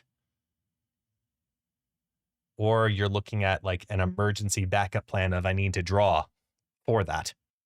One of the hidden advantages that I think Hannah has here is that so many of her cards are so tiny. And that is extremely beneficial in a world where your opponent's biggest guy is Fin Fang Foom, who keys off of your frontline cards, which in a deck like this, overwhelmingly, are going to be very, very small. Henna going away from the power option here in fear of an opposing Thanos time stone, which would definitely be a correct thing to be afraid of. Still, I confess a mild amount of disappointment because I was kind of excited for the idea of just going power to power there. I wonder if it could happen. It was definitely something that was in my mind. I think watching where placements through turn 5 is going to be really important too, because that great portal, Ralix's deck doesn't present a lot of bodies on the board. So if they start playing the Psylocks, the Wiccans, that Magneto's value goes way up, as well as we see a double Psylocke reduction get the hit. Mobius. The Mobius, yeah, the Mobius doing the work. Ooh. Mobius, the quiet MVP. You'd think he'd be bad against a Wiccan deck, but in a world of Greenstones and Psylocks coming out, Hannah was correct to prioritize the Mobius, Master of the WoW. That's what we're going with, Master of the WoW? Wow. Okay. Still sitting on a 3/9 Mockingbird. It's a tough call here because sure, you can throw another shot into your Thanos by dropping down the Luke Cage, but with only a Time Stone and a Soul Stone down, no Aurora in hand. I worry about this. Are we sure we want an extra shot in the Thanos? Because if we get Reality Stone, isn't that actively harmful to our game plan? As Jane Foster goes off a lot of times there. That's a double-double. That's a quick drawn Jane Foster hitting not just for 4, but for 16 in differential as Hannah says, hang on.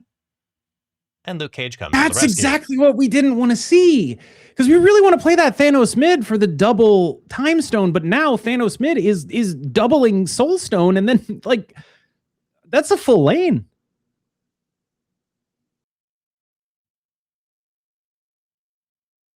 It's a full lane and no movement. I don't see a space shot in there, correct? No. No space shot, no power shot. Those are the two that are missing.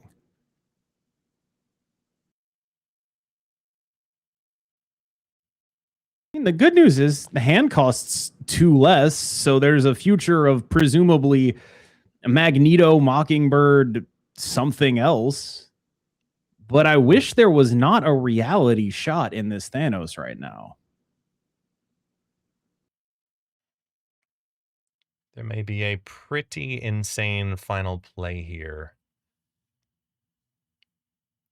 It's possible none of it matters. It just really depends on what Ralix puts down right now and where. And they go for the right lane. They get their Thanos to come on down, start doing some of the reductions, beef themselves up to 13, get rid of the Luke Cage to redo, if you will, all of that affliction back all over the board. And now the Soul Stone stones are just -2, -2, -2. You're drawing, and oh, Madonna mia, and there's 2 destructions on down from the middle lane, so the Magneto loses some of that value because there's no 3s and 4s now on the board. So now it's a game of, I'm stuck here. Where does Thanos go? And now what? I mean, Thanos goes somewhere. Galactus First Steps goes somewhere else. Is that the kind of thing we can cover? Magneto Mockingbird covers it in 1 lane. I don't know that there's coverage for the rest of it. And this is very much the soul shot being unpleasant here. I think we're probably looking at Thanos over Magneto. But there's a world where I see also Marvel Boy Venus having a lot of potential value. Yeah. Get some extra reinforcement. Yeah, just guess where it goes, right? Yeah. If Thanos goes mid and Galactus First Steps goes left, that's it. But it's not like we're retreating, so we just have to make a call. Pick a lane, figure out which one it is. Yeah. When you're up 5-3 right here, this is absolutely worth the push. And let's keep an eye on the final location of that Thanos. Ralix figuring out all possible scenarios. There's a lot of chaos to also factor in because you got that -2, which is the lowest of the stones. So maybe that could be Ensaba Nord, is something that Ralix has to factor in right here.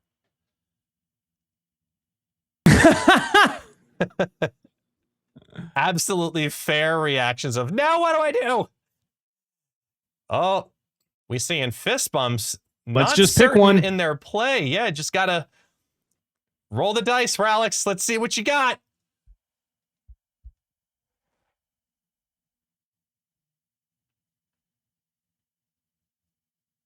Slow motion drum roll.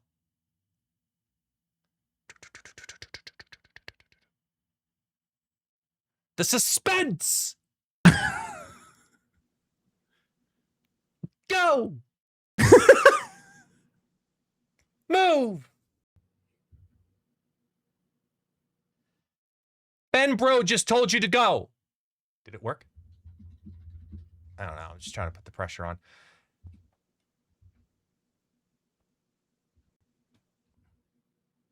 Actually, as I keep an eye on it, if it's this long, we may have a hold here, ladies and gentlemen.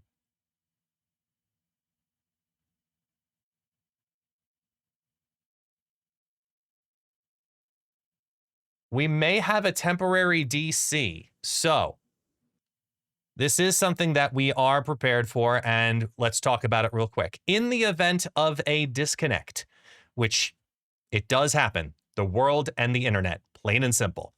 If there is a disconnect, what both players will do is we will bring the game back to the correct cube count and game spot to make those final decisions and give the players the most appropriate and accurate way of getting back into their game. The judges are already aware of it. They're talking about it in my ear. I know the suspense is killing you just as much as it's killing me. So now we have to dictate what exactly is going on here based on that. We're keeping an eye on the staff. The other side of production's letting me know what's going on as well. It does look like it's going to be a disconnect. So we are going to get that game put back up to the right cube spot to make sure these players have the right opportunity to make the plays that they deserve to make. Obviously, we can't get board state or any of that nature, but we are going to get everything working properly so they can continue their match. So in that instance, what do you think was going to be the potential proper play if you were in, let's say, well, Hannah really basically had their position done. We had that locked and loaded, but if you were in the position of the opponent, do you move around into mid and just kind of hope that they're not doing the Ensaba Nord stuff? Or if you're Ralix, are you saying, I'm just going to stick to my sides? I think you fully ignore Ensaba Nord, but you do take the mid. The issue is it feels a little bad to try to take the mid with a card as big as Thanos. But I think you just end up choosing a side lane to play a card in and then moving Thanos to the mid lane because it's likely the card you're playing is bigger than Thanos. That's pretty much how I think it was supposed to have been approached there. It is tough to get a disconnect that late, though. I really wonder about the impact of it on the mentality here, because those are players who their hearts were beating, they were exchanging GGs, and then suddenly the internet comes along to smack it right out of their hands. Yeah. It looks like we're hearing from the judges over on the back end right now that we have had it confirmed from the players that even in that disconnect, on the other side of the player, the play did go through. When the play did go through, and we have that confirmed now, Hannah did come out on top. So Hannah's Cat Cafe is moving on to the finals once again, where now there's a 50% chance we get to see another matchup between Zapgaze and Hannah. But that all comes down to if Andre Var can take Zapgaze down. I just want to say that what I heard in my ear was that they confirmed that the opponent of Hannah said that Hannah won, which is a very honorable move there because they very easily could have instead just tried to get the remake done. And I do think they deserve props for that. That's a seriously classy move. Yes, and that's one of the things I absolutely love about being a part of this on this end and seeing this competitive integrity in this community. And we have a great example of it right here. So we're going to be moving on now to Andre Var versus Zapgaze. We're watching from the perspective of Andre Var as we open up with Genosha and Hell's Kitchen as our first two locations. One of the things that I've noticed watching a lot of Zapgaze games today is that Jane Foster Fractured Frontiers Afflicts are some of the most important things that any deck can do to disrupt what is going on. Enter TVA. I would imagine that has to favor Andre Var here. Apparently not. Here comes Scarlet Witch. Let's get those decks on to this. Ooh, wait, hang on. They haven't played over there yet. Cerebro, isn't it? Yeah, the Cerebro's going on down right away. Hydra Bob swings on over.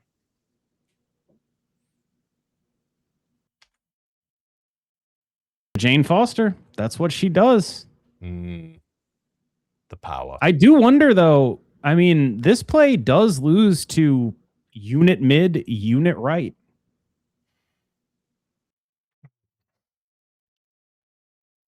And we know that Luke Cage is out of the picture. So, and we see a snap back. Now it doesn't lose necessarily to unit mid, unit right. Just like that. Now we're sitting there on the edge of, are we going to start watching a 5-game climb back potentially, or 6, to try to figure it out? This is a lot here in the semifinals. I think there's really only one card that would be the cause of a snap here. But there is a thing in the back of my mind wondering about M'Baku's potential utility in a game like this.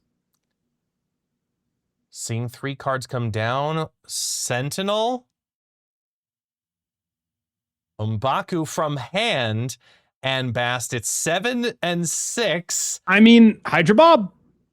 Bob moves over and swings it, and it goes back again, and Zapgaze just knocks out 8 cubes from Andre Var immediately. Sentinel did not get hit by Jane Foster, and that was the entire game.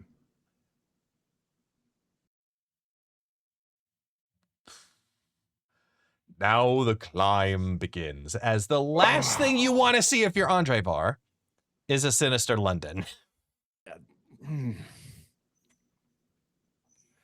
I actually am not sure that's the last thing that wants to be seen here, given Jane Foster is kind of the best card that he could possibly have. So having more Jane Foster attempts is still important. What we really don't want to see is a Cosmo coming down on Sinister London. Which is plausible. They Scarlet Witch over into L3, which is Altar of Death, and now you really have to bank on it. I have some fears. Sounds like a conversation for after the broadcast, but sure. The fact that Zapgaze isn't snapping here does seem potentially indicative of a very weak hand. In comes Cerebro. This is where we start getting worried if we're already seeing a Bastion. And Venus right now could be very, very nice. I'm not super convinced. I think this is going to have to be one of those games where Jane Foster is just the single best card. Ooh. Here's the thing. You're down 8-2. You're not supposed to stay here if this is a normal game of MarvelSnap. Mm-hmm. But you're going to have to win some of these. 2 cards come down, so we're not seeing the Bastion quite yet. Maybe we start seeing some Nightcrawlers, some Mystiques. Incoming Space Stone. Resolutely refusing to load the Soul Stone here. And here we go. Get the Mystique. Scarlet Witch now shoots up to 12. 15. Now the other Mystique now shoots up to 15. Here comes a M'Baku galore. So 2 15 power M'Bakus are dropping down now. And Is that good? Yeah. Yeah. Yeah, that's what I was afraid of. Yeah. It looks Really like they're saving really it. just, all in banking on. The only thing I got here is Jane Foster's, right? Yeah. If the Cosmo doesn't come down this turn, Echo will preempt it. It's not nothing. Mm-hmm.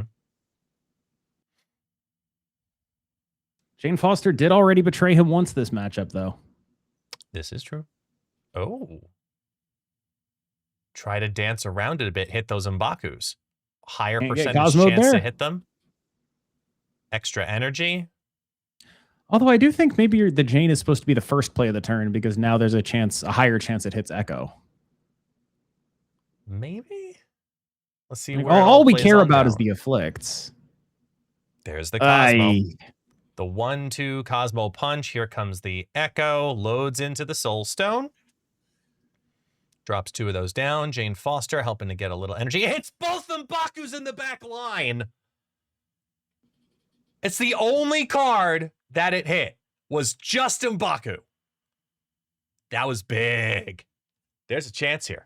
There's a chance. Is there a chance here? I think there might be. If there's the Thanos going down for 8, they can't add any. Sorry, go ahead. If you Thanos on a Cosmo lane, does the copy fire the bullets because they're still loaded? Meaning that if there was a Thanos coming down on Sinister London that went to Altar of Death. Wait, do we have a Soul Stone loaded? I mean, Yes. a Soul Shot?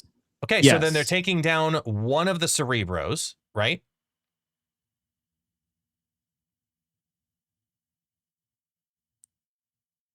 Pull, reinforce, give power, get rid of a Cerebro, drop the value into all of the lanes. Chameleon comes down with a Luke Cage, which only hits the front line because both of those are in the back line. The mid goes back up because of Makari. And Zapgaze knocks out Andrevar. Like that. I mean, what else can you say? This is probably the best Cerebro player in the world playing in a metagame that is very favorable to Cerebro. This is Thanos. Much has been made of Thanos, right? A lot of people have been talking about Thanos Fractured Frontier, but fundamentally what the card is a mid-range card. He is also fundamentally, this is going to sound a little bit weird, a fair mid-range card. Thanos is most of the time, barring some of the Reality Stone things he can get up to, not comboing over the top of you, just beating you with raw stats supplemented by other great stat packages and interaction. That's what he does. Cerebro, despite many things about Thanos, Cerebro is very, very strong into mid-range decks. You know, they say, a tiger can't change its stripes. Cerebro beats mid-range. That's what it does. And Thanos, no matter how you paint him up, that guy is a tiger, and he takes losses to the big brain Cerebro. All of the reasons now, as we get ready to head into the finals, I'm going to say confidently, between Cerebro, Thanos Fractured Frontier, and 2 foes, this is a finals you are not going to want to miss. Stick around. We'll be right back with the finals.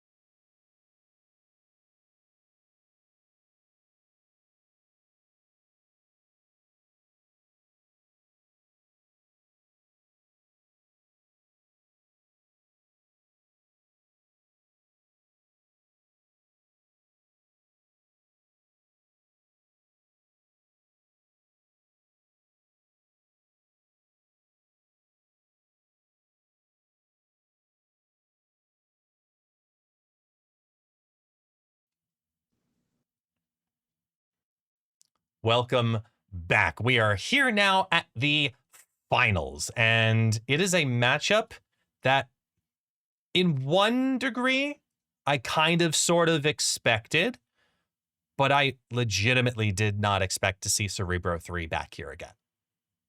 I think it becomes a lot more understandable when you talk about the pilot of that Cerebro 3 list, Zapgaze, the world champion of Marvel Snap's Golden Gauntlet.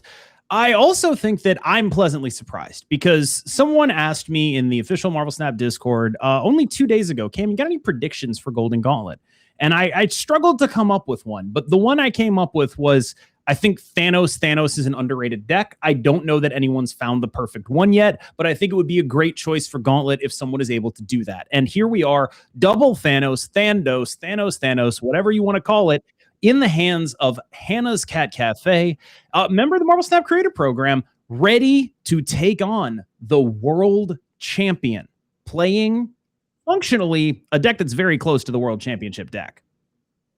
Yeah, and we see a couple of choices here that I typically have not seen in a lot of the latter versions of this deck. For example, not just the obvious Ensabanor, which I'll come back to, but the Marvel Boy I see very often making waves of, you see waves of it joining and then waves of it disappearing, and then it gets cut and then it doesn't. And it's a deck, it's a card that's constantly being rotated out in and out of the Thanos shell in general. And with the emerging of Venus, we started to see it come back a little bit. Then it started to take a seat again. And now here we are once again, because of Venus now getting Thanos Fractured Frontier on top of that too. So that's a rotating card we've seen pretty consistently.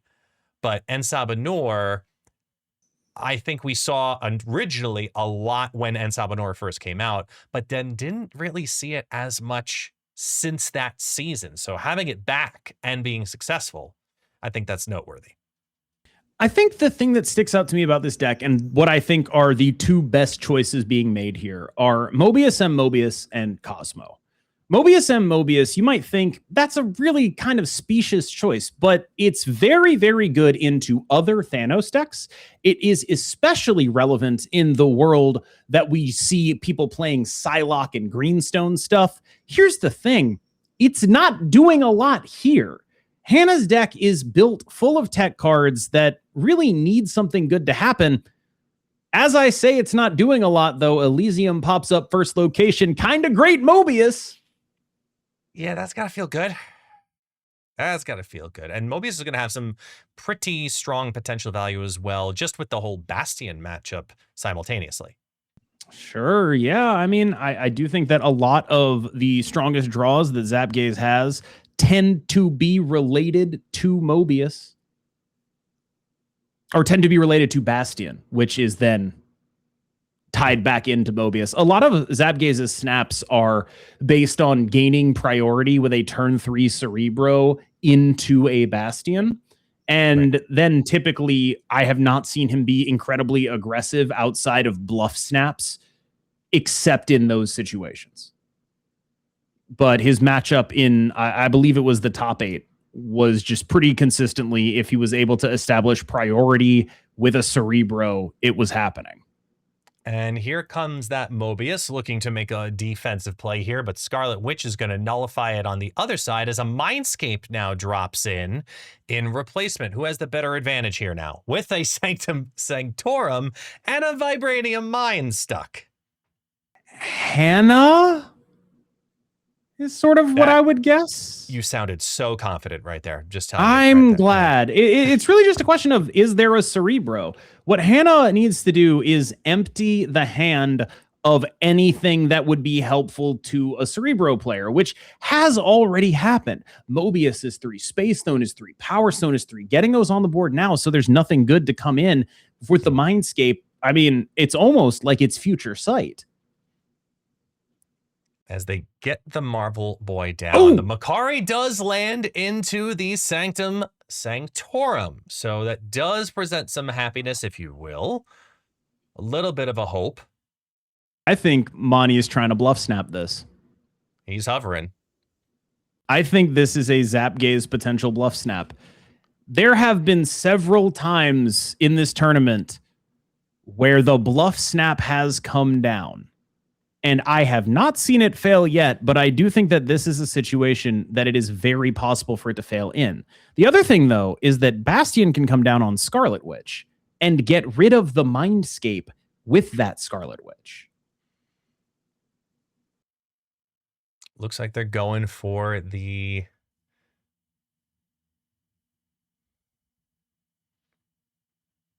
hit the other way around. I mean, just the mind game alone that comes from the Bastion hitting the Scarlet Witch is incredibly strong. Trying to exercise every element. I need to get into KM mode. So hang on. Let me get the KM glasses. So now we're as close to matching as possible. So I can try to siphon how to battle around this right now.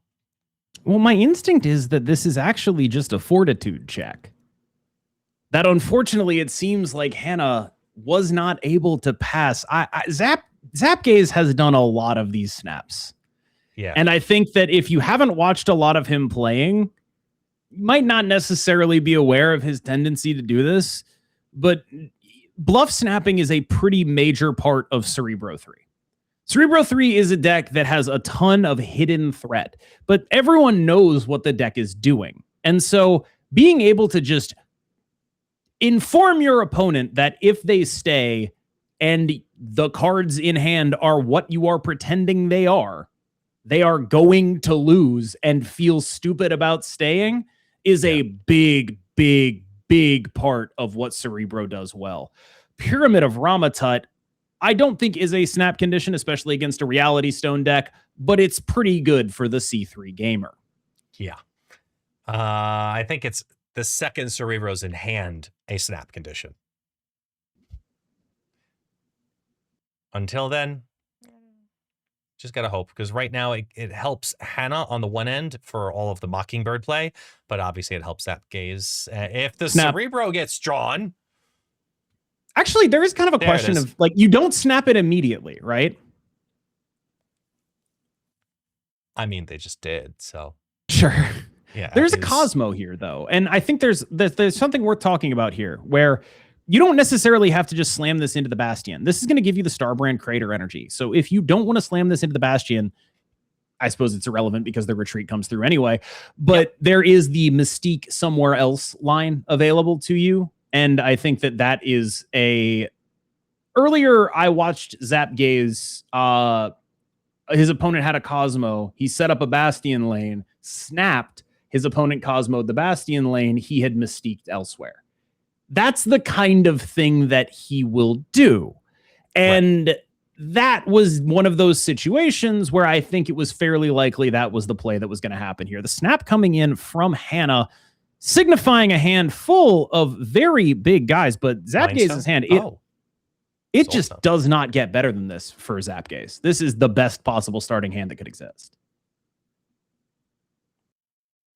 And a feast. Oh boy. I said it already. It doesn't get better. Even with a free 6, Hannah will be hard pressed to win this, I think. Or at least it's going to be close enough that stay is very justifiable. The other question, though, and I think this is going to be the one that determines how the game goes, is Cerebro on 3 going to get priority on 4? If it's a turn 1 snap from Hannah, I would full well expect Raft being full on turn 3. I pretty much agree that, I mean, it's not like whatever, it's not like anything Zapgaze gets out of Raft is going to be particularly meaningful. Right. But, Arnim okay. Zola. Yes, of course. As they get the Bast. Yeah, they so this start is 2 loading up extra the energy. feast. Yeah. So next turn is Cerebro Mystique. Then Bastion picks up Cerebro Mystique. Unless that card is a Cosmo, things are unpleasant here for Hannah. Here comes the Sentinel. The Sentinel going down with the Bast, giving the reinforcement all the way around. Now you got to play a little bit of a hand space game. Oh no, you have the 1/2 Cerebro you get the Mystique. Bastion. Yep. Yeah, you'll still be Play able to hit 7. Bastion, play Cerebro Mystique and a Sentinel.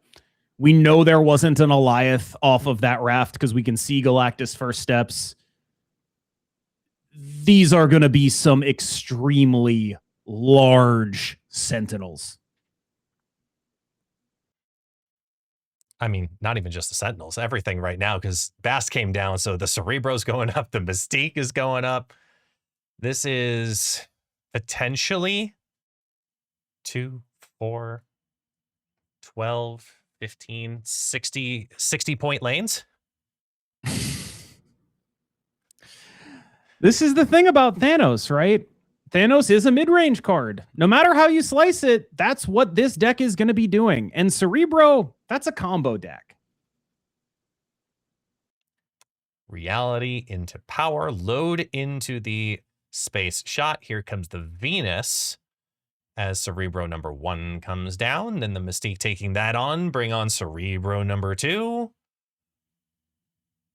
You're sitting on a Luke Cage. You're aligning yourself essentially for Bastion here, followed by Luke Cage, Cerebro, Mystique, which means we could also get to see our lovely friend M'Baku. It is academic from this point, and in fact, we are guaranteed, I believe, to see our lovely friend M'Baku. Unfortunately, I believe he will be simply adding 2 power to the mid lane, but we are likely guaranteed to see him. Why would you say that when there's a 2/3 Luke Cage in your hand? Because Luke Cage only affects the front row. So I'd imagine the play is Luke Cage, Cerebro, Mystique on the right. And then the weakest lane will definitely be the sewer system, which is where M'Baku will go. Could divide it elsewise, though, to get the M'Baku to go right, no? That is actually, Zapgaze could very well decide to just be like, I'm going to throw a couple of these just to make sure M'Baku gets the win. Ooh, double Venus. That is a distinctly possible thing.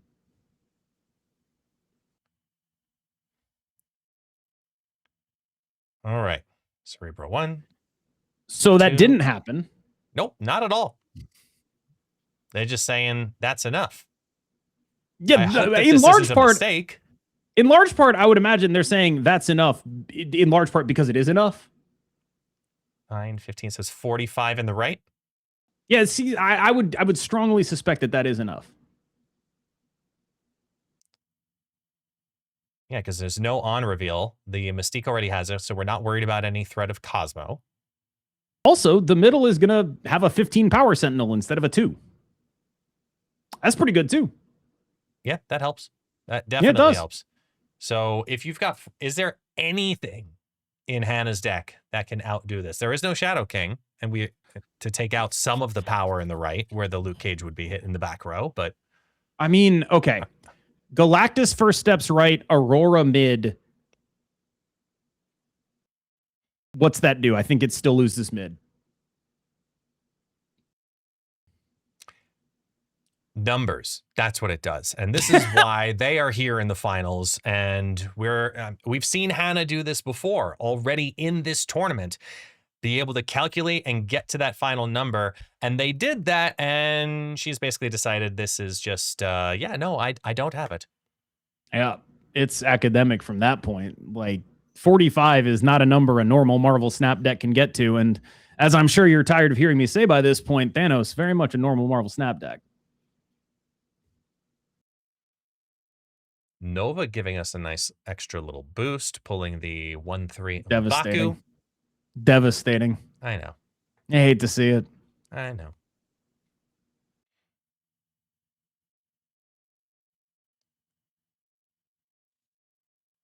Timestone gets the ball rolling right away. Hala coming on down, also known as the everybody stay away from here location right now. And it certainly seems both players are staying away.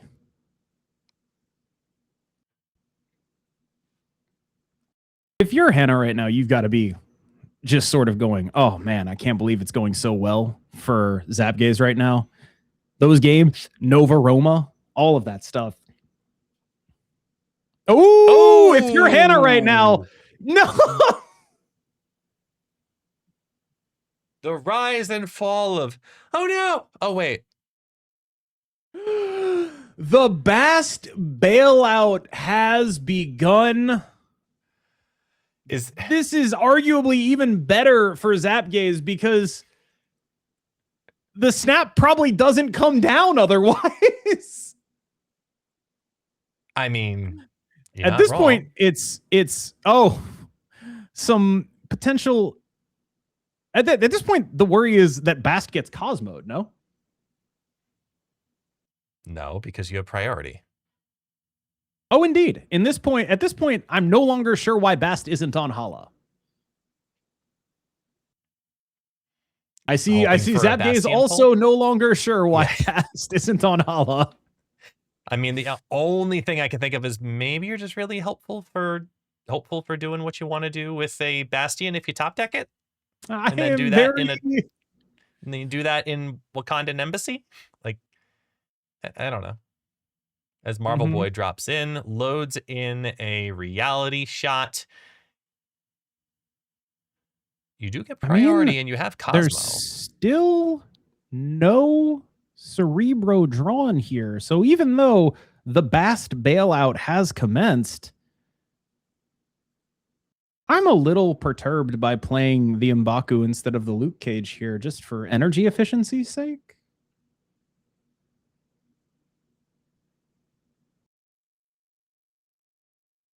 Here we go. Now we're almost into a fully loaded Infinity Gun. Now there's the Cerebro here on turn 5. And I'm assuming you probably end up just needing to pocket that. Well, actually, no. You could probably drop it down now with a you pocket it just so that you don't get... Yeah, it's this, and then you're going for Cerebro Mystique instead of Cerebro Chameleon, just to sort of protect you from bad things happening. Cosmo also stopping Ensabanur's ability from going off. So we're looking at 27 on the right. He will still transform, but he won't be flipping anything. Right. Yeah, he'll gain his +4. +4? +3. +4. No, +3. They're correcting me in the chat already. That is not the play that Hannah wanted to have on turn 5.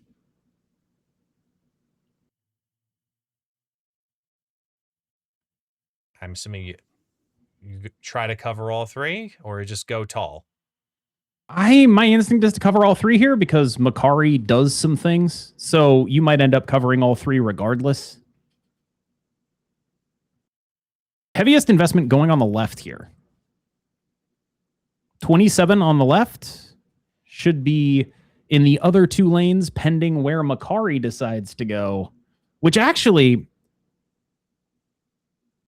I do think there's some thought to be had here about filling a lane to make sure Makari can't go there, because it could be a drastic overinvestment if you end up with 36, 18, 18. But I think the thought process is just one of those 18s is going to win regardless. Right. I think we're gonna see just a simple stone to fill. Oh no, we've got the just the Aurora in the center lane. Throw on the zombie extra pieces. Here comes Cerebro number 1. Here comes Mystique taking on that Cerebro in spot number 2.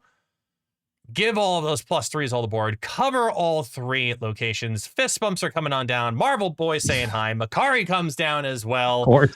And Sabanor puts on a little bit of power just to say they did. And with a casserole, Zapgaze ends up on top with Cerebro 3 once again. I mean, what else can you say? This was a good metagame for Cerebro 3, and I think it demonstrates the formula for how you want to beat Thanos. You want to beat Thanos by being a combo deck. Thanos Fractured Frontier is an extremely powerful mid-range card. The best way to deal with mid-range is to ignore it. It's cool that you have a 12-power Vision plus Sarah. I don't care. I have 36, 18, 18. Good luck with that. And that is what Zapgaze has done.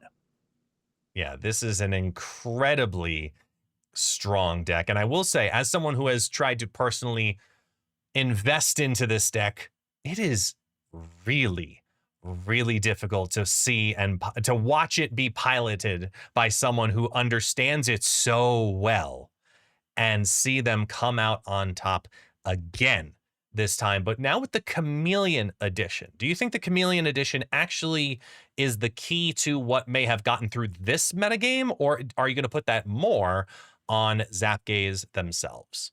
I don't think it's the Chameleon Edition personally. I think it's much more to do with the ways in which Zapgaze pilots the decks. There were two major snap points that I noticed him have. The first is I can take priority with a Cerebro into Bastion.